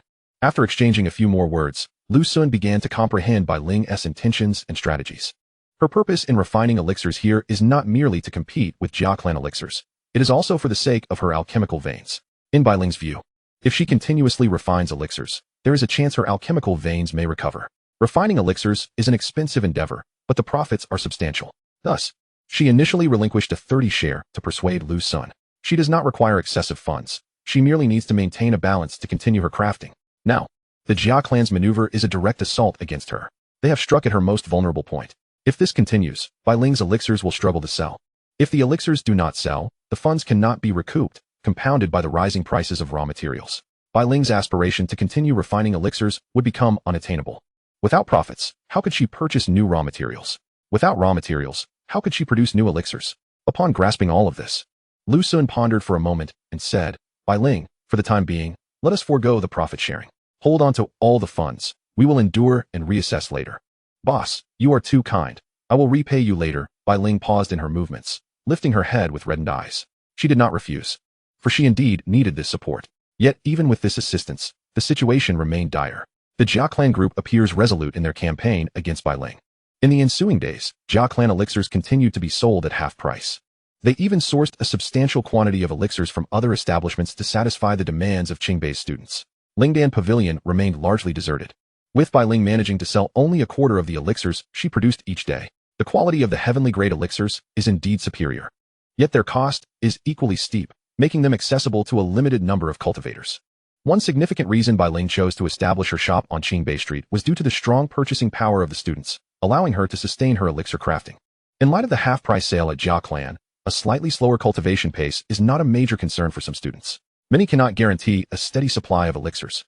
The greatest issue lies in the fact that Bai Ling can only refine second-tier heavenly grade elixirs.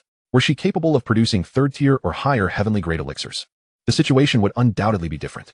As the elixirs continue to languish unsold, accumulating in excess, Bai Ling's funds dwindled, threatening her ability to procure the raw materials necessary for alchemy. Bai Ling, you need not worry. Their actions will undoubtedly lead to losses, and they cannot sustain this for too long. Lu Sun reassured her gently, observing the gradual pallor of her face. The methods employed by the Jia clan group are, in truth, quite simple. On one hand, by deliberately acquiring raw materials at exorbitant prices, the merchants selling these materials would refrain from offering them at lower rates, compelling Bai Ling to pay a premium for her purchases. On the other hand, by selling elixirs at rock-bottom prices, they aim to usurp Bai Ling's clientele. Even if the profits from the elixirs were substantial, the Jia group's strategy would ultimately yield no profit, perhaps even resulting in losses. He could not believe that the Jia group could sustain such losses indefinitely. No, boss, I cannot cease my efforts. My alchemical veins still possess the potential for recovery.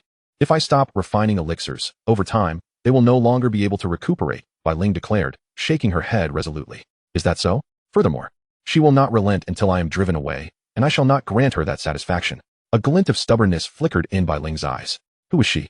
Lu Xun was now nearly certain that this was a tangled web of vendetta. Bai Ling, given the current prices of raw materials, can you still turn a profit from the elixirs you refine? Lu Xun inquired after a moment of contemplation.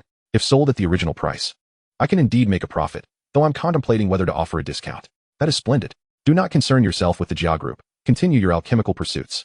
If your elixirs do not sell, it matters not. I shall cover all the expenses of your crafting. Boss, that is too generous of you. It is not without reason. I will claim these elixirs as my own, so in truth, I am benefiting from you. Thank you, boss. Bai Ling's eyes glistened with tears. Overwhelmed with gratitude. The current circumstances were exceedingly challenging for her, with no buyers for her elixirs and her investments going unrecovered, even with some savings. She could not endure for long. Lu Xun's willingness to support her felt like a timely blessing. However, boss, the raw materials are quite costly. This burden may be too great for you. Not at all. I am quite affluent. You may not yet know, but I recently won 1,000,000 units of dark energy. Boss, how impressive. Upon hearing of Lu Xun's significant winnings, Bai Ling's spirits were rekindled, leading her to form a new perception of him. Initially viewing him merely as a small business owner, she now recognized that he was not only kind and charismatic, but also possessed an extraordinary depth. Has my favor with her reached 50? Lu Xun's proactive assistance had garnered him significant goodwill, as Bai Ling's appreciation for him soared, surpassing the 50 mark. Chapter 68. Third Miss. Something is amiss. In the small training room adjoining the dormitory, as Lu Xun recited incantations, his aura began to rise. With a resounding crash, he struck the energy tester. Indeed, his power had doubled. This transformation was solely attributable to Barbara's incantation. At last, I have mastered it, Barbara exclaimed, squatting nearby. Adorned with a petite red flower atop her head, exuding a certain kawaii charm. If I wish to amplify my combat power, I can continue to cast the incantations? Lu Xun inquired. Precisely. Each subsequent casting will double the consumption. My blood is quite precious. You should limit yourself to a maximum of 3 stacks to avoid overwhelming your mental capacity, Barbara cautioned. The act of casting incantations undeniably imposed a strain on one's mental faculties. While Lu Xun had cleverly utilized Barbara's blood without apparent difficulty, continuous casting would soon become burdensome. This is a formidable meditation technique. You should practice it whenever you have the chance to enhance your mental strength, Barbara remarked, having inscribed a meditation method on the floor. Meditation is an essential discipline for any mage. For mages, 2 metrics are paramount: mental strength and magical power. The early stages of a mage's training involve a continual increase in mental strength and the accumulation of magical energy. In this regard, it appears that the planet Barbara hails from boasts a highly developed magical culture. After inscribing the meditation method, Barbara's awakening time drew to a close, and she soon fell back into slumber, transforming into a small white creature that nestled comfortably in Lu Xun's embrace. Lu Xun retrieved his phone and captured an image of the meditation method Barbara had inscribed. She can even write in Chinese? Lu Xun observed, surprised to find that Barbara's script was indeed in Chinese. While not entirely unexpected, since she communicated with him in Mandarin, it was evident that Barbara possessed formidable strength and a highly developed cognitive capacity, making the acquisition of other scripts a trivial endeavor. One could only speculate how long she had spent on Blue Star and how she had journeyed from the west to the east. The story behind her arrival would only be revealed in time. The following day, Lu Xun ventured once more to Qingbei Street. The street remained bustling with activity, and the Jia Group's promotional campaign for their elixirs was still in full swing. Meanwhile, the sales at Lingdan Pavilion had dwindled significantly. Fortunately, with Lu Xun's support, Bai Ling managed to maintain a steady output of elixirs daily, preventing her alchemical veins from becoming entirely obsolete. Lu Xun worried that if her alchemical veins were to become completely wasted, the binding rewards offered by the system would be rendered useless. Boss, here are the elixirs I crafted yesterday, Bai Ling said, presenting Lu Xun with the entirety of her recent creations. Everything she did now was aimed at preserving and restoring her alchemical veins, rather than merely seeking profit. Bai Ling, in the future, display the newly refined elixirs and return yesterday's batch to me, Lu Xun suggested. Why is that, boss? Bai Ling asked, puzzled. To provoke a reaction from our competitors across the street, Lu Xun replied, causing Bai Ling's eyes to brighten with understanding. She nodded emphatically.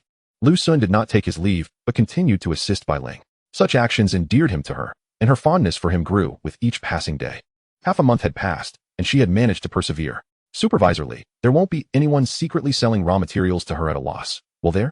A week later, in the Jia Group's elixir shop, the voice of the third miss echoed. Third miss, absolutely not. I have spoken to every raw material merchant in the capital. There is no way they would forego their profits to sell at a loss to Lingdan Pavilion. Supervisor Lee assured her. Could it be that she has found alternative sales channels? One of the third miss's maidservants inquired. That seems unlikely. Lingdan Pavilion only produces second-tier heavenly elixirs, while we can supply those higher-tier elixirs to the prominent families. They would not risk offending the Jia group over a mere Lingdan Pavilion, Supervisor Lee asserted with confidence. Bai Ling's elixirs, no matter their quality, were ultimately crafted by a mere second-tier alchemist, which was her Achilles heel. While the capital was home to many affluent families, none would jeopardize their standing for the sake of a second-tier heavenly elixir from Lingdan Pavilion. A behemoth like the Jia group could easily create their own heavenly elixirs, albeit with a lower success rate compared to Bai Ling's near-perfect success. Supervisor Lee's words dispelled the third miss's apprehensions. Supervisor Lee, continue the half-price sales. Yes, third Mississippi. Supervisor Lee had also come to terms with the situation. The third miss was resolutely set on opposing Lingdan Pavilion. Therefore, there was no reason for him to provoke the other party unnecessarily. The Jia family, a vast and influential conglomerate, has seen astonishing profits from their elixirs. Despite recent significant discounts and soaring raw material costs, they can absorb the losses without a second thought. Time flies. In the blink of an eye, 2 weeks have passed. Unbeknownst to many, Jia's elixirs have been sold at half price for a full month. This prolonged discount has brought immense joy to the students of Qingbei. Many of them have seized the opportunity to purchase these elixirs at half the cost, stockpiling substantial quantities. Lin Yan, for instance, has requested a considerable amount of dark energy from his family, amassing a large cache of elixirs. Such opportunities are rare. The third miss has not hindered the students from hoarding these resources. On the contrary, she welcomes it. The students' purchasing power has been significantly depleted for quite some time, and soon they will lack the funds to acquire the elixirs refined by Bai Ling. How has she managed to endure this long? However, as a month has elapsed, the Lingdan Pavilion continues to operate as usual. Not only is it open, but the elixirs within are also being replenished daily, showcasing new offerings each day. This perplexes the third Mississippi. While others may be oblivious to Bai Ling's circumstances, she is well aware. Bai Ling possesses very little dark energy. If her elixirs fail to sell, she will soon be unable to afford the necessary materials for refining. According to her calculations, it is improbable for Bai Ling to maintain this for a month. Yet, the reality contradicts her expectations. Bai Ling has steadfastly persevered for an entire month. If Bai Ling were merely idle, it would be one thing, but she has been diligently updating her elixirs every single day, which leaves the third miss confounded. Something is amiss. The third miss senses a disturbance. Miss, could it be that wild girl has found a supporter? One maid speculates. Her meridians are ruined. Where would she find a supporter? Besides, this is a family matter for the Jia clan. Others would steer clear of it. The two maids, having taken on the heirs of the Jia family, begin to conjecture. Could it be him? A figure flashes through the third miss's mind. Lu's son. Not long ago, Supervisor Lee conducted a thorough investigation into Lu's son, and the results astonished the third Mississippi. The information revealed that Lu's son had lost his parents at a young age and had endured significant hardships during his youth. Yet, during the major examination, he shone brilliantly, gaining admission to Beta University. Once at university, Lu Sun's progress has been nothing short of meteoric. He first unearthed a second vein of celestial energy, causing a stir throughout Qingbei, and subsequently advanced his cultivation at an astonishing pace, claiming the top spot on the newcomer leaderboard, consistently outperforming others in assessments. Last month, he even defeated a third-tier assassin and triumphed over the third-tier genius He Chong in the arena, relying solely on his own strength. Such a Lu Sun is undeniably remarkable. Moreover, the third miss learns that Lu Sun won a cubic meter of dark energy from He Chong. Given Lu Sun's cultivation and achievements, he must receive a considerable amount of dark energy monthly from Beta University. If he were inclined to assist Bai Ling, he could sustain her for an extended period. It is most likely him. After some contemplation, the third miss concludes that Lu Sun is indeed supporting Bai Ling. She finds herself restless. Chapter 69, The Venomous Woman. Hello, classmate Lu. A melodious voice interrupts. On Qingbei Street, a woman clad in a haute couture ensemble blocks Lu Sun's path. Her makeup is impeccable, and her chestnut curls cascade elegantly over her shoulders, while the gemstone bracelet on her wrist glimmers in the sunlight. Who are you? Lu Sun inquires. Jia Yue of the Jia family, she replies, her lips parting in a perfectly measured professional smile, her eyes slightly uplifted. May we converse? Jia Yue? I'm afraid we don't have much to discuss, Lu Sun responds coolly. The surname Jia, combined with her demeanor and aura, unmistakably signals her as a member of the Jia family, likely a pivotal figure within it. Recent conflicts regarding the Jia elixirs and the Lingdan Pavilion may well be orchestrated by her. With differing stances, what is there to discuss? Classmate Lu. This card contains a cubic meter of dark energy. Should you agree to one request of mine, this card will be yours, Jia Yue states, catching up to Lu Sun while extending a card toward him. A cubic meter? I had thought the Jia family was affluent. Is this all the dark energy you can muster? Lu Sun retorts, laced with sarcasm. This response unexpectedly eases Jia Yue. At least Lu Sun is willing to engage. The price is negotiable. Classmate Lu, if you find it insufficient, feel free to propose your own figure, she suggests. 100 cubic meters. If you provide me with 100 cubic meters of dark energy, the Xinhua Tower will be yours immediately, Lu Sun states, raising 2 fingers. Jia Yue's smile freezes. 100 cubic meters translates to 100,000 units of dark energy. Calculating at 1,000 per unit, that amounts to a staggering 100 billion. Would 100 billion secure a lease for merely 3 years at the Xinhua Tower? With her intellect, she realizes that Lu Sun is deliberately pricing her out to reject her. Indeed, she detects a hint of mockery at the corner of Lu Sun's mouth. Classmate Lu, this matter is quite substantial. I advise against your involvement, Jia Yue warns, no longer addressing the acquisition. I'm afraid I must decline your advice, Lu Sun retorts. A hero appreciates a beauty. I can understand your support for her, but you must realize, should you continue down this path, you will be opposing the Jia family. Are you threatening me? Lu Sun halts, casting a scrutinizing glare at Jia Yue. He senses her strength surpasses his own, and the Jia family is indeed a formidable entity. Yet so what? Lu Sun is not one to be cowed. This is not a threat, I merely state the facts.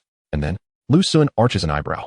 Since stepping onto the ancient path of the starry sky from Blue Star, countless prodigies have emerged, yet few have ascended beyond the 6th realm. Classmate Lu may currently be on an unimpeded path, but who can predict the future? What are you implying? Lu Sun asks, visibly growing impatient. How can you guarantee that you will never encounter a bottleneck?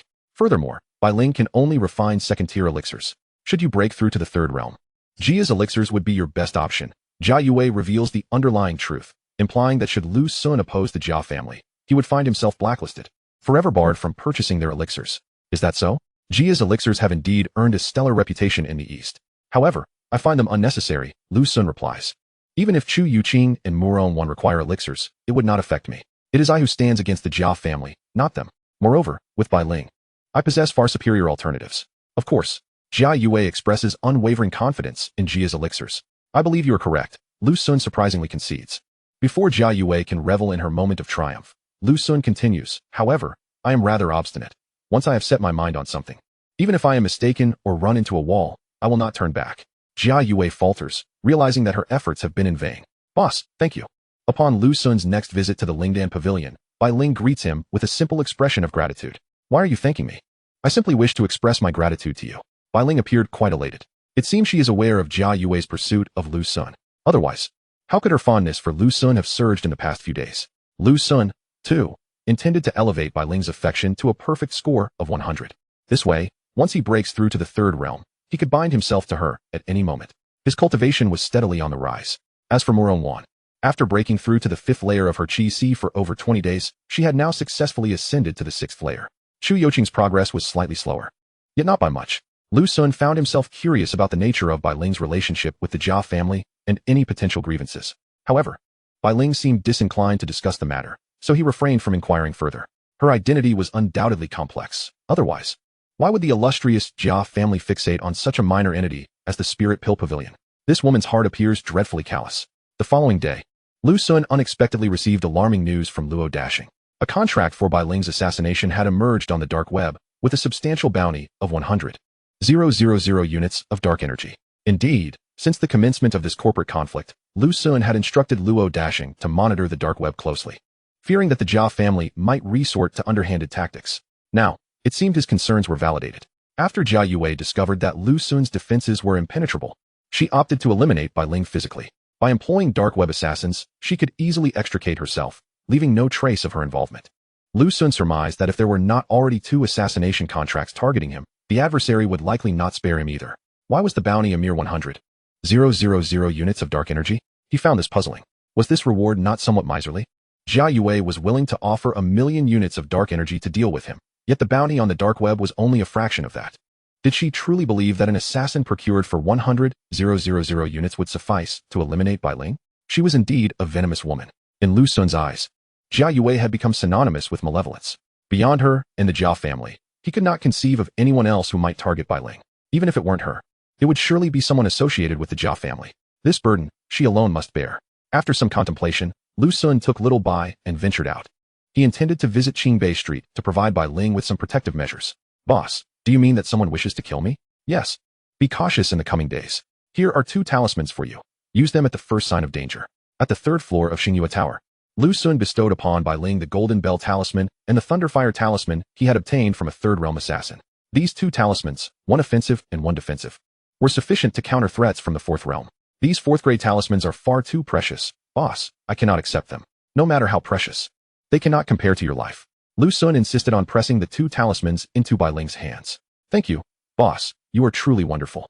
Bai Ling, moved to tears, expressed her gratitude. Lu Sun noted that her fondness for him had surpassed 80. After assisting her for a while longer, he took his leave. With the array Bai Ling had set up in Xingyue Tower, coupled with the talismans Lu Sun had provided, even if a Fourth Realm assassin were to come after her, she would be adequately protected. The likelihood of a Fourth Realm intervention for a bounty of 100,000 units of dark energy was exceedingly low. Chapter 70. Jealousy. Lu Sun. The next day, as Lu Sun exited the school gates, he found Chu Youqing already waiting there. Sunlight danced upon her hair, casting a soft glow that rendered her almost ethereal. Upon spotting Lu Sun, she bounded towards him like a jubilant fawn, effortlessly linking her arm with his. It was the weekend, and the previous night, Chu Youqing had messaged Lu Sun expressing her desire to stroll through the shops together. She had been absorbed in her cultivation for some time and had not seen Lu Sun in a while. Due to the surge in popularity of the Jia family's elixirs, Qingbei Street remained bustling. Thus, Lu Sun and Chu Youqing decided against visiting Qingbei Street, opting instead for several grand shopping malls in the capital. They spent the afternoon browsing, acquiring numerous items. As dusk approached, in front of a lavish restaurant, Chu Youqing excitedly waved her hand. Murong Wan, having just alighted from her vehicle, paused upon seeing Lu Sun. It was the weekend, and Chu Youqing had specifically invited her to gather. She had assumed it would be just her and Chu Youqing. Little did she know that Chu Youqing was accompanied by Lu Sun. Lu Sun, too, felt a bit speechless, wishing he could peer into Chu Youqing's mind to discern the depths of her naivety. Auntie, your progress is astonishing. I can hardly keep up. Lu Sun, why are you so lost in thought? Is the food here not to your liking? Inside the restaurant, Chu Youqing's voice rang out incessantly. Lu Sun and Murong Wan exchanged few words, leaving Chu Youqing as the most talkative among the trio. If any students from Qingshu Academy were present, they would undoubtedly be astonished. Was this truly the same aloof campus bell? Indeed, Chu Youqing, once the bell of Rongqing No. 1 High School, had now been voted the campus bell of Qingshu Academy by the first-year students.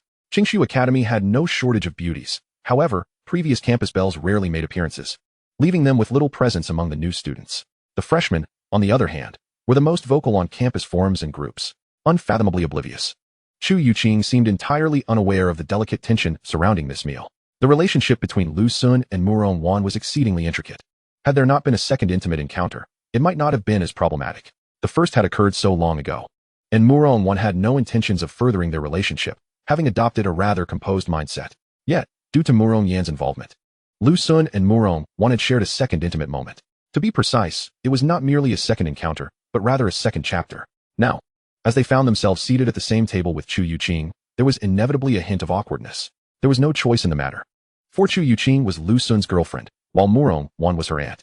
The entanglements were far too complex. While Moon Clan members, on the central stage of the restaurant, several singers with skin aglow in a soft lunar light began to sing. Chu Youqing's attention was immediately captured, her eyes sparkling with excitement. The melodies of the Moon Clan flowed like a clear spring, silencing the entire restaurant. The Moon Clan, an exotic race, differed from the Shadow Clan in their gentle and amiable demeanor. Their planet had shattered at a crucial juncture in the ancient road, resulting in vast devastation, with countless Moon Clan members perishing, leaving only a handful to survive amidst the starry expanse. These Moon Clan individuals proved to be quite friendly, providing assistance to Blue Star, helping it avert certain dangers, thereby securing their chance to remain on the planet. Currently, numerous exotic beings, like the Moon Clan, had settled on Blue Star for various reasons. Some of these beings, nearly indistinguishable from humans, had begun to integrate into Blue Star society.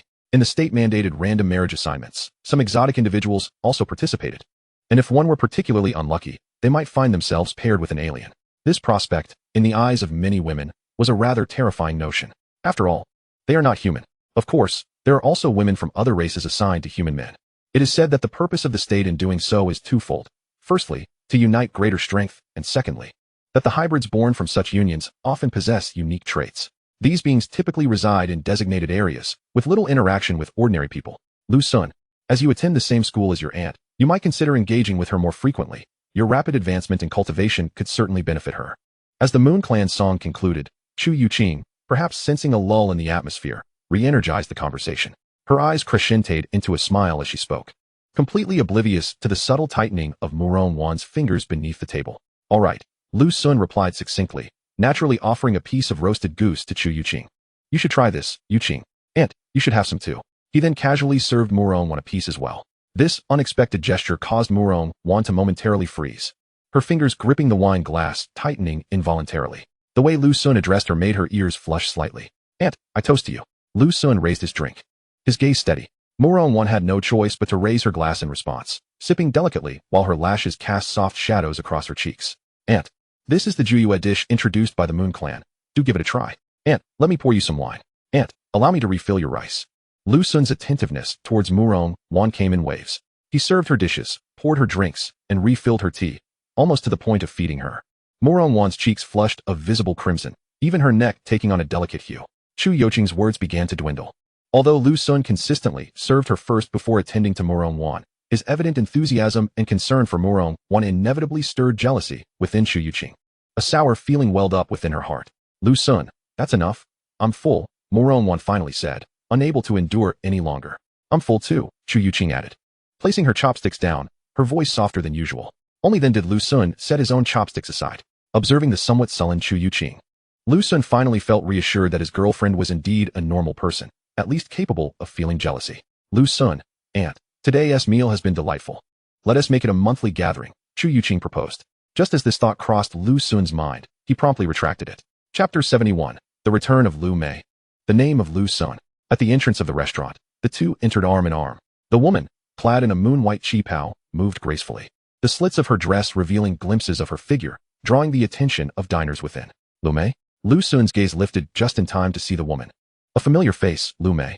According to Li Bufan, Lu Mei had discarded Lin Yan upon arriving in the capital, which had incited Lin Yan's animosity towards Li Bufan, leading to their periodic confrontations. It seemed Lu Mei had swiftly attached herself to the man beside her after severing ties with Lin Yan. After a fleeting glance at the man, Lu Sun diverted his gaze.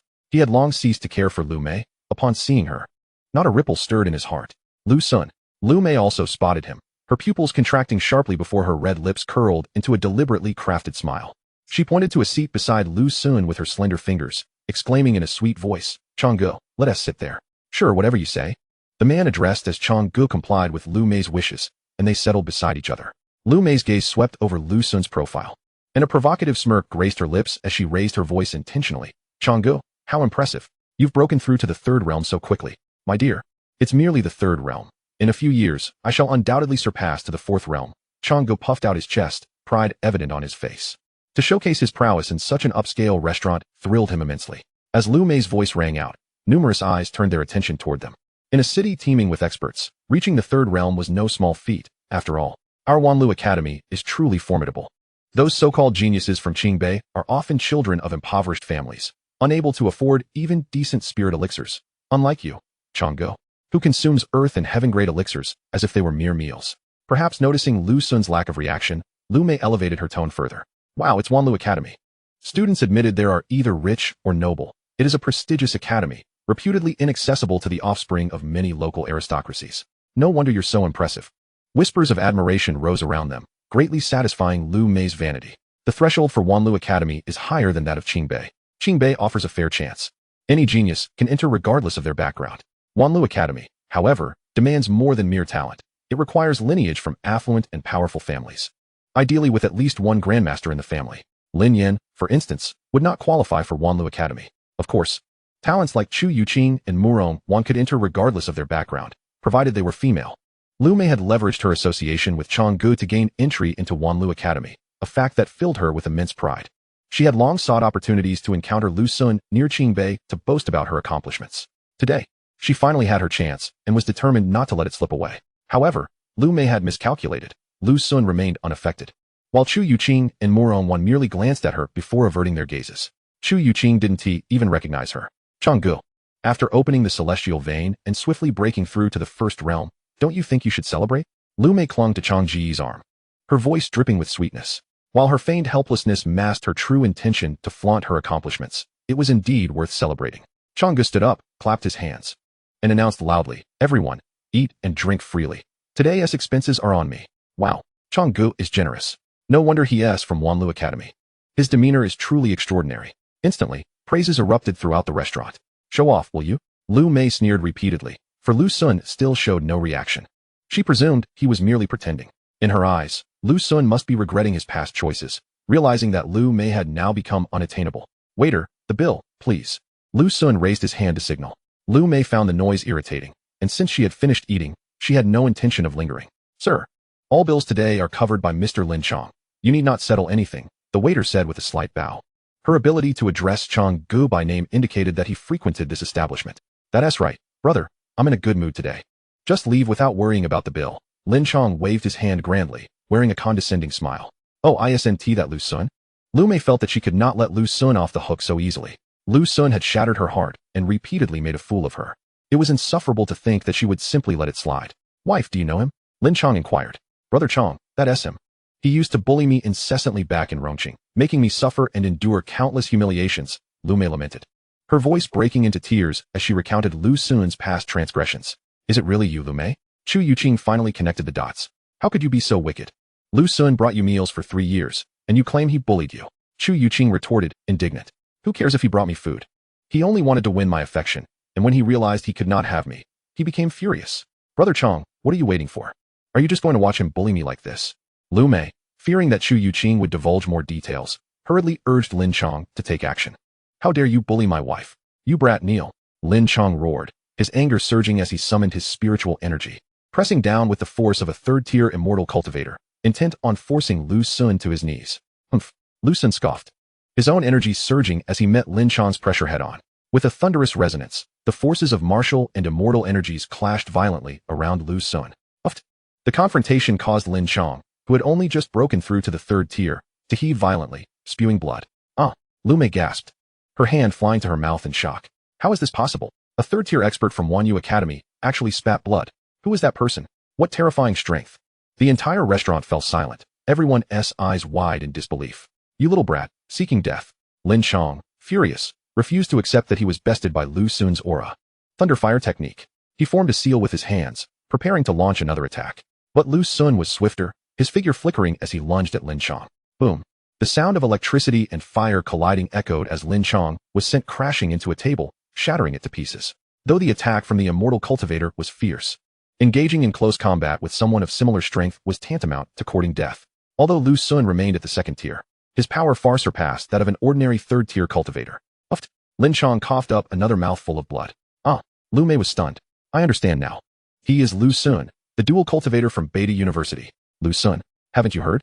Last month, he killed a third-tier assassin despite being at the second tier and defeated a third-tier genius, surpassing all expectations. Hiss. Such a talent exists in this world? And he's just a freshman. At this moment, some patrons in the restaurant, having heard of Lu Sun, began to recount his remarkable feats.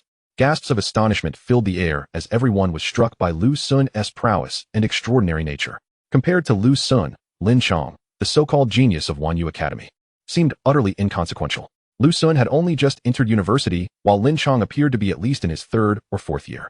It's impossible. How could he be so formidable?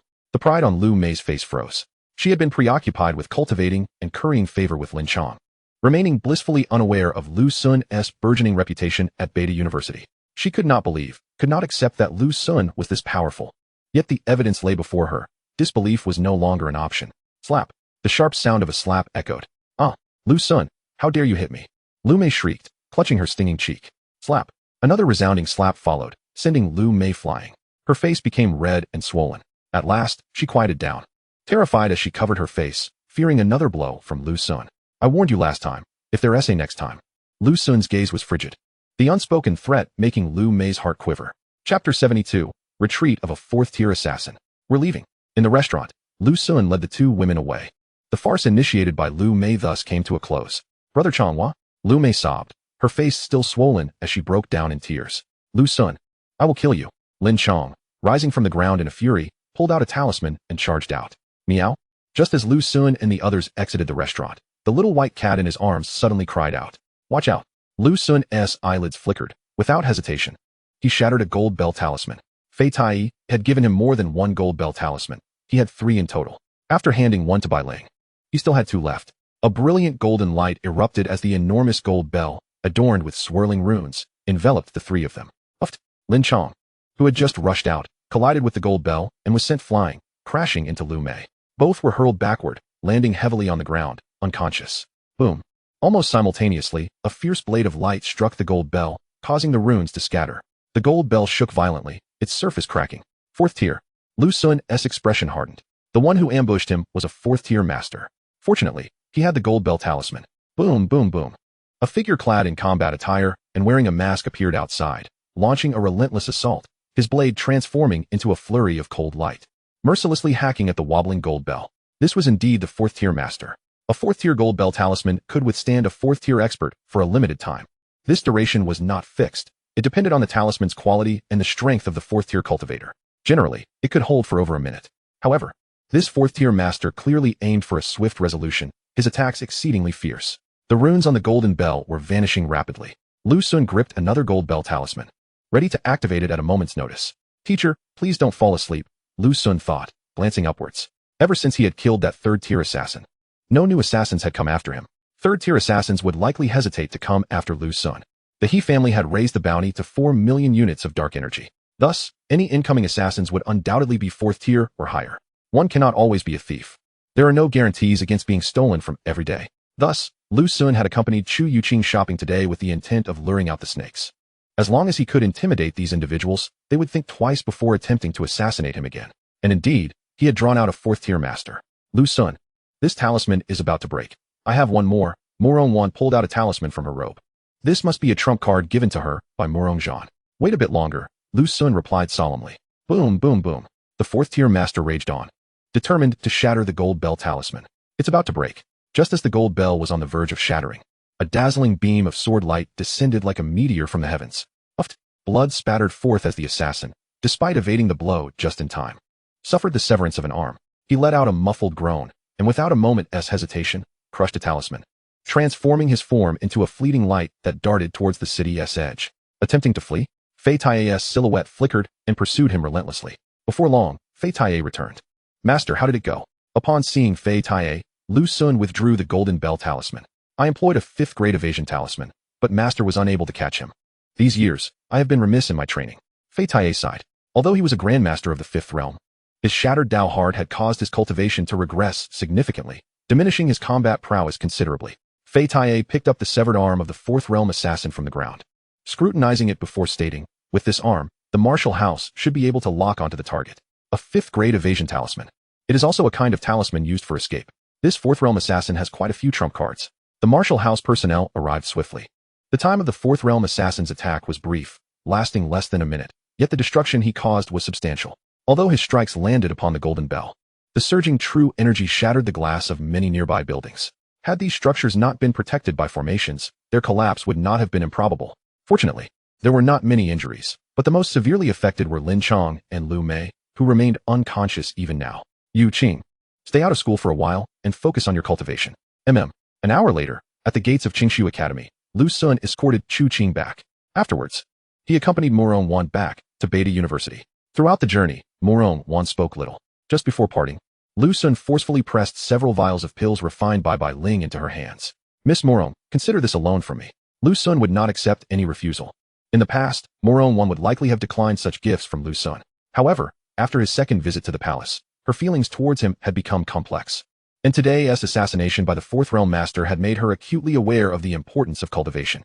Murong Wan bit her lip and ultimately accepted in silence. Lu Sun, the target has been identified. It is a 4th realm master named Zhao Jia. The martial house has already issued a warrant for him. This scoundrel dares to strike at my student. Rest assured, he will not escape. The next day, Fei Taiye sought out Lu Sun again, providing him with several more talismans. Having witnessed Lu Sun's 2 assassination attempts, Fei Taiye discerned something amiss but chose not to pry further. Lu Sun pondered for a moment, but refrained from informing Fei Taiye about the bounty on the dark web. The He family opted for the dark web precisely because it leaves no traces. This grudge, Lu Sun would seek to avenge himself in due time. Boss, should I leave? The following day, at the Spirit Pill Pavilion, Bai Ling twisted her fingers, her eyes slightly red. What's wrong, Bai Ling? Lu Sun asked, puzzled. Did Bai Ling intend to give up? I heard you were attacked again. It's all my fault. Bai Ling believed herself responsible for Lu Sun's assassination. Bai Ling, this has nothing to do with you. Just focus on refining your pills. Lu Sun chuckled lightly. The promotional campaign for Jia's pills was still ongoing. Jia Yue had not sought Lu Sun out again. Judging from the bounty on Bai Ling's life on the dark web, it seemed that she or the Jia family had made contingency plans. One was to continue exerting pressure through commercial warfare, and the other was to hope for an assassin to eliminate Bai Ling.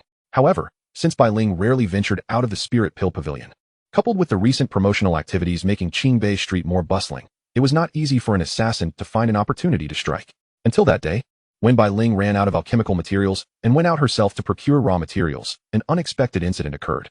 An assassin stealthily approached her and brazenly attacked. At that moment, a sudden flash of sword light surged forth, forcing the assassin back. "I've been waiting for you." The one who unleashed the sword light was none other than Lu Sun. With his sword in hand, Lu Sun unleashed a flurry of sword energy. Employing the formless sword technique, which rendered even the most perceptive adversaries unable to discern his movements. Star shifts and constellations turn. The assassin wielded a technique that could transfer damage, but Lu Sun's sword energy, akin to a tempest, engulfed the assassin. Before long, the assassin lay sprawled in a pool of blood. Lu Sun twirled his sword in a flourish before sheathing it. "Boss." Upon seeing Lu Sun, Bai Ling was filled with surprise, joy, and emotion. Chapter 73, Binding Bai Ling. Bai Ling, I will accompany you. After resolving the threat against Bai Ling, Lu Sun accompanied her to purchase alchemical materials. "I'm sorry, all our materials have been reserved by someone else. Perhaps you could check other shops." However, a new problem arose. The two spent the entire afternoon, but managed to procure not a single alchemical material. All the shop's materials had been reserved, leaving Bai Ling with no options. It must be the Jia family's doing. Lu Sun speculated. It must be her. Bai Ling was both furious and helpless. Acquiring these alchemical raw materials was no easy feat. It required either purchase or a trek outside the city to search. The world outside was vast, and finding everything in a short time was implausible. Many spiritual herbs and medicines were cultivated by specific factions, making wild varieties exceedingly rare. Sitting by the riverbank, Bai Ling hugged her knees and stared blankly at the water's surface. Lu Sun sat beside her. The Jia family's strategy was indeed a desperate move, completely severing Bai Ling's path to alchemy. "Bai Ling, why is the Jia family targeting you so relentlessly?" He finally voiced his lingering doubt. "She fears I will usurp her position as the heir." Bai Ling replied softly. "The she you refer to is Jia Yue, correct?" "Yes. She is the third miss of the Jia family and the one most likely to inherit the family head position. But your surname is not Bai." Lu Sun began, but quickly halted, realizing Bai Ling was shedding tears. It was the first time he had seen this usually optimistic and resilient girl in such a state. He silently offered her a tissue. "Thank you." Bai Ling accepted it and dabbed at her tears. "Years ago, the Jia family patriarch took a fancy to my mother and forcefully claimed her, but his wife could not tolerate her." Bai Ling recounted events from the past in a low voice. The narrative differed slightly from Lu Sun's assumptions, but was largely consistent. After being ostracized, Bai Ling's mother married a man named Bai Jianhua and bore Bai Ling. Bai Ling had always believed Bai Jianhua to be her father. He had passed away several years ago due to a disaster, and her mother fell gravely ill thereafter. On her deathbed, her mother revealed to her that she was of the Jia family and urged Bai Ling to return to the Jia family, for that was where her true stage lay. To fulfill her mother's dying wish, Bai Ling chose to return to the Jia family. Initially, the Jia family head did not regard her highly, but upon discovering Bai Ling's remarkable alchemical talent, he accepted her without hesitation. Bai Ling indeed proved her worth, unlocking the miraculous 9-transformation pill vein, a rare treasure of heaven and earth. She was a natural-born alchemist. Even before entering the first realm, Bai Ling could concoct second-grade celestial pills, her alchemical talent being exceptionally rare throughout Huaxia. The Jia family patriarch began to contemplate making her the heir, yet this position was originally intended for the third miss, Jia Yue. Up to this point, Bai Ling's future appeared exceedingly bright. However, unbeknownst to her, Bai Ling encountered an unforeseen calamity during one of her alchemical endeavors, resulting in the sudden failure of her Dan veins, rendering them utterly useless. Her life took a precipitous downturn. Though the head of the Jia family was initially reluctant to relinquish her, the pervasive disdain from his kin ultimately compelled him to ostracize her from the family. Yet, Bai Ling refused to capitulate. She was determined to restore her Dan veins through relentless practice in alchemy. Deep within her heart lay a tenacity, a fervent desire to prove her worth. Thus, she ventured to Qingbei Street, setting up her alchemical station opposite the Jia clan's establishment.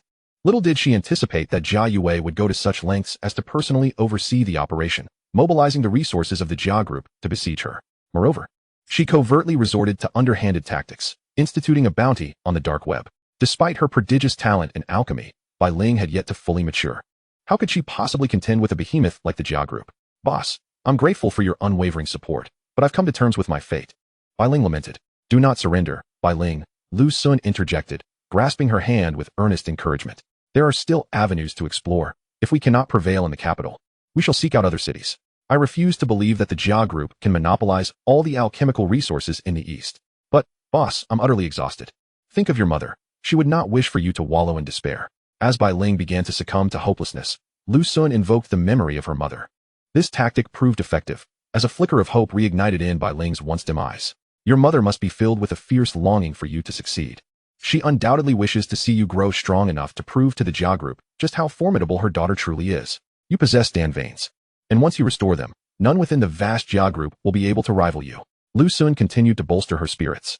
Do you genuinely believe I can succeed, boss? Bai Ling gazed at him, her eyes reflecting the desperation of a drowning soul grasping at a final straw. Indeed, you can. You are not alone in this battle, Lu Xun assured her, his gaze steady and sincere. You still have me. These 4 words illuminated Bai Ling's countenance with renewed vigor.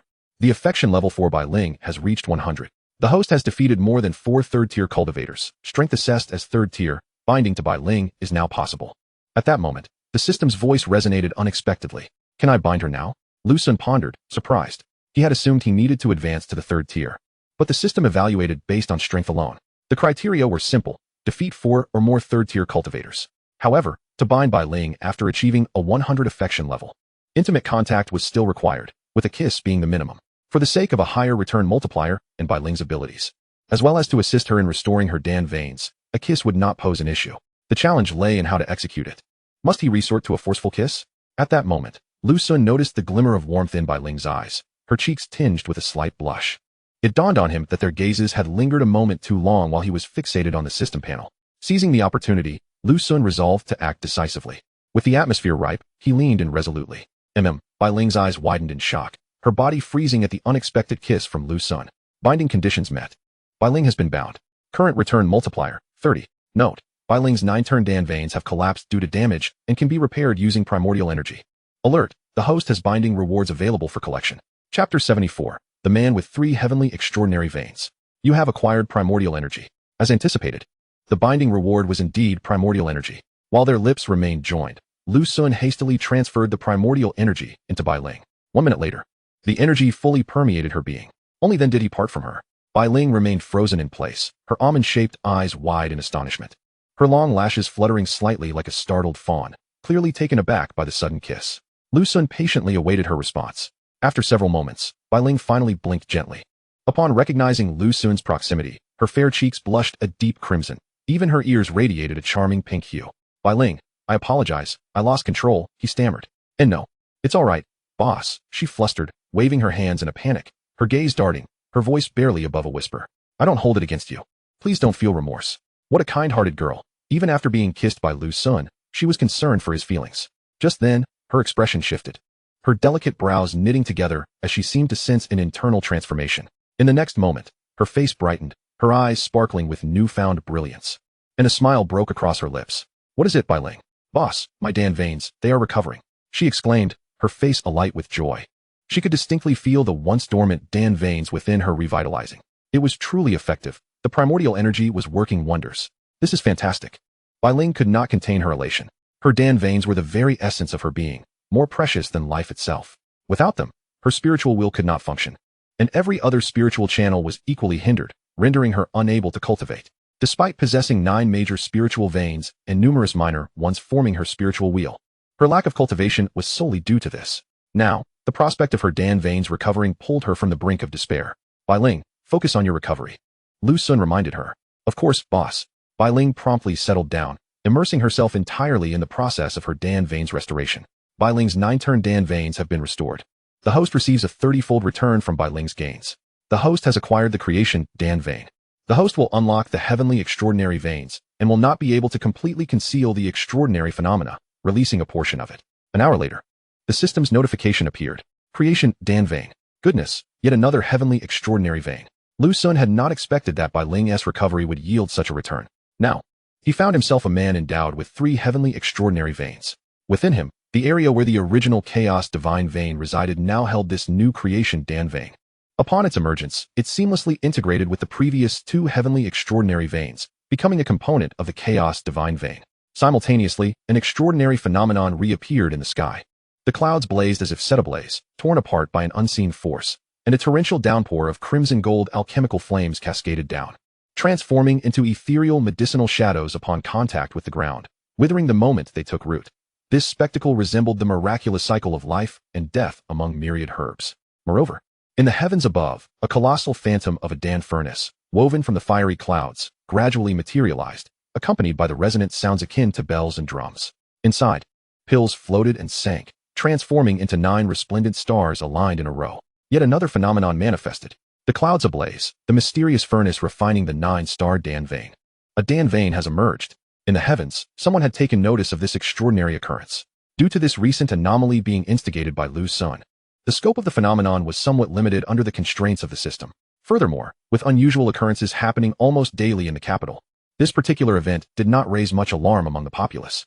Nonetheless, several streaks of light darted across the distance. As the light drew near, the anomaly was already approaching its conclusion. This time, the phenomenon had been quite rigorously restricted by the system. Lu Sun sighed in relief.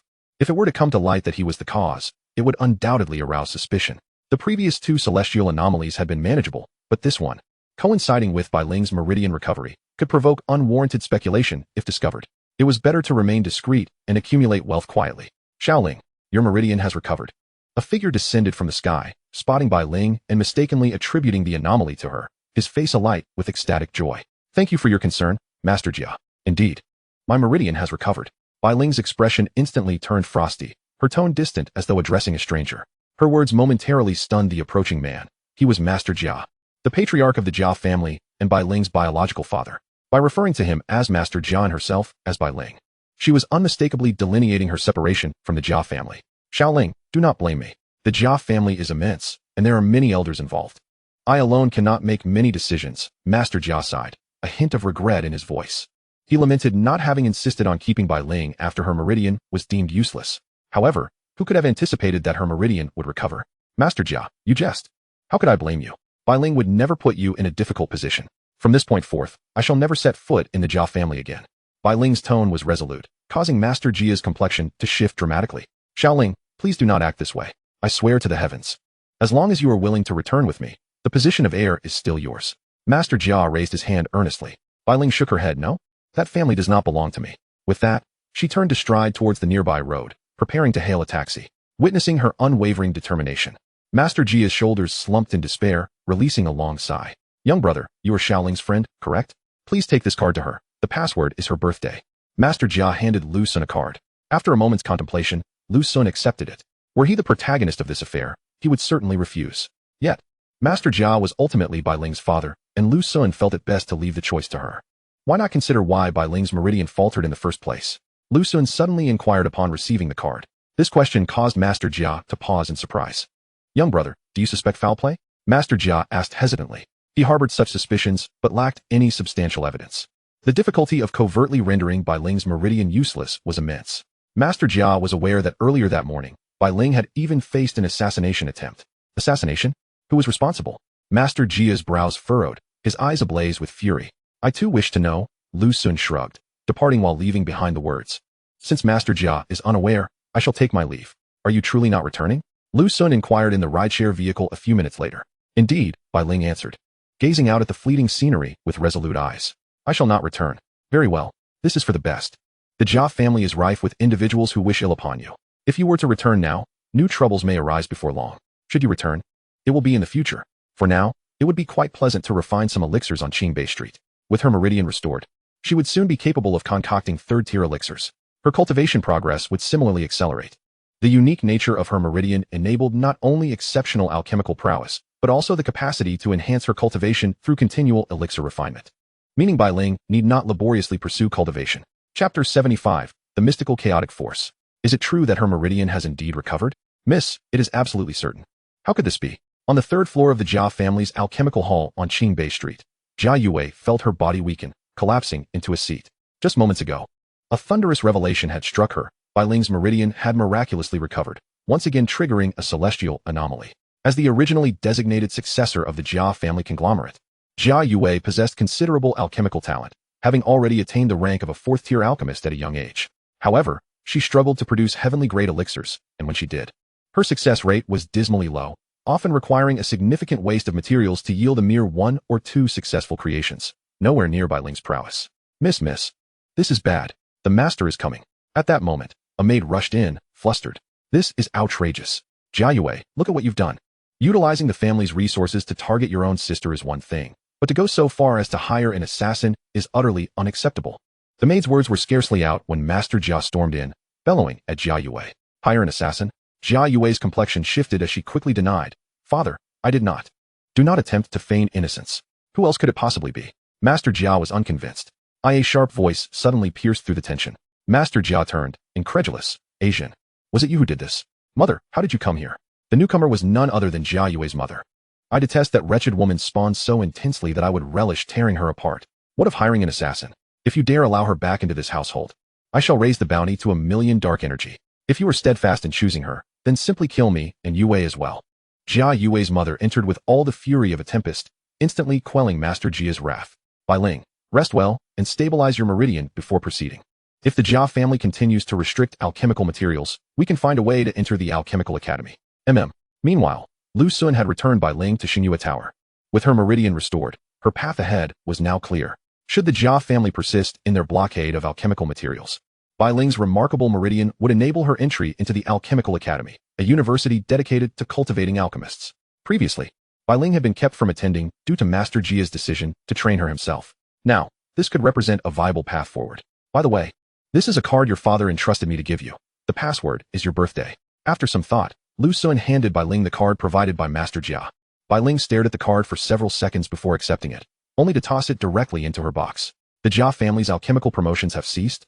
The following day, the Jia family's promotions were indeed suspended. Is the bounty for Bai Ling's assassination on the dark web gone as well? Not only that, but Luo Dashing also sent word that the assassination bounty for Bai Ling on the dark web had vanished. It appeared that Master Jia had indeed taken action. Lu Sun sensed this was likely connected to Master Jia. Bai Ling, let us try again. He promptly led Bai Ling to purchase alchemical materials. This time, the acquisition was remarkably smooth. Not only did she successfully procure the materials for alchemy, but the prices of those raw ingredients also saw a significant decline. With this, Bai Ling had resolved her most pressing issue. After obtaining the materials, she immersed herself in the art of alchemy, determined to concoct a series of elixirs to elevate her cultivation level. As the promotional period for Jia's elixirs came to a close, the business at Lingdan Pavilion began to flourish once more. Lu Sun gradually released the elixirs he had previously stockpiled, recovering his costs in the process. Consequently, he found himself with an abundance of free time once again, becoming the most idle individual around. Chu Youqing has broken through to the 4th level of Qi gathering. You gain 30 times the rewards from Chu Youqing's breakthrough. Within a mere few days, Chu Youqing achieved her breakthrough, following her bond with Bai Ling. The multiplier for the rewards had escalated to 30-fold, proving to be even more formidable. Lu Sun's cultivation in the celestial realm surged upward dramatically, skyrocketing from the 13th to the 16th level of Qi gathering. Not only did his spiritual energy see an enhancement, but he also manifested a trace of divine consciousness. The 4th level of Qi gathering signifies the mid-stage of this realm. Upon breaking through, a celestial cultivator can give birth to a faint divine consciousness. For Lu Sun, this fragile consciousness had multiplied 30-fold. Upon reflection, Lu Sun contemplated that the system could not return rewards that were non-existent. He had long surpassed the 4th level of Qi gathering, yet due to Chu Youqing's previous lack of divine consciousness, earlier returns had also lacked this aspect. Until now. How remarkable is this divine consciousness? Lu Sun closed his eyes, using his consciousness to perceive his surroundings. Although his divine consciousness had expanded 30-fold compared to Chu Youqing's, the foundational capacity remained, rendering it not exceedingly powerful. He could only sense a few meters around him. Compared to sight, the perception through divine consciousness proved to be more intuitive and detailed. After some experimentation, Lu Sun began to turn his gaze inward. His divine consciousness swept through the intricate pathways of martial veins and spiritual veins before ultimately entering his dantian. Within, his dantian resembled a realm of chaos, harboring 2 vast universes, one being the Qi Sea and the other the Spirit Palace. The Qi Sea was brimming with turbulent true energy, while the Spirit Palace contained gaseous spiritual power. The 3rd realm's spiritual energy is half-liquid. Yet the purity of his spiritual energy was not inferior to that of the 3rd realm, astonishingly remaining in a gaseous state.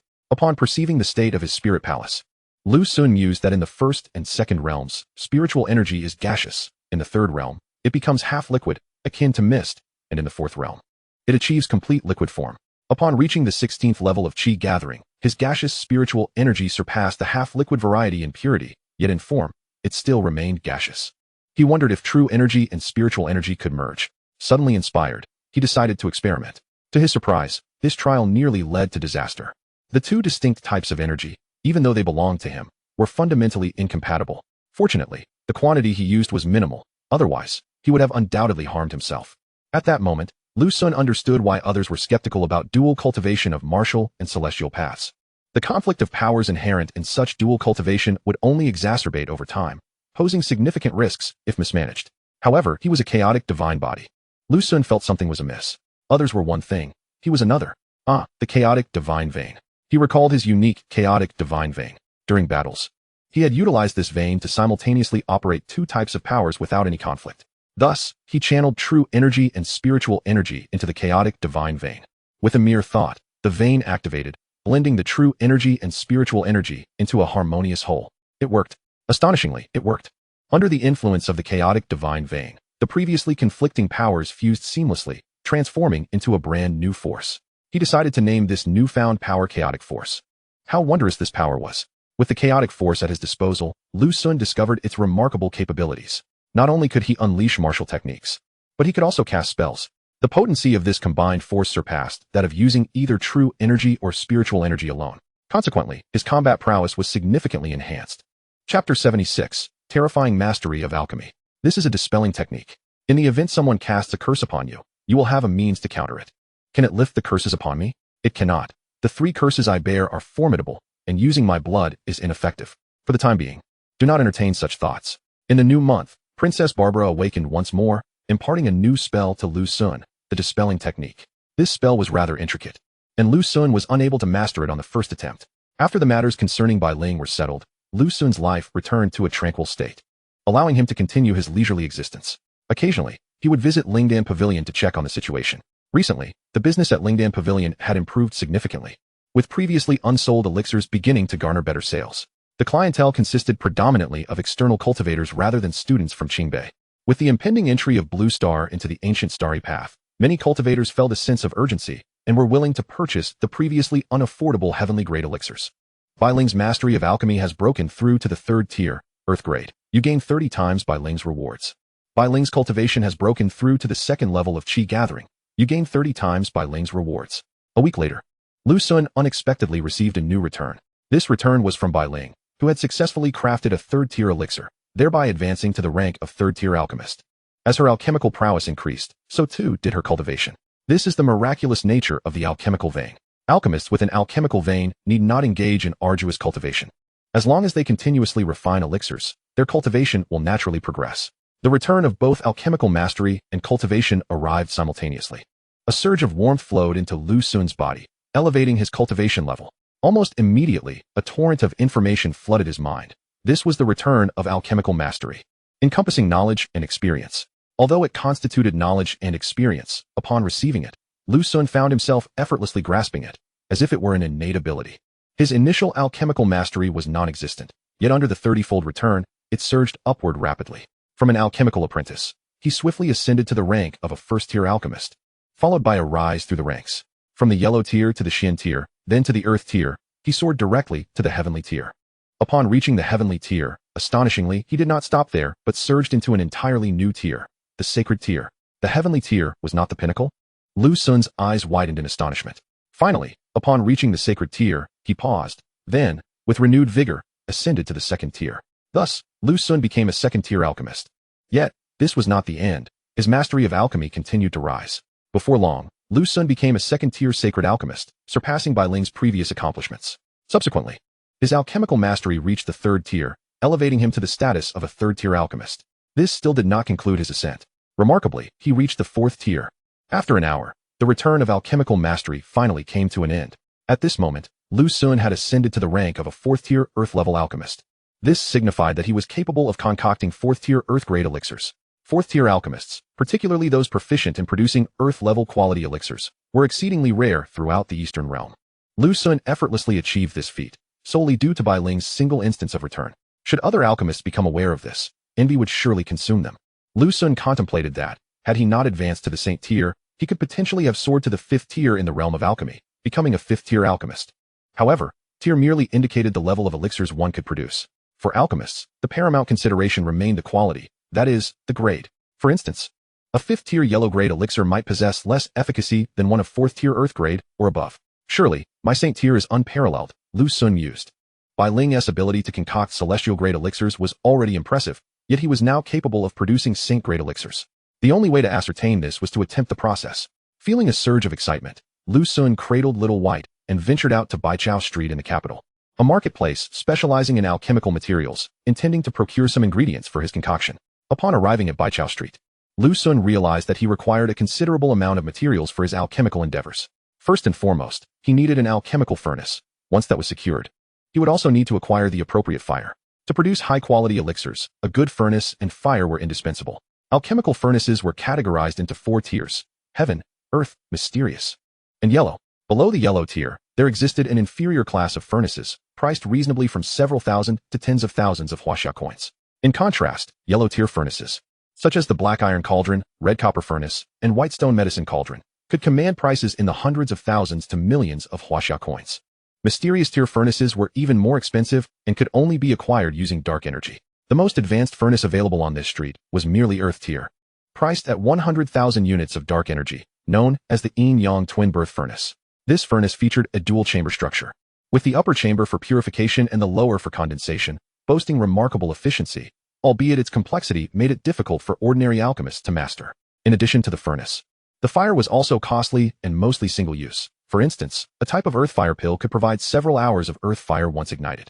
Different elixirs required different types of fire, which were likewise classified by grade. Using ordinary fire to concoct advanced elixirs would significantly increase the likelihood of failure. To produce saint-grade elixirs, even an earth-tier furnace might prove inadequate, prompting Lu Sun to consider borrowing from Bai Ling.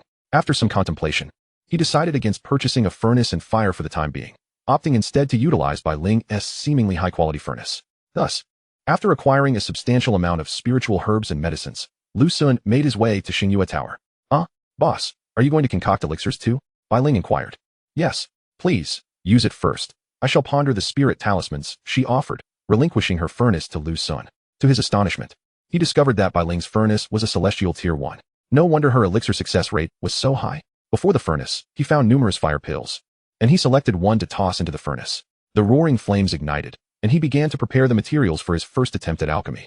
Despite it being his inaugural experience, his movements were remarkably adept, reminiscent of a seasoned alchemist. In just over an hour, he had introduced all the materials into the furnace. Swiftly, he executed a series of alchemical commands, controlling the fire within. After another half hour, Lu Sun performed the final command to retrieve the elixir and abruptly lifted the furnace lid. Instantly, the room was filled with a fragrant aroma, invigorating and refreshing, alleviating ailments. Wow, boss, it smells wonderful, Bai Ling remarked as she approached, her expression of astonishment evident as she beheld the radiant elixir mist surrounding the furnace. What grade of elixir is this? Bai Ling stood transfixed. Typically, elixirs of celestial grade would emit such mist, yet not accompanied by ethereal sounds. Furthermore, the mist of celestial grade elixirs did not usually extend over such a vast area. Arise, Lu Sun beckoned, and the elixirs soared from the furnace, gracefully landing in a jade vial. A total of 12 elixirs emerged, perfectly constituting a single batch. For his first attempt, the success rate was an astounding 100%. Boss, may I see your elixirs? Bai Ling could hardly contain her excitement, instinctively sensing that Lu Sun's concoction was extraordinary. Here, Lu Sun replied, handing her the jade vial. 3 inscriptions. Bai Ling gasped, her already wide, adorable eyes now even more pronounced, reminiscent of a Disney princess caught in a moment of wonder.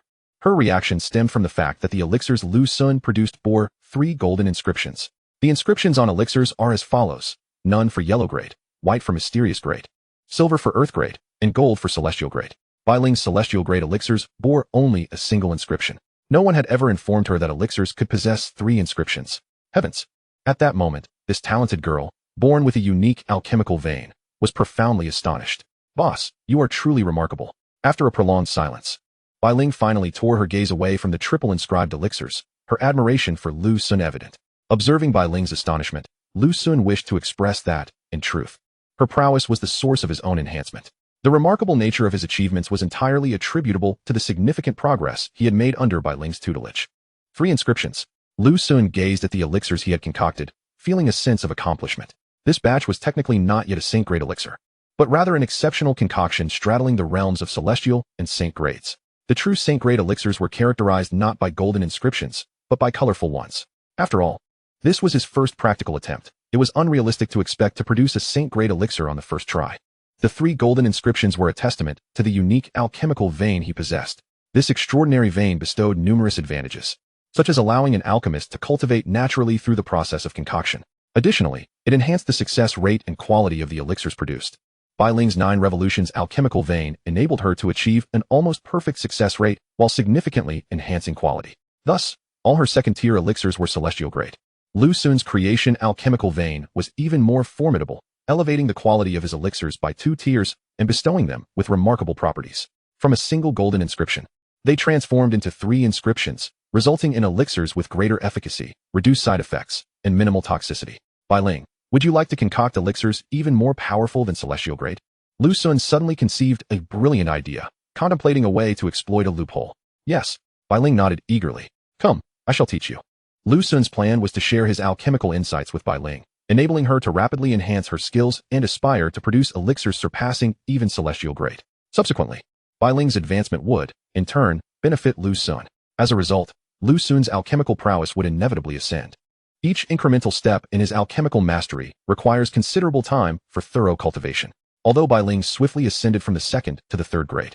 This was due to her diligent practice during the period when her alchemical veins were dormant, akin to the accumulation of a vast reservoir waiting to be unleashed. Otherwise, even with the presence of alchemical veins, it would have taken Bai Ling several months, if not longer, to achieve such a leap.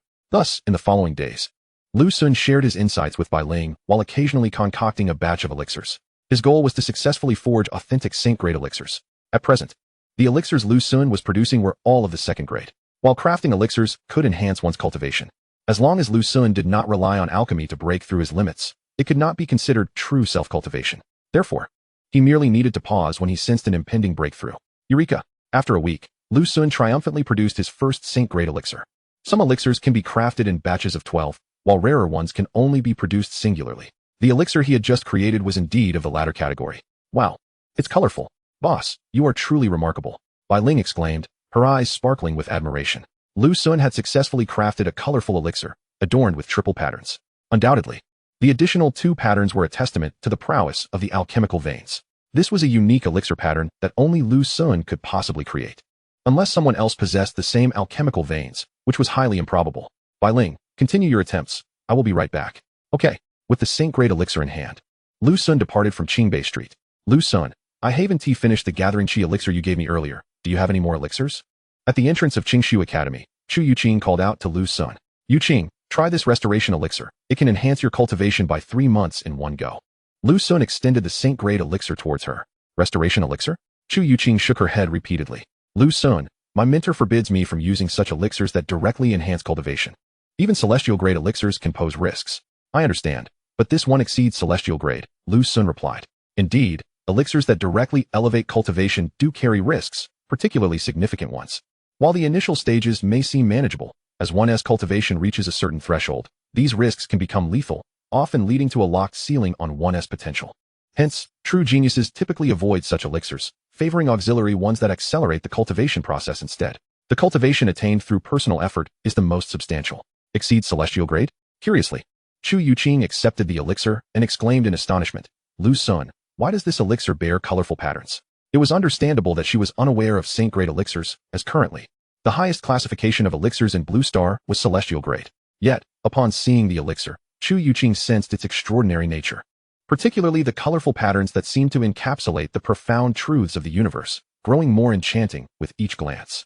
Youqing, if you trust me, take it, rest assured. Consume 1 a year, and you will be fine, Lu Xun gently urged as he placed the elixir in her hands. All right, Lu Xun, I believe you. Chu Youqing accepted the elixir. Indeed, slowly explaining things to a woman proved less effective than appealing to emotions. Why are you keeping accounts again? This is a debt you owe me. It must be recorded. Chu Youqing promptly pulled out her small notebook to jot it down. Very well, Lu Xun conceded. Upon her return to Qingshu Academy, Lu Xun did not deceive her.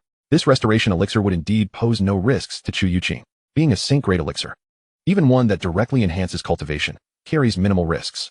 Moreover, after being augmented by the alchemical veins, this elixir boasted triple patterns. However, moderation was essential.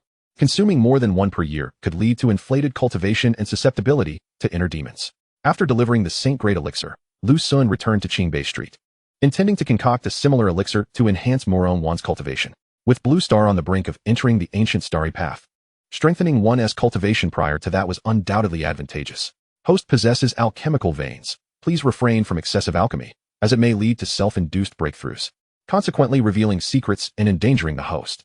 The host must regulate the frequency of alchemical practices. Each return received allows for a limited number of elixirs to be crafted after a breakthrough in cultivation.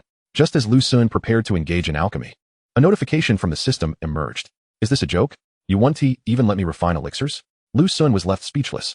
Upon reviewing the notification, he comprehended the system's rationale for restricting excessive alchemy. Possessing alchemical veins means that refining elixirs could enhance one's cultivation.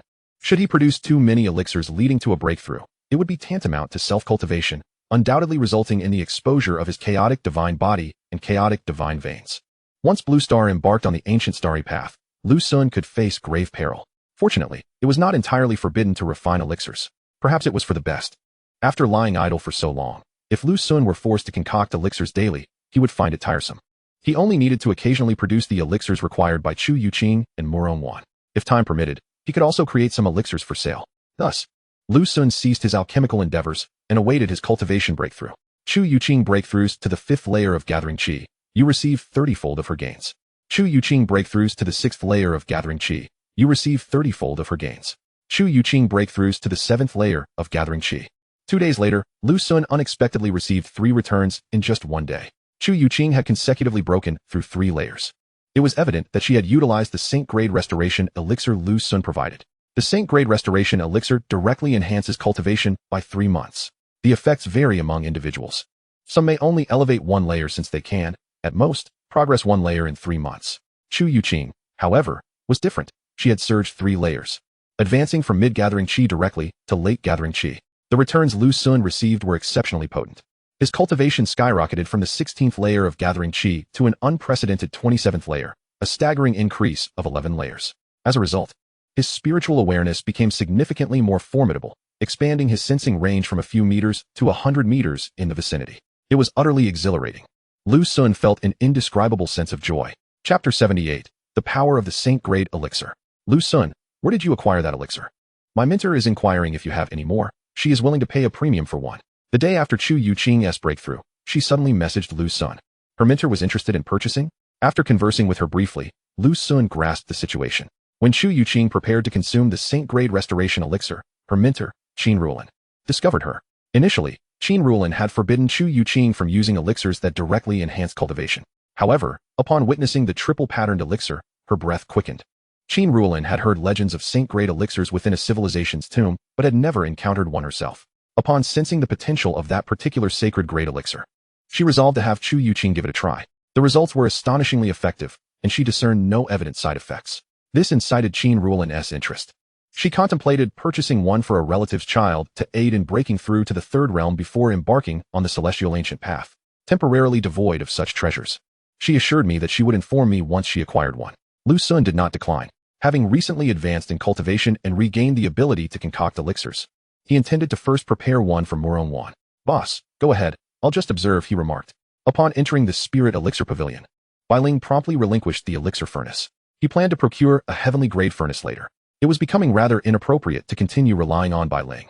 With matters settled, Lu Sun successfully crafted his 2nd sacred grade elixir within half a day.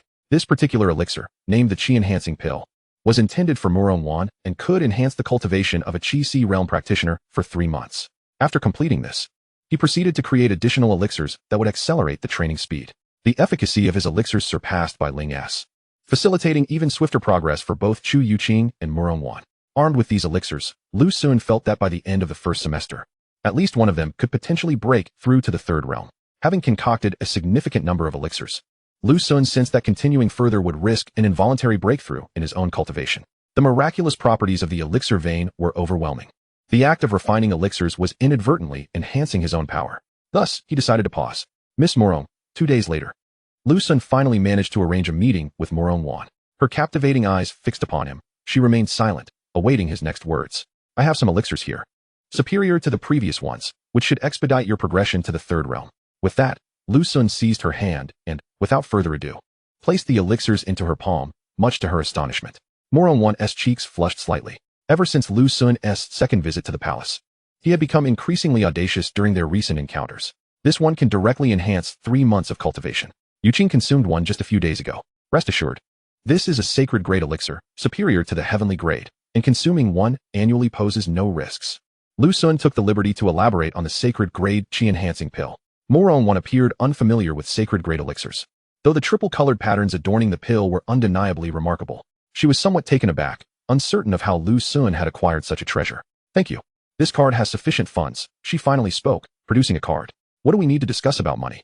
I've mentioned before, I will treat you well. Lu Sun firmly pushed the card back into her hands. Without alluding to the unique bond between them, he felt that his martial prowess was intertwined with Murong Wan, and he would not begrudge her gifts. Murong Wan's face reddened further. Choosing not to say more, she tucked away the elixirs and silently turned to leave. Her reticence was not due to a natural shyness. Rather, following their second encounter, she found herself at a loss on how to confront Lu Sun. Had she begun to keep tabs? Lu Sun noticed that once Murong Wan departed, she took out her phone and began jotting down notes. Let her record if she wishes. As long as she accepts the gifts, he thought. Lu Sun remained oblivious to whether Murong Wan would consume the sacred-grade chi-enhancing pill, even if she refrained. Possessing the sacred-grade Chi-Si pill would undoubtedly accelerate her training speed. Murong Wan breaks through to the 7th layer of the Chi-Si, and you gain 30-fold from her achievement. Murong Wan breaks through to the 8th layer of the Chi-Si. Murong Wan breaks through to the 9th layer of the Chi-Si. Merely a day later, Murong Wan had effortlessly ascended 3 layers. Clearly, she had ingested the sacred-grade chi-enhancing pill. The magnitude of her advancement was more substantial than that of Chu Youqing. In the late stages of the second realm, every layer gained required significantly more time and effort. Lu Sun, too, reaped considerable rewards, propelling himself to the 30th layer of the Chi-Si. Was he nearing his limit? He sensed that he was approaching the pinnacle of the Chi-Si's 30th layer. The purity of his true energy was now unparalleled, even surpassing that of geniuses in the late stages of the third realm who had opened the heavenly miraculous vein. In terms of sheer purity, his true energy could arguably rival that of a fourth realm master. However, in terms of overall combat prowess, he could not compare to a fourth realm master, whose strength was multifaceted, especially with the possession of true intent, which rendered their attacks exceptionally formidable. Nevertheless, should Lu Sun break through to the third realm, even in the early stages, he would likely possess the strength to contend with a fourth realm master.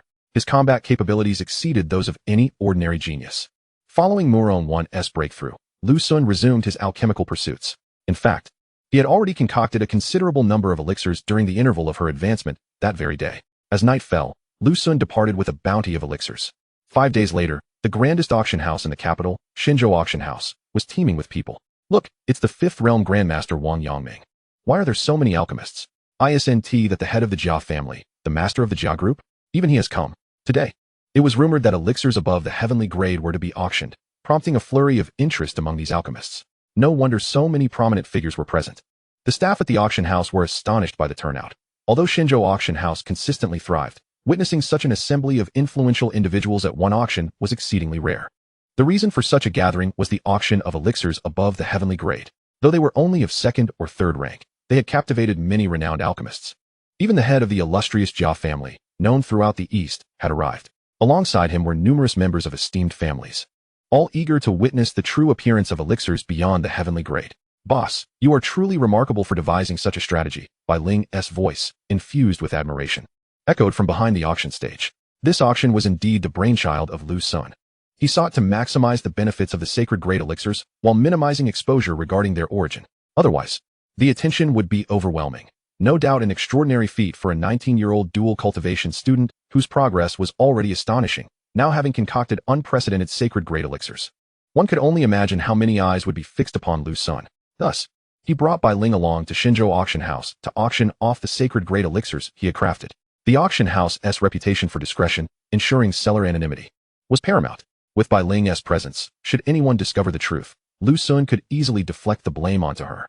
At present, Bai Ling held Lu Sun in the highest regard and was more than willing to cooperate with him. Wow, the colorful patterns truly indicate they are above the heavenly grade. Sacred grade, this is a sacred grade elixir. How can there be 3 tiers of colorful patterns? At that moment, exclamations of awe erupted from outside as the first sacred grade elixir was unveiled by the auctioneer. It was a 2nd-rank sacred grade gathering chi pill. Given the cultivation levels of those present, even from a distance, the pill was clearly discernible. The vibrant patterns dazzled all, igniting a chorus of astonished gasps. Some alchemists were utterly transfixed, almost yearning to leap forward and seize the sacred grade elixir to examine it closely. This was particularly true for those capable of refining heavenly grade potions. These alchemists harbored an insatiable desire to advance further. 10,000 units of dark energy, 20,000, 50,000, 100,000, 200,000. Soon after, the auction commenced. The opening bid for the 2nd grade sacred grade elixir was a mere 5,000 units of dark energy. However, within a few rounds, The bids soared to 200,000 units of dark energy. The increments were not gradual, they doubled and quadrupled. It is noteworthy that a typical second-grade chi gathering pill, even of heavenly grade, generally sells for only a few hundred units of dark energy, while those that can directly enhance cultivation, albeit with some risks, fetch a slightly higher price, typically amounting to several thousand units of dark energy. After all, it is merely a second-grade potion. Yet, this sacred-grade elixir, which merely accelerates cultivation speed, astonishingly reached 200,000 units of dark energy. 500,000. 200,000 was not the ceiling. Someone boldly declared 500,000 units of dark energy, equivalent to 0.5 cubic units, valued at over 500 million. Such a staggering price was solely for a second-grade elixir. Chapter 79, A Wave of Wealth. Who does not appreciate wealth? For cultivators, dark energy represents true currency. The money used by ordinary people is nothing but worthless paper, a form of fiat currency. Dark energy, however, is tangible and valuable, impervious to the collapse of credit. 500,000 once, 500,000 twice, 500,000 thrice. Ultimately, the first second-grade sacred-grade elixir was acquired by a distinguished alchemist clad in a fine robe, adorned with 5 silver leaves, signifying his status as a 5th-grade earth-level alchemist. "Boss, you struck gold," Bai Ling exclaimed, astonished. The cost to refine a batch of this second-grade sacred chi gathering pill is merely several 100,000 huaxia coins, with Lu Sun's perfect success rate of 100. A single batch yields a full 12 pills. When averaged out, the cost per pill is merely a few thousand huaxia coins, translating to only several units of dark energy. Yet, it sold for an astronomical 500,000 units of dark energy. This underscores the significance of craftsmanship, given the same quantity of raw materials. Other alchemists might only manage to produce Xian-grade or Earth-grade pills, which hold little value. Naturally, rarity plays a role as well. The inaugural appearance of sacred-grade elixirs piqued immense curiosity, prompting people to spend lavishly. The price of the second elixir was expected to dip. 10,000, 20,000, 50,000, 100,000, 150,000. As anticipated, the bidding for the second chi-gathering pill lacked the previous fervor, ultimately concluding at 300,000 units of dark energy. The auctioneer at the Shenzhou auction house was adept, never disclosing the total number of items available. Thus, the first elicited a frenzy, while the second continued to attract bids. As the third and fourth elixirs appeared, the prices gradually declined, settling around the tens of thousands of dark energy. The fourth was secured by the head of the Jia family, accompanied by Lu Sun and by Ling's acquaintance, Jia Yue. Is there more? The fifth elixir was revealed. People began to realize that there was likely a substantial quantity of sacred-grade elixirs in this auction. Nonetheless, an overwhelming number of attendees were wealthy individuals, indifferent to minor expenditures. Therefore, even with the continuous release of sacred-grade elixirs, prices remained robust, never dropping below 100,000. It was only upon the release of the second and third second-grade sacred chi gathering pills that prices began a further descent, dipping below 100,000. For Lu Sun, this was still satisfactory. With costs firmly established, even with price reductions, he stood to profit handsomely. The auction shifted to the second-grade Chi C pills. Following the Chi gathering pills, the auctioneer commenced the bidding for Chi C pills, which reignited competition. Subsequently, the auction featured second-grade cultivation pills, which directly enhance martial prowess. The names of these elixirs bore similarities, yet the attendees discerned their distinctions. The second-grade cultivation pill was again acquired by Jia Yue. Now, the auction turned to third-grade elixirs. The main event had arrived. Third-grade elixirs. Everyone braced themselves. Lu Sun had brought forth only 4 third-grade elixirs, 2 that increase cultivation speed and 2 that directly elevate cultivation levels. This auction featured a total of 4 third-grade elixirs, 1 of each type. The auctioneer disclosed the limited quantity up front. Upon hearing that only 1 of each type was available, many attendees could barely contain their excitement. 10,000, 100,000. Thus, as the auction commenced, the bidding escalated to an extraordinary frenzy. Before anyone could call out 10,000, another bid instantly soared to 100,000. 300,000. An expert jumped in, further attempting to intimidate the others. This is a goldmine. Lu Sun found himself elated. He suddenly perceived the advantages of the system limiting his alchemical production. Rarity begets value. Had Lu Sun been akin to a workhorse, laboring tirelessly for hours each day to produce a plethora of sacred-grade elixirs, they would undoubtedly lose their worth. For 100,000, 500,000, no one was deterred, and the bids continued unabated. The 2 types of elixirs, the third-rank chi-enhancing pill and the third-rank chi-cultivating pill, which directly augment one's cultivation, have incited a fierce competition. The Jia clan has encountered formidable rivals, notably the president of the Alchemy Association and a prominent family. Other powerful families have gathered to observe the spectacle. The debut of saint-rank elixirs holds immense value for both alchemists and these alchemical conglomerates, as they aspire to conduct research. If these elixirs are merely utilized for cultivation, the expenditure of such substantial dark energy would hardly be justifiable. After all, Even the most effective elixir only offers an enhancement of 3 months of cultivation. Boss, you are about to strike it rich, Bai Ling exclaimed, taken aback by the frenzy. Lu Sun was on the brink of an unprecedented fortune. Chapter 80. Buy. Indeed, it was a lucrative venture. Ultimately, after all the elixirs were auctioned, Lu Sun calculated that the sale secured over 20 million units of dark energy. Even after deducting the auction house's fees, nearly 20 million units remained, a staggering amount equivalent to almost 20 cubic meters of dark energy. This auction truly maximized the benefits of the Saint rank elixirs. Without the auction, such exorbitant prices would have been unattainable. Miss Xie, at that moment, a figure abruptly rose. What counsel does President Lu have? The auctioneer, a strikingly beautiful woman, was none other than Xie Yuyan, the head of the Shenzhou auction house. The significance of this auction compelled her to preside over it personally. I am willing to offer 100,000 units of dark energy. Merely to request that the consignor make their presence known, President Lu stated. As the president of the capital's Alchemist Association and a formidable alchemist capable of concocting pills of the 6th rank and above, he found himself unable to produce even a 1st or 2nd rank Saint rank elixir. We, the Jia clan, are also prepared to bid 100,000 units of dark energy in exchange for a meeting with the consignor, the Jia patriarch announced with a booming voice. Our Chu Youqing group will add another 100,000. Another individual interjected. Chu Youqing group, although not as expansive as the Jia clan, boasted extensive operations in neighboring countries. Their approach was less about high-end products and more about affordable options for ordinary cultivators, rather than prodigies. Consequently, their stores were absent from Qingbei Street. Nevertheless, in recent years, Chu Youqing Group had been venturing into high-end territory, and this Saint rank elixir was undoubtedly seen as a breakthrough. Wow!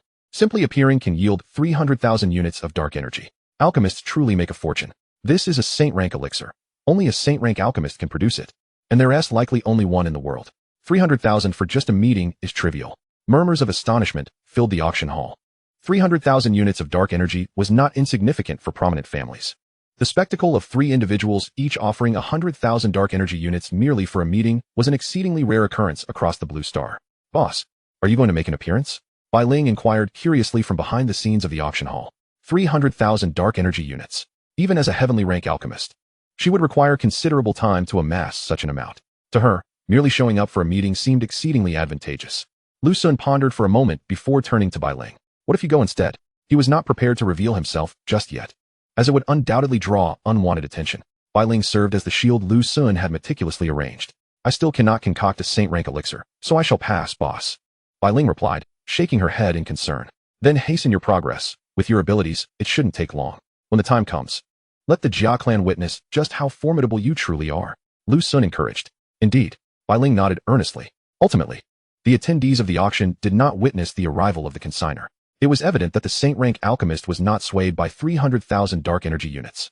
The individual was surely a concealed powerhouse, unwilling to make an appearance. Perhaps they had not even attended, merely consigning the elixirs for auction. Speculation abounded among the crowd. Mr. Lu, this auction has successfully sold 24 million units of dark energy. After deducting the 10% fee and 5% tax, there remains 20,040,000 units, which have all been transferred to your account. Only 10% for the fees? Yes, Mr. Lu, this is a special discount I arranged for you. Thank you, Miss Xie. Over an hour later, in the auction house's back room, Xie Yuyan and Lu Sun finalized the settlement. After fees and taxes, Lu Sun was left with just over 20 million units of dark energy. This equated to approximately 20 cubic meters of dark energy, worth over 2 billion huaxia currency. Such a vast quantity of dark energy would be unattainable even for a family like the Murong clan, which possessed 4-stage masters, without incurring significant sacrifices. Lu Sun had indeed profited immensely from this venture, achieving a financial leap that would take many prominent families' generations to accomplish. In an instant, Lu Sun found himself transformed into a wealthy individual, surpassing even the fortune he had gained from defeating He Chang, which amounted to only 1 cubic meter of dark energy. Now he possessed a staggering 20 cubic meters, a completely different magnitude. Henceforth, Lu Sun could confidently declare himself part of the elite class. What should one do with newfound wealth? Naturally, one should indulge in shopping. In the following days, Lu Sun entered a buying frenzy. His first acquisition was a heavenly ranked Dan furnace, known as the Qianquan Bagua furnace, costing over 100,000 units of dark energy. This price was considered steep even among heavenly ranked furnaces, but its versatility in concocting any type of elixir, regardless of attribute or grade, made it worthwhile. Subsequently, Lu Sun replaced his entire set of equipment. He first purchased a piece of the glimmering treasure garment, which required no maintenance, appeared perpetually new, and offered respectable defensive capabilities. Next came the weaponry, which presented a complex hierarchy. Martial cultivators had their own grading system. while celestial cultivators referred to their weapons as magical artifacts, each with its classification. Lu Xun first acquired a 4th-rank heavenly longsword, suitable for martial cultivators.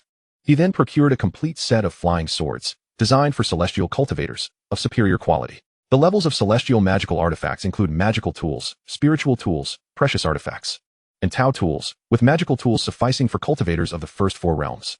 With his newfound wealth, Lu Xun opted for the higher-grade spiritual tools, specifically of the superior quality. After acquiring the flying swords, he also purchased several defensive magical artifacts. Martial cultivators typically did not prioritize defense, as their physical prowess, agility, and reflexes were formidable. Carrying a shield could hinder their combat effectiveness. Conversely, celestial cultivators necessitated defense, given their relative physical frailty, as lacking defensive measures could lead to their demise. Having completed his acquisitions, Lu Xun also purchased weapons and armor for Chu Youqing and Murong Wan, expending a significant portion of his dark energy. Have I really spent half already? After tallying up the expenditures, Lu Xun realized he had indeed spent a substantial amount of dark energy. Quality weaponry was significantly more expensive than elixirs. Elixirs are mere consumables, while weapons serve as enduring instruments of power. Wow, Lu Xun, where did you procure such exquisite flying swords and the crimson armor shield? They must have cost a fortune. At Qingshu Academy, when Lu Xun presented the magical artifacts to Chu Youqing, she was taken aback. With her discerning eye, she could immediately perceive the extraordinary nature of both items, particularly the crimson shield, no larger than a palm, which, when activated by spiritual energy, would conjure a circle of fiery crimson armor around the user. This fire attribute armor not only provided defense, but also bore a certain offensive capability, scorching any adversaries who dared to approach. It was perfectly suited to Chu Youqing. One could easily surmise the exorbitant price of such treasures in her household. No one possessed artifacts of this caliber. Fortunately, Teacher Fei has connections and afforded me a discount. Lu Xun refrained from disclosing the rank of the flying sword and the crimson shield, lest Chu Youqing decline the gifts. All right, I shall make a note of it, she replied, taking out a small notebook to jot it down. After bestowing the gifts upon Chu Youqing, Lu Xun attempted to reach Murong Wan, but she did not answer his call nor respond to his messages. It seemed she was in seclusion. He decided to reach out to her later. After all, her seclusion was a positive sign. Murong Wan had already reached the 9th layer of the Qi Si and was on the verge of breaking through to the 10th layer. Once she achieved this milestone, she would be able to challenge the 3rd realm. Given the prowess of her Linglong physique, the 3rd realm would be within her grasp. At that point, Lu Xun's own cultivation would soar dramatically. Chapter 81, Campus Unified Examination, Consecutive Breakthroughs. Following a spree of purchases, Lu Xun's life returned to a state of tranquility.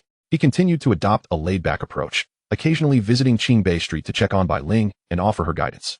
Bai Ling had now attained a 3rd-tier Earth-level alchemy proficiency. After Lu Xun imparted his knowledge, she diligently endeavored to concoct Saint-tier elixirs. Meanwhile, Lu Xun was also experimenting with new alchemical recipes. The variety of elixirs was vast, ranging from those that accelerated cultivation speed, directly enhanced cultivation levels, healed injuries, improved physical constitution, augmented spiritual awareness and vitality, to those that aided in combat, and even those that prolonged life and enhanced beauty. Advancement in alchemical skills does not guarantee the ability to concoct all types of elixirs in one go. Even elixirs of the same grade may present varying levels of difficulty in their refinement. Secret Realm Assessment? Aren't we just freshmen? There was no alternative. It was due to the unexpected arrival of the Blue Star into the Astral Ancient Path during their freshman year. Everyone need not worry. Since the authorities have mandated our participation in the assessment, there shall be no life-threatening dangers. It is merely a matter of what results we can achieve. One day, an announcement spread across the campus of Beta University. In a month and a half, the final assessment would transform into a Secret Realm Assessment. The so-called Secret Realms were unique spaces birthed from the dimensional ascension of the Blue Star. These realms were predominantly under human control, serving as venues for trials for cultivators and assessments for students. Within them lay opportunities, but also considerable dangers. For instance, in many secret realms, human powerhouses intentionally introduced astral aberrations and hostile extraterrestrial beings. These alien entities, already known for their ferocity, were now bred by humans, harboring a deep-seated hatred for humanity. It was easy to imagine the chaos that would ensue should a human enter their domain. Typically, freshmen would not participate in secret realm assessments due to their relatively low power level. However, this year, the secret realm assessment was unexpectedly opened to first-year students. This assessment would also be conducted in the format of a unified campus examination, with participation from several other cultivation schools alongside Qingbei. Such unified assessments often offered substantial rewards. Wow, a heavenly Tao talisman. Don't get your hopes up. Within the secret realm, there are no restrictions on means. This talisman is destined for those scions of affluent families. Indeed, even Lu Xun might find it challenging to secure one. as those with ample financial resources could easily acquire a heavenly Tao talisman through monetary means. The students were envious when the rewards for the examination were announced. The assessment results would be categorized by grade, with each grade's results calculated separately. Regardless of the grade, the top performer would receive a heavenly Tao talisman. The so-called heavenly Tao talisman, when utilized, would allow its bearer to summon a mini rainbow bridge from the blue star, enabling safe passage back to blue star from the astral ancient path, provided one was not in a dire situation.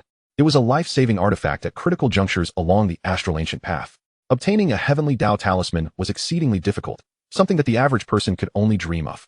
Unexpectedly, this time the authorities announced the release of 4 heavenly Tao talismans. Lu Sun, your opportunity has arrived. With a heavenly Tao talisman, your journey through the astral ancient path will be much safer. Li Bufan messaged Lu Sun without delay. This fellow had been engrossed in his cultivation and had not been in contact with Lu Sun for quite some time. However, you must exert yourself. Your fiercest competitors are not the students of Qingbei, but those from Wanlu Academy. Even if their cultivation is lacking, they can still achieve explosive results through financial means. Soon after, Li Bufan expressed concern.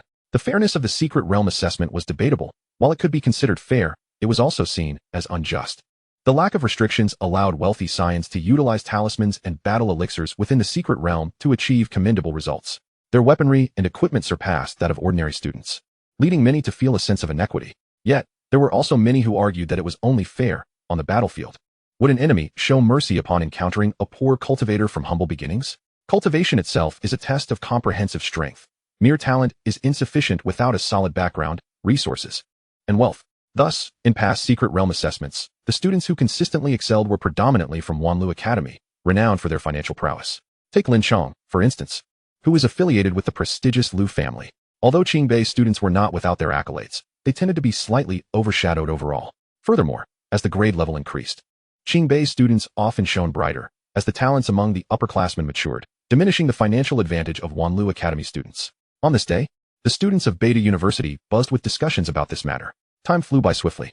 Lu Sun found himself reflecting on how the first semester of their freshman year was nearing its conclusion. Murong Wan has broken through to the 10th layer of the Qi Si. You have gained 30-fold from her achievement. A week later, unexpectedly, Murong Wan broke through to the 10th layer of the Qi Si, propelling Lu Sun to the 32nd layer. Before the final assessment, Murong Wan was poised to break through to the 3rd realm. Lu Sun felt a surge of excitement. He could break through to the 3rd realm at any moment. If the system permitted him to cultivate freely, he could easily attain that breakthrough. Even if the system restricted his cultivation, Lu Sun could still prepare for the 3rd realm using the return mechanism. However, such a breakthrough would yield diminished effects, making it challenging to awaken formidable martial arts abilities. Thus, Lu Sun was now relying on Murong Wan to achieve that breakthrough to the 3rd realm. The efficacy of that spirit-enhancing pill was remarkable, allowing Murong Wan to save 3 months in her cultivation, coupled with the saint-level Qi Si pill, which expedited her training further. Murong Wan was poised to break the record at Beta University. Within half a semester, she had already ascended to the 3rd realm. Lu Sun, benefiting from her brilliance, also managed to break through to the 3rd realm, potentially surpassing her in prowess. He contemplated acquiring superior equipment for her once more dark energy became available. Given Murong Wan's relentless dedication to her training, Lu Sun felt compelled to reward her efforts. At the very least, he had to ensure that weapons and elixirs were adequately supplied. After another week, Chu Youqing achieved a breakthrough to the 8th layer of Qi gathering, granting Lu Sun 30-fold returns from her accomplishments. However, Chu Youqing's progress was comparatively slower. Thus, it appeared challenging for her to reach the 3rd realm within her freshman year. Perhaps during the holiday, she might still achieve that breakthrough. Boss, am I really that foolish? She questioned. Not at all. The saint-level elixirs are inherently difficult to master, and your rapid comprehension is a testament to your intelligence, Bai Ling reassured her. Meanwhile, Bai Ling continued her attempts at concocting saint-level elixirs. Despite Lu Sun's guidance over the past 2 weeks, her progress had been rather modest, leading to a tinge of frustration. Naturally, Lu Sun offered her comfort. If Bai Ling were truly slow-witted, it would imply that few intelligent individuals existed in the world. Lu Sun's exceptional alchemical skills were, after all, influenced by her. Under Lu Sun's encouragement and meticulous instruction, Bai Ling made significant strides. After another week, she finally succeeded in producing a saint-level elixir, a first-grade pill of opening meridians. A vital aid for cultivators during their meridian opening phase. Although it was of the 1st grade, the difficulty of crafting such elixirs was not trivial, and their market value often exceeded that of many 2nd-grade elixirs. Bai Ling's swift success in creating this elixir underscored her extraordinary talent in alchemy. I only managed to produce a single layer of colorful patterns, while you, boss, achieved 3 layers. Bai Ling expressed her admiration for Lu Sun. The intricacies of his three-layered patterns eluded her comprehension. Of course, they are the hallmark of a divine alchemical lineage, she acknowledged. Her own 9-transformation pill lineage primarily ensured a near-perfect success rate in elixir creation. Bai Ling's breakthrough also elevated Lu Xun's alchemical prowess and cultivation level.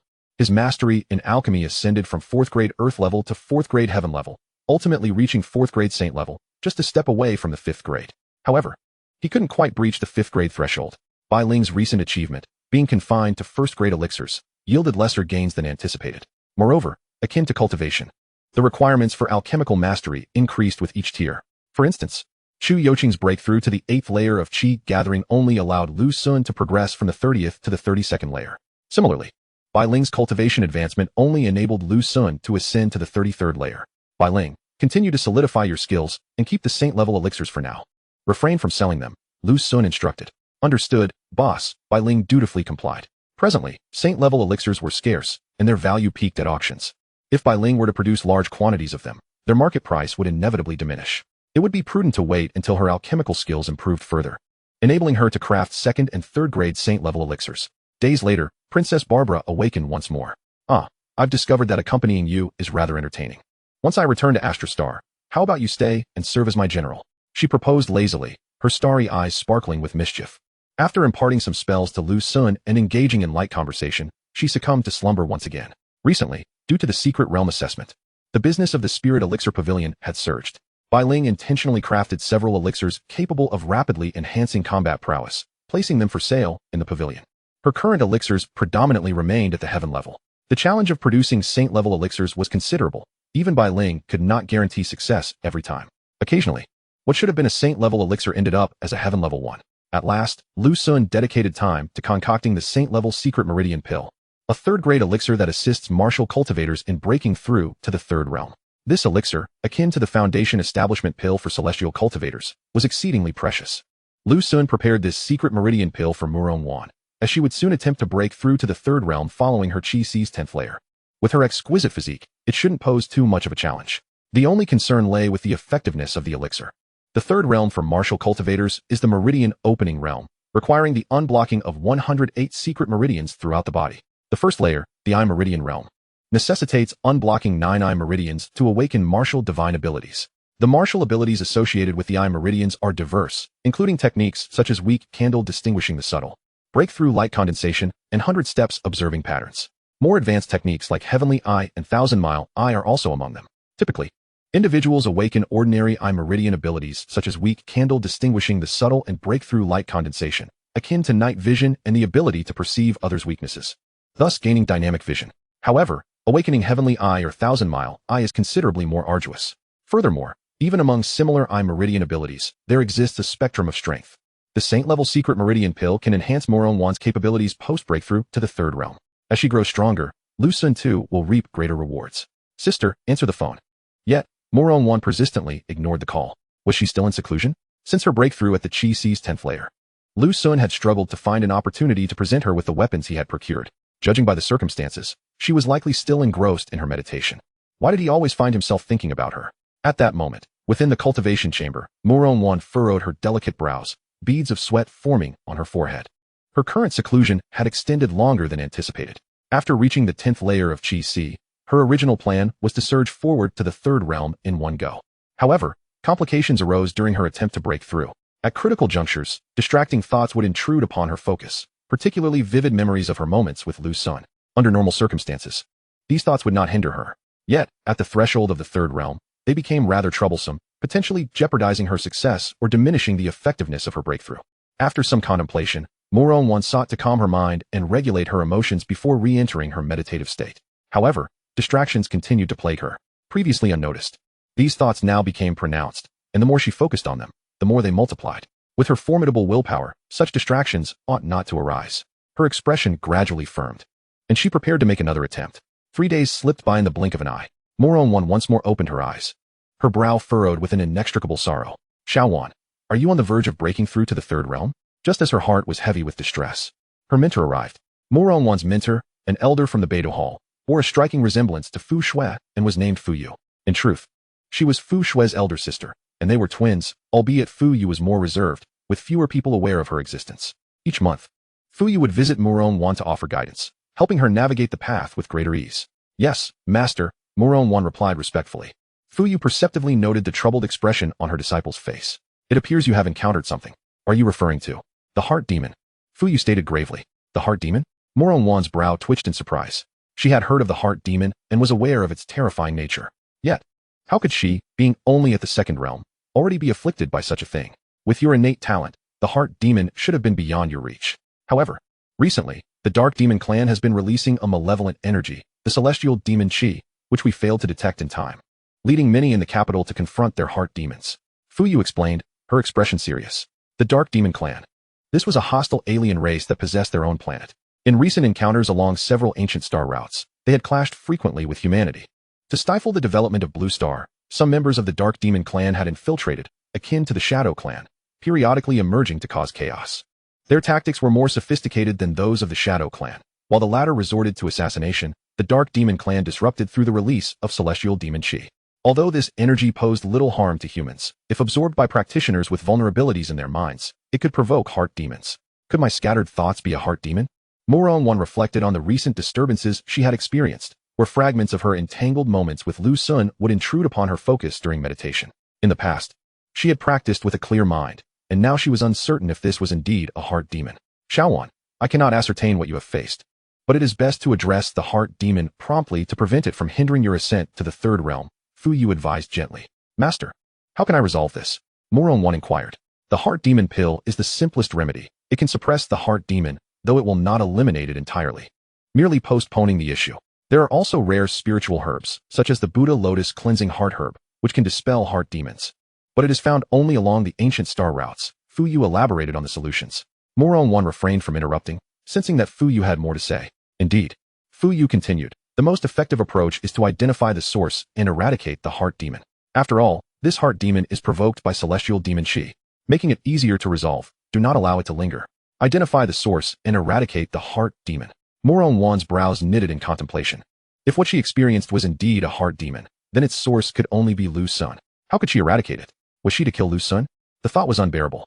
Xiaowan, the heart demon you encounter is likely related to your emotions. Fu Yu suddenly interjected, as if reading her thoughts. She had seen through her. Murong Wan nibbled her lower lip, wrestling with her conflicted feelings before finally admitting, yes. In truth, she was uncertain if it was truly a heart demon. It was not entirely an emotional issue, as her relationship with Lu Sun was quite intricate. She harbored no hatred towards him. To claim love seemed premature. Their connection had initially begun with a borrowing of a child.